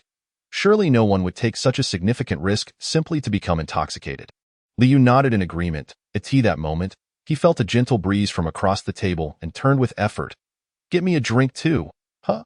Get me a drink. Oh. It appears there truly are individuals willing to take such great risks for the sake of intoxication. Liu, feeling a bit awkward, poured a cup of rice wine for the eager Luya. Several hours later, regret washed over Liu. Even the desire to become inebriated eluded him, due to the effects of his title. Even after extracting the magic from his liver and utilizing the effects of alcohol, Liu remained sober. Maintaining clarity was unexpectedly exhausting. Was this fatigue a result of his visit to the cradle of corpse mushrooms today? Or perhaps the chaos before him? Liu already knew the answer. He sighed deeply and slumped onto the sofa. Huang Hao lay sprawled on the couch, weeping uncontrollably. Luya was sprawled on the floor. Unconscious. Ha ha ha. Oh wait. There was a puddle of purple slime on the floor, laughing heartily. Even it was intoxicated. Why am I the only one? Liu rubbed his weary eyes. Yet, he struggled to rise. Alas, it was time to clean up. In this predicament, the sole individual remaining sober was left to deal with the aftermath. The following day after the turmoil. Although Luya eventually regained consciousness, she appeared to be in a rather poor state. Hello? Liu? Is there something you need? I wanted to inquire about your well-being. Aside from a slight discomfort in my stomach, I am otherwise fine. A stomachache, and you call that being fine? Liu sighed. It seemed Luya herself was unclear about her condition. What about Uncle Hao? He is still asleep. And Hunter Lin Donghuan? Hunter Lin Donghuan is preparing to tackle a dungeon today, see it so. It seems he is the only one available to care for Luya. It cannot be helped. Liu retrieved his hunter gear from the wardrobe and said to Luya, You haven't begun your work yet, have you? I am just about to start. Could you come to my place? I would like to treat you to some hangover soup. I will be there shortly. Liu hung up the phone and prepared to leave. Observing the bustling Black Moon Guild lobby, he remarked, The Black Moon Guild in the morning is indeed lively. I am aware that there are too many people and have been contemplating ways to improve it, but it is not an easy task. In truth, even if the morning Black Moon Guild is as crowded as a rush-hour subway, it bears little impact on Liu. He does not need to report to the guild in the morning. And now, whenever Luya appears, the guild members instantly make way for her. Thus, Liu could effortlessly follow Luya forward. What are your plans for today? I intend to explore other dungeons. Liu glanced at the eternal second hand strapped to his leg. At present, he had no leads regarding the minute and hour hands. Apart from knowing they would appear in dungeons, he was completely in the dark about any other information, so he could only venture into other dungeons in hopes of luck and gather more intelligence. I see. Liu found a spot to sit in Luya's office and began searching for dungeon information on his phone. Approximately 30 minutes later, Lin Donghuan abruptly burst through the door. Bad news. What has happened? An A-rank sudden dungeon has appeared on Donglu Walking Street. Liu's expression instantly grew serious. Luya also stood up, donned her coat, and strapped 2 swords to her waist. President, you should head to the scene first. I will gather all the healers in the guild and then join you. Understood. After Lin Donghuan finished speaking, he dashed out of the office. Liu. Tap tap tap. Luya approached Liu and lowered her head slightly, saying, I know you are not a member of the Black Moon Guild, and I am aware of our prior agreement to refrain from interference. But I still wish to ask for your assistance. Sudden dungeons are always short-handed. Can you accompany me? I was just thinking of going. Moreover, there is no need for such formality, as long as it is a request from you. President Liu, I will do my utmost to assist. Thank you. When Liu initially requested Luya's help in forging an identity, he had not fully understood the kind of person she was. But now things were different. He realized that Luya's circumstances were quite similar to his own during childhood, thus fostering a sense of kinship. Even aside from the identity of being a Black Moon Guild member, Liu was willing to assist Luya, for he believed she would not make unreasonable demands. Liu rose from the sofa, following Luya as they hastened towards Donglu Walking Street. Chapter 65. Full Moon Canyon. Hurry, enter from this side. Have you seen the surveillance? How many people have been caught up in this? The scene was in disarray. Upon witnessing the continuous influx of injured and deceased, Liu halted in his tracks. More precisely, he was halted by a heart-wrenching sight. Mama! Mama! Please wake up! A little girl clutched a woman whose right arm had been severed. sobbing uncontrollably. Support personnel appeared to be lacking. As the woman's wound was merely wrapped with a strip of cloth, lacking further treatment, Liu surveyed the surroundings and noted that medical personnel were tending to those with more severe injuries. It was indeed necessary to prioritize the treatment of the gravely injured. However, watching the woman's increasingly pallid face, Liu gritted his teeth and turned to Luya. "Wait for me. You need to be quick." 5 minutes, no. Just 1 minute will suffice. Liu rushed to the woman's side, meticulously examining her injury. Her right arm appeared to have been severed below the elbow. The severed limb was surprisingly intact. The woman's arm had not been crushed or torn. Judging by the clean cut, it seemed to have been severed by a sharp weapon. Was it a humanoid monster? If it were a beast-type monster, the wound would be much rougher, hence it must have been inflicted by a humanoid creature. This may sting a bit. Fortunately, it could still be reattached. Effect bestowed. Sizzle. A burnt smell accompanied the hissing sound emanating from the wound. Ah! The woman let out a blood-curdling scream. The little girl, who had been crying, froze in shocked. Liu felt the weight of the gazes around him. Yet he did not cease his actions. He could not stand idly by. Just as he had for his parents, as well as for Huang Hao's family, he would do the same. Huff! Liu exhaled softly, continuing to examine the woman's right arm. Aside from the bloodied edges of the wound, the woman's arm was restored to its former state. "I know you are in great pain right now, but could you try to move your right hand?" The woman, still in tears, trembled as she endeavored to move her right hand. Thankfully, her index finger twitched slightly. "All right, it has been reattached. Do not worry. Woo-woo, thank you. All done." "You actually possess such a skill?" "Yes, I just learned it." Liu sensed that the eyes of those around him remained fixed on him, but there was little he could do. Other injured individuals, medical personnel, and healers could manage. Yet if he did not act quickly, this woman would surely perish. Liu made a concerted effort to ignore the gazes as he followed Luya toward the entrance of the dungeon. It was indeed the full moon canyon. Inside the dungeon was a canyon bathed in moonlight.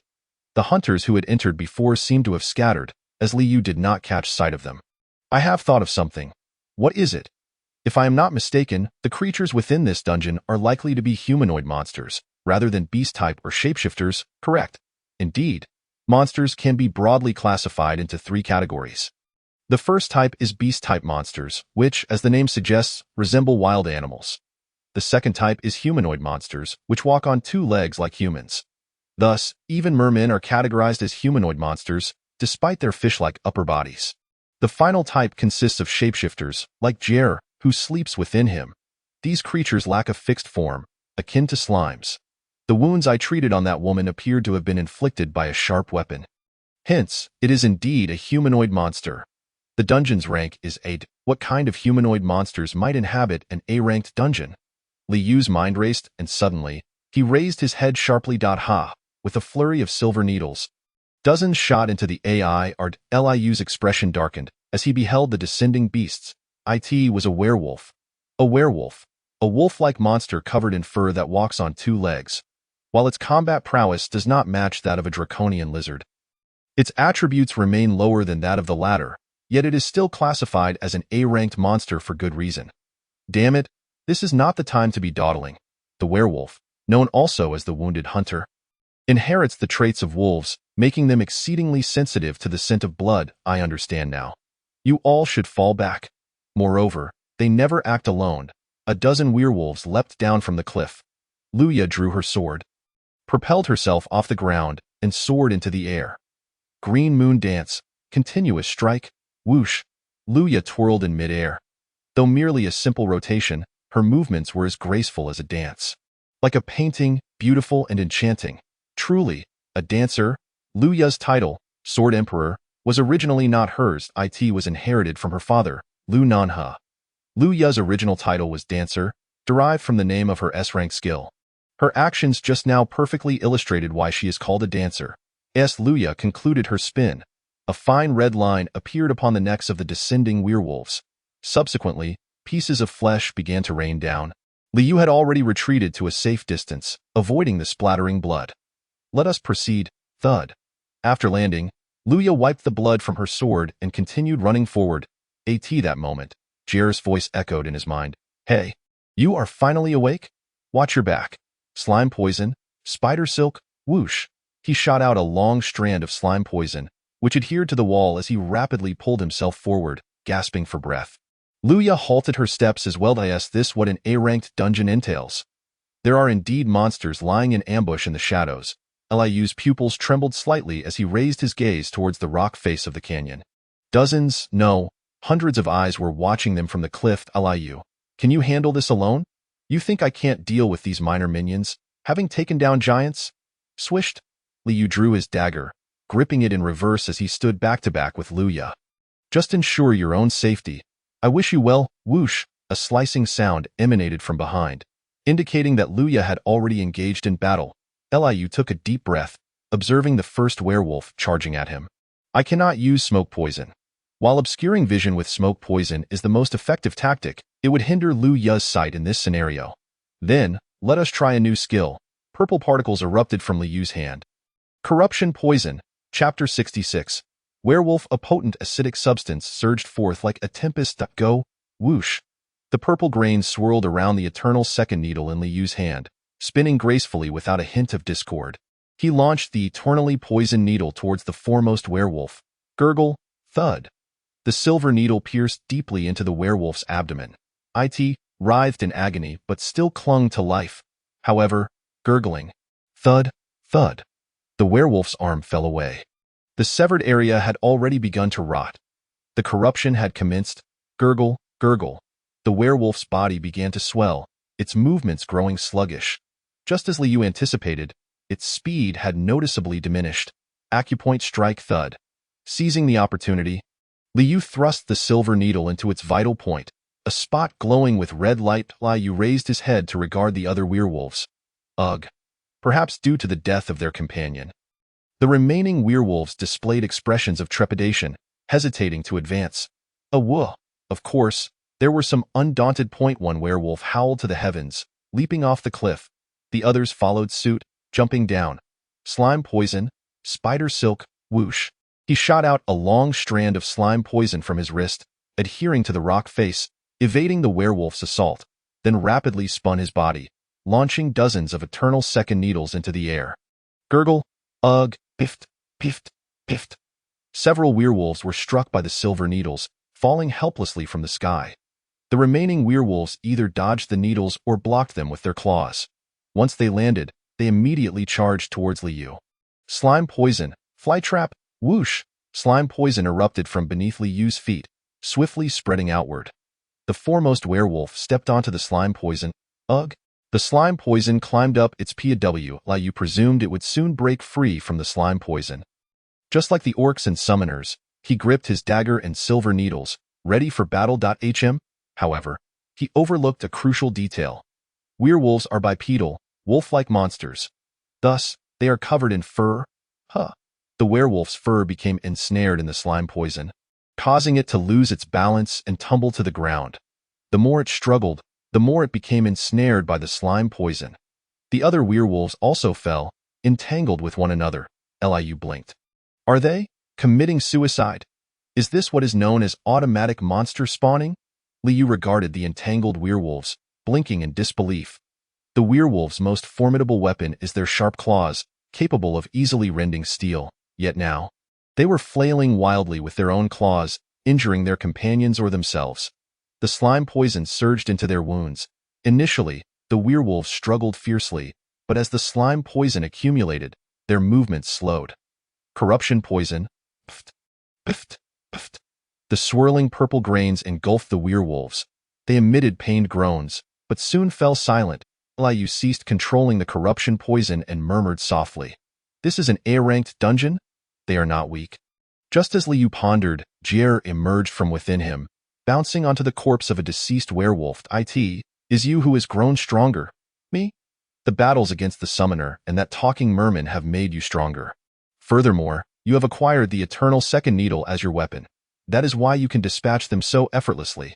This does not imply that the werewolves are weak. Truly impressive. President Liu. Luya sheathed her dual swords and approached Liu. She gazed at the mountain of werewolf corpses on the ground and remarked, I find you to be even more formidable than I had imagined, President Liu. You are quite remarkable as well. Liu cast a furtive glance behind Luya. Dozens of werewolves lay strewn across the ground, blood staining the earth. Truly, an S-ranked hunter. The higher the hunter's rank, the greater the disparity between levels. Thus, for Luya, A-ranked werewolves are merely trivial. Perhaps only S-ranked monsters could compel her to exert her full strength. No, Luya is no ordinary S-ranked hunter. She is among the world's elite. Common S-ranked monsters are hardly her match. I smell blood. Blood? The place is drenched in it. It is human blood. Humans? Liyu's expression instantly turned grave as he spoke to Jier. Lead the way, I can indulge you. Thud. Thud. Jier dashed towards a certain direction. President Liu, keep up. Luya nodded and followed Jier. He led them to a small cave within the canyon. The air was thick with the scent of werewolves, indicating it was likely a den or storage area for them. Liu, concerned there might still be werewolves inside, cautiously entered the cave, only to freeze in shock, holding his breath. Help! Help! Is this luck or misfortune? The people in the cave were still alive. Or, kill me. Indeed, they were alive. However, most resembled living corpses. Liu glanced at Luya, whose face was pale. President Liu, can you carry them all out at once? They are too gravely injured to be transported all at once. How many trips will it take to evacuate them all? At least 5. Then we will run out of time. Though these individuals are still alive, without immediate medical attention, they will soon perish. What to do? There are still many survivors left to find. Should he conserve his strength? As Liu found himself engulfed in uncertainty, his gaze fell upon a man in the corner, barely clinging to life. Sighing deeply, Liu reached into the inner pocket of his trench coat and retrieved a sphere the size of a candy. This was the culmination of his recent research, although the side effects were somewhat severe. Its efficacy was remarkable. A brief slumber and a hearty meal would suffice. He tossed the brown pill into his mouth and bit down forcefully. The effect of the awakening pill has been activated. A refreshing medicinal aroma, tinged with a spicy undertone, began to permeate Liu's mouth. Suddenly, his mind became extraordinarily lucid, and his heart raced as if he had consumed dozens of energy drinks. Simultaneously, the magical energy within him began to circulate rapidly, expanding continuously. Taking a deep breath, Liu endeavored to harness the surging magical power within him before approaching the ailing man in the corner. This might hurt a little. Liu placed his hand over the man's wound, channeling his magical energy into him. Effect granted. He infused the man with the potency of an entire bottle of high-grade elixir. Even so, it was insufficient to restore the man to full health. Even a healer would struggle to achieve complete recovery given the severity of his injuries. However, as long as he could survive. That was enough. Liu focused intently on healing the man. The man felt his pain dissipate entirely, and he erupted into joyous laughter. Was it the vitality from the elixir, or the sheer elation of surviving? Liu was uncertain, but he relished the sensation of having witnessed his potion breathe life back into someone. Chapter 67. S-Class Monster. Liu experienced a mix of relief and exhaustion as he exhaled softly. At that moment, a notification chimed from Luya's embrace. She reached into the inner pocket of her suit jacket and pulled out a device resembling a phone.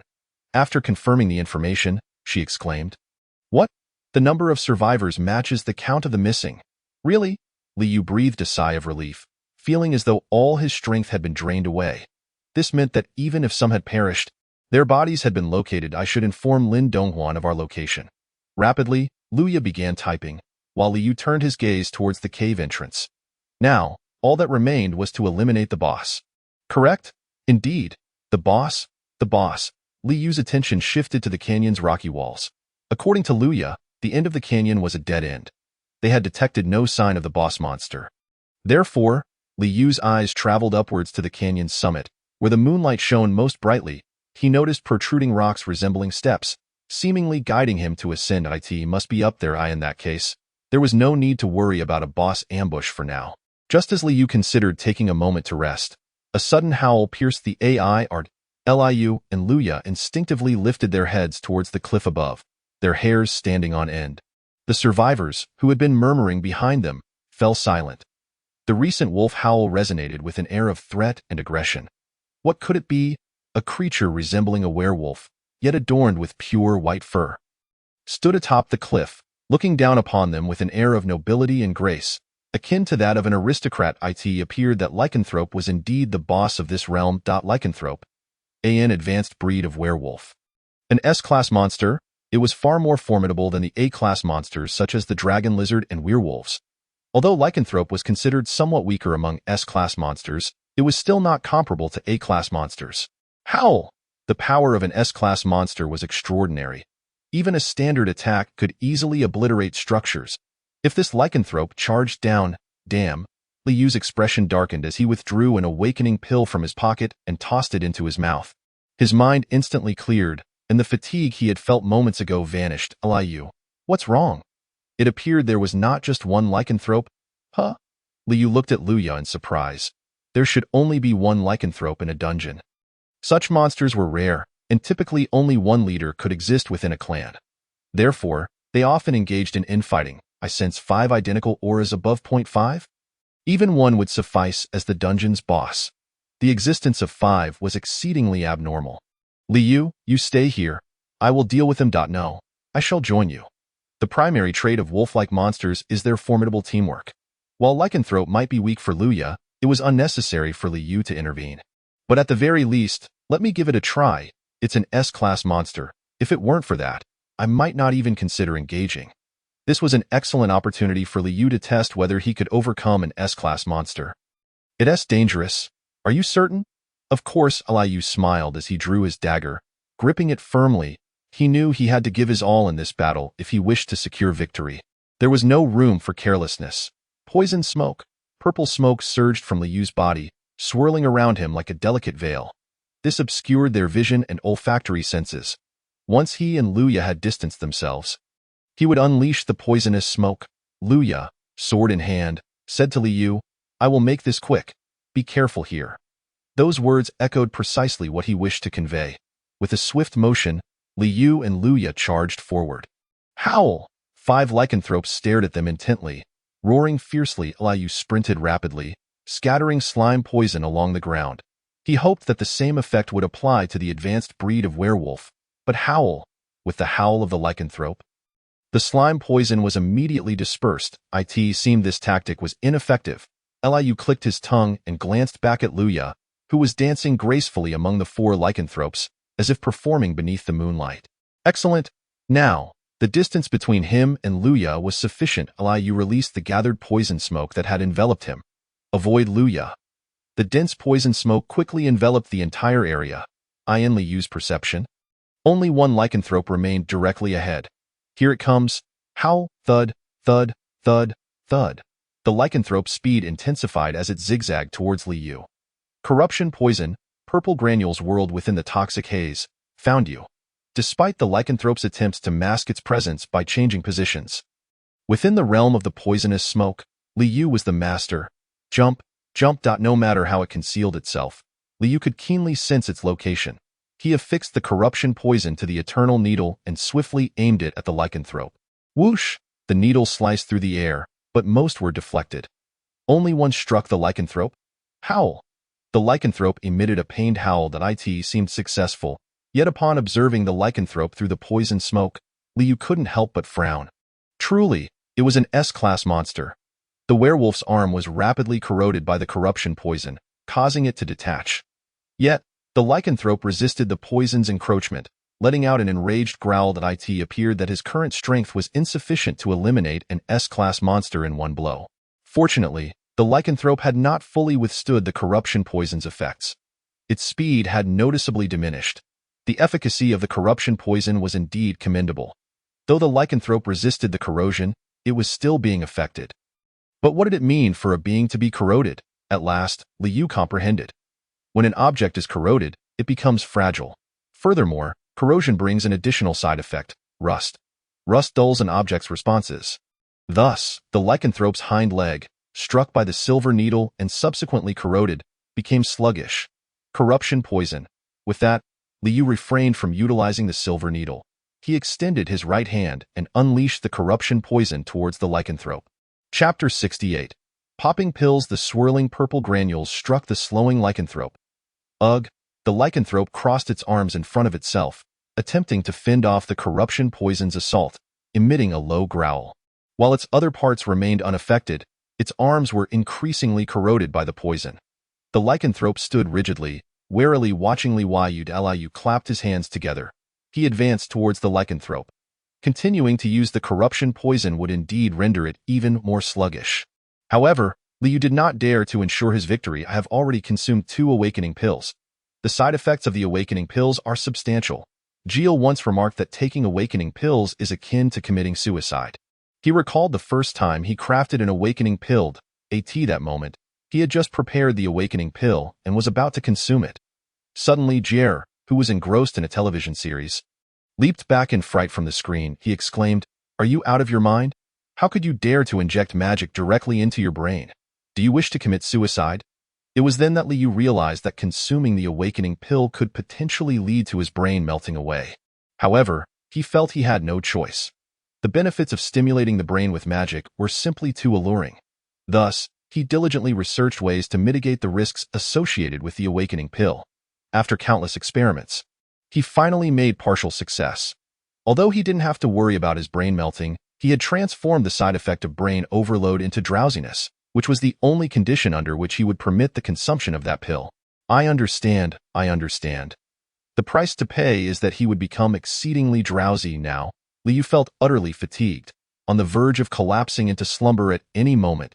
He needed to take some other pills to counteract it. Liu retrieved red, blue, and yellow pills from his pocket. The effect of the stamina-enhancing pill has been preserved. The effect of the magic circulation pill has been preserved.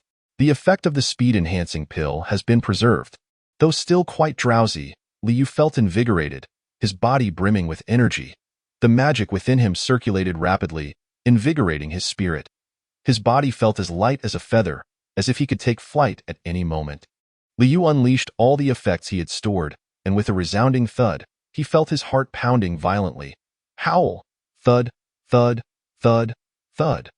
The lycanthrope seemed to sense Liu's presence and let out a long howl as it charged towards him. It dashed through the toxic mist, racing toward Liu with astonishing speed, its movements sharp and decisive, exhibiting no hesitation whatsoever. Even though its body had been corroded, its speed remained utterly unaffected. Liu gritted his teeth. Utilizing the effects of the magic circulation pill to rapidly channel magic within his body, bolstering himself with the power of the dragon. What? Click, click, click, da.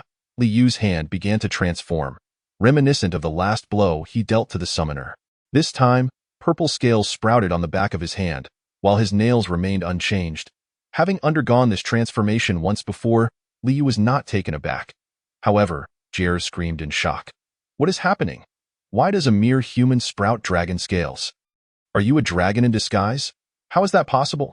Then how could you grow dragon scales? I absorbed your power, which is the dragon's strength. Are you implying that the power you utilize to enhance your body each time? Exactly. When I fully employ that power to enhance my body, it manifests like this. How is this even feasible? Liu paid no heed to Gilles' astonishment, brandishing his dagger to deflect the lycanthrope's claws. Ugh, bang. As expected of an S-class monstrosity, its strength was overwhelming, and Liu could scarcely withstand it. He was forced back several paces, prompting a tactical shift. He would evade, and a glimmer of determination flashed in Liu's eyes as he focused all his attention on sensing the toxic mist. To the left, whoosh, Liu sidestepped, narrowly avoiding the lycanthrope's attack, then lunged forward with his dagger, aiming for its chest. Blood poison, the dagger, glowing with a dark crimson light, left a shallow cut on the lycanthrope's chest. Though it did not penetrate deeply. However, this was of little concern, for he had employed blood poison. The muscles surrounding the wound began to decay, viscous blood dripping incessantly. The blood poison infiltrated the lycanthrope's chest through the shallow wound. Since the dagger had merely grazed its skin, the wound was not profound. Whoosh! The lycanthrope furiously swiped its claws, as if intent on tearing Liu to shreds. Liu bent low, evading the attack, then delivered a powerful kick to the lycanthrope's waist. Ugh! The lycanthrope let out a low growl, its body swaying slightly before it clenched its fists and struck the ground with a tremendous force. Wow! Boom! The ground trembled violently, as though an earthquake had struck. With a single punch, the lycanthrope shattered the earth around it. This was utterly outrageous. Liu lost his balance, stumbling backward. He felt the lycanthrope's gaping maw approaching him, and he had to evade, but time was not on his side. Corruption poison. He could only make a desperate attempt in the instant of his fall. Liu swiftly drew out the eternal second hand from his pocket and hurled it at the lycanthrope's arms. Thud, thud. The eternal second hand, enveloped in corruption poison, pierced the lycanthrope's arms, rendering them completely immobile. Ugh! The lycanthrope bit down on Liu's right arm, blood streaming down his limb as he gritted his teeth. Click, click, click. Though his right arm had been punctured, it remained attached, thanks to the previous enhancement he had undergone. Thank goodness. It's not too painful. Perhaps due to the effects of the pills, Liu did not feel an overwhelming amount of pain. If that was the case, he would seize this opportunity. Liu took a deep breath, assessing the remaining toxins within him. He then injected all the toxins into the right arm that the lycanthrope had bitten. Dragon's breath of poison, gurgle, gurgle. Viscous purple liquid poured from the lycanthrope's mouth. Liu felt his head growing increasingly hot, as if it might ignite. This was only natural, for he had amalgamated all the toxins into the dragon's breath of poison. The toxic sludge, acid, blood poison, smoke poison, and corruption poison. 2 additional toxins compared to when he was in the mist mine. Back then, he had already felt overwhelmed. Now, with 2 more toxins, the burden was heavier. Ugh! Blood began to flow from Liu's mouth, nostrils, and even his eyes and ears. He was on the brink of collapse, his mental strength reaching its limit. Liu felt his consciousness fading, as if he were plunging into another realm, an indescribable sense of helplessness engulfing him. He knew he had to regain consciousness, yet his body refused to respond. Just as his awareness was about to dissipate, a voice pierced through the haze. Wake up! Chapter 69. Breaking Through Limits. Ugh! A voice crackled through his mind like lightning. Liu's consciousness snapped back to clarity, and he opened his eyes wide. For reasons unknown, his mind was remarkably lucid. Have you broken through your limits? Limits? Although Liu did not comprehend Jier's words, he understood that this was the opportune moment. He inhaled deeply and calmly inquired, "How long was I unconscious?" About 2 seconds. Liu wiped the blood from his face with his uninjured left hand and summoned the remaining magic within him. If he depleted all his magic, he might faint from exhaustion. Therefore, he had to go all in. Just a little more. Liu rapidly channeled the toxins within him. He widened his eyes, focusing all his attention on his arm. Ugh! Gurgle, gurgle, gurgle, gurgle, gurgle, gurgle. The quantity of toxins continued to escalate. Initially, the lycanthrope paid no heed, merely biting down harder on Liu's arm, but as the toxins increased, it began to panic, attempting to release its grip. But you cannot escape. Liu firmly covered the lycanthrope's mouth with his left hand, a wicked smile gracing his lips. The toxins from Dragon's breath had filled the lycanthrope's mouth, and its jaws were beginning to corrode. Liu lifted his knee and slammed it into the lycanthrope's jaw. The lycanthrope's head jerked violently before it let out a resounding gulp, swallowing something. Goodbye, little wolf pup. I hope we never meet again. The lycanthrope's eyes trembled violently, and then its gaze suddenly became unfocused. Its abdomen began to swell, and a baseball-sized hole appeared in its chest. Toxic gas spewed forth from the opening as the lycanthrope's body started to dissolve. Eventually, it melted into a puddle of viscous liquid. Ugh! Liu withdrew the fang lodged in his arm and discarded the lycanthrope's melted form onto the ground. He watched as blood continued to flow from his wound, summoning the last remnants of his magic. Effect granted. The advanced potion had already been exhausted in treating the survivors. Sigh. Without magic, even this becomes arduous. Liu staggered out of the toxic mist, staring blankly ahead. A woo.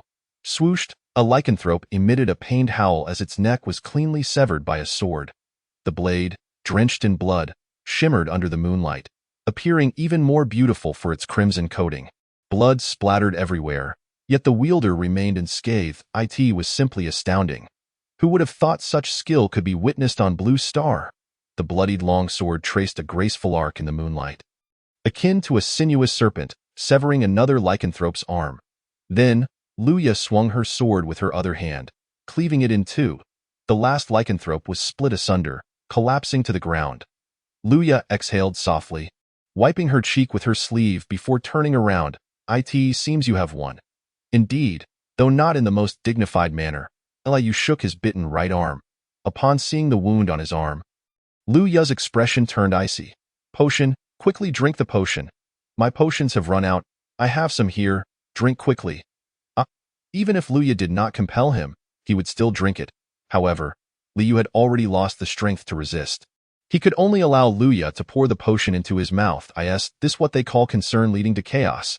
It feels rather pleasant. Liu was forcefully made to consume a bottle of high-grade potion by Lu Ya. And he moved his seemingly unscathed right arm. I said I'm fine. So I am fine. Does it hurt? I've already said it doesn't hurt. I truly shouldn't have brought you here. Otherwise, you wouldn't. Oh dear, I really am fine. Please stop fussing. Lu Ya meticulously examined Li Yu's arm, and upon confirming there was no issue, she finally sighed in relief. So, does this mean the instance has been cleared? If Lakenslope is the boss, then it should indeed count as a clearance. That's good. Liu plopped down on the ground and summoned Jier. Hey, what did you mean by limit? Literally, you just surpassed a limit unattainable by ordinary humans. Unattainable by ordinary humans? The Dragon Clan can effortlessly live for hundreds or even thousands of years, while the lifespan of humans is merely a fleeting century. The disparity is glaringly evident. The human body is fundamentally different from that of the Dragon Clan. Unlike the Dragon Clan, humans originally possessed no magical power within their bodies. Hence, magic is considered an anomaly to humans. However, as time progressed, some humans emerged who could manipulate magic. They continuously reinforced their bodies with their immense vitality, ultimately attaining a strength that surpassed that of ordinary humans. Though they still cannot compare to the Dragon Clan, it is nonetheless a remarkable achievement. Yet, the human body has its limits. Most humans cannot reach this limit. Even if they do, they cannot surpass it. Only a select few can break through this barrier. You have transcended the mental limit, don't get me wrong. You have merely crossed the most rudimentary limit. The true limit still remains, so that is why I feel so clear-headed now. Just moments ago, Liu was on the verge of fainting from exhaustion, yet now he felt invigorated. This is what breaking through limits feels like. You achieve an unprecedented realm. That's quite impressive. Don't celebrate too soon. Your upper limit has merely increased. Your body has not fully recovered that I understand. Although Liu's mind was alert, he still felt a throbbing headache. Besides the mental limit, are there other limits? Of course, you have only surpassed the mental limit. Your physical limit remains unbroken. Just as I suspected, Liu threw a punch at the air. Nonetheless, I must congratulate you. The mental limit is one that is exceedingly difficult for any human to surpass, and you, with just this level of stimulus, have broken through the limit. It is indeed worthy of celebration. Are you praising me or mocking me? Liu narrowed his eyes, staring at Jier. Jier disdainfully blew a series of bubbles and pointed a tentacle at Lu Ya. That woman has not surpassed her mental limit either. Is that so? Most humans are the same. Many have broken their physical limits, but those who have transcended their mental limits are exceedingly rare. Jier's words finally began to sound somewhat like praise. I have lived for so long, and this is the first time I have seen someone break through their mental limit through such self-harmful means. Clearly, he is still mocking me. Just as Liu was about to reach out and grab Jier, he suddenly felt a chill run down his spine, causing goosebumps to rise. Liu abruptly looked up. He saw Chapter 70. Dragon form Jier, a Lakenslope covered in blood-red fur, standing proudly and gazing at him. Is that a bloody Laken? How could such a creature, rare even in Lafenil, appear here? A bloody Laken? Whether it be werewolves or Lakenslopes, neither stand a chance against a bloody Laken. And why heavens? Liu swallowed hard. Struggling to rise to his feet, preparing for battle at that moment, a small hand, rough with calluses, obstructed his path. Liu, you must flee. President Lu, quickly, go. Lu Ya shouted, her eyes trembling slightly. A bead of cold sweat trickled down her forehead, and her lips were bitten and bloodied. She was no match for it. Not a match. She herself was aware of this, which is why she was so anxious.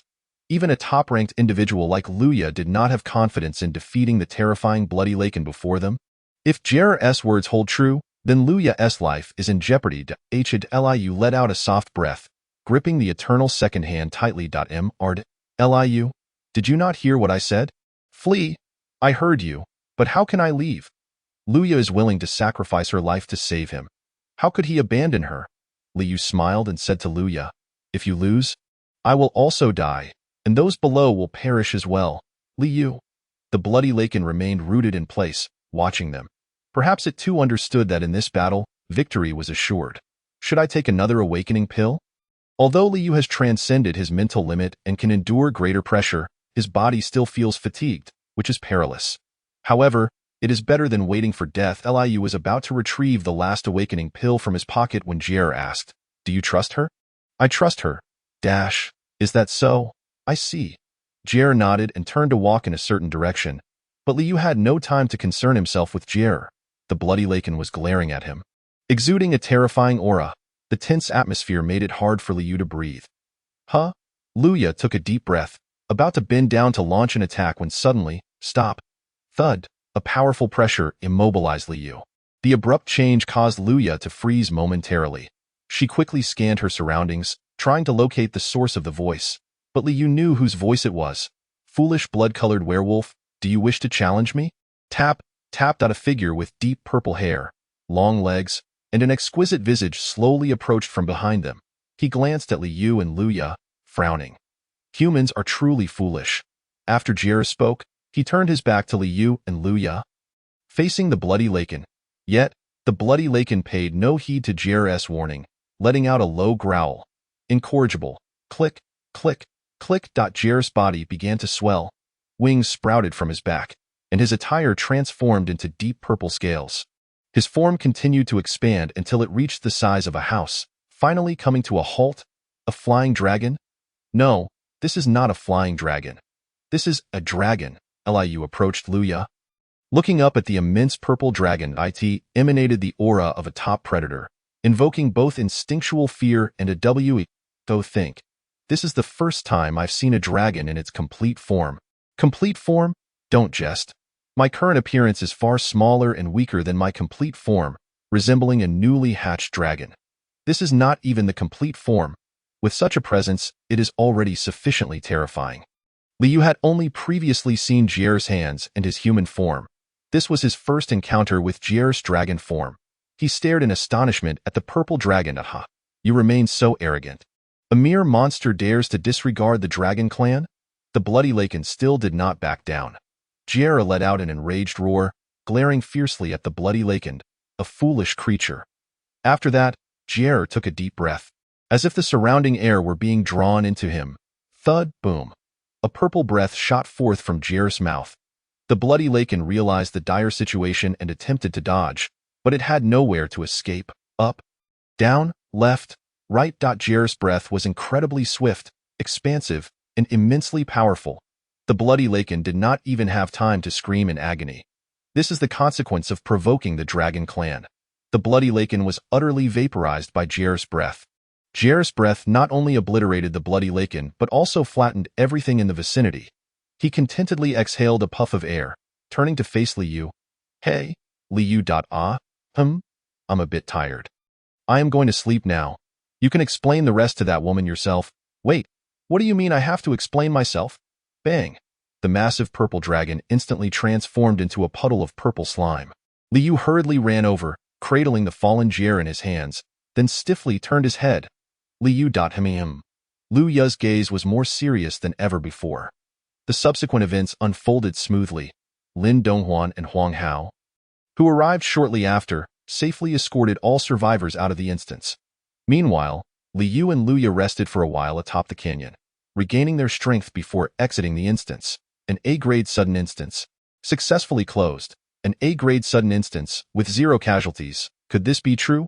Interview. Please accept our interview. 0 casualties in a sudden instance of B-grade or higher. This is the first time in the country. May I ask how you achieve this? President Liu, please say a few words. Is this gentleman next to you the one who treated all the survivors?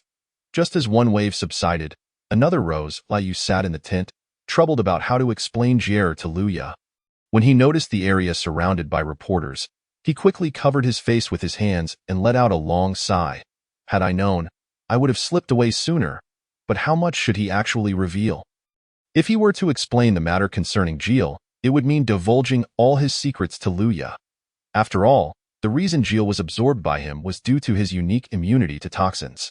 Thus, Liu had been contemplating which matters could be disclosed and which should remain unspoken. Alas, this spells disaster. With this, he can no longer evade the media's scrutiny. Huang Hao, Lin Donghuan, and Lu Ya also evaded the reporters as they entered the tent. Liu cast a glance at them, his mind racing to it. Seems this is the only way forward. President Liu, I would like to pose a question. What is it? When will the Hunter Association announce the news regarding my secondary promotion? Tomorrow, in the afternoon, I believe. Could you inquire if it might be possible to release it earlier? Chapter 71. Public disclosure. Lu Ya nodded and picked up her phone. She swiftly typed a few messages and then nodded again. They said it could be released immediately. Also, let them disclose my name and photograph. But Haven T, you always wish to keep your identity concealed. Those reporters outside will inevitably uncover my identity. Furthermore, many individuals in the dungeon have seen my face. Upon hearing this, Lu Ya seemed to grasp Liu's plan, nodding as she continued to edit the message. Before sending it, she asked one last time, "Are you truly certain? I never intended to conceal my identity indefinitely. I merely advanced the timeline." Approximately 5 minutes later, the area outside the tent erupted in commotion. The first secondary promoter in 10 years has appeared? Hurry, find out who this Liu is. All eyes were fixated upon Liu. The first secondary promoter in a decade. This was undoubtedly explosive news. Lend me one, and also, let's act as if we are quite familiar with one another in front of the reporters. You can simply be yourself. With this, he was officially a member of the Black Moon Guild. It appeared that his pivotal role in this sudden dungeon could no longer be concealed. Regardless, he could not escape being the center of attention. If that were the case, he might as well create an even larger news story to divert everyone's focus. Everything was in place. The first secondary promoter in 10 years, a key figure in the nation's first A-class sudden dungeon incident with 0 casualties. Moreover, he shared close ties with the president and executives of the Black Moon Guild. Come on, let them come at me, as long as he could withstand the scrutiny of all, becoming the target of public attention. Even if the Gaia Guild were to discover his true identity, they would not dare to act recklessly. If even the nation's top-ranked Gaia Guild would not take action against him, who else would dare to? Liu took a deep breath, gazing at the raucous crowd outside. I am ready. Understood. Then let us step out. No, we shall go out together. It is time to make the world tremble. Liu smiled faintly and, alongside Lu Ya, Huang Hao, and Lin Donghuan, stepped out of the tent and into the presence of the reporters. Click, click. The sound of shutters echoed. Following the sudden dungeon's emergence, reporters should not have been permitted on site. Yet how did they manage to bring their cameras in? Is this considered a form of ability? Interviews will commence shortly. Although the reporters had lost their sanity in pursuit of news, this was still an accident site. Even without casualties, many were injured. Conducting interviews in such a place, Liu disregarded the reporters' clamorous inquiries and followed Lu Ya to a location away from the sudden dungeon. Now we can take questions. With Lu Ya's command, the reporters eagerly raised their microphones. Lin Donghuan unleashed his magical power, erecting an ice wall upon the ground. Please do not cross this line. The pressure emanating from an S-rank hunter silenced the reporters instantly. Lin Donghuan, retrieving his glasses from his pocket, added, also, please ask questions in an orderly fashion. Order was finally restored at the scene. The male reporter at the forefront was the first to inquire. Currently, there has never been a 0 casualty incident in B rank or higher sudden dungeons. How did you achieve this? Lu Ya opened her mouth, then looked to Liu. Noticing Lu Ya's gaze, Liu smiled and stepped forward. It was I who accomplished it. May I ask, who is this hunter? Liu, B-rank hunter. A B-rank hunter entering an A-rank sudden dungeon and rescuing all survivors.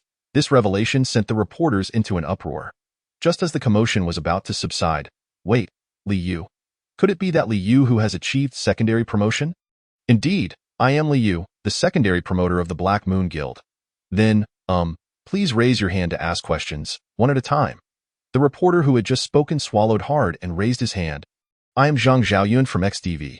May I ask what your profession is? I am a toxin specialist of the assassin class. The reporter nodded and lowered his hand. Another reporter raised his hand. I am Xian Feng from OTX.ASA toxin specialist. How did you manage 0 casualties? That is a secret. I cannot reveal all my trump cards, can I? However, there were certain matters he could disclose. You may interpret it as the reason I became a secondary promoter. I understand. All eyes were riveted upon him. Next question. His responses were impeccably crafted. The reporter's impressions of him gradually shifted from mere curiosity to genuine admiration. Liu is quite adept at navigating the situation. Lin Donghuan approached Lu Yit is truly commendable how he could make such judgments in such a short time. Luya wholeheartedly agreed with Lin Donghuan's statement. It was remarkable that Liu could conceive of utilizing the creation of larger news to divert everyone's attention within such a brief period. Noticing Liu frowning slightly, seemingly unaccustomed to the camera flashes, Luya recalled the events that transpired in the dungeon. The dragon from earlier was indeed Liu's slime. From Liu's reaction at the time, it appeared he was already aware. No, if he were unaware, that would be strange, I hope. The secret Liu is concealing is not something nefarious. In the Black Moon Guild's office, Liu sat in a chair, anxiously glancing around, carefully observing Lu Ya's expression. It was so quiet. Please serve some tea. Of course, Liu cautiously raised the teacup to his lips and took a sip. Although he found it delightful the last time he drank it, today it tasted rather bland. He awkwardly chuckled, setting down the cup and gazing at Lu Ya. Sigh. Never mind, I'll just go for it. He could not continue in this manner. Liu cleared his throat and looked earnestly at Lu Ya. I shall begin my narrative. Liu exhaled softly, commencing to recount everything to Lu Ya, from his near-fatal experience due to erroneous intelligence leading him to ingest toxic herbs, the acquisition of his unique title, his awakening, to his unexpected absorption of Jiel, and finally, his concealment of the truth in order to continue seeking Lu Ya's assistance. After completing his account, Liu cautiously observed Lu Ya's reaction, but she merely fell into contemplation. Remaining silent. So, from the sudden dungeon incident onward, you possess the unique title and 3 S-rank skills?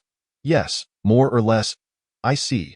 A power capable of storing and releasing effects. Truly boundless potential. Now I finally understand why your skills are of the summoning type. Yet you do not require summoned beasts for combat. Typically, summoners conjure beasts to fight on their behalf. While in most cases, the magical power, stamina, and other attributes of summoners and their summoned creatures are shared. It was unheard of for a summoner to utilize the skills of their summoned beasts. Liu had surprisingly overlooked this detail, so Huang Hao must have realized this long ago. Liu felt immense gratitude that Huang Hao and Luya had not exposed him. Luya seemed to perceive his thoughts, shaking her head as she said, I always believed you possessed a special summoning skill. After all, both the system and dimensional rifts remain unknown entities to us. Is that so? Yes, and for most, such an explanation suffices. Liu awkwardly cleared his throat once more, fixing his gaze on Luya. What you most wish to know is likely Jiel's identity, correct? No, what I most wish to know is, Liu, who exactly are you? Chapter 72. Confession? Huh? Liu was taken aback, blinking in surprise. Luya quickly realized she had misspoken, hastily waving her hands as she explained, that is not what I meant. It's just that ever since I learned you were unlike other summoners, I have been endlessly curious about your secrets. Oh, I see. Moreover, I have always believed that you must possess other S-rank skills. If that is the case, it makes sense. Liu scratched his cheek, continuing, Jiel is a being from another world. Another world? Raffinir, the fantastical realm we often speak of, there, dimensional rifts have also manifested. Lu Ya's eyes widened in astonishment. How did it come to Blue Star? Jierra mentioned that he arrived through a dimensional rift. A dimensional rift. What does that imply? I'm not entirely sure either.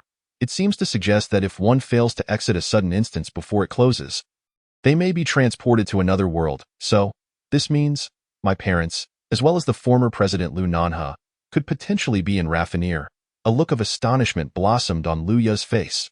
The seriousness that had previously graced her features had vanished, replaced by an almost transformed demeanor, prompting Liu to chuckle. However, Jierra cautioned that willingly becoming embroiled in a sudden instance is an exceedingly foolish act. Although the bloody Raikin was easily dispatched by Jierra, it drained nearly all his strength in the process. To prevent Luya from entertaining unrealistic notions, Liu meticulously elucidated the associated risks. I understand now, Raffinir. While the existence of another world leaves me astounded, I have grasped the concept. There is something else I need to share with you. Liu hesitated, gazing at Lu Yit. You recall the giant that appeared in the duel instance? You mean the one you defeated? Yes, it is called the Summoner.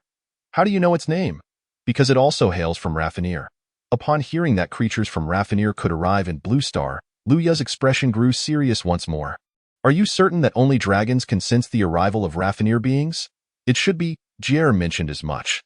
Though Liu himself found it somewhat dubious, in any case, He had conveyed everything he needed to say. He quietly observed Luya, awaiting her reaction. After a moment of contemplation, Luya nodded, fixing her gaze on Liu. Huh? Such a heavy truth, and you have borne it alone for so long. Had this incident not occurred today, you might have continued to keep this secret. Now it's settled. I will assist you. Liu stared at Luya, momentarily taken aback. He had not sought solace, as he did not feel particularly burdened. Yet, her words filled him with an indescribable emotion. That was not my intent. Liu awkwardly averted his gaze, murmuring softly. Suddenly, another thought struck him. By the way, what is it? If you happen to encounter something resembling clock hands in the instance, could you inform me? Is that related to Raffinir as well? I suppose it is. Liu decided against disclosing the matter of the eternal clock to Luya. There was still no concrete information, and revealing it would only serve to increase her worries. Moreover, the habitat of the fishmen was a secret better kept to himself. The fishmen there are still mere juveniles. Since Michaelin is the guardian of the young, it is best that as few people as possible know of that place. I understand. If I discover anything akin to clock hands in the instance, I will notify you immediately. Well, I entrust this matter to you. It is quite important. Liu regarded Luya with a gentle smile. Also, regarding today's events, I swear, I will not disclose it to anyone. Liu nodded in satisfaction. He would inevitably share the truth about Raffinir with everyone eventually. After all, it was not a secret he could keep forever. But now was not the appropriate time. Although he was the sole individual connected to Raffinir, his understanding of it was still rather limited. If he were to say something incorrect, it could lead to greater complications. Thus, he had refrained from making this matter public, never anticipating that today he would divulge it. Fortunately, she comprehended everything. Liu had only shared what Jier had told him, concealing all personal information. Thankfully, Luya understood. Which relieved him. He picked up the now-cold teacup, feeling considerably lighter in spirit, and once more savored the tea within, finally discerning its flavor, bitter yet tinged with a hint of fragrance. Did I add sugar? The tea tasted sweet. Liu could not help but chuckle. The following day, upon waking, Liu instinctively reached for the glass jar on his bedside table, wishing to awaken Jier. Right, it is currently resting within me. Liu quietly attuned himself to the sensations within his body. Tea seemed Jier still required rest, remaining in slumber. Surely it would awaken on its own. He mused. Liu stretched lazily and exited his room. Nothing here. He opened the refrigerator, preparing to make breakfast, only to find it completely empty. It appeared he would have to venture to the market for provisions. Liu donned his shoes and cautiously opened the door. I haven't checked the news. Yesterday's events must have been reported by now. Surely no one would come to confront me? Liu cautiously cracked the door open, glancing around. Thankfully, there seemed to be no one in sight. He stealthily slipped out of his home, only to collide with a familiar figure at the alley's mouth. Uncle Liu swallowed hard, greeting Uncle Li. Uncle Li, wielding a hammer, wiped the sweat from his forehead and smiled. Saying good morning, did you sleep well? Huh? Liu was taken aback by Uncle Li's reaction, feeling somewhat at a loss. Uncle Li, as usual, inquired with a smile. What's wrong? Nothing. Didn't you see the news? The news? Of course I did. How could we not stay informed? Such a response. Liu's confusion deepened. Observing his bewildered expression, Uncle Li chuckled. Removing his gloves and stepping closer. Li boss, it's nothing. Uncle Li draped an arm around Liu's shoulder. Liu stared blankly at Uncle Li. I saw the news. You wish to conceal your true identity, correct? The Eastern Market Chamber of Commerce has already discussed it. From now on, you shall present yourself as a poison master. No longer needing to masquerade as an apothecary. Uncle Li, Liu gazed at Uncle Li with gratitude. In truth, I was just about to discuss this with you. I intend to close the shop. What? Uncle Li immediately released Liu. Astonishment etched across his face. Oh, be precise. I will no longer be serving external customers. There is no need to force myself any longer at present. Merely supplying the Black Moon Guild is already quite strenuous. And Liu wished to devote more energy to producing traditional Chinese medicine, a venture brought about by the title of Chinese medicine sage. His shop had never thrived, and aside from supplying the Black Moon Guild, closing it would bear little consequence. After hearing Liu's explanation, Uncle Li rested his chin on his hand, nodding slowly. Very well. Since you have made your decision, I can do nothing about it. Chapter 73. Slumber. 7 days after the A-class sudden instance event, Liu strolled leisurely down the street, removing his sunglasses to survey his surroundings. To his astonishment, the people on the street seemed oblivious to his presence. The discussions online have been fervent. Despite the passage of 7 days, news about him still dominates the headlines of major media outlets. Thus, Liu donned sunglasses and a hat when venturing out, fearful of being recognized. Yet, the world outside appeared eerily tranquil. It never hurts to be cautious. Liu had also texted him to remain vigilant. Liu replaced his sunglasses. Hey, Jier, is Jier still sleeping? When will it finally wake up? Liu sighed, slipping his hands into his pockets as he continued onward. Perhaps he had underestimated the situation. Hey, Jier remained in slumber. It has been quite a while. This is rather unusual. Liu had initially expected Jier to awaken the next day. Yet now, a week had elapsed. He attentively sensed the movements within his body. Just as it had been during the first examination, Jier remained asleep, showing no signs of awakening. Even if Liu summoned it, it would merely manifest as a limp, unconscious slime.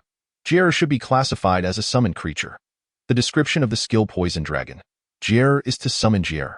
Summoning skills are exceedingly rare, even more so than transformation skills.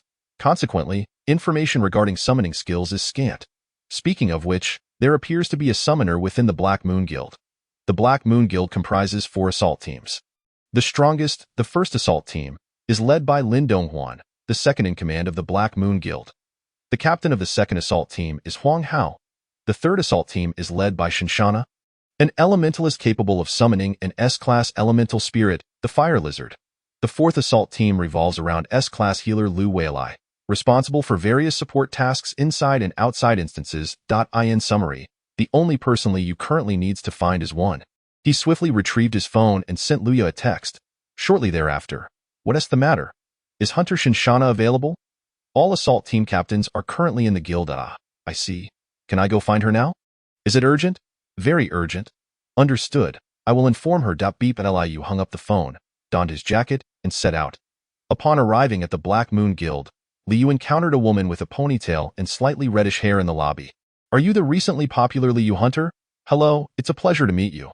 "Hello, by the way, the interview photos didn't do you justice. You look much more handsome in person. Thank you for the compliment. Though I know you're just being polite. What courtesy is this? I never speak falsehoods." Shinshina rested her chin on her hand and circled around Liu several times. Liu felt a flush of warmth creeping across his face. He raised his hand to signal Shinshina to halt, then glanced around. "If this place is unsuitable for discussion, shall we retreat to a private room?" Liu nodded, and Shinshina turned, briskly making her way toward the room. With Liu trailing behind her. "So, what brings you to seek me?" Shinshina inquired. "You are an elementalist, correct?" "Indeed. I am one of the 5 S-rank elementalists of Huagua," Liu replied. "In such a case, what would you do? What situation are you referring to?" "My summoned beast has been in a coma for nearly 2 weeks due to overexertion." "That sounds rather severe." Shinshina supported her chin, her expression grave. Generally, summoned beasts draw sustenance from their master's magical energy. Thus, even under extreme fatigue, they should not lapse into unconsciousness. However, there exists a particular exception. I have heard that if a summoned beast exhausts all its power, it may fall into a state of coma. Exhausted all its power. Do you recall the deceased hunter, Mickey? Liu certainly remembered. He was the first S-rank elementalist who perished in a dungeon due to a severed connection with his elemental spirit. It is said that he died from overusing the elemental spirit's power, which led to a contract rupture. Rupture of the contract. Skills can actually be severed. Liu gazed at Shinshina in astonishment. Seemingly pleased with his reaction, she chuckled and continued. "However, most elementalists are aware that this is a misconception. He did not die due to a contract rupture. Rather, it was because the elemental spirit utilized its own power instead of the master's. Power that transcends limits. Summoned beasts that employ such power will fall into slumber. They are unable to move or engage in combat. During their sleep, they gradually regain lost strength. No one knows whether they will emerge stronger or weaker upon awakening. To discover the answer, one must simply wait. Forever wait? Certainly not." Shinshina crossed her arms, gazing at Liu with a smile. "The first method. If the master faces life-threatening danger, the summoned beast will awaken as if in a resurgence. However, This awakening only occurs when the master is genuinely on the brink of death, rendering this method exceedingly perilous. Furthermore, the second method, which is a bit difficult to explain, elementalists possess a certain uniqueness. Uniqueness? How so? I sense that the magical energy harnessed by elementalists differs from that of other hunters. This sensation is not exclusive to Shun Xianna. Most S-rank elementalists share it. If one could master this power, it would further enhance the strength of their elemental spirit, yet this power is challenging to perceive and difficult to articulate. Even S-rank elementalist Shun Xianna cannot manipulate this power, so she swiftly moved past this topic. Lastly, the third method is quite simple. Engage in activities that the summoned beast enjoys. Activities it enjoys? For instance, if the fire lizard relishes rolling in flames, then I shall roll in the flames. Summoned beasts and their masters share a profound connection. Therefore, if the master partakes in activities that please the summoned beast, the slumbering creature will be stimulated to awaken. These are the three methods. Liu supported his chin, nodding. Thank you for providing this information. We are all members of the Black Moon Guild. It is only natural to assist one another. Liu rose to his feet. First, to watch Pleasant Goat and Big Wolf. Then, to consume poison, have a meal, enter the glass jar. No, that won't do it, Liu thought rapidly, and at that moment, he felt Shun Xianna's gaze upon him. He turned his head. What is it? If you have no other matters, would you care to spar with me? Spar? Chapter 74. Sparring. As Liu contemplated this, he suddenly recalled something. Jill often told him, becoming stronger is also something Jill enjoys. Thus, a sparring session might not be a bad idea. Liu nodded, consenting to Shun Xianna's request. Shun Xianna leaped up in delight. Excellent. Let us head to the training grounds. How did it come to this? Liu wiped the sweat from his brow, surveying his surroundings. Unbeknownst to him, Lu Ya, Lin Donghuan, Huang Hao, Lu Weilai, and the cadre of the Black Moon Guild had all gathered. Lu Weilai addressed them. I will assist. You may proceed with confidence. Lu Weilai's green hair was disheveled, and dark circles nearly drooped to his chin. Despite Lu Ya bearing a heavier workload, why did Lu Weilai appear more fatigued? Liu glanced at Lu Weilai, who swayed precariously, nearly toppling over, before shifting his gaze ahead. Shun Xianna, clad in her signature tattered hunter's attire, smiled at him. Come forth, fire lizard. A powerful surge of magical energy coalesced before Shun Xianna, expanding and igniting. Roar! A lizard the size of a large bus emerged from the flames, emitting a deafening roar, its back ablaze with fierce flames. Am I truly going to fight it? It seems rather displeased, perhaps disturbed from its rest. The fire lizard's countenance was marked by annoyance. With each roar, it expelled torrents of flames. Shun Xianna patted the fire lizard's belly, laughing heartily. It's all right. It's merely a spar. It will understand. Yet it appeared to comprehend none of it. By the way, is poison effective against summoned beasts, especially elemental spirits? Although uncertain, Liu resolved to exert himself fully to provoke Jill. He gripped a dagger in his right hand while his left hand clutched a Millennium Second needle between his fingers. He had also prepared a weakened version of a slime toxin, just in case. Everything was in place. Liu glanced at Lu Ya, who nodded and raised her hand. Then let the spar begin. Smack! Lu Ya's hand fell sharply. Go, fire lizard, charge! Shun Xianna's fire lizard charged toward Liu. The moment combat commenced, the fire lizard transformed as if possessed. Thud, thud, thud. With every step it took, the ground morphed into magma as it charged fiercely toward Liu. It's so hot. Even though the fire lizard had yet to approach, the heat radiating from it was enough to scorch Liu's skin. A grimace of pain crossed his face as he hastily reinforced his skin with dragon power. Ugh! A wave of intense pain coursed through him. Liu gritted his teeth, enduring the piercing agony. Hey? What's wrong with you? Nothing. Bang! Liu forcefully hurled the dagger, then quickly retreated. The fire lizard halted, casually swatting aside the incoming dagger with its front paw. Liu had not expected to wound it. He merely aimed to impede its advance. Each time Liu enhanced his body with dragon power, if the magical energy influx was too intense, scales would sprout on his hand. Previously, he only felt a slight itch, but now, as the enhancement intensified, he felt not just itchiness but excruciating pain. He felt as if countless needles were stabbing at the reinforced areas of his body. Gasping for breath, he struggled to move. Liu, are you all right? I'm fine. Does my appearance seem particularly abnormal? Liu forced a smile, wiped the sweat from his face, and raised his lips. I can manage. Although he was unaware of the precise reason, he was certain it was connected to Jeel's transformation. He could reinforce his body with dragon power due to the additional effects of the skill Poison Dragon, Jeel. Therefore, if Jeel encountered issues, the effects of this skill would inevitably falter. However, he sensed that his strength was greater than before. Although Liu felt quite uncomfortable, he could perceive that his power had indeed increased. Merely reinforcing his skin allowed him to completely insulate against the fire lizard's heat. If this were solely a consequence of Jeel's slumber, the price would be excessively steep. This implies that Jeel, while in slumber, had regained even more strength, should he be capable of wielding greater power. The corresponding cost would also be more significant. If this sensation persisted upon Jeel's awakening, he would simply have to adapt. I am becoming somewhat accustomed to it. Liu felt as though a thin layer of exoskeleton enveloped his skin. Initially, this sensation was quite unnatural and painful, yet now, he found it rather comfortable, as he could sense the reservoir of power surging within him. Taking a deep breath, a glint of determination flashed in his eyes as he charged toward the fire lizard. What? Even if it's just a spar, isn't this a bit excessive? Seeing Liu dash directly toward the fire lizard, Shan Xinna gasped, hastily reaching out to prevent the lizard. Yet it was of no consequence. The heat was no longer unbearable. Perhaps due to the exoskeleton, Liu felt merely warm. Without any burns, he retrieved a red pill from his pocket, tossed it into his mouth, and crushed it with his teeth. Effects of the strength-enhancing pill have been retained. Effect granted. Buzz Liu's strength surged once more. Feeling the explosive power within him, a slight smile graced his lips as he swiftly closed the distance to the fire lizard. Ugh, I understand now. Fire lizard, unleash the flames. Roar.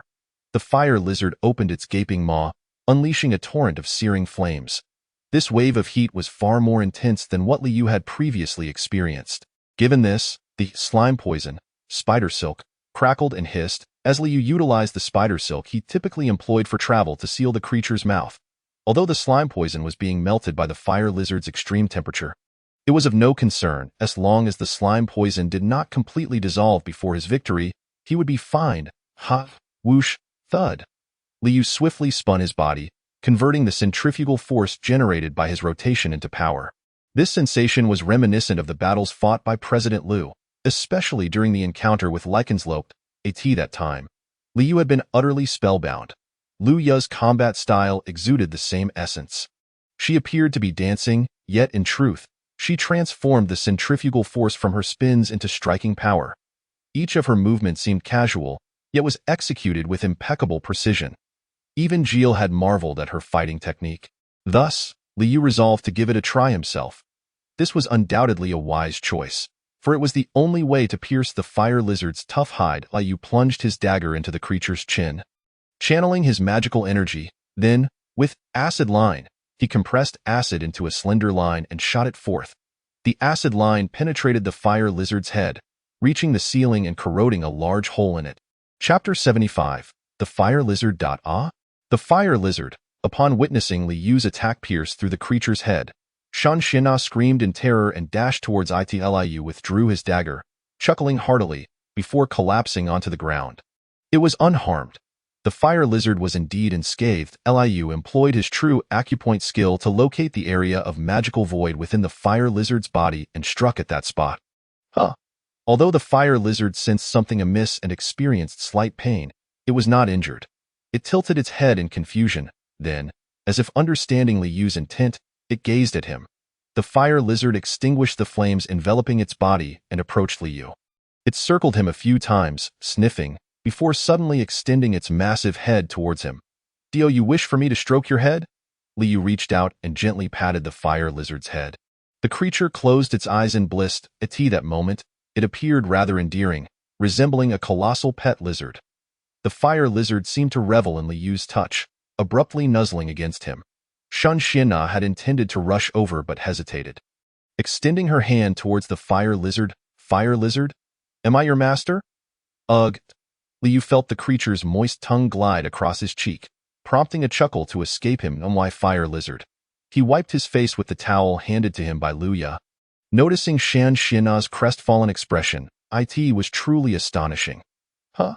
What is so astonishing? Miss Shun Xianna's fire lizard seldom approaches others. That's so. It rarely shows affection even to its master, yet it is quite affectionate with me. Liu scratched his cheek and looked at Shun Xianna.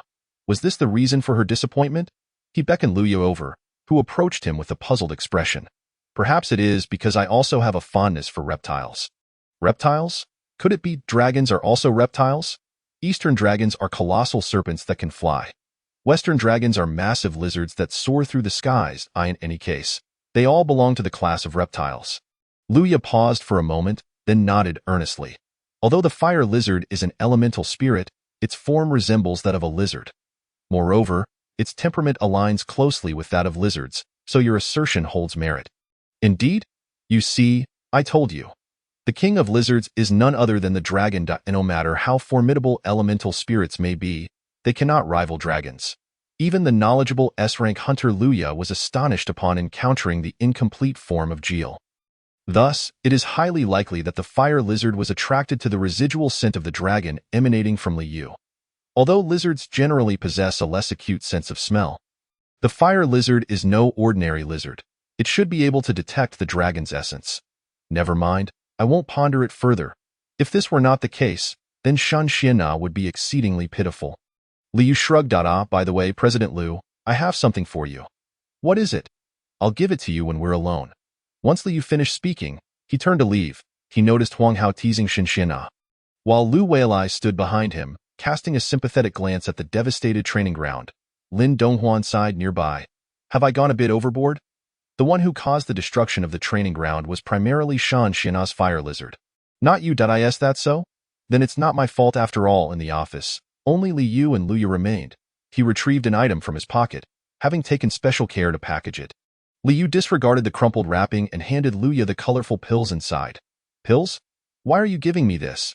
I made them myself. There's an instruction manual. Take them when needed. Instruction manual? Luya accepted the pills. Perplexed as she opened the manual. She perused the text. Her expression gradually grew serious. Is this for real? Previously, Liu had informed Luya about his acquisition of the second unique title, Divine Healer, so she was aware that he could concoct potions with special effects. The effects of these pills were indeed remarkable. Liu believed that such a valuable item should not be kept solely for his use. Hence his decision to share it with Luya and the other members of the Black Moon Guild who had supported him. May I try one? Of course, once you've used it up, I can make more for you. He had memorized all the formulas, so it was not difficult to create them. Luya opened the packaging for the strength-enhancing pill and placed it in her mouth. It had a faint strawberry flavor. I specifically adjusted the taste. No matter how potent the effect, it is of no use if it doesn't taste good. Luya swallowed the strength-enhancing pill, her eyes widening in astonishment. This? She stared at her fist in a daze before standing up, then, crack! Luya's fist smashed down onto the sturdy steelwood table, instantly splitting it in two. Impressive. I barely exerted any force. Luya clapped her hands, gazing at Liu in disbelief. Startled by her actions, Liu cleared his throat awkwardly. That's so. What do you think? Can these pills be supplied in bulk? Certainly. I initially intended to discuss this matter with you. Having personally consumed these pills and participated in battles, Liu was aware of their extraordinary effectiveness. Thus, he sought to share them with Luya, who had consistently assisted him, as well as with the other members of the Black Moon Guild. My price is. Liu produced a pre-prepared pricing sheet and handed it to Luya. Although he felt like a profiteer, there was no alternative. Luya glanced at the pricing sheet, then stood and approached the desk. I believe this price is more appropriate. Let me see. Liu's eyes widened as he beheld the figures Luya had written down. 1, 10, 100,000. Is there a mistake somewhere? He rubbed his eyes and confirmed again. But the numbers remained unchanged. Are you serious? Is it insufficient? I could add a 0 at the end. No, that won't be necessary. Slap. Liu placed the paper Luya had handed back on the table. I cannot accept such an exorbitant sum. The value of these pills is certainly worth this price. I understand that even if you were to increase the price tenfold, there would still be buyers. After all, only you can create these pills, and their effects are exceptional. The price of these pills is ultimately determined by you. However, I originally intended to give them to you for free. Liu was merely a nominal member of the Black Moon Guild. In reality, he was an imposter. Moreover, He had joined the Black Moon Guild for his own benefit. Since he had received so many favors from them, it was only right that he repaid them. Especially Luya, who had helped him so much. But if I offer them to you for free, you certainly won't accept. Although Liu had not known Luya for long, he had a general understanding of her character. She was quite aloof towards outsiders, yet exceedingly generous to those close to her. She would even sacrifice her own interests to accommodate others. Hence, Liu proposed a price he deemed reasonable. You actually want me to raise the price? Liu regarded Luya with a bemused expression. Luya paused, then let out a soft sigh. All right, I understand. Let us agree on this. We will proceed with the price I proposed, huh? Liu stared at Luya in astonishment. In exchange, I will purchase at this price from now on. Luya said with a smile. She squinted her eyes and continued, even if you become more powerful in the future, I will still buy at this price. This way, the one who benefits more will be me, not you, right? Liu sighed helplessly, ruffled his hair, and stood up. Very well, I concede. If you need pills in the future, just let me know. I can make them anytime. Are you leaving now? Ah, I have matters to attend to. What matters? Liu rested his hand upon the doorknob, gazing at Luya, whose previously indifferent expression had returned. I am going to watch Pleasant Goat and Big Big Wolf. Click, banged. Liu slipped his hand into his pocket and strolled down the corridor, heading homeward. Chapter 76, Pai Lai This Won't Do. Liu crossed an item off the list in his notebook. Resting his chin in contemplation. Is eating poison the only remaining option?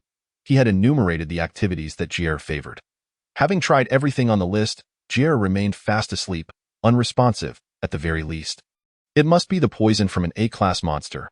Ordinary poison would likely have no effect on Jier. Liu quickly searched for A-class dungeons accessible at present. Although somewhat distant, this dungeon is remarkably suitable. It perfectly aligns with all of Liu's requirements. A faint smile crept across his face as he swiftly. Is this how it operates? Why is it so troublesome? Liu sluggishly booked a flight ticket. High above, one could overlook the streets of Jiangnan. A bespectacled man sat at his desk. Upon hearing the door open, he lifted his gaze. You seek me? A man clad entirely in black approached the bespectacled man. The bespectacled man handed him a document. This is a recently popularized second-level promotion hunter. The man in black took the document and began to read it with keen interest. Liu, though somewhat intriguing, I would prefer to wait until he is stronger before engaging him. At the very least, he must be a grade, correct? Even if he masquerades as a poison master? The man in black abruptly raised his head, eyes widening. The bespectacled man seemed to have anticipated his reaction, smiling faintly. In truth, we have been keeping a close watch on Liu, albeit under the guise of an apothecary. An apothecary. I did not foresee his emergence as a poison master. That is truly unexpected. The bespectacled man gently tapped his finger on the desk. The apothecary and the poison master. Perhaps Liu's choice is exceedingly astute. After all, a failed potion could very well transform into poison. Liu will likely utilize his own concocted poison water as a weapon. Poison water. Suddenly, a plume of purple smoke erupted from the document in the black-clad man's hand, swiftly dissipating. The bespectacled man furrowed his brow. Did I not instruct you against using poison in the office?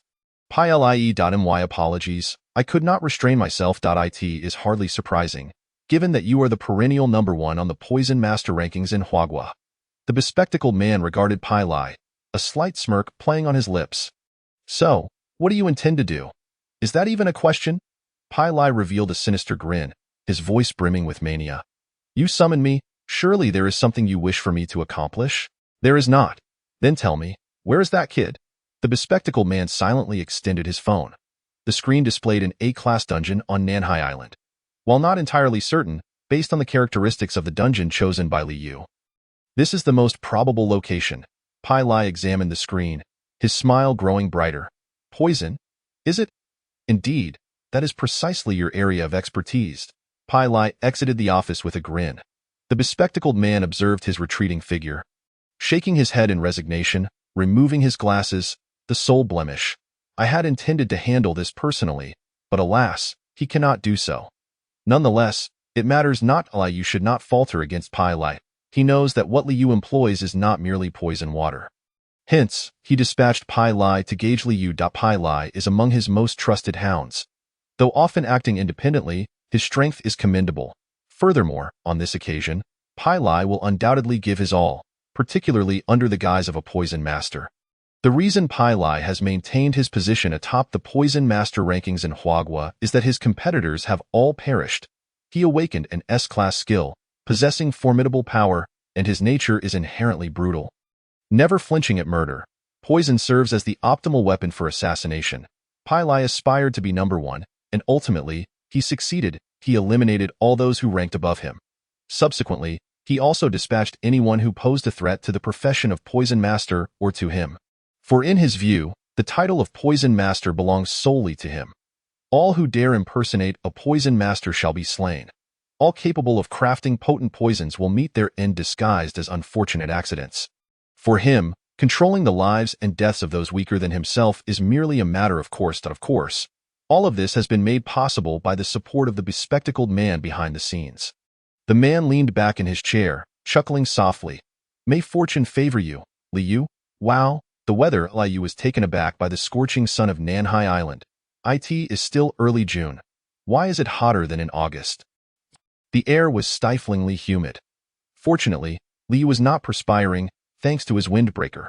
Expensive items indeed proved their worth. Though his face felt warm, his body remained cool. TOB on the safe side, Liu donned sunglasses and a hat, clutching his luggage as he made his way to the hotel he had reserved. After checking in and placing his belongings in his room, Liu opened the balcony door. It is much cooler here. Being on a higher floor, the breeze was strong. Liu stood on the balcony, admiring the shimmering sea of Nanhai Island, letting out a soft sigh.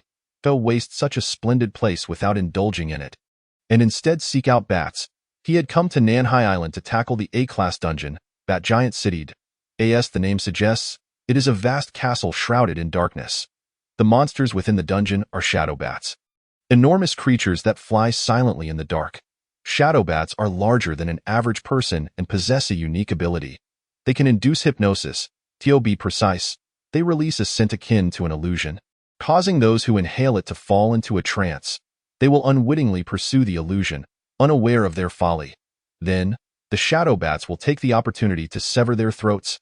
Their venom glands are located near the neck. This colorless and odorless toxin cannot be thwarted even by high-grade magical artifacts.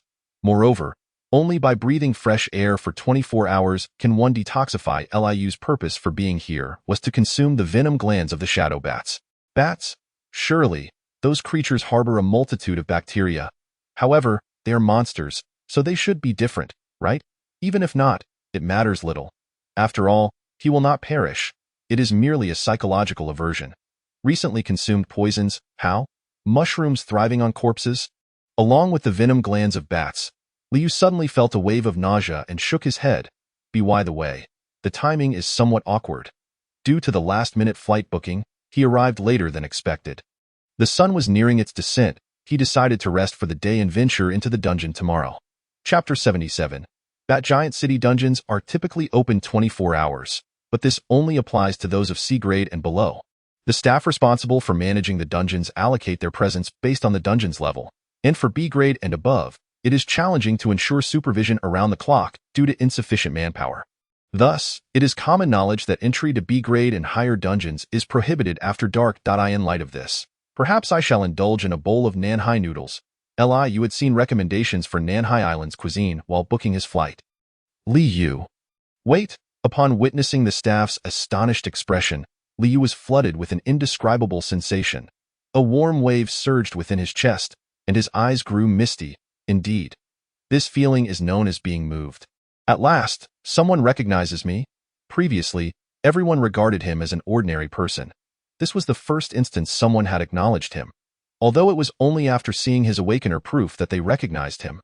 At the very least, someone had recognized him. Yesterday, when he dined on Nanhai noodles, no one had identified him. Moreover, he had not even been wearing sunglasses at that time. Moved, Liu covered his mouth.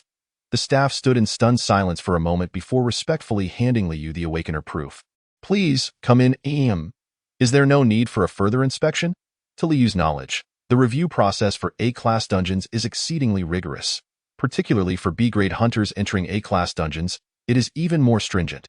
Liu regarded the staff with confusion, who widened their eyes and stated, You are a hunter personally recognized by President Zhang Ming.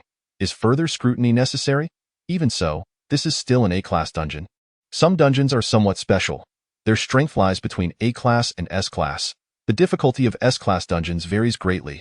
The difficulty of A-class dungeons adheres to clear standards, while S-class dungeons lack a unified criterion. The hunter's levels are similarly inconsistent. Those dungeons that just barely fall short of the S-class standard are referred to as quasi-S-class dungeons. For instance, the Bat Giant city that Liu is about to enter. In fact, the president has already made prior arrangements. Prior arrangements? The esteemed president remarked, Liu, the hunter, is exempt from review. With a bitter smile, Liu accepted the Awakener certificate handed to him by the staff. Just as he was about to tuck the certificate into his pocket, the staff member presented him with another item. Excuse me, may I trouble you for a signature? Huh? Liu, you are now quite the celebrity. I wish to obtain your autograph before you ascend to the rank of S-class hunter. Of course, Liu took the paper from the staff member. Signing, how should one sign? He had never signed anything before. After a moment of serious contemplation, he elegantly inscribed his name in an ornate manner. Here you go. Thank you. The staff member accepted the signature with a beaming smile, humming a cheerful tune as he placed it into his bag. This fellow appeared to be a decade older than Liu, yet he was so. Liu chuckled and made his way toward the dungeon entrance, waving goodbye to the staff. Farewell. Be careful. Liu waved to the staff once more, then lifted his gaze to the dungeon entrance, which exuded an aura of ferocity. Even before entering, he sensed an overwhelming danger. It seemed this staff member was quite the formidable hunter himself. Even a B-class hunter would struggle to withstand such a torrent of violent magic. To work here, one must be at least an A-class hunter. Thus, it appears his rank surpasses mine. How courteous he is toward me. Is this the influence that comes with a second-tier promotion? Taking a deep breath, Liu fixed his determined gaze on the dungeon entrance. Let us proceed. As he stepped into the dungeon, a chill enveloped him, causing him to furrow his brow. Is this the dark curse? The Bat City, shrouded in darkness. This is no mere exaggeration. It is a genuine dark curse. It transforms already shadowy spaces into realms of deeper gloom. Moreover, it diminishes one's perceptual abilities, even impairing vision. However, with the blessing of a healer's skills, it can be easily dispelled. Therefore, the optimal strategy for conquering the Bat City dungeon is to bring along a healer. Noticing the goosebumps rising on his skin, Liu retrieved a green pill from his pocket. The effect of the Curse Dispel pill has been saved.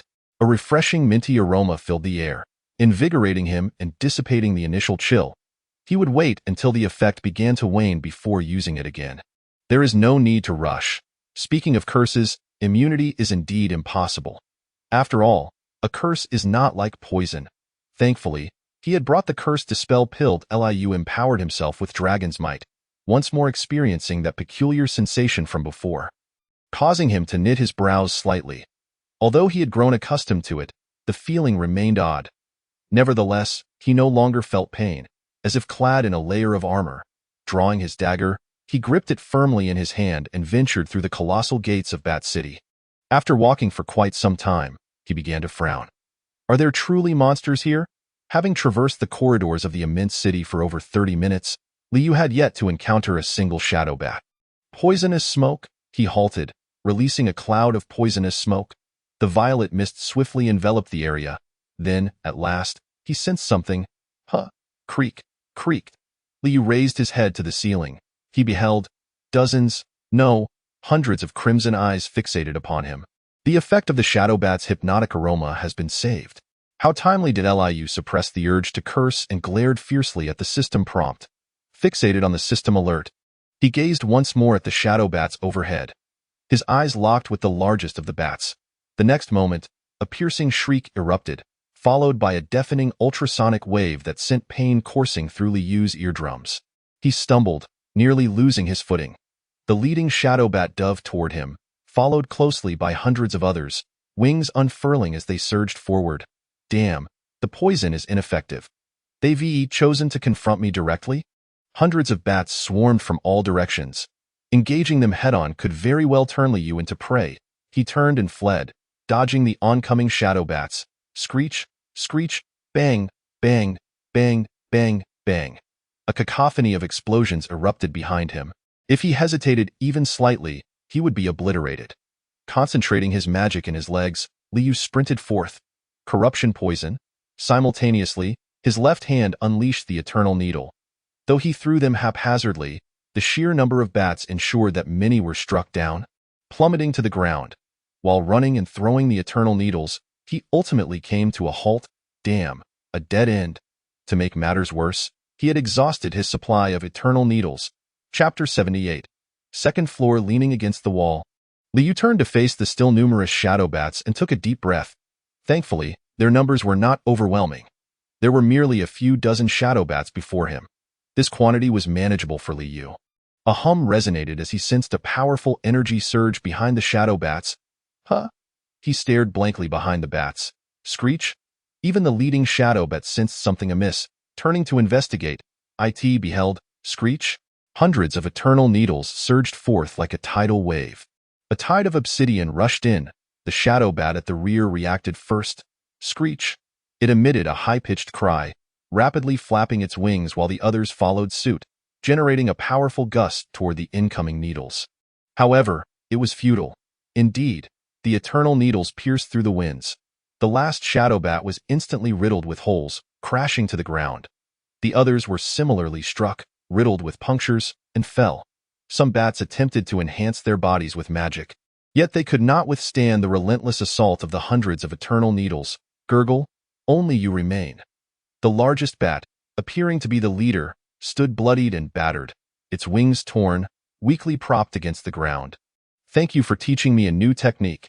Liu had never considered using the Eternal Needles in such a manner. As he toyed with his dagger, he approached the shadow bat. Screech, screech. The bat let out a desperate shriek, flailing its damaged wings in a futile attempt to strike Liu. Yet it was far too weak to resist. With a swift motion, Liu deflected its attack. It's time to depart. Thrusting his dagger into the bat's forehead, it convulsed a few times before falling still. Extracting the magic stone from the bat's corpse, he surveyed his surroundings. Where am I? Having run for so long, he had forgotten how he had arrived here. With a sigh, Liu plunged his dagger into the bat's neck, forcefully slicing through to retrieve a red, sack-like object. Ugh! Blood dripped continuously from the red SSE. Liu shut his eyes and tossed the sack into his mouth. Damn! Why is this so delicious? Its flavor danced between orange and apple, tart yet sweet, refreshingly delightful, as if it were tap dancing on his taste buds. The effect of the shadow bat's poison gland has been saved. Liu had consumed poison, yet Zhao did not react. Could it be due to the small amount? Zhao had an impressive appetite. With the experience of the first encounter, the next steps became considerably simpler. Liu quickly extracted the magic stones and then consumed the poison glands. Although some of the bat's poison glands had been damaged by the Eternal Needles, he still managed to obtain a fair amount. It seems it wasn't just that. Plopping down on the stairs leading to the second floor, Liu let out a long sigh. It appears consuming poison will not awaken Zhao. Hey, didn't you say that once I grew stronger, you'd take me to Raffinir? Wake up already. With another sigh, he raked his fingers through his hair and stood up. Due to the previous incident, Liu had nearly explored the entirety of the first floor. Thus, he was eager to see what the second floor had in store. Determined to thoroughly explore the second floor before enjoying the scenic views of South Sea Island, he ascended the stairs. There are many rooms on the second floor. The first floor comprised a long corridor, with only one hall and no other rooms. In contrast, the second floor was replete with numerous chambers. Poisonous smoke. Drawing from his experience on the first floor, Liu immediately released poisonous smoke upon arrival, sensing the surrounding environment. Yet this time, he discovered nothing. Is this a bedroom? Creak. As Liu pushed open a dusty door, it emitted a sharp screech. He beheld a bed cloaked in dust. Someone must have once resided here. Might this also be part of Raffinir? Previously, when encountering such scenarios, Liu would inquire of Zhao, but now, he could only suppress his questions within and open the next door. At that moment, he caught a whiff of a peculiar scent. What is that smell? The bat's lair should typically be permeated by a musty odor.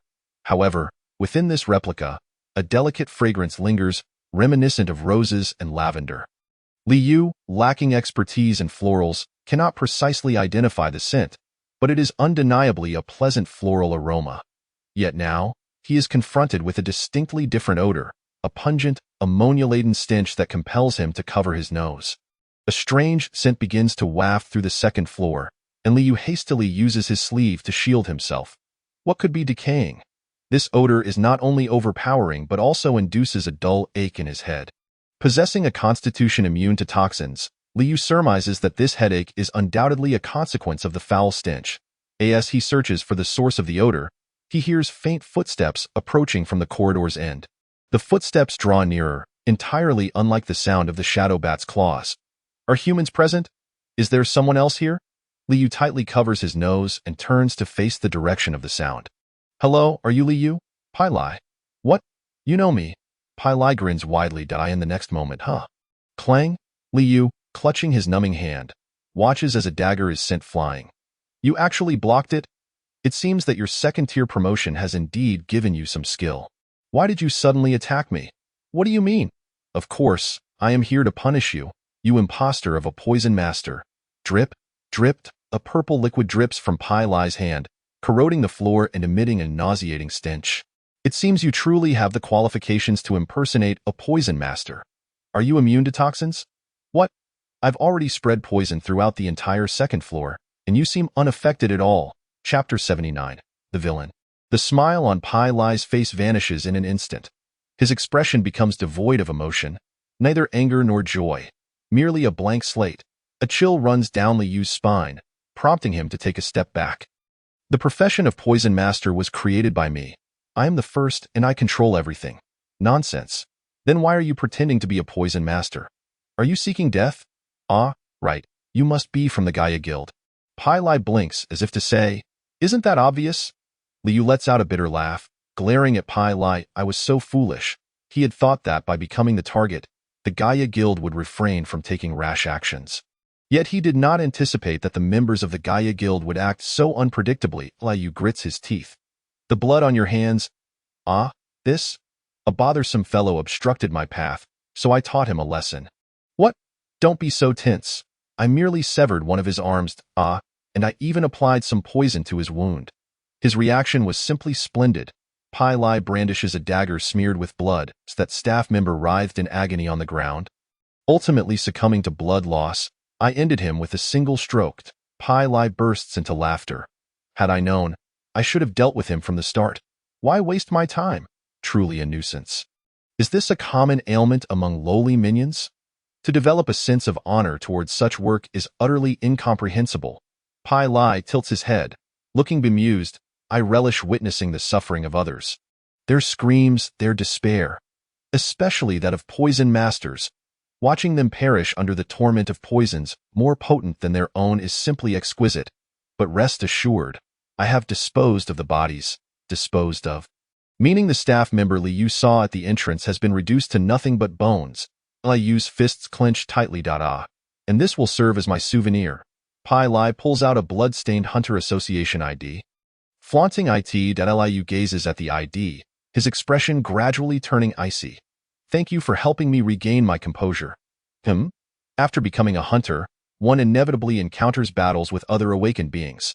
Such confrontations often occur during clashes with villains, individuals who, having awakened the system, flout the law and exploit their powers for malevolence outside the replicas. They are criminals who violate international laws governing awakened beings, deserving of the harshest penalties. Even execution on the spot would be justified. Moreover, killing them yields bounties, leading to the emergence of bounty hunters specifically targeting villains. Since villains can appear at any moment, becoming a hunter signifies a readiness to kill. And this individual before him, can he still be considered human? At least, Liu does not regard him as such. From the moment he decided to become a hunter, he had resolved himself. So, you are doomed. Pai Lai has murdered a hunter of the Hunter Association while on duty. Merely this transgression is sufficient to warrant a death sentence. Thus, it is not murder but rather a judgment rendered by a hunter upon a heinously wicked villain. Come now, let me see your skills. Liu summons every ounce of his magical power. A formidable energy instantly fills his body. Whoosh. Liu draws his dagger, pointing it at Pai Lai. You are dead today. Pai Lai stands frozen, seemingly unable to comprehend Liu's words. Reaching up to check his ears, a cold smile curls at the corner of Liu's mouth as he twirls the dagger in his hand. Whooshed, Pai Lai grips his dagger tightly, lowering his head. It seems I must kill you now. Yes, I shall cut you into pieces. Whoosh! Pai Lai vanishes from Liu's sight in an instant. Liu releases a smoke poison, attuning himself to the surrounding movements before abruptly pivoting. You are not using a potion? Pai Lai appears before Liu in surprise.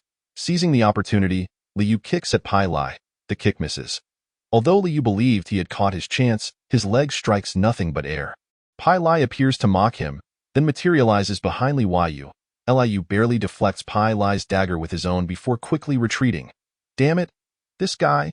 Liu recognizes the skill Pai Lai employs.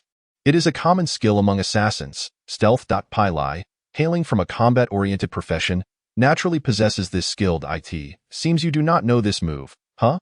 You truly are an apothecary. Liu swings his dagger once more in the direction of the voice. Yet again failing to make contact, he grits his teeth, his expression darkening.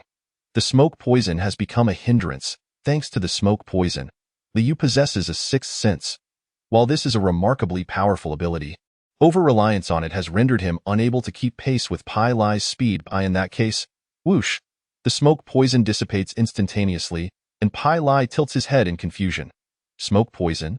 Liu does not weaken the smoke poison. He merely renders it more subtle, retaining its original characteristics while ensuring it does not obstruct his vision. Thus, he can simultaneously utilize both his sixth sense and sight. Fine smoke. Ha! Liu exhales gently.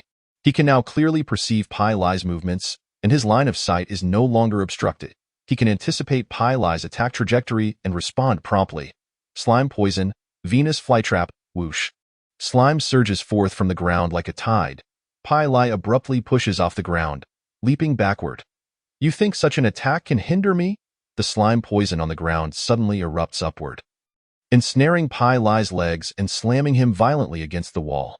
Got you. Liu watches as Pai Lai becomes stuck to the wall by the slime poison, a smile forming on his lips. Thanks to the spider silk, my control over the slime poison has significantly improved. Spider silk is a skill that allows movement using slime poison. Like spider silk, it can be shot out and adhere to a surface for movement. Therefore, this skill has indirectly enhanced Liu's proficiency with the slime poison. I truly wish to kill you. Pai Lai rises from the wreckage, brushing aside the hair that obstructs his view. A mere apothecary dares to dabble in poison? Don't you think you are being quite arrogant? What nonsense are you spouting now? Purple liquid, reeking of rot, surges forth from Pai Lai's hands, corroding the ground. I had initially intended to leave you intact, but it seems that is no longer feasible. Gurgle, gurgle. The purple poison lunges at Liu like a ravenous beast. Chapter 80. Complete immunity. In order to evade the assault of the poison, Liu sprays slime poison toward the ceiling. Ha ha ha. It seems you still cannot withstand my poison, can you? Even if Liu does not evade, he would suffer no harm, for he is immune to toxins. Yet he prefers that Pai Lai remains unaware of this fact. Pai Lai, previously leisurely pursuing Liu, tilts his head in confusion upon realizing Liu has vanished from his sight. At that moment, bang! Liu bursts through the wall, seizing Pai Lai by the hair and forcefully slamming him into the ground. Ugh! Before encountering Pai Lai, Liu had already thoroughly familiarized himself with the structure of the second floor. Thus, this battle favored him considerably. Huh? Crack, crack. Could it be that Liu exerted too much force?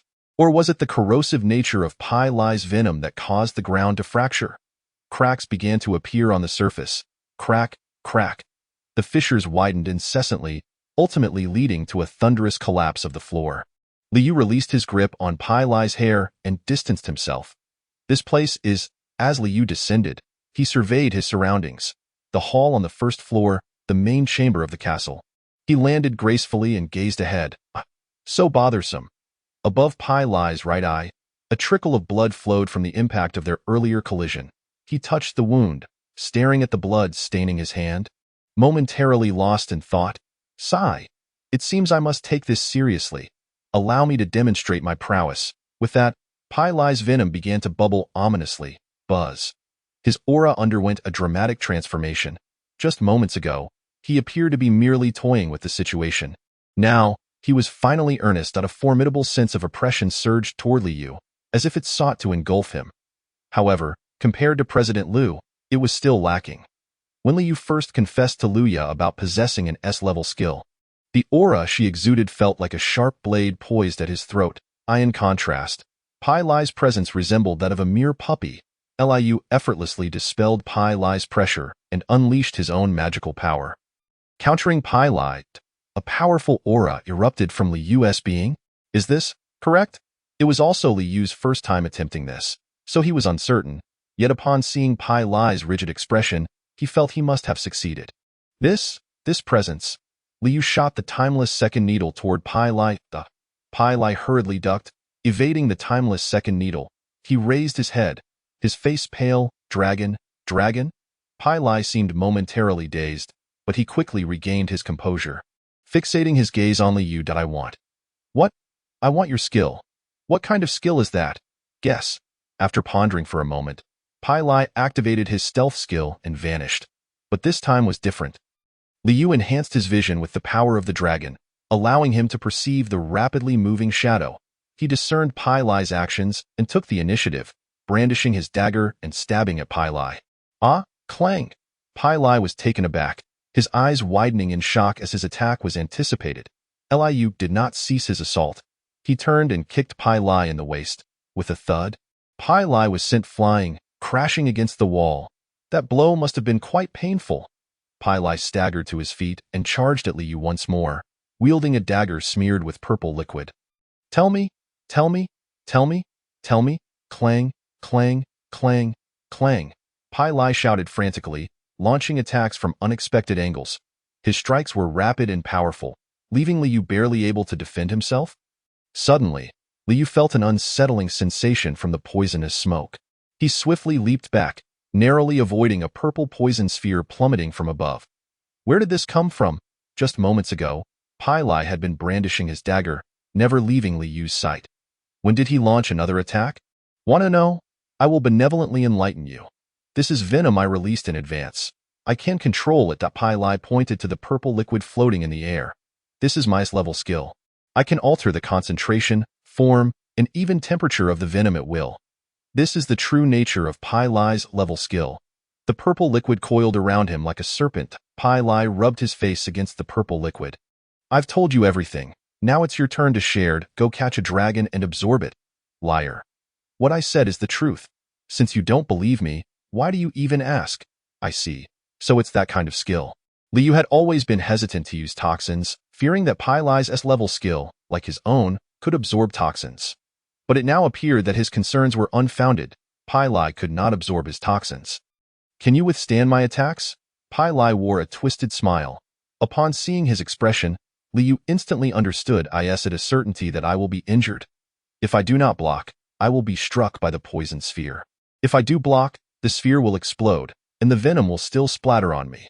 Thus, regardless of the choice he makes, he will suffer injury. This is the so-called hellish dilemma if I had to choose. Liu landed a punch squarely on Pai Lai's face. Pai Lai seemed utterly taken aback by Liu's sudden assault, his eyes wide. You actually fell victim to my poison. My apologies. I am not partially immune to toxins, but rather completely immune. How is that possible? As an apothecary, how could you possess such a rare trait of complete immunity that no one else has? Although Liu still felt some pain, Pai Lai's poison posed little threat to him. It was akin to Aunt Hua from the market striking his palm to ensure he ate properly. Just that level of discomfort. However, compared to ordinary poisons, it was still somewhat painful. The toxins Liu had ingested recently had caused no sensation. Even those that had once caused him pain were now ineffective. Yet Pai Lai's poison still inflicted discomfort. It seemed this fellow indeed possessed S-level strength. Once more, Liu strode towards the center of the hall. Pai Lai, observing Liu's relaxed demeanor as if completely unaffected by the toxins, trembled violently. No. Impossible. This cannot be. He roared in despair, unleashing his venom. The liquid coalesced into a perfect tetrahedron. The purple cube hurtled toward Liu. Die, you bastard. Chapter 81. Absorption. Liu regarded the frantic Pai Lai, calmly raising his left hand. Corruption venom. A purple tempest surged from the ground. The storm swept forth, and Pai Lai's venomous cube disintegrated into dust in an instant. Pai Lai watched in stunned disbelief as his attack was effortlessly neutralized. This is impossible. Impossible? Pai Pai Lai recoiled in fear. Moments ago, he had been like a madman, alternating between laughter and rage. Now, he finally displayed a look of terror. Li Yu observed Pai Lai's expression with a furrowed brow and halted his advance. Die, die! Pai Lai cried out while extending his hands. Purple liquid erupted from his palms. Li Yu regarded Pai Lai and extended his own hand. Whoosh! All of the venom Pai Lai spewed was absorbed by Li Yu. Clenching his fists tightly, Li Yu felt liberated to absorb without reservation in addition to direct consumption. There were two methods to store toxins. The first was the toxins he himself utilized. The second was already purified toxins. This is why he could absorb the venom of the venomous mantis and the slime, as both were purified toxins. Likewise, the venom Pai Lai employed had been purified. Thus, Li Yu could absorb it as well.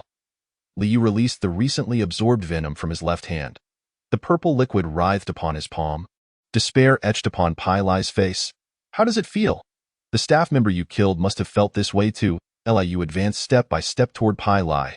Those you killed must have felt just like you do now. Therefore, Li Yu halted before Pai Lai, placing his hand atop Pai Lai's head, his gaze icy. Experience a despair deeper than this. The toxins within Pai Lai, along with his magical power, were absorbed by Li Yu.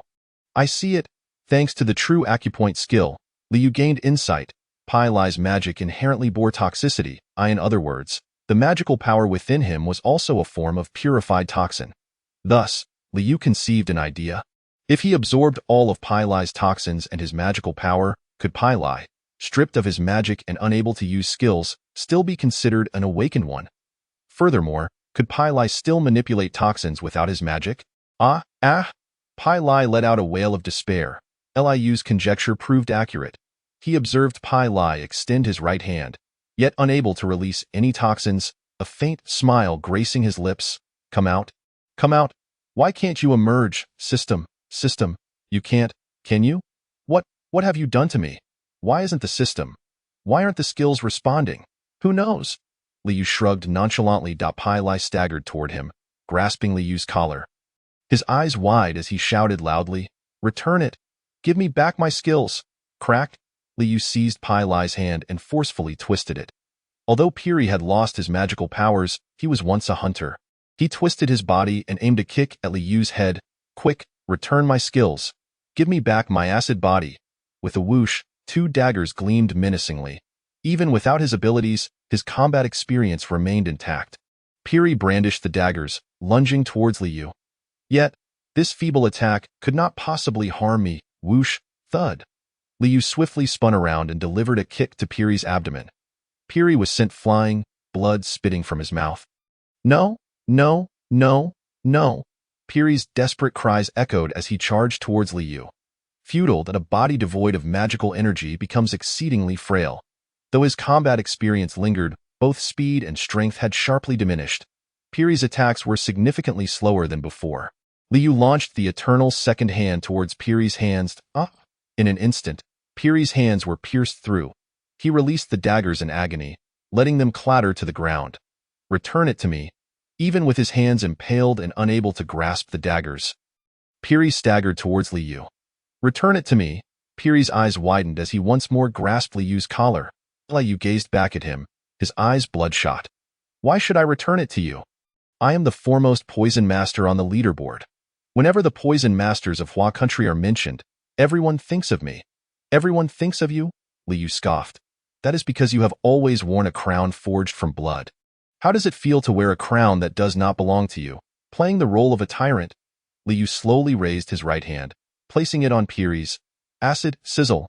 A powerful acid spewed forth from Li Yu's palm, instantly melting Piri's hands. From now on, you will live as an ordinary person, writhing like a worm in agony. Do you understand? Thud.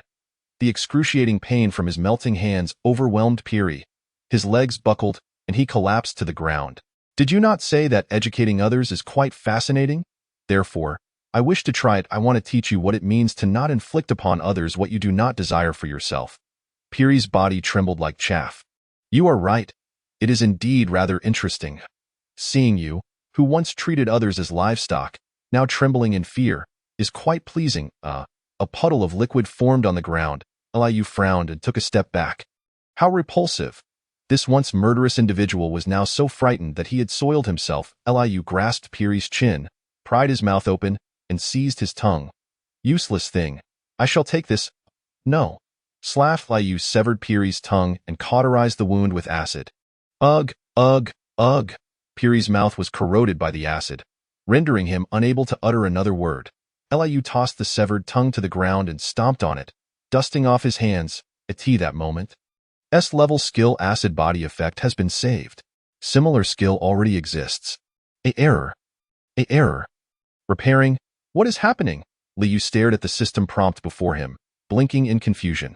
Original skill acid's effect has been modified. Acid possesses limitless possibilities of acid, can release various acidic substances. Acid includes the following acidic substances. Acid body. The magical energy within is imbued with a potent acidity. The magic itself is acid, thus allowing for its manipulation akin to controlling magic. Chapter 82. Jer awakens. Ha! I can manipulate acid just like magic. Liu gazed at the skill description in disbelief, extending his right hand. Acid body. A light purple liquid surged from his palm. Liu mimicked Piri's earlier gesture, sweeping his right hand to the side. Then, oh, whoosh. The acid body moved obediently, mirroring his movements like a loyal pet. How wondrous! Liu clenched his fist. The acid body was instantaneously compressed into a solid form. He lifted his hand once more. The solid acid body began to ignite. After toying with the acid body for a while, Liu murmured, no wonder it's an S-level skill, truly versatile. With but a thought, he could alter its shape and properties. Such a feat was beyond the capabilities of an ordinary original skill. Moreover, the scent had improved. Unlike Piri's acid body, which reeked, Liu's possessed a subtle fragrance. Despite the change in color and scent, Piri still recognized it as his acid body. Groaning in despair, he wished to plead for mercy. To have his skill returned, but with his tongue severed and mouth corroded, he could utter no words. His hands had also melted, rendering him unable to crawl along the ground. Liu quietly observed Piri, his gaze gradually losing its luster. What should I do next? Liu rested his chin on his hand, contemplating for a moment before nodding and approaching Piri. Just as he extended his hand, this guy, Jer, it's me. When did you awaken? Liu exclaimed in surprise.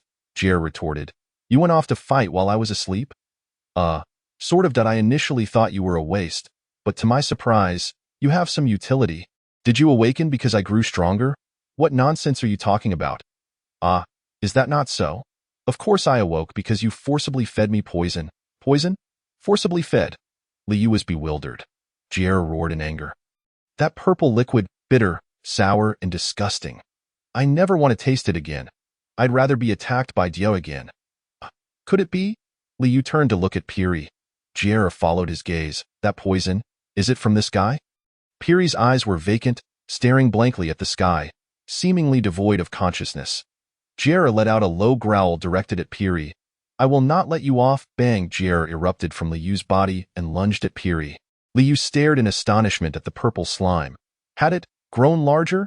Jer's form seemed to have expanded considerably. Its aura felt stronger than before, deprived of magical power and rendered akin to an ordinary person. Piri was sent flying by Jer, his head striking the debris of the second floor with a sickening thud. Ugh! A pool of blood oozed beneath Piri's head. His body twitched a few times before falling still. I think I may have killed him. Sigh. Liu covered his face with his hand. Though events had unfolded differently than he had anticipated, he found himself calmer. This fellow deserved death. Liu approached Piri, examining his condition, and heard the faint sound of his breathing. It was incredibly weak, barely perceptible. This indicated that he was still alive. Death was not the most brutal punishment for Piri. Effect granted. Liu utilized the effect of a basic potion to heal Piri's wounds. Jer questioned quizzically, isn't this guy trying to kill you? Indeed. Then why are you saving him? Because living is more torturous for him than dying. Piri had always prided himself as the #1 poison master on the leaderboard. Believing that all who were weaker than him should submit, now, he had lost his hands, tongue, magical power, and poison. Liu took the Bloodied Hunters Association ID from Piri. This was undeniable evidence. Now, all that remained was to deliver him to the Awakener's prison. The Awakener's prison was no ordinary jail. There, Piri would spend his wretched existence, where even breathing would become a luxury. Furthermore, it would be at the very bottom, a powerless, handless waste, barely surviving in prison. For Piri, this fate might be more terrifying than death. Once this is all over, I will tell you everything that has transpired these days. I await your explanation, Mem. Liu dragged Piri out of the dungeon. A staff member lay dead. Moreover, he had been brutally murdered by a villain. A diligent worker had innocently lost his life. Thus, Liu promptly called Zhang Ming, the president of the Hunter Association. Now, Zhang Ming had arrived at the scene through teleportation magic. Is this Piri? Indeed. What a tragedy. Liu had been exonerated without any investigation, as the Hunter Association had long suspected Piri. It was said that wherever Piri went, incidents often occurred. However, the association had never found evidence to arrest him. This time, however, it was different. They had discovered Piri's fingerprints on the victim's ID, a conclusive piece of evidence. Moreover, traces of Piri's venom and his indelible sticky blood remained at the scene. All clues and evidence pointed to Piri. Yet, Liu could not find joy in this revelation. The ghastly pool of blood on the ground weighed heavily upon him. He understood the implications of such a sight. Liu gazed at the remnants of the melting corpse. His emotions tangled. He would also express gratitude towards you. Let us hope so. It has been arduous. Leave Pai Lai to me. My apologies for the trouble. Rest assured, I shall ensure that his suffering is beyond imagination. Liu entrusted Pai Lai to Zhang Ming, who was about to affix the Awakener's specialized shackles onto him, only to freeze in shock upon seeing his melted hands. He could only confine Pai Lai to a temporary cell. At that moment, a frantic staff member rushed over, exclaiming, "President, there's an urgent matter that requires your immediate attention." He handed his phone to Zhang Ming, who took it with a furrowed brow. "What is it?" "Take a look at this."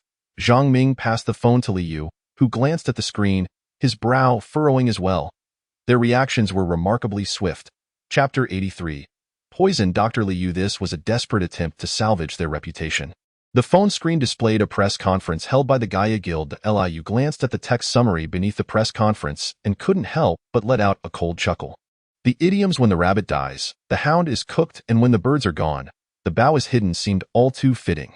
The summary read, "We are aware of Pai Lai's actions. His behavior is utterly reprehensible, and we have decided to expel him from the Gaia Guild." Upon learning of this, Pai Lai fled in fear of punishment. Should anyone manage to kill or capture Pai Lai, the Gaia Guild will offer a substantial reward. How did they come to know? How did they react so quickly? Liu's gaze darkened as he observed Zhao Zhucheng, the president of the Gaia Guild. On the screen. The Gaia Guild has always operated this way, hasn't it? The Hunter Association had conducted searches, yet they consistently managed to obliterate all evidence. So, does this imply that there are other forces backing the Gaia Guild?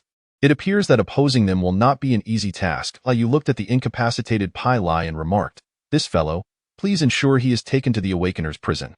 "Leave it to me." Zhang Ming replied with a smile, evidently relieved that he need not worry about Pai Lai's fate. Liu observed the distraught family members of the staff member, his heart heavy with conflicting emotions as he clenched his fists. At that moment, Zhang Ming placed a reassuring hand on his shoulder. "I will take good care of them. I appreciate it." "All right, I shall take my leave now. Thank you for your hard work. I will contact you again after everything is settled." "You two have worked hard." Liu bowed to Zhang Ming and, with heavy steps, turned to depart. That moment, a small hand tugged at his clothing. "Thank you." "Huh? Thank you, Sob, for catching, Sob, the bad man who killed my daddy." A boy of about 7 stood before Liu, tears streaming down his face, missing a front tooth. Behind him stood his mother, the staff member's wife, head bowed, silently weeping. "Thank you. Thank you." Liu recognized his connection to the staff member's death, knowing that it stemmed from his visit to Bat Giant City. Pai Lai had come here to assassinate him and had subsequently killed the staff member. Did he truly believe that? If so, he felt deeply remorseful for the devoted staff member. Liu recalled the staff member's radiant smile and remembered how he had kindly urged him to be cautious on the road. A profound weight settled upon Liu's heart as he clenched his fists tightly. He gently embraced the boy before him, softly patting his back. "Your father was a remarkable and great man. Sob, although you cannot see him now, he will always watch over you from above. When you are in danger, he will appear like a hero to protect you. Wah. So, after today, try not to cry anymore. If you keep crying, your father will feel sad watching you from up there. Do you understand? The boy buried his head in Liu's embrace, nodding gently to Liu tenderly stroked his hair. All right, then let us allow you to cry today. The staff member's wife, standing behind, also bowed her head, tears flowing silently. Liu stood in that space filled with sorrowful cries, his head bowed in silence. Have you informed her? Yes, now, aside from me, President Liu is also aware of this matter. In the hotel room, Liu lay on the bed, turning on the television to recount the events that transpired during Jier's slumber. Jier sat at the table, nodding as he listened. You did well not to mention the eternal clock. Indeed, that clock is rather peculiar. Peculiar? Liu tilted his head in confusion as Jier sighed. It is rare to find something that can remain intact for 10,000 years, isn't it? Indeed. You may not know this, but the clock tower is made of the same material as the gears. The clock tower is also? Typically, gears and hands are made of metal, but the clock tower is constructed from bricks. How could that be the same material as the gears? How is that possible? I find it hard to believe as well. Why curiosity is piqued. So, where are the minute and hour hands? Liu sighed, tearing open a bag of squid strips and beginning to eat. What a danger, he recalled Pai Lai, the one who wielded a dagger with incredible speed and power. If Pai Lai had gone all out from the beginning, and if he hadn't been intimidated by Liu's poison-resistant constitution, Liu could not guarantee that he would have emerged victorious. It was frustrating. Though he had won, it had not been an easy victory. He had merely capitalized on Pai Lai's carelessness to successfully ambush him a few times, while he could only barely fend off Pai Lai's dagger attacks in terms of pure combat skills.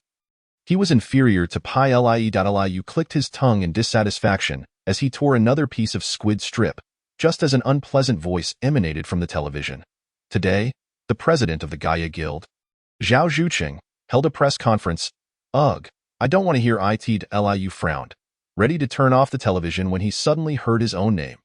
Second-tier promoted hunter, also the key figure in the A-rank sudden dungeon incident with 0 casualties. The poison Dr. Liu of the Black Moon Guild has apprehended Pai Lai? Wait a moment.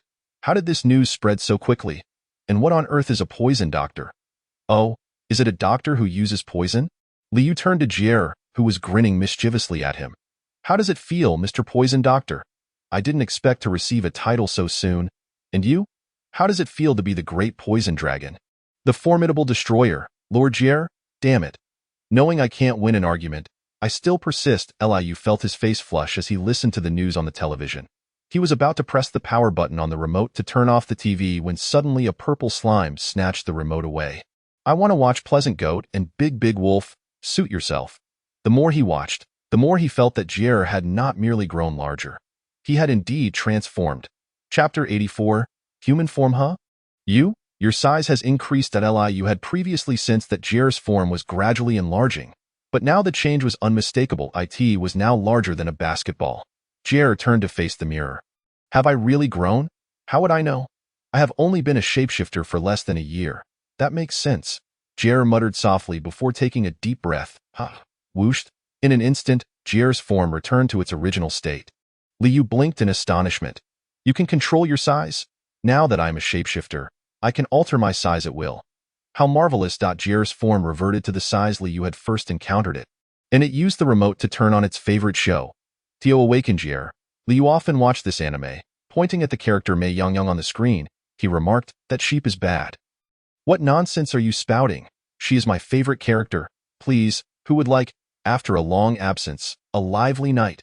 Liu discovered something he had previously been unaware of. Let us go. What's wrong? Nothing. Liu discreetly shifted his gaze from Jier, for he realized that the skill level of Poison Dragon Jier had unexpectedly risen to B level. When did that happen? It was still D level the last time he checked. Could it have jumped 2 levels while it was asleep? During the battle with the summoner, Poison Dragon Jier's skill level had not increased. Yet, after waking up, its skill level had soared 2 levels. In any case, upon learning of its skill upgrade, Jier was overjoyed, declaring in a serious tone that it could now maintain its human form for a longer duration. It then immediately transformed into human shape and excitedly suggested going out. So, let us set off now. Wait a moment. What is it? Jill turned to Liu. You die in your humanoid form. Are you male or female? Fool. Does it really matter? I can transform into either a man or a woman, I see. let's go.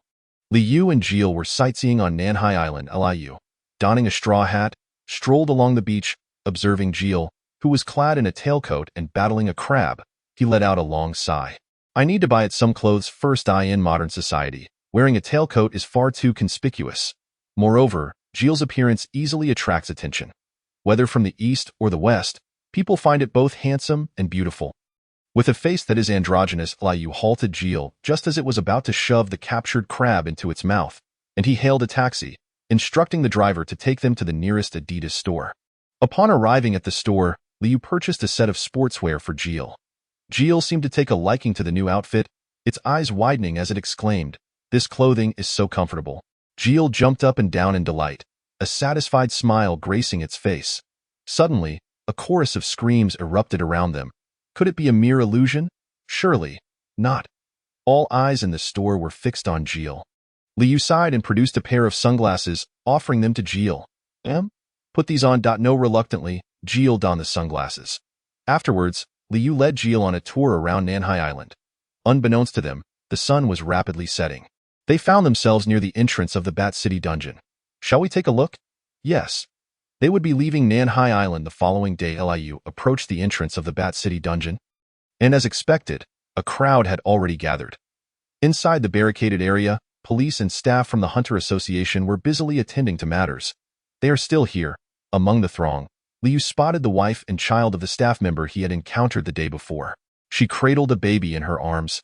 Thankfully, the little boy, who had been crying inconsolably yesterday, was now gazing at his sister with a faint smile.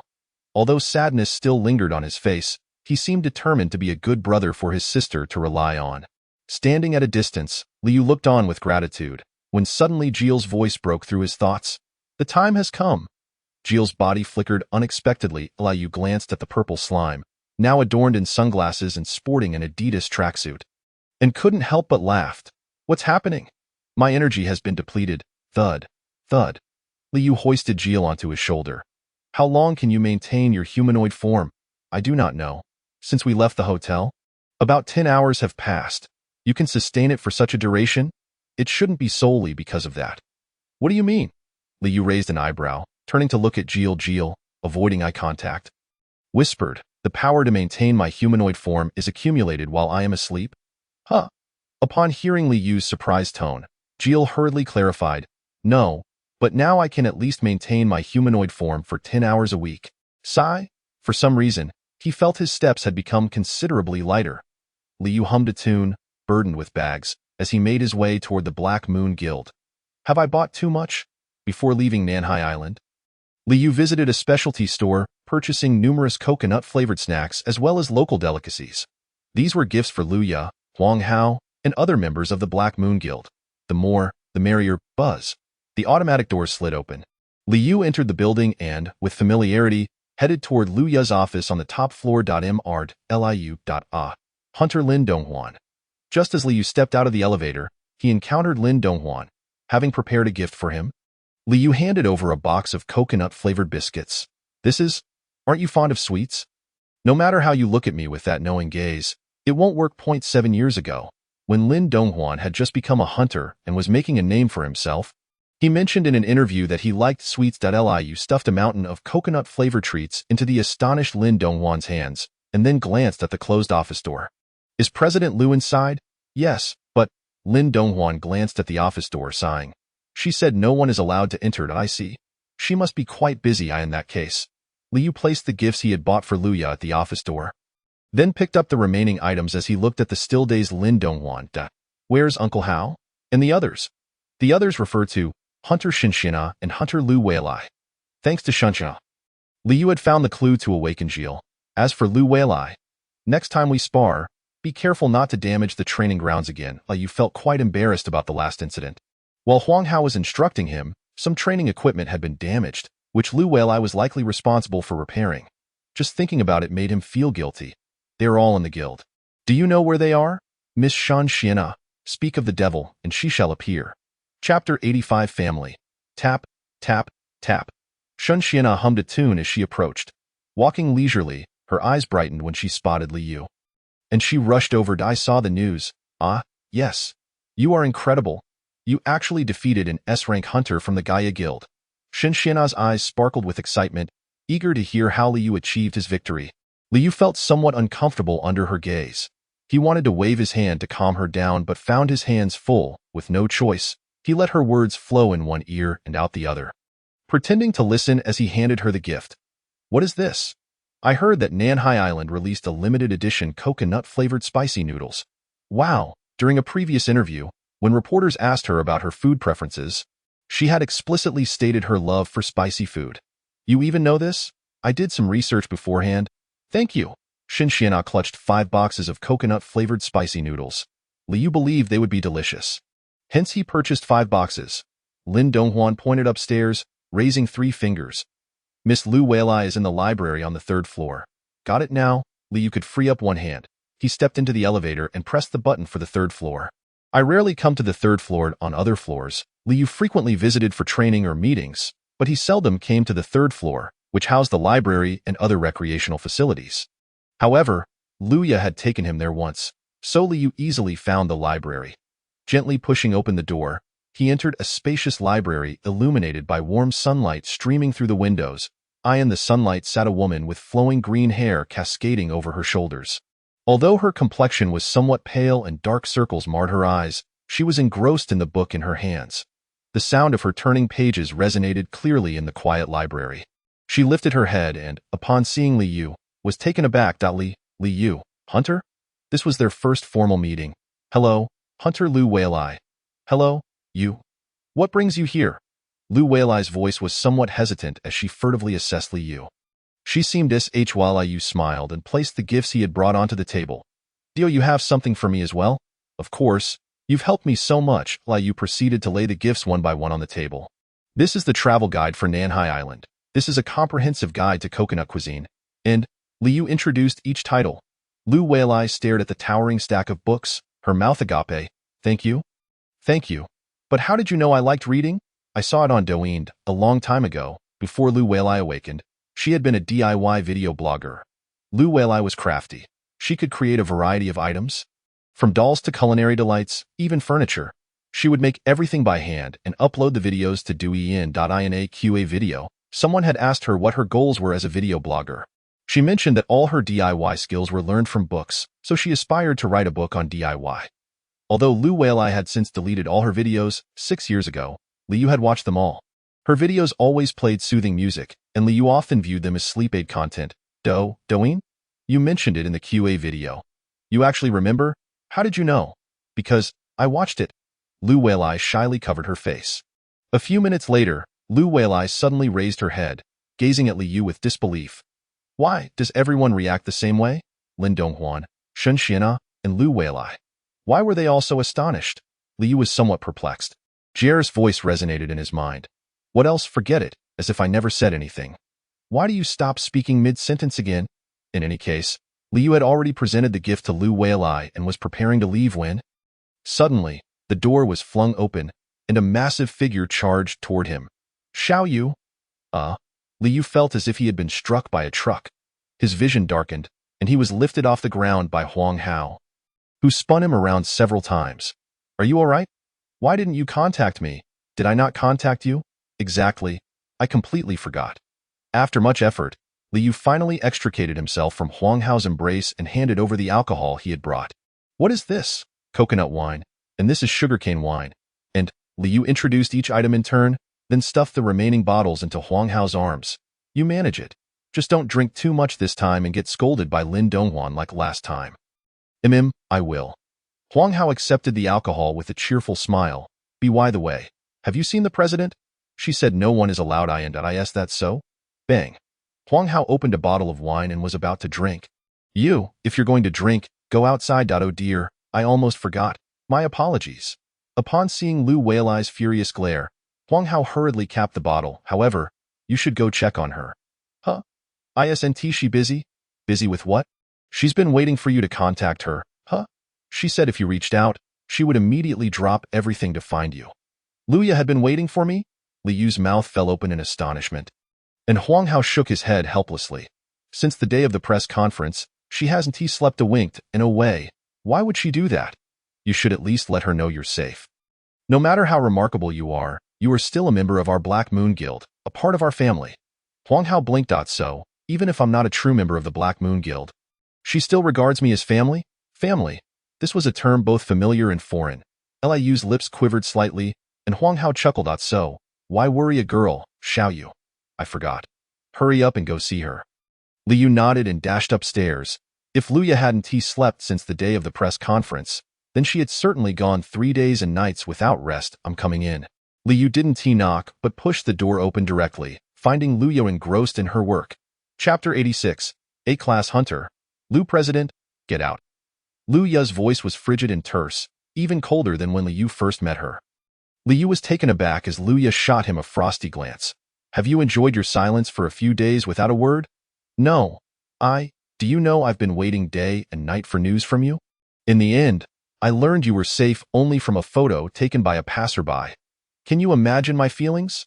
Liu was rendered speechless. He obediently closed his mouth as Luya slammed her pen down on the table. She ran her fingers through her disheveled hair, her red eyes filled with concern. At the very least, you should have made a phone call to let me know you were all right. I was worried sick about you. I'm sorry. Sigh. He hadn't expected her to be this concerned about him. Liu approached Luya, smiling as he said, Don't be angry. Saying that only makes me angrier. I promise I won't do this again next time. Thank you for worrying about me.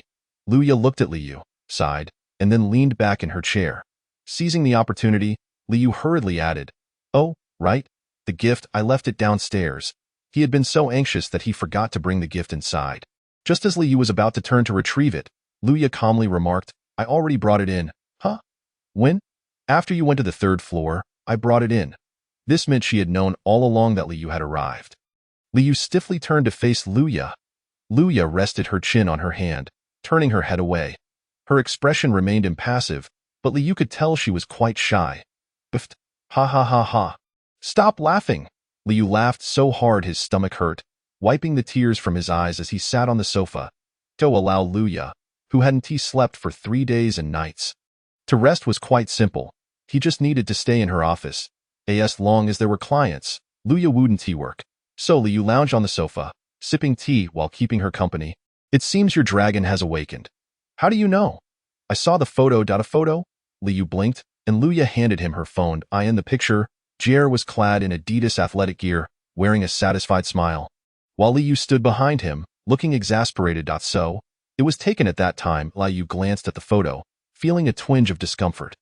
The focus of the news was clearly on him, yet the spotlight was on Jer. Was my appearance so different from the reality? Surely the photo in the news didn't have a beauty filter. Liu pondered. Luya reassured him, Your hunter suit has a cognitive interference function. So there's no need to worry. What function? Those who know you can recognize you, but those who don't will mistake you for a bystander. I asked that why no one recognized me? It made sense upon reflection. Liu was currently a hot topic that a casual online search would yield his personal information. Yet in reality, no one recognized him. It felt so abnormal. I didn't even know my outfit had such a function. Did you not notice? I never even thought about it. Though Liu had studied hunter-related knowledge, cognitive interference was a secret of S-class hunters, and he certainly wouldn't be privy to it.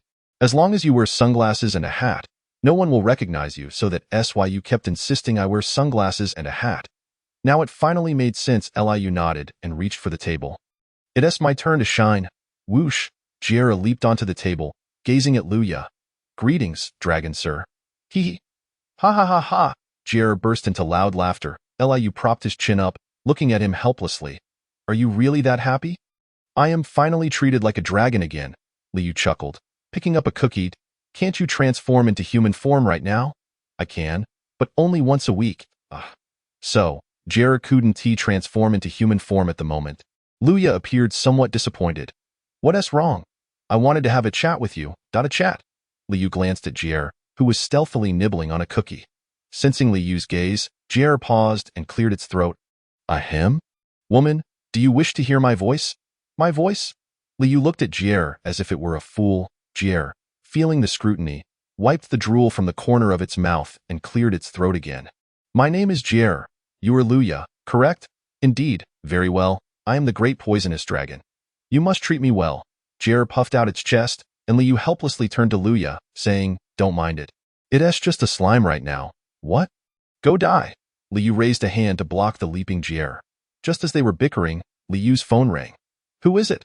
Liu set Jier down on the table and took out his phone. Huh? How did he? Isn't the matter still unresolved? Liu puzzledly answered the call. Hello? Ah, Liu. Long time no see. Long time no see. They had seen each other just a few days ago. Zhang Ming chuckled before speaking in a serious tone. Liu? I have a proposal. What proposal? Become an A-class hunter. A-class hunter?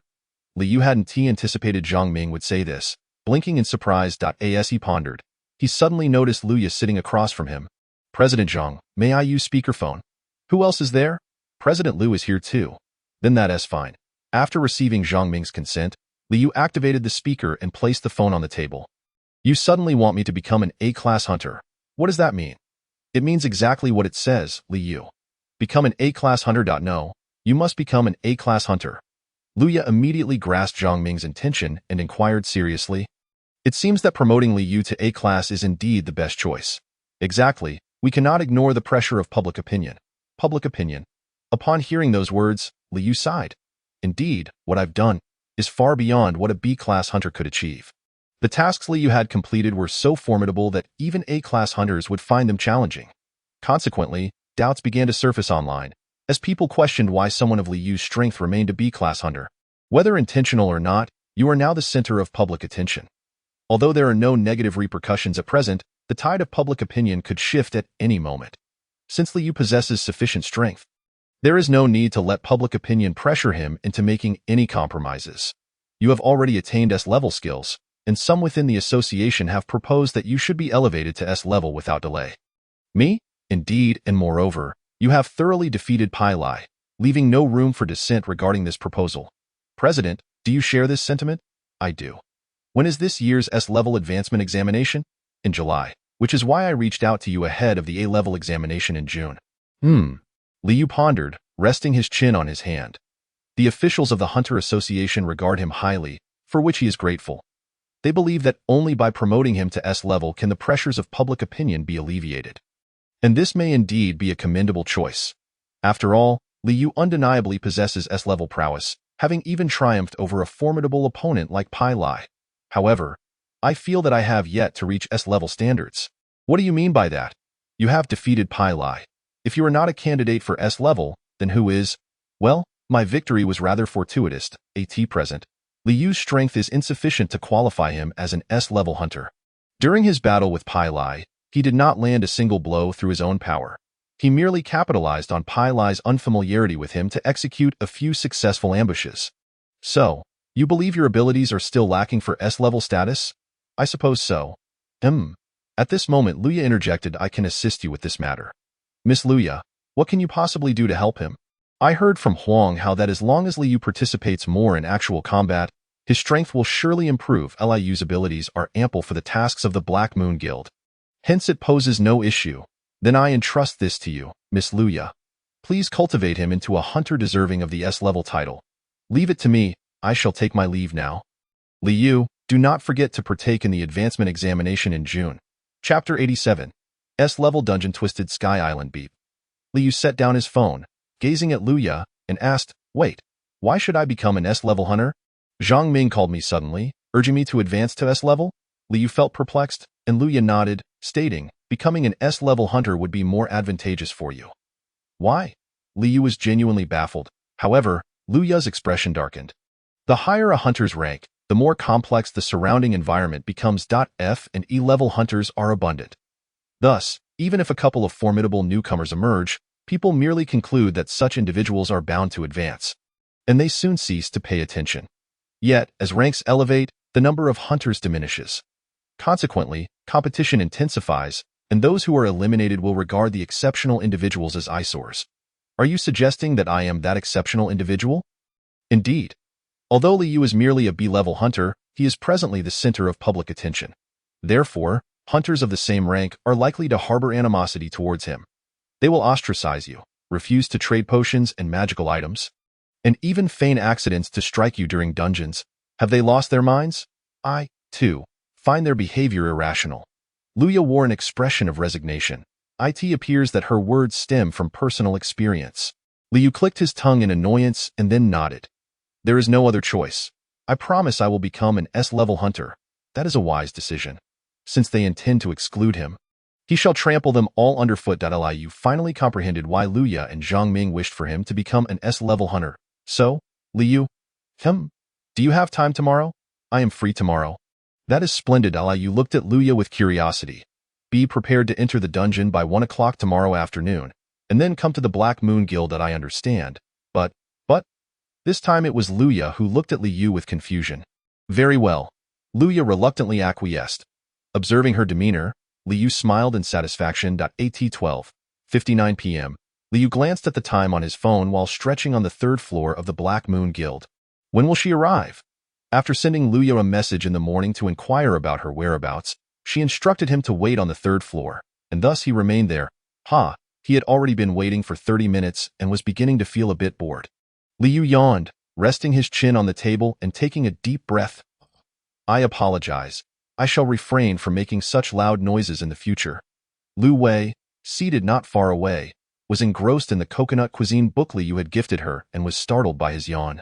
Her body trembling slightly, Liu chuckled awkwardly and stood up. I might as well go check. Luya is never late. She always arrives ahead of schedule.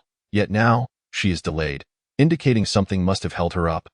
Liu turned towards the elevator, which just so happened to arrive at the 3rd floor. President, why not take me along? I wish to go too, President, since you are rare to visit a dungeon. You ought to bring something along. So that's why she is late. Liu observed Huang Hao clinging to Luya's leg and Lin Donghuan carrying numerous bags, and he smiled awkwardly. Why apologies for being late? You arrived just in time. Luya shot a cold glare at Huang Hao and Lin Donghuan, yet they did not cease their actions. Luya sighed and accepted one of the bags from Lin Donghuan's hands. Are we able to depart now? Lin Donghuan nodded in satisfaction. I have yet to agree. Snap. With a slight wave of his hand, Lin Donghuan encased Huang Hao in ice. President, you must be troubled by his incessant following. Being pursued by you is also, Liu chuckled awkwardly, glancing at Luya. So, where are we heading today? The S-level dungeon of the Black Moon Guild. Twisted Sky Island. Twisted Sky Island? Liu exclaimed in astonishment. Twisted Sky Island is indeed a colossal island floating in the sky. The Sky Island is undeniably wondrous, yet Liu's surprise did not stem from this. Twisted Sky Island is one of the earliest S-level dungeons in the country. Long ago, before Liu's parents were swept into an unexpected dungeon, there was no concept of dungeon levels. A dungeon was merely a dungeon, and a hunter was simply a hunter. There was no classification into A level, B level, and so forth. The emergence of the first S-level dungeon led people to recognize the significance of ranks. Prior to the advent of S-level dungeons, there was little distinction between A-level skill awakeners and S-level skill awakeners. However, the introduction of S-level dungeons altered everything. Even a collective of numerous A-level hunters proved incapable of conquering a dungeon that only S-level hunters could tackle, thereby making the disparity in ranks painfully evident for the first time. Consequently, people began to categorize dungeons by level, as well as classify hunters accordingly. Twisted Sky Island, as Luya mentioned, was among the first batch of S-level dungeons. Lin Donghuan. Yes, I shall prepare immediately. Lin Donghuan rolled up his sleeves and approached Liu and Luya.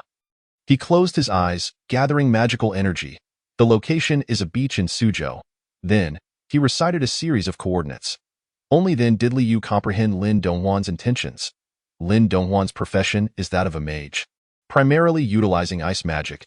Thus, he can employ the skills of his mage profession, which includes teleportation.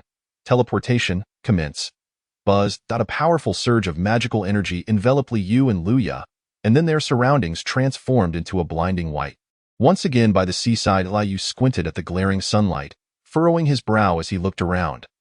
There was not a soul in sight. They will arrive shortly. Liu and Luya stood silently when a man approached. Long time no see. A pleasure to meet you. The man bowed to Luya and then turned to Liu. You must be Hunter Liu, correct? It is a pleasure to make your acquaintance. I am Inbai, the head of the Black Moon Guild Suzhou branch. Hello, my name is Liu. After exchanging pleasantries with Inbai, he turned to Lu Ya. It is not yet time for the Twisted Sky Island boss to appear. May I inquire what brings you here? We have come here for training. I see. I understand now. Allow me to escort you there. Chapter 88. Entering the dungeon, Inbai nodded and led Liu and Luya onward. Liu gazed at Inbai's back, feeling a pang of nostalgia. It has been quite some time. Though you know him? He was once quite renowned. Nowadays, if one mentions the second in command of the Black Moon Guild, everyone immediately thinks of Lin Donghuan. He is the captain of the first assault team and is responsible for managing the guild's affairs. When Luya is absent, he acts as the president, handling all matters of the guild. However, it was not always this way. Lu Nanha, Luya's father, the former president of the Black Moon Guild. During his tenure, the second in command was not Lin Donghuan. Instead, like Lu Nanha and Huang Hao, he is one of the founders of the Black Moon Guild. In the absence of the former president Lu Nanha, it is this man before us, Inbai, who is responsible for managing guild affairs. Oh, Liu has heard that after Lu Nanha was caught up in a sudden dungeon, Inbai retired, yet unexpectedly, he has become the head of the Suzhou branch of the Black Moon Guild. Indeed, although he no longer operates as a hunter, he has not completely distanced himself from the hunter community. Does that mean he is also an S-rank hunter? Precisely, it seems that S-rank hunters are quite numerous. You are correct. Luya once mentioned that the higher the rank of a hunter, the more complex the surrounding environment becomes. Yet, strangely, S-rank hunters tend to be more approachable. Having surpassed the limitations of A-rank, having obtained a unique title and awakened S-rank skills, among various other reasons, the number of S-rank hunters is far greater than one might imagine. Take the top-rank Gaia Guild as an example. They have dozens of S-rank hunters. Dozens? It seems the Black Moon Guild has only 5. Indeed, that is not many. After the decline of the Black Moon Guild, many S-rank hunters departed. Although the number of hunters below B-rank has surged due to the promise of 0 fatalities, those who can truly be considered combatants are still above B-rank. Thus, the current state of the Black Moon Guild can barely maintain its status quo. Here we are. Liu gazed at the structure before him, resembling a circular fortress akin to the clock tower of the Eternal Clock. Inbai opened the grand doors of the fortress and stepped inside. Liu felt a sharp pang, furrowing his brow. This unfamiliar dungeon fluctuation made him quite uncomfortable. Such powerful energy. Jiel also commented on the dungeon with a serious tone. Liu reinforced his body with magic, alleviating the stinging sensation considerably. An A-rank dungeon does not exude such oppressive force. It appears that S-rank dungeons are indeed different. Luya glanced at Liu and then addressed Inbai. We are entering. Exercise caution on the way. Luya was the first to step into the dungeon. Just as Liu was about to follow, he was halted. Please wait a moment. Inbai called out to Liu. Liu looked at him, puzzled, as Inbai whispered, please take good care of the president. Me? Luya's strength far surpasses his. Liu regarded Inbai with confusion, but Inbai merely smiled. The president will not easily enter a dungeon with others. Is that so? Inbai's gaze held a hint of melancholy. He shook his head, smiling as he patted Liu's shoulder. Therefore, please protect her well. Leave it to me, then. I wish you good luck. With that, Liu stepped into the dungeon. The next moment, Kriya, a sharp claw suddenly appeared on Liu's shoulder. He was then lifted off the ground. Liu quickly looked up to see a massive feathered creature. A harpy. A creature with a human face but a bird's body. Due to its ability to fly, it is classified as an A-rank monster. Liu brandished his dagger, slicing at the harpy's ankle. The harpy let out a shriek, throwing Liu to the ground. As he fell, Liu swiftly unleashed the Eternal Second Hand. Targeting the harpy, Kree. The Eternal Second Hand struck the harpy's vital point with precision, a point glowing with red light. The harpy lost its life in midair, crashing to the ground. Liu landed safely, staring at the harpy's corpse, muttering softly, that gave me quite a scare. The Twisted Sky Island has always been under the management of the Black Moon Guild, so information regarding this dungeon is scarce. Liu had no idea a harpy would appear here. By the way, where is President Liu? Liu assumed Luya would be waiting for him at the dungeon entrance, but, my goodness, it was densely packed. The sky was darkened. Harpies, griffins, various flying monsters filled the sky. Liu even spotted the shadow bats he encountered in the Bats Giant City. As he was lost in thought, someone suddenly grabbed his hand. Liu was taken aback, then saw flowing black hair, and obediently followed the figure. We should retreat for now. All right. Liu was pulled by Luya into an abandoned building. They should not pursue us in here. Flying monsters are easily hindered while in flight. Therefore, in such a narrow and enclosed space, their combat power diminishes significantly. There are more monsters than I anticipated. Their numbers have increased considerably. Lu Ya's expression grew grave. Increased considerably? Such a large number only appears when a boss emerges. Boss? Inbai clearly stated that now is not the time for a boss to appear. Lu Ya furrowed her brow slightly. It seems there is no other option. Liu looked at Lu Ya in confusion. Lu Ya stood up, drawing her sword, gazing skyward. Today, let us deal with the boss. Aren't you going to request support? I can handle the boss of the Twisted Sky Island by myself. Although Liu and Lu Ya share a strong bond, it is essential to remember that Lu Ya is a top-tier powerhouse in the world. She is a standout among S-rank hunters. I have a question. What is it? Why did you come here with me? Liu was genuinely curious. Lu Ya's work piles up daily. It is challenging for her to carve out time. If it were merely to enhance Liu's strength, she could have easily assigned this task to Huang Hao, as he is currently at leisure. Yet Lu Ya did not do so. She deliberately set aside time to bring Liu to an S-rank dungeon. I came here to train. Train? Did you not tell me about the matter of Raffinir? Lu Ya swung her long sword. The abandoned building was cleaved in two by her strike. Liu initially thought the structure would collapse immediately, yet it remained standing for quite some time. Her strike was remarkably clean. Liu marveled, touching the split-walled it that time. I had no confidence in defeating the Bloody Riken. However, the dragon of Raffinir handled the Bloody Riken with ease. Moreover, that dragon was not in its complete form. You mentioned that the creatures of Raffinir would come to Blue Star. If those dangerous creatures arrive, can she stop them? No, she cannot. With her current strength, she is not yet capable of confronting those beings. Thus, I cannot rest on my laurels. I must grow stronger. She promised Liu that she would assist him. Therefore, she resolved to become more powerful. Chapter 89. Griffin Liu looked at Lu Ya, touched. Since we are here, let us deal with the boss as well. Whatever you wish, I have no objections. Certainly, Liu, you must also grow stronger here. Naturally, flying monsters are rare encounters. Although shadow bats are also flying monsters, they typically appear in caves or similar enclosed spaces. But here is different. The Sky Island. As the name suggests, it is an island floating in the air. Thus, flying monsters can freely soar and launch attacks here. First, Liu. Can you hunt a griffin by yourself? The griffin. Liu gazed at the giant beast soaring above the harpy crowd, regal in its presence. With the head of an eagle and the body of a lion, adorned with a pair of enormous wings, the griffin is an S-rank monster. Is it on par with Lycanslope? If Lycanslope became an S-rank monster through sheer physical strength, then the griffin is Kree. The griffin began to gather magical energy in its mouth. Then, a powerful storm erupted from its MAW. Liu and Lu Ya simultaneously dashed out from the ruins. As Liu ran, he gripped the eternal second hand in his hand. Acupuncture. Whoosh, whoosh, whoosh. Silver needles flew toward the griffin. The griffin swiftly ascended into the air, flapping its wings. The gale created by its wings blew away the incoming silver needles. Ha! Clang! Liu deflected the sharp claws of the harpy, then sprinted swiftly. If he stopped, he would be surrounded by the harpies. Liu dashed into another ruin. Kree! Harpies circled around him. Liu quickly surveyed his surroundings and crouched beneath the largest window.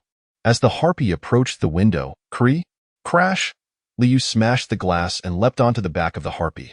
The harpy let out a startled cry. Liu plunged his dagger into the harpy's neck, using it as a springboard to leap toward another harpy. Crack! Two harpies plummeted from the sky. Liu followed suit, raising the eternal second hand in his left hand. Kree! Crack!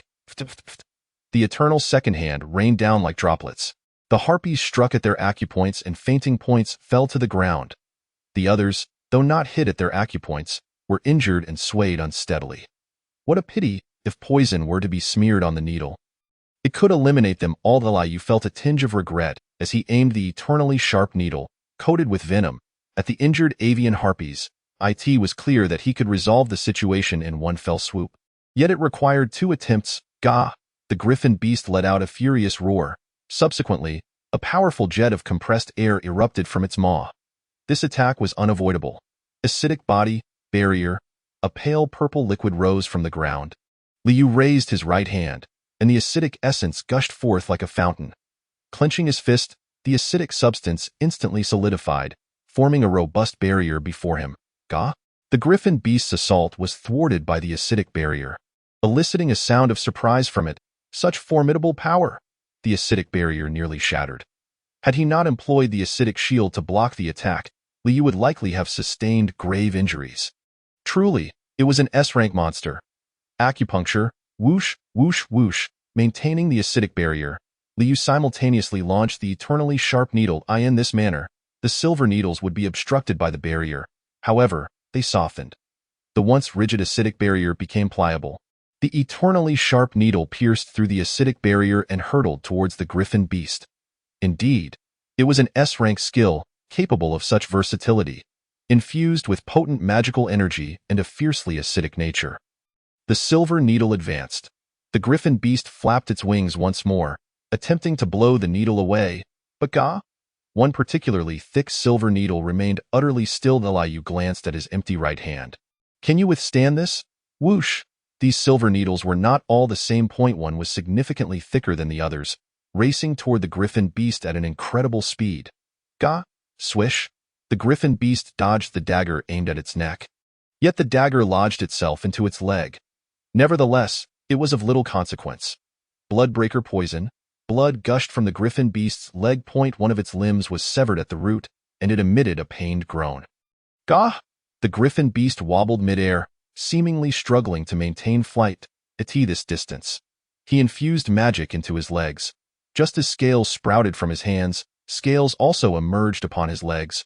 Furthermore, owing to the elevated skill level of the poison dragon, his draconic power surged out high. Boom. I should be able to seize it. Liu leapt high, grasping the griffin beast's wing. Although he managed to catch it, poor positioning nearly sent Liu tumbling down. Slime poison, spider silk, swish. Crack! Liu unleashed slime poison from his shoulder, adhering it to the griffin beast's neck. He released his grip and swiftly traversed along the spider silk to the beast's back. Gah! Gah! The griffin beast thrashed desperately, attempting to dislodge Liu. Yet, it refrained from employing magical energy, seemingly unable to launch an attack in this position. That reassured him. A cold smirk graced Liu's lips as he pressed the dagger against the griffin beast's neck. Bloodbreaker poison, drip, drip. Dark red liquid dripped onto the griffin beast's neck. Liu inhaled deeply and forcefully plunged the dagger into the griffin beast's neck. Thud. A massive hole appeared in the beast's neck. Blood gushed forth, and the griffin beast fell helplessly to the ground. Liu quickly leaped onto the back of another passing avian harpy. Gah! The harpy, startled by the sudden weight, was caught off guard. Liu shot forth an eternally sharp needle before landing safely. Luya approached him, gently applauding upon seeing Liu. Remarkable. You have made significant progress. Liu President, you are the impressive one. Liu gazed in astonishment at the scene behind Luya. She had single-handedly dealt with dozens of avian harpies and 8 griffin beasts. In order to allow Liu to focus on the griffin beast, Luya had single-handedly withstood all other monsters' attacks. Luya pointed toward a griffin beast approaching from a distance. This time, can you take down that griffin beast? The previous battle had imparted new insights to Liu. This time, he should be able to dispatch the griffin beast more swiftly. Chapter 90 After Effects. Liu smiled, launching a silver needle that struck down the oncoming avian harpy. Truly impressive. Swish! Luya cleaved the approaching avian harpy in two with a single stroke of her sword. Her heart swelling with admiration as she observed Liu in combat. His prowess had indeed ascended rapidly. He could swiftly identify his shortcomings and rectify them in a timely manner. No wonder Huang Hao insisted on following her. When Luya mentioned taking Liu to train in an S-rank dungeon, Huang Hao had persistently sought to accompany her. Ever since he had instructed Liu previously, Huang Hao had showered him with praise. Luya instantly grasped the meaning behind his accolades. Liu was exceptionally talented. His combat aptitude was outstanding. Why had he not pursued a combat profession? His instinct in battle was keener than that of many hunters in combat professions. Why had he chosen to become a production profession, particularly an alchemist? Luya shared Huang Hao's sentiments, pondering as she danced gracefully around the griffin beast. Crimson Moon Dance, Twin Wing Annihilation, she was as light as a swallow. With a mere flick of her hand, she decimated all the surrounding monsters, compressing countless sword energies into a singular strike of the Crimson Moon Dance. Blood stained the sky red.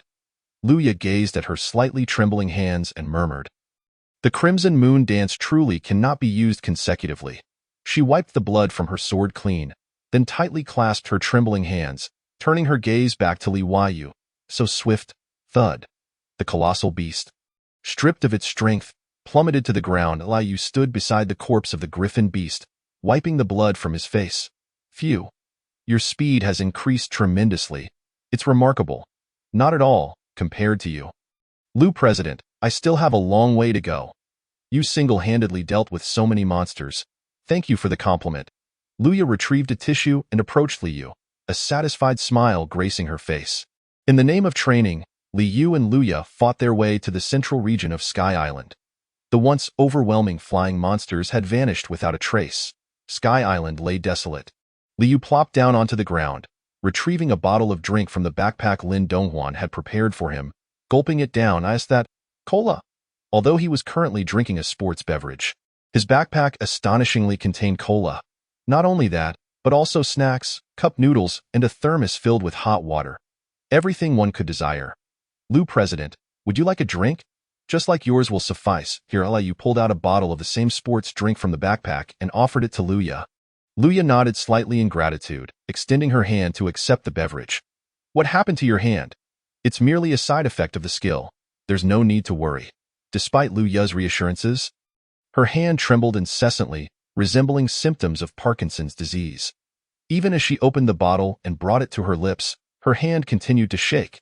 Liu initially tried to avoid focusing on her hand, but his gaze was irresistibly drawn to it. Hand it over to me. Why? Let me take a look. Liu grasped Luya's hand, activating the true acupoint skill. All human acupoints are the same. The acupoint knowledge Liu learned from books held true in practice. Thus, it should be an undisputed fact. Yet, something felt amiss. Why do I sense several acupoints are absent? Liu meticulously compared his hand with Luya's. Indeed, several were missing. What is missing? Lu President, has your hand been injured before? Luya's body trembled slightly. Liu immediately noticed, his gaze fixed on her with inquiry. Yes, once. When was that? During my time as an A-rank hunter. A-rank hunter? Liu's expression grew grave in an instant as he tentatively inquired. Could it be the incident you referred to as an accident? Silence can often be the best answer. Observing Luya's tightly sealed lips, Liu clenched his teeth. It's all right now. The healer has treated me. It has not been treated. Liu employed the true acupoint skill to examine Luya's hand, and he was certain that the tremors were due to lingering effects of an injury, not a side effect of the skill. Thus, Liu should have seen 24 light points and the corresponding meridians connecting them. However, Luya's hand displayed 4 fewer light points.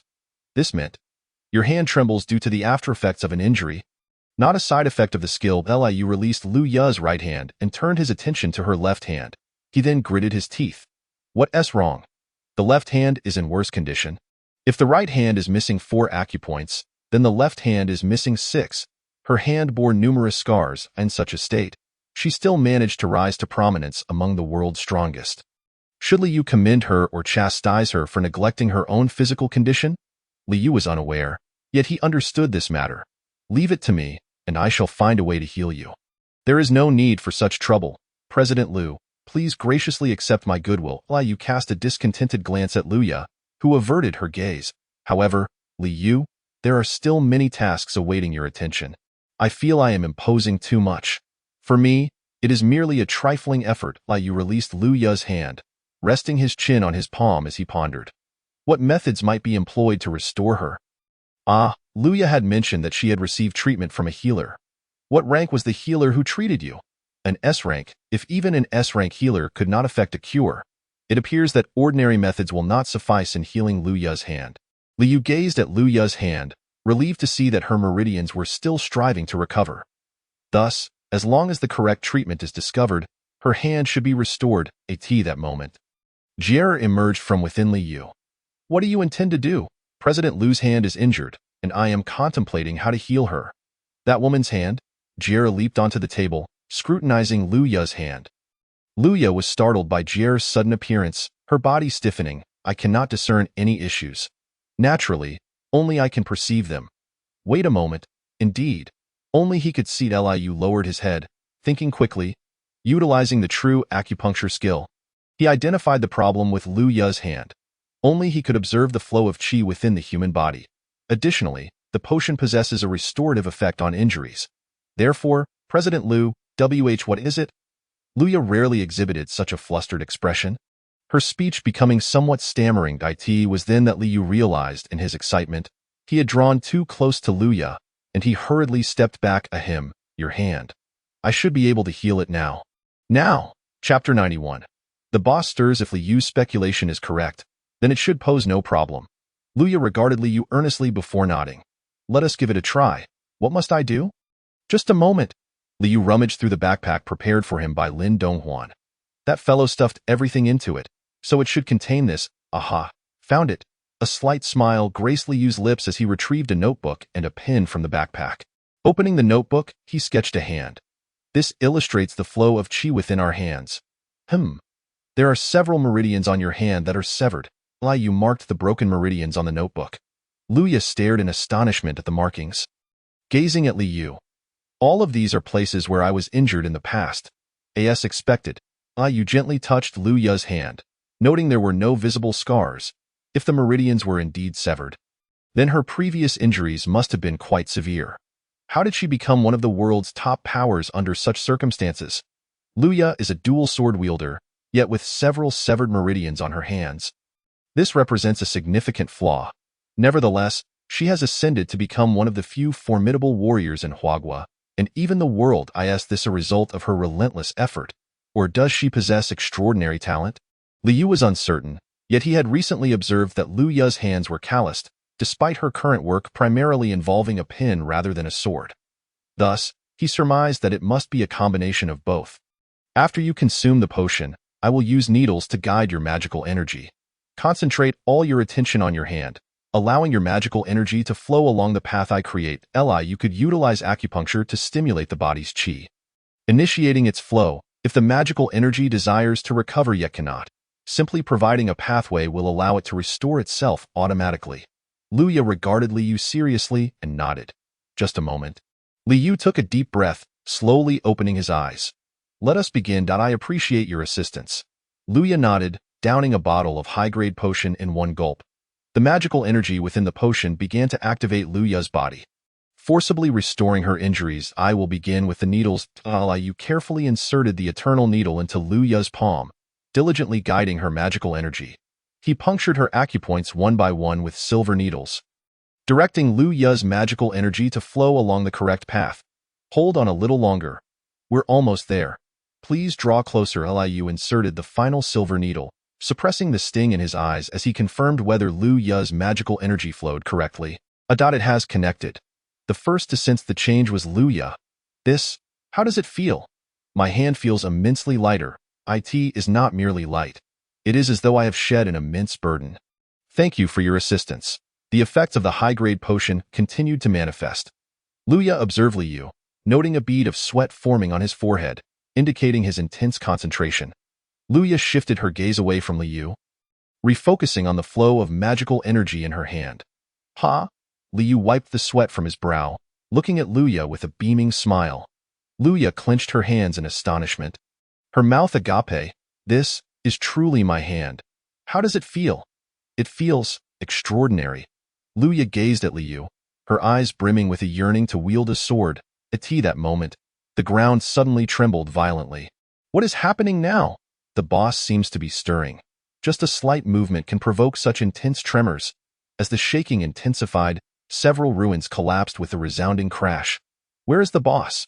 It lies within the labyrinth at the center of the island. Then why are we still at the edge of the island? Naturally, we have been training, remaining in the areas where the griffin beasts appear, so now, we must venture into the central area. Liu rose swiftly, sprinting ahead. Where are we headed? Just keep moving forward. The boss stirring signifies that the dungeon is on the brink of collapse, due to the time spent assisting Luya with her treatment. They had lingered near the entrance until the boss awakened. After running for a while, they finally reached the center of the island. A towering structure rose at the island's core. How tall? The tower stood atop a hemispherical edifice. Liu glanced upward at the tower's pinnacle before following Luya into the hemispherical building. It was completely dark. No matter. It seems this is the labyrinth Luya mentioned. However, it was pitch black, utterly devoid of visibility. Liu could not even discern the path. Suddenly, the surroundings brightened. Follow the light. Luya had, unbeknownst to him, procured a small flashlight. Liu carefully trailed Luya through the maze. This labyrinth is exceedingly intricate. It is said that 20 years ago, a hunter perished here due to becoming lost. Such a complex labyrinth indeed poses a considerable danger. This maze is several dozen times more complicated than the one within the Tower of Eternal Time. Even if one were to adhere strictly to the right-hand wall, finding an exit would be impossible. How do you remember the route? After traversing it a few times, it becomes ingrained in memory. Liu followed Luya as they weaved through the labyrinth. Time passed, and the tremors gradually subsided. They finally emerged from the maze. Is this the boss chamber? We must descend. Descend? Is indeed this building extending upward? Noting the puzzled expression on Liu's face, Luya explained, I too was perplexed at first, but the boss resides underground. Liu followed Luya to a spiral staircase. The staircase branched both upward and downward. In pursuit of the boss, they opted to descend. What lies above? I am uncertain. The path leading upward is blocked by a door. Then we shall simply open the door. We have attempted that, but no one can force it open. I see. We shall investigate upon our exit. Liu contemplated as he descended the staircase, when he suddenly perceived a flash of red light on the ceiling. Was it an illusion? Liu shook his head in confusion as he reached the base of the staircase, revealing a spacious expanse before him. Chapter 92. The twisted labyrinth. The subterranean space was as vast as the Sky Island. Be cautious. Why? Wow! Pfft. A sharp spike suddenly erupted from the ground. Thanks to Luya's timely intervention, Liu narrowly avoided being impaled, though he was thoroughly startled, clutching his chest in shock. What on earth is this? This is the boss chamber of the twisted Sky Island, or rather, it is the boss itself. Are you saying the underground space is the boss of the twisted Sky Island? The entire subterranean realm is the boss. Liu's mouth fell agape in disbelief as he surveyed his surroundings. The ceiling was densely populated with red eyes, and writhing tendrils began to sprout from the walls. We refer to this creature as the Twisted Labyrinth. So, this dungeon is referred to as the Twisted Sky Island? Indeed. The labyrinthine structure is undeniably distorted. The ceiling is adorned with a multitude of constantly rotating eyes, while the ground is incessantly erupting with spikes. How does one combat this? Have you noticed the central area? Liu followed Lu Yuzd in the distance. Precisely opposite their current position, there lies a red sphere the size of a basketball. If that core is destroyed, it can be vanquished. Liu nodded, gazing at the warped maze. This is the first time I've encountered such a boss. He was aware that certain bosses could only be defeated under specific conditions. This type of boss is classified as a mechanism-type boss, appearing exclusively in particular dungeons, making them exceedingly rare. Liu had always assumed that the boss here was merely a common monster. To his surprise, the boss of the Twisted Sky Island turned out to be a mechanism-type boss, which required the destruction of its core. Hence, she claimed she could handle it alone. Luya had previously stated that she could tackle the boss of the Twisted Sky Island by herself. If it is indeed a mechanism-type boss, then Luya can certainly manage it with ease. Liu's presence might even become a burden to her. Thus, he intended to observe as Luya strategized against the boss. At that moment, he sensed Luya's gaze upon him. What's the matter? Aren't you going? This is the boss, and wouldn't it be quicker for you to handle it alone? Lu President, this is also a form of training. I assure you, if you successfully navigate the twisted maze, your strength will soar. Liu looked at Luya, his eyes filled with anticipation for her to divulge the strategy, yet Luya merely shook her head, indicating she would not share. Damn, Liu closed his eyes and gripped his dagger tightly. If all else fails, Luya should come to his rescue. He mused as he charged forward. Whoosh! Just as Liu leaped, spikes erupted from the ground, nearly grazing his back. He couldn't afford to halt. Slowing down would mean being impaled by the spikes. Gritting his teeth, Liu pressed on. Suddenly, thud! A wall materialized before him, obstructing his path. He could not advance any further. In that instant, the ground began to writhe, preparing to unleash more spikes. Thud! Liu forcefully pushed off the wall and leaped backward. He narrowly evaded the spikes and continued running. The walls can move? He had to keep moving.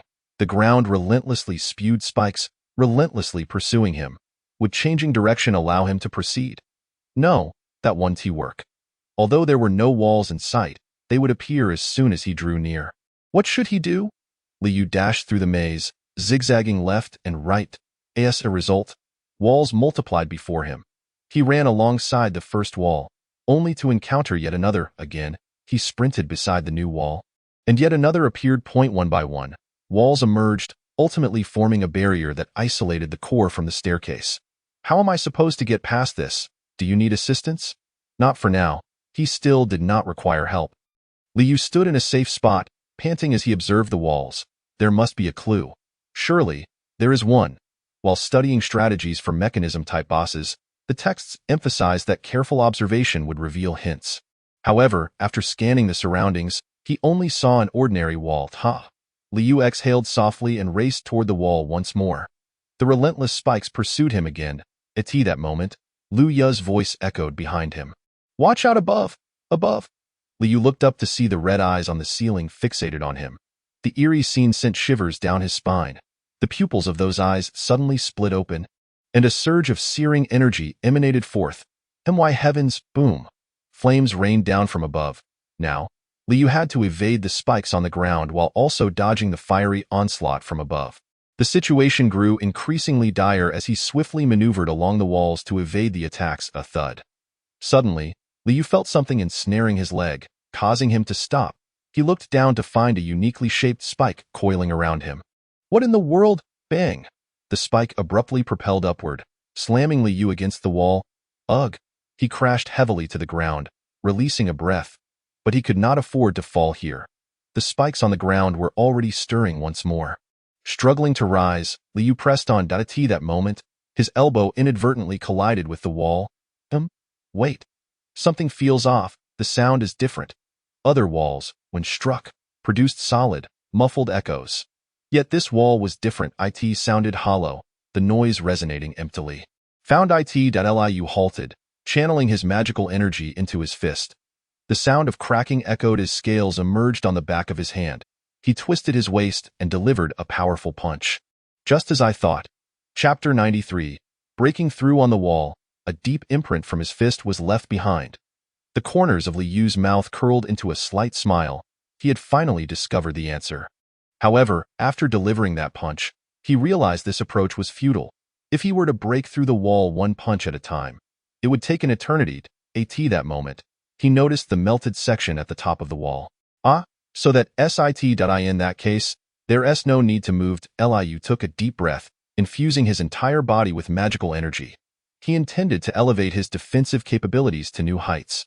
If he could withstand the flames of the fire lizard, this mere fire should pose no threat. Thus, he resolved to remain stationary. Liu, why are you so surprised? You witnessed me withstand the flames of the fire lizard, and you're still astonished? The corners of Liu's mouth curled into a cold smirk as he wielded his dagger to deflect the spikes lunging toward his abdomen. Ugh, such formidable strength. The force behind the spikes was immense. Had it not been for the support of the wall behind him, Liu would likely have been sent flying. Moreover, flames rained down from the ceiling. This fire was even more searing than that of the fire lizard. Liu gritted his teeth. In retrospect, the flames emitted by the fire lizard were likely controlled for the sake of sparring. However, even now, he could still endure this blaze. He widened his eyes, bracing against the spike's assault amidst the flames. Time seemed to blur as he fought. Suddenly, Liu felt the wall behind him, which had been his support, begin to soften, and it continued to soften. Whoosh! Liu's body pierced through the melting wall, gasping for fresh air. Did I succeed? Liu looked up at the wall, now bearing a large hole from corrosion, and a radiant smile spread across his face. Now, what lies beyond? Countless tendrils writhed in motion. Fortunately, there were no spikes on the ground or flames from above. However, the tendrils intertwined, forming a barrier that obstructed Liu's advance. How do I deal with these tendrils? Whoosh! Liu swiftly ducked as a sharp tendril soared overhead, swallowing hard. In a way, are these tendrils going to attack me from all directions? What is to fear? Let it come. The tendrils from the wall flailed wildly toward Liu. Liu used his dagger to fend off a tendril before retreating. Just then, several more tendrils lunged at him from above and below. To evade the lower tendril, Liu leaped lightly as soon as he landed. A tendril shot toward his head. Liu reclined backward, narrowly avoiding the tendril, and quickly spun around. Clang! He deflected a tendril aimed at his body and rapidly surveyed his surroundings. The tendrils coiled like venomous serpents, their heads raised high, watching him with keen interest. "Ha! This is quite perilous," Liu sighed helplessly when suddenly, Jer's voice resonated in his mind. "Why not use poison?" I don't want an Liu's purpose for coming to the Twisted Sky Island was to enhance his strength, to earn the title of an S-rank hunter. If he relied on toxins here, his abilities would not improve. Thus, he had refrained from using poison. Yet now he felt somewhat overwhelmed. The attacking power of these tendrils was akin to that of Pili, when Pili wielded his daggers. Combining them with his acidic magic, the speed and force of his attacks left Liu struggling to keep up. Now, these tendrils posed a similar challenge. Their strikes were rapid and powerful, leaving Liu no room for thought. Consequently, he was even more reluctant to resort to toxins. He yearned to triumph over these tendrils through sheer strength and destroy the core. Ugh! Clang! Liu swung his dagger to deflect a tendril and leaped backward, evading the onslaught of tendrils coming from all directions. This time, I1T remain on the defensive. Thud! Liu, akin to a high jumper, deftly evaded all the writhing tentacles before gripping his dagger with renewed resolve. The magical energy coursing through the blade intensified its sharpness. Channeling all his strength into the dagger, he swung with fervor. Ha! At long last, he succeeded in severing one of the tentacles. The severed appendage rapidly hardened before plummeting to the ground. Liu cast a glance at the fallen tentacle, yet he had no time to revel in his triumph, for the other tentacles were once again lunging at him. He swiftly retreated, dodging the onslaught of tentacle strikes. Stealing a look at the one he had just seen, lay still. The severed tentacle ceased its movements, showing no signs of regeneration. In other words, as long as he could cut them all off, it would suffice. However, there were simply too many tentacles surrounding him. The walls were thickly enshrouded with them, at least dozens, if not hundreds. Liu had to exert every ounce of his strength to sever a single tentacle. Could he possibly sever them all? No, he was not Liu. Thus, this method was futile. Furthermore, Liu sensed that this could not be the correct solution. He needed to discover another way. Wait. As he observed the number of tentacles on the wall, he noticed something peculiar. Why was there a spot devoid of tentacles? The wall was teeming with them. Yet one area was clear, revealing a patch of soft earth, as if something should be inserted there. Could it be? Liu raised his gaze to the entwined tentacles. They were indeed lengthy, yet they did not completely obscure the ceiling. The earth on the wall rose in layers like a staircase. What could this signify? Quite simply. Come on, tentacles!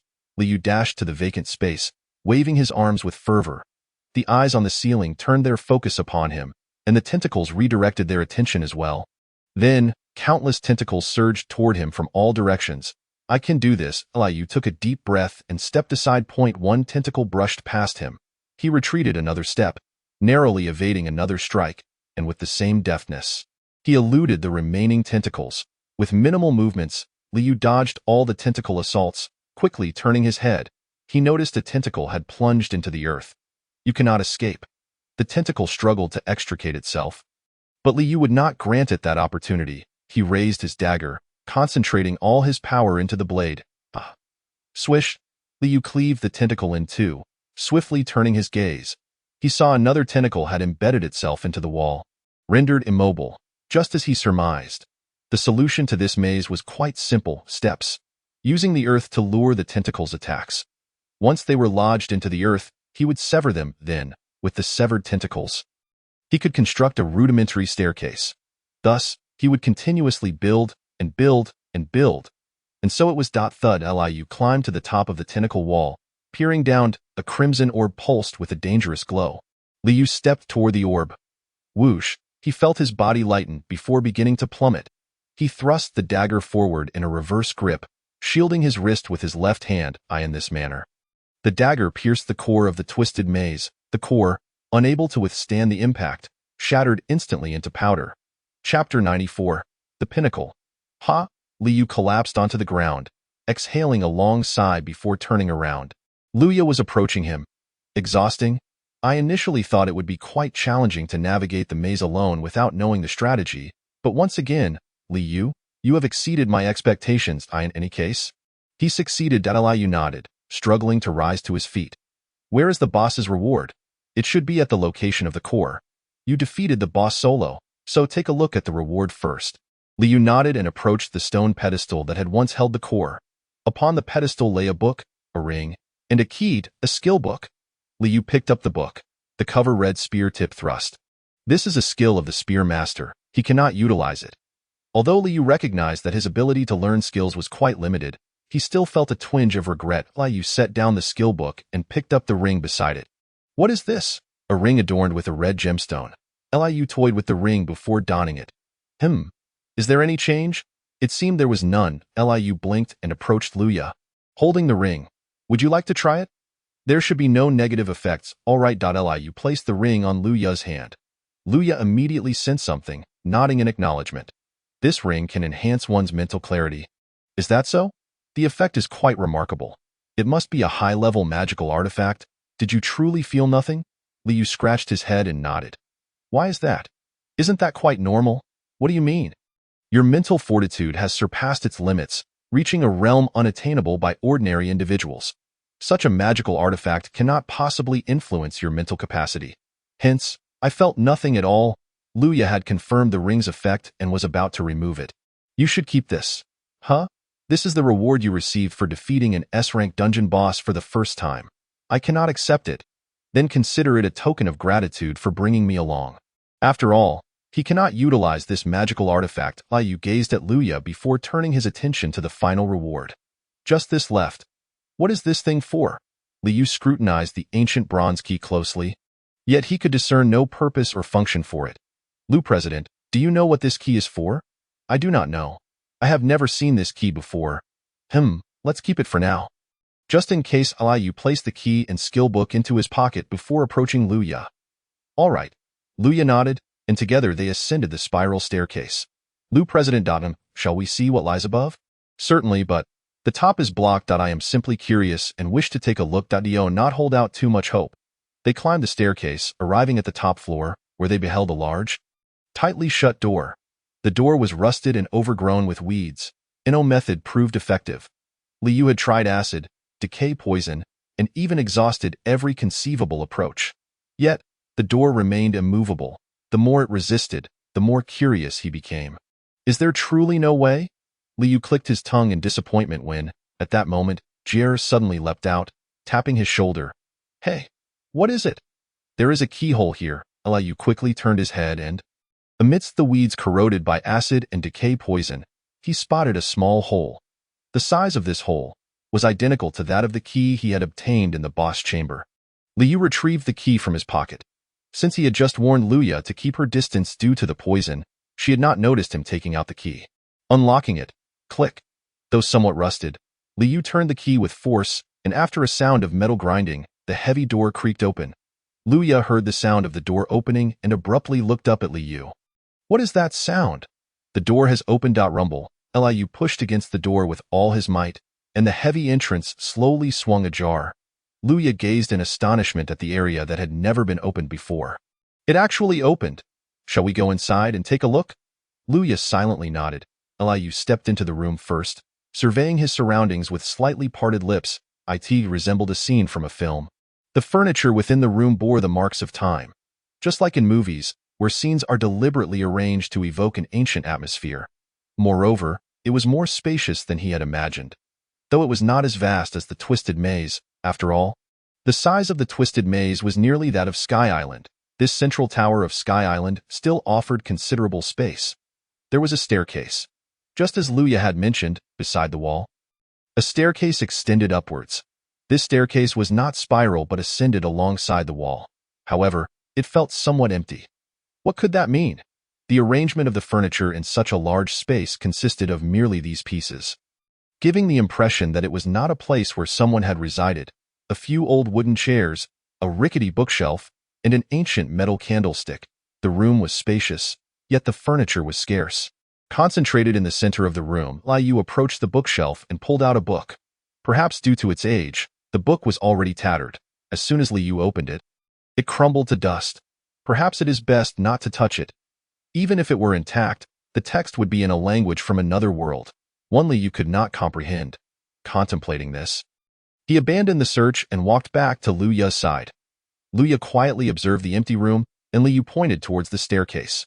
Liu Ya nodded and turned to ascend the stairs. Little did they expect, behind the door lay such a place.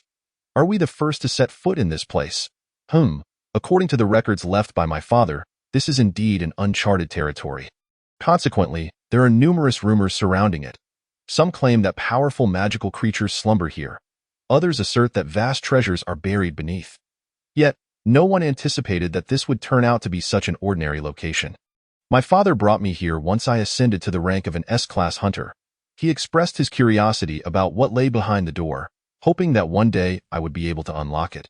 Liu Ya's tone carried a hint of melancholy. Liu, sensing the mood, quickly interjected with a light-hearted tone. Perhaps Liu Nanhe, the former president, is also in Raffinir. I hope so, she replied. The atmosphere suddenly became awkward and somber. Jill seemed to sense something and peeked out from atop Liu's head. Hey, woman, what's on your mind? Would you like to join us? Join you where? To Raffinir, of course. Chapter 95. Gargoyle. Liu paused momentarily. He had contemplated whether to ask Liu Ya if she wished to accompany them to Raffinir. However, it was Jill, not him, who would take her there. Thus, he had refrained from speaking up, knowing that if he did, Liu Ya's character would likely lead her to respond, "Thank you for your kind offer, but I think I will pass." Why not? Your father was also caught in the dimensional rift. Don't you want to search for him? I do, but I bear many responsibilities at present. She would undoubtedly say something along those lines. Liu Ya was currently shouldering too many obligations. The number of S-class hunters was insufficient, while the ranks of lower-level hunters continued to swell. It was Liu Ya who looked after these individuals. If she were to leave the Black Moon Guild for Raffinir, their safety would be left in jeopardy. Thus, Liu understood that Liu Ya would not agree. Humans are truly difficult to comprehend. Thank you for your concern. As Liu ascended the staircase, Liu Ya suddenly halted, gazing downwards. I truly wonder why they chose to lock this place with a key. The answer must lie above, he mused. The tower was tall, and as long as they continued their ascent, they should uncover the truth. Upon reaching the second floor, they discovered numerous rooms. I'll explore this side first. Unlike the desolate first floor, the second floor resembled a typical residence, albeit with an uncanny sense of emptiness. Liu directed Liu Ya to the right while he opened the door to the left room. Discovering furniture similar to that on the first floor, is there truly nothing here? The other rooms yielded the same result. Though evidence of prior occupancy was apparent, the essence of life seemed absent. As if the place had been forsaken for ages. Did you find anything over there? No, nothing at all. That it appeared Liu Ya had also made no significant discoveries. With a sigh, Liu continued up the staircase to the third floor. The scenario remained unchanged.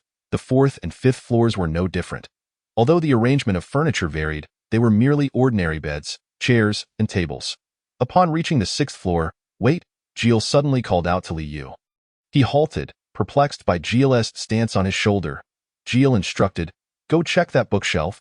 The bookshelf? Previously, every book Liu had touched had crumbled to dust. Just as he reached for a book on the shelf, Jill halted him with a tentacle. "Fool, don't touch it.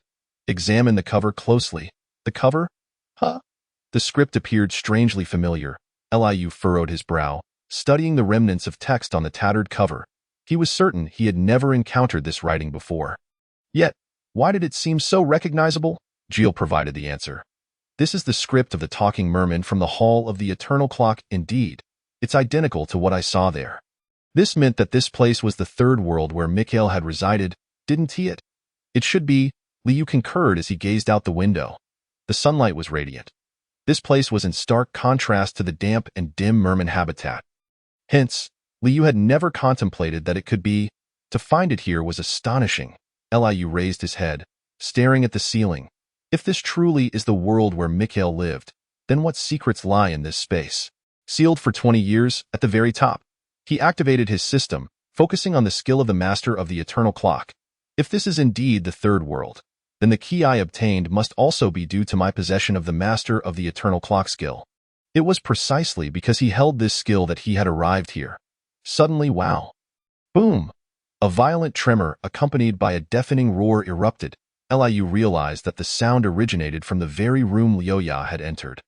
He hurriedly flung open the door and dashed out, his eyes widening in disbelief. Gargoyle? This creature truly exists? A colossal gargoyle was swinging its fists, assaulting Liuya, having wreaked havoc on all the floors, which accounted for the gaping hole in the ceiling. Clang! Liuya parried the gargoyle's attack with her dual swords and unleashed her magical power. A crimson glow enveloped her, transforming into moonlight that cascaded over the gargoyle. Crimson moon dance, extinguish fire. Liuya's movements were graceful and delicate, reminiscent of falling cherry blossoms. Each swing of her sword resembled a flaming flower striking the gargoyle. However, my attacks are ineffective. The gargoyle remained unscathed. Moreover, it appeared to regard Liuya as a threat, intensifying its focus on her. Liuya unleashed another wave of crimson light. Crimson moon dance, red lotus. The red lotus blossomed in midair, tracing elegant arcs. These arcs transformed into massive lotus petals, shielding Liuya from the gargoyle's onslaught. It was surprisingly strong. Liuya's dance did not falter. Her attacks persisted. She continued to strike the gargoyle while deftly defending and evading. With her light-footed steps and simple motions, she executed everything flawlessly. Yet, this was where her abilities reached their limit. She could not defeat the gargoyle, as Gilles had stated. Liuya's attacks merely left minute scratches on the gargoyle's surface, failing to inflict any significant damage. This time, I cannot assist you either, I know. Gilles had already exhausted its strength battling the bloody Leakin, and was now unable to recover. Moreover, I will not always rely on you. If I delegate everything to Gilles, it will never grow stronger. Liu crouched behind the wall, contemplating swiftly. The gargoyle must possess a core. The twisted labyrinth, although appearing lifeless, harbored vulnerabilities, namely its core. Therefore, the gargoyle should be no different. It did not seem to embody a living creature. Liu took a deep breath, channeling all his magical energy into his eyes. Original skill. X-ray vision activated. X-ray vision allows the user to see the flow of energy. When focused, it enables the user to penetrate any barrier based on the flow of energy. Buzz! In Liu's vision, all objects vanished. He could only perceive the flow of energy. The energy in the air, the frenzied energy emanating from Liuya as she wielded her sword, and the indomitable energy radiating from the gargoyle. All energies were laid bare before his eyes, a new original skill. Liu's eyes began to sting. Even with his enhanced physique, he struggled to endure the pressure. Gritting his teeth, he fought to maintain the skill's effect. His eyes began to bleed, warm liquid trickling from the corners, yet he refused to avert his gaze. Found it. At the center of the gargoyle's head was a crimson orb greedily absorbing magical energy. Liu President, strike at its head, that's its weakness. Liu wiped the blood from the corner of his eye and shouted. Liuya nodded, centering her attacks on the gargoyle's head. Corrupt poison. Liu did not remain idle. Corrupt poison could erode anything. Purple granules shot toward the gargoyle's head. Success. The gargoyle's head, originally a gray stone, rapidly lightened upon contact with the corrupt poison. Liuya's sword pierced the corroded head, and this time, her attack finally bore fruit. But, Chapter 96, Black Moon Dance. Why is it looking at me? Liu was taken aback, meeting the hollow gaze of the gargoyle, causing him to recoil in shock. Liu, boom! The gargoyle's arm hurtled toward him. It was not merely swinging its arm to strike. Rather, it had torn its arm off and hurled it like a rocket punch from a movie robot. The gargoyle's arm flew toward Liu at breakneck speed. A bang. The gargoyle's arm slammed into Liu's abdomen, embedding him into the wall, leaving his vision a blur. His sight flickered incessantly as he struggled to regain consciousness. Wake up! He could not afford to fall here. Liu struggled to rise, spitting out a mouthful of fresh blood. The crimson liquid surged forth from his lips, accompanied by some solid fragments. He felt a constriction in his breathing. The sound of rasping echoing in his throat. He fought to remain conscious, clutching his chest and channeling the magical energy within him. Effect conferred. The potency of the potion coursed through his veins. Gradually, Liu's awareness returned, and his breath became more manageable, though his body remained engulfed in agony. Coughing, he expelled the blood from his mouth and throat onto the ground, then once more concentrated on conjuring the putrid poison. He could not allow pain to hinder his resolve. Just as he prepared to unleash the corruption again, a sharp voice pierced through the tension. Stop! It was filled with fear yet edged with urgency. Emanating from the direction of the gargoyle, Liuya stood there, her eyes brimming with unease, fixated on Li Yu. I'm fine. I can handle this myself, so please stop. Lu Yu's tone was almost pleading.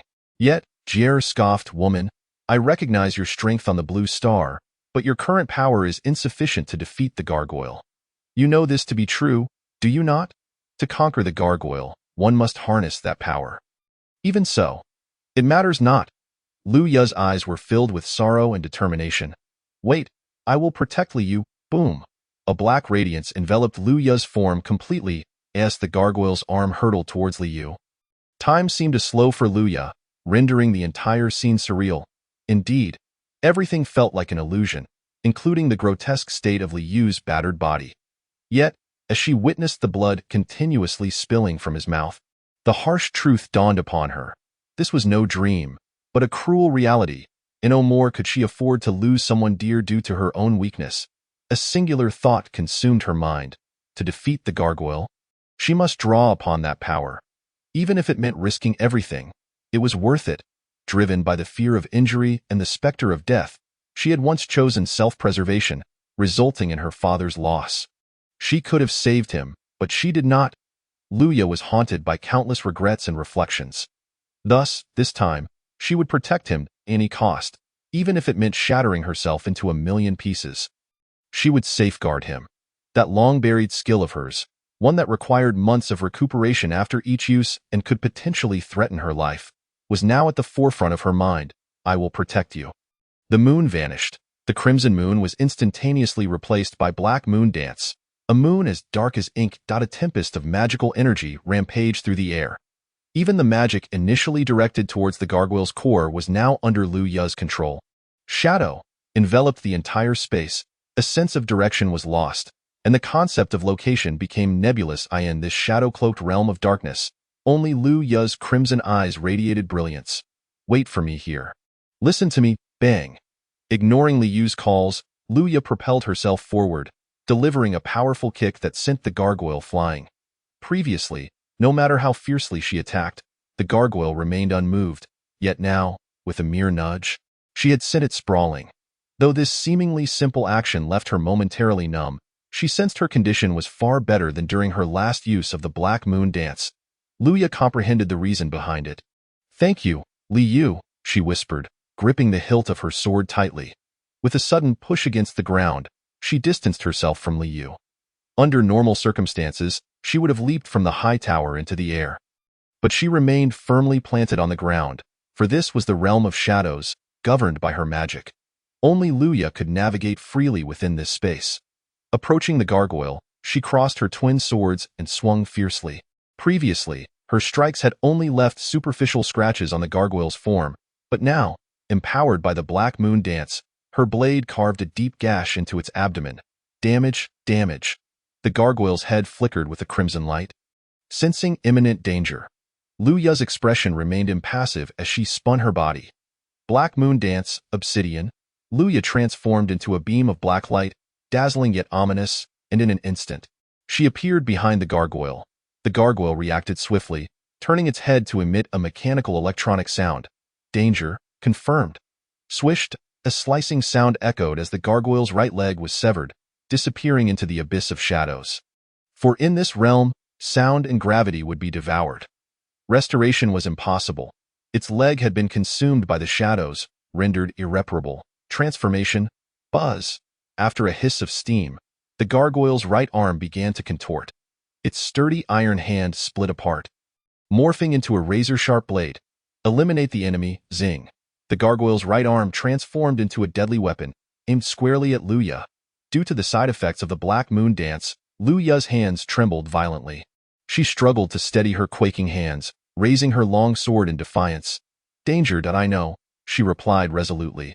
You need not remind me. Li Yu was all too aware of her dire state.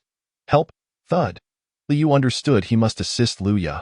Even if it meant merely restraining the gargoyle with his corruption, he had to act. However, don't go. Your presence would only hinder her now. The pain persisted, unrelenting. If he could continue to fight, perhaps the adrenaline coursing through his veins would allow him to temporarily forget the agony. But at present, he felt as though his bones were dislocated, and every muscle in his body was aflame with pain, rendering movement impossible.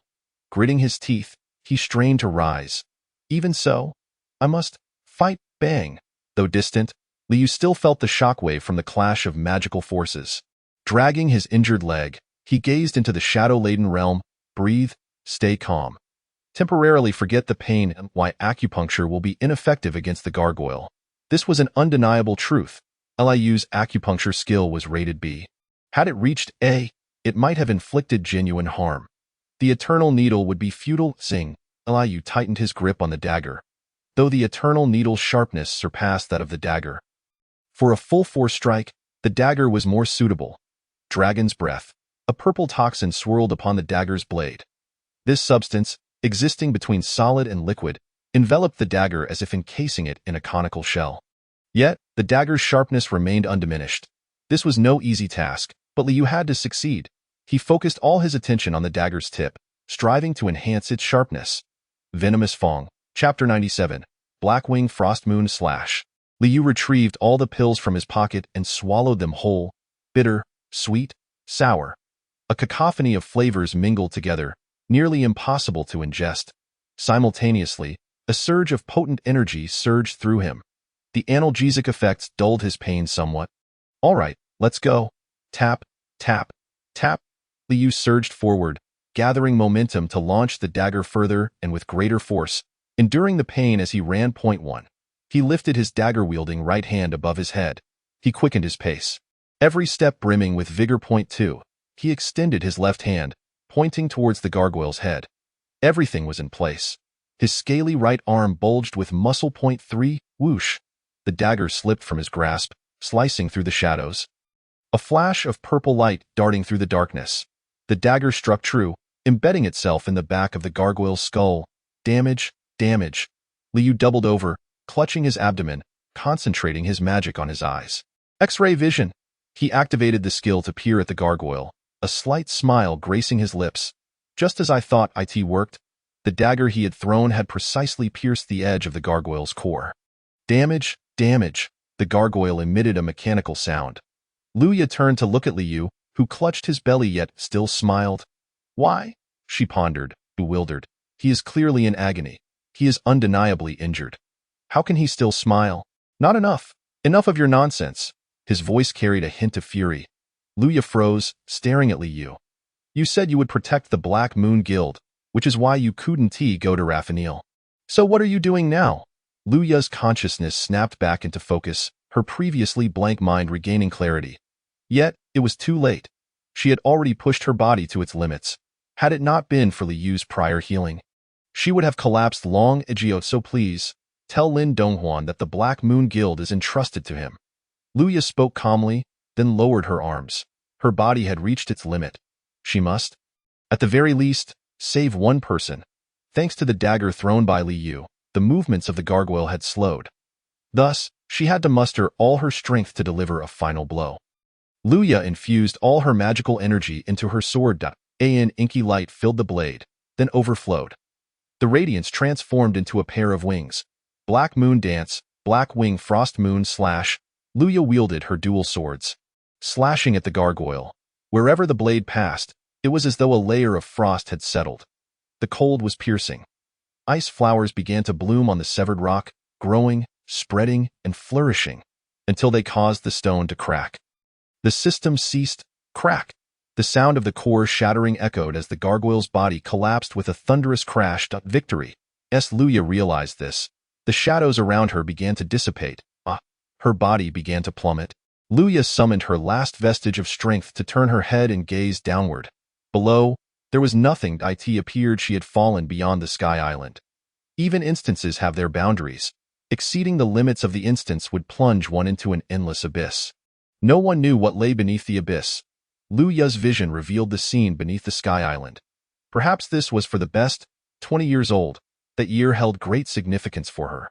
It was the year she came of age, the year she became the youngest top-ranked player in the world. But after the sudden instance event, the memories of her 20th year became her shackles. Father, it was an unexpectedly emergent S-rank instance. With unwavering confidence, she had entered the instance with her father, Lu Nanha. After achieving the status of a top-ranked player, she had felt invincible. Thus, she fought the boss with pride and arrogance. Then, I miss you. A horde of villains suddenly burst into the boss room. Hundreds of adversaries flooded the chamber, launching an assault on Luya and her father. Luya wielded the Green Moon Dance and Red Moon Dance against the villains, but their sheer numbers were overwhelming. She could have employed the Black Moon Dance, yet she hesitated, fearing its side effects would strip her of her top-ranked status. Luya dispatched a portion of the villains, then turned to her father, only to witness a scene she would never forget. It was utterly horrific. What words could possibly encapsulate the horror of that moment? Luya harbored deep resentment for her own cowardice and half-heartedness. She yearned to use the Black Moon Dance, but the boss had already been slain, and the instance forbade its utilization. Death was not as terrifying as she had imagined in the crumbling instance. Father would be there, protecting Xiaoya, preventing those fiends from drawing near. Flee quickly. Her father's gaze was resolute, and Luya could not defy his command. She ran. That act of fleeing would become her lifelong regret. Yet now, she finally understood. So it is I too can protect others. A blush crept across Luya's face, but she did not despise this feeling. She smiled softly and whispered, "Although there are still things I wish to accomplish. It cannot be helped." This was her limit. Luya closed her eyes. If she were destined to die, she hoped to do so with dignity. She did not wish to struggle helplessly in the final moments of her life. As Luya waited quietly for death, she suddenly felt a warm hand grasping hers. "If you wish to do something, then do it. Why die alone?" Liu. Luya stared at the face she thought she would never see again. Her eyes widening in astonishment, Liu glanced at her, then began to administer a potion. The agony from the potion was unbearable. Yet, what astounded her even more was how Liu met Luya's astonished gaze with a radiant smile. "Damn it!" The shadows vanished. A dark figure plummeted from the sky. Without a moment's hesitation, Liu pushed off the ground and leapt into the air. Move faster. When had Luya fallen beyond the Sky Island? Without hesitation, he dashed out of the crumbling tower. Magic body acid barrier. He conjured a platform of magical acid as his landing point. He advanced swiftly, then leapt into the ruins below. Just a bit closer. Almost there, Liu silently chanted within his mind as he continued his descent. He finally reached the edge of the Sky Island and leapt toward Luya, who was falling. "Hey! It's all right." Whoosh! Liu's body plummeted rapidly. At this rate, he too would perish. Thus, he had previously left a trail of adhesive poison on the ruins, resembling a bungee cord tethering his ankle. Liu descended swiftly, and he saw tears and a smile gracing Luya's face.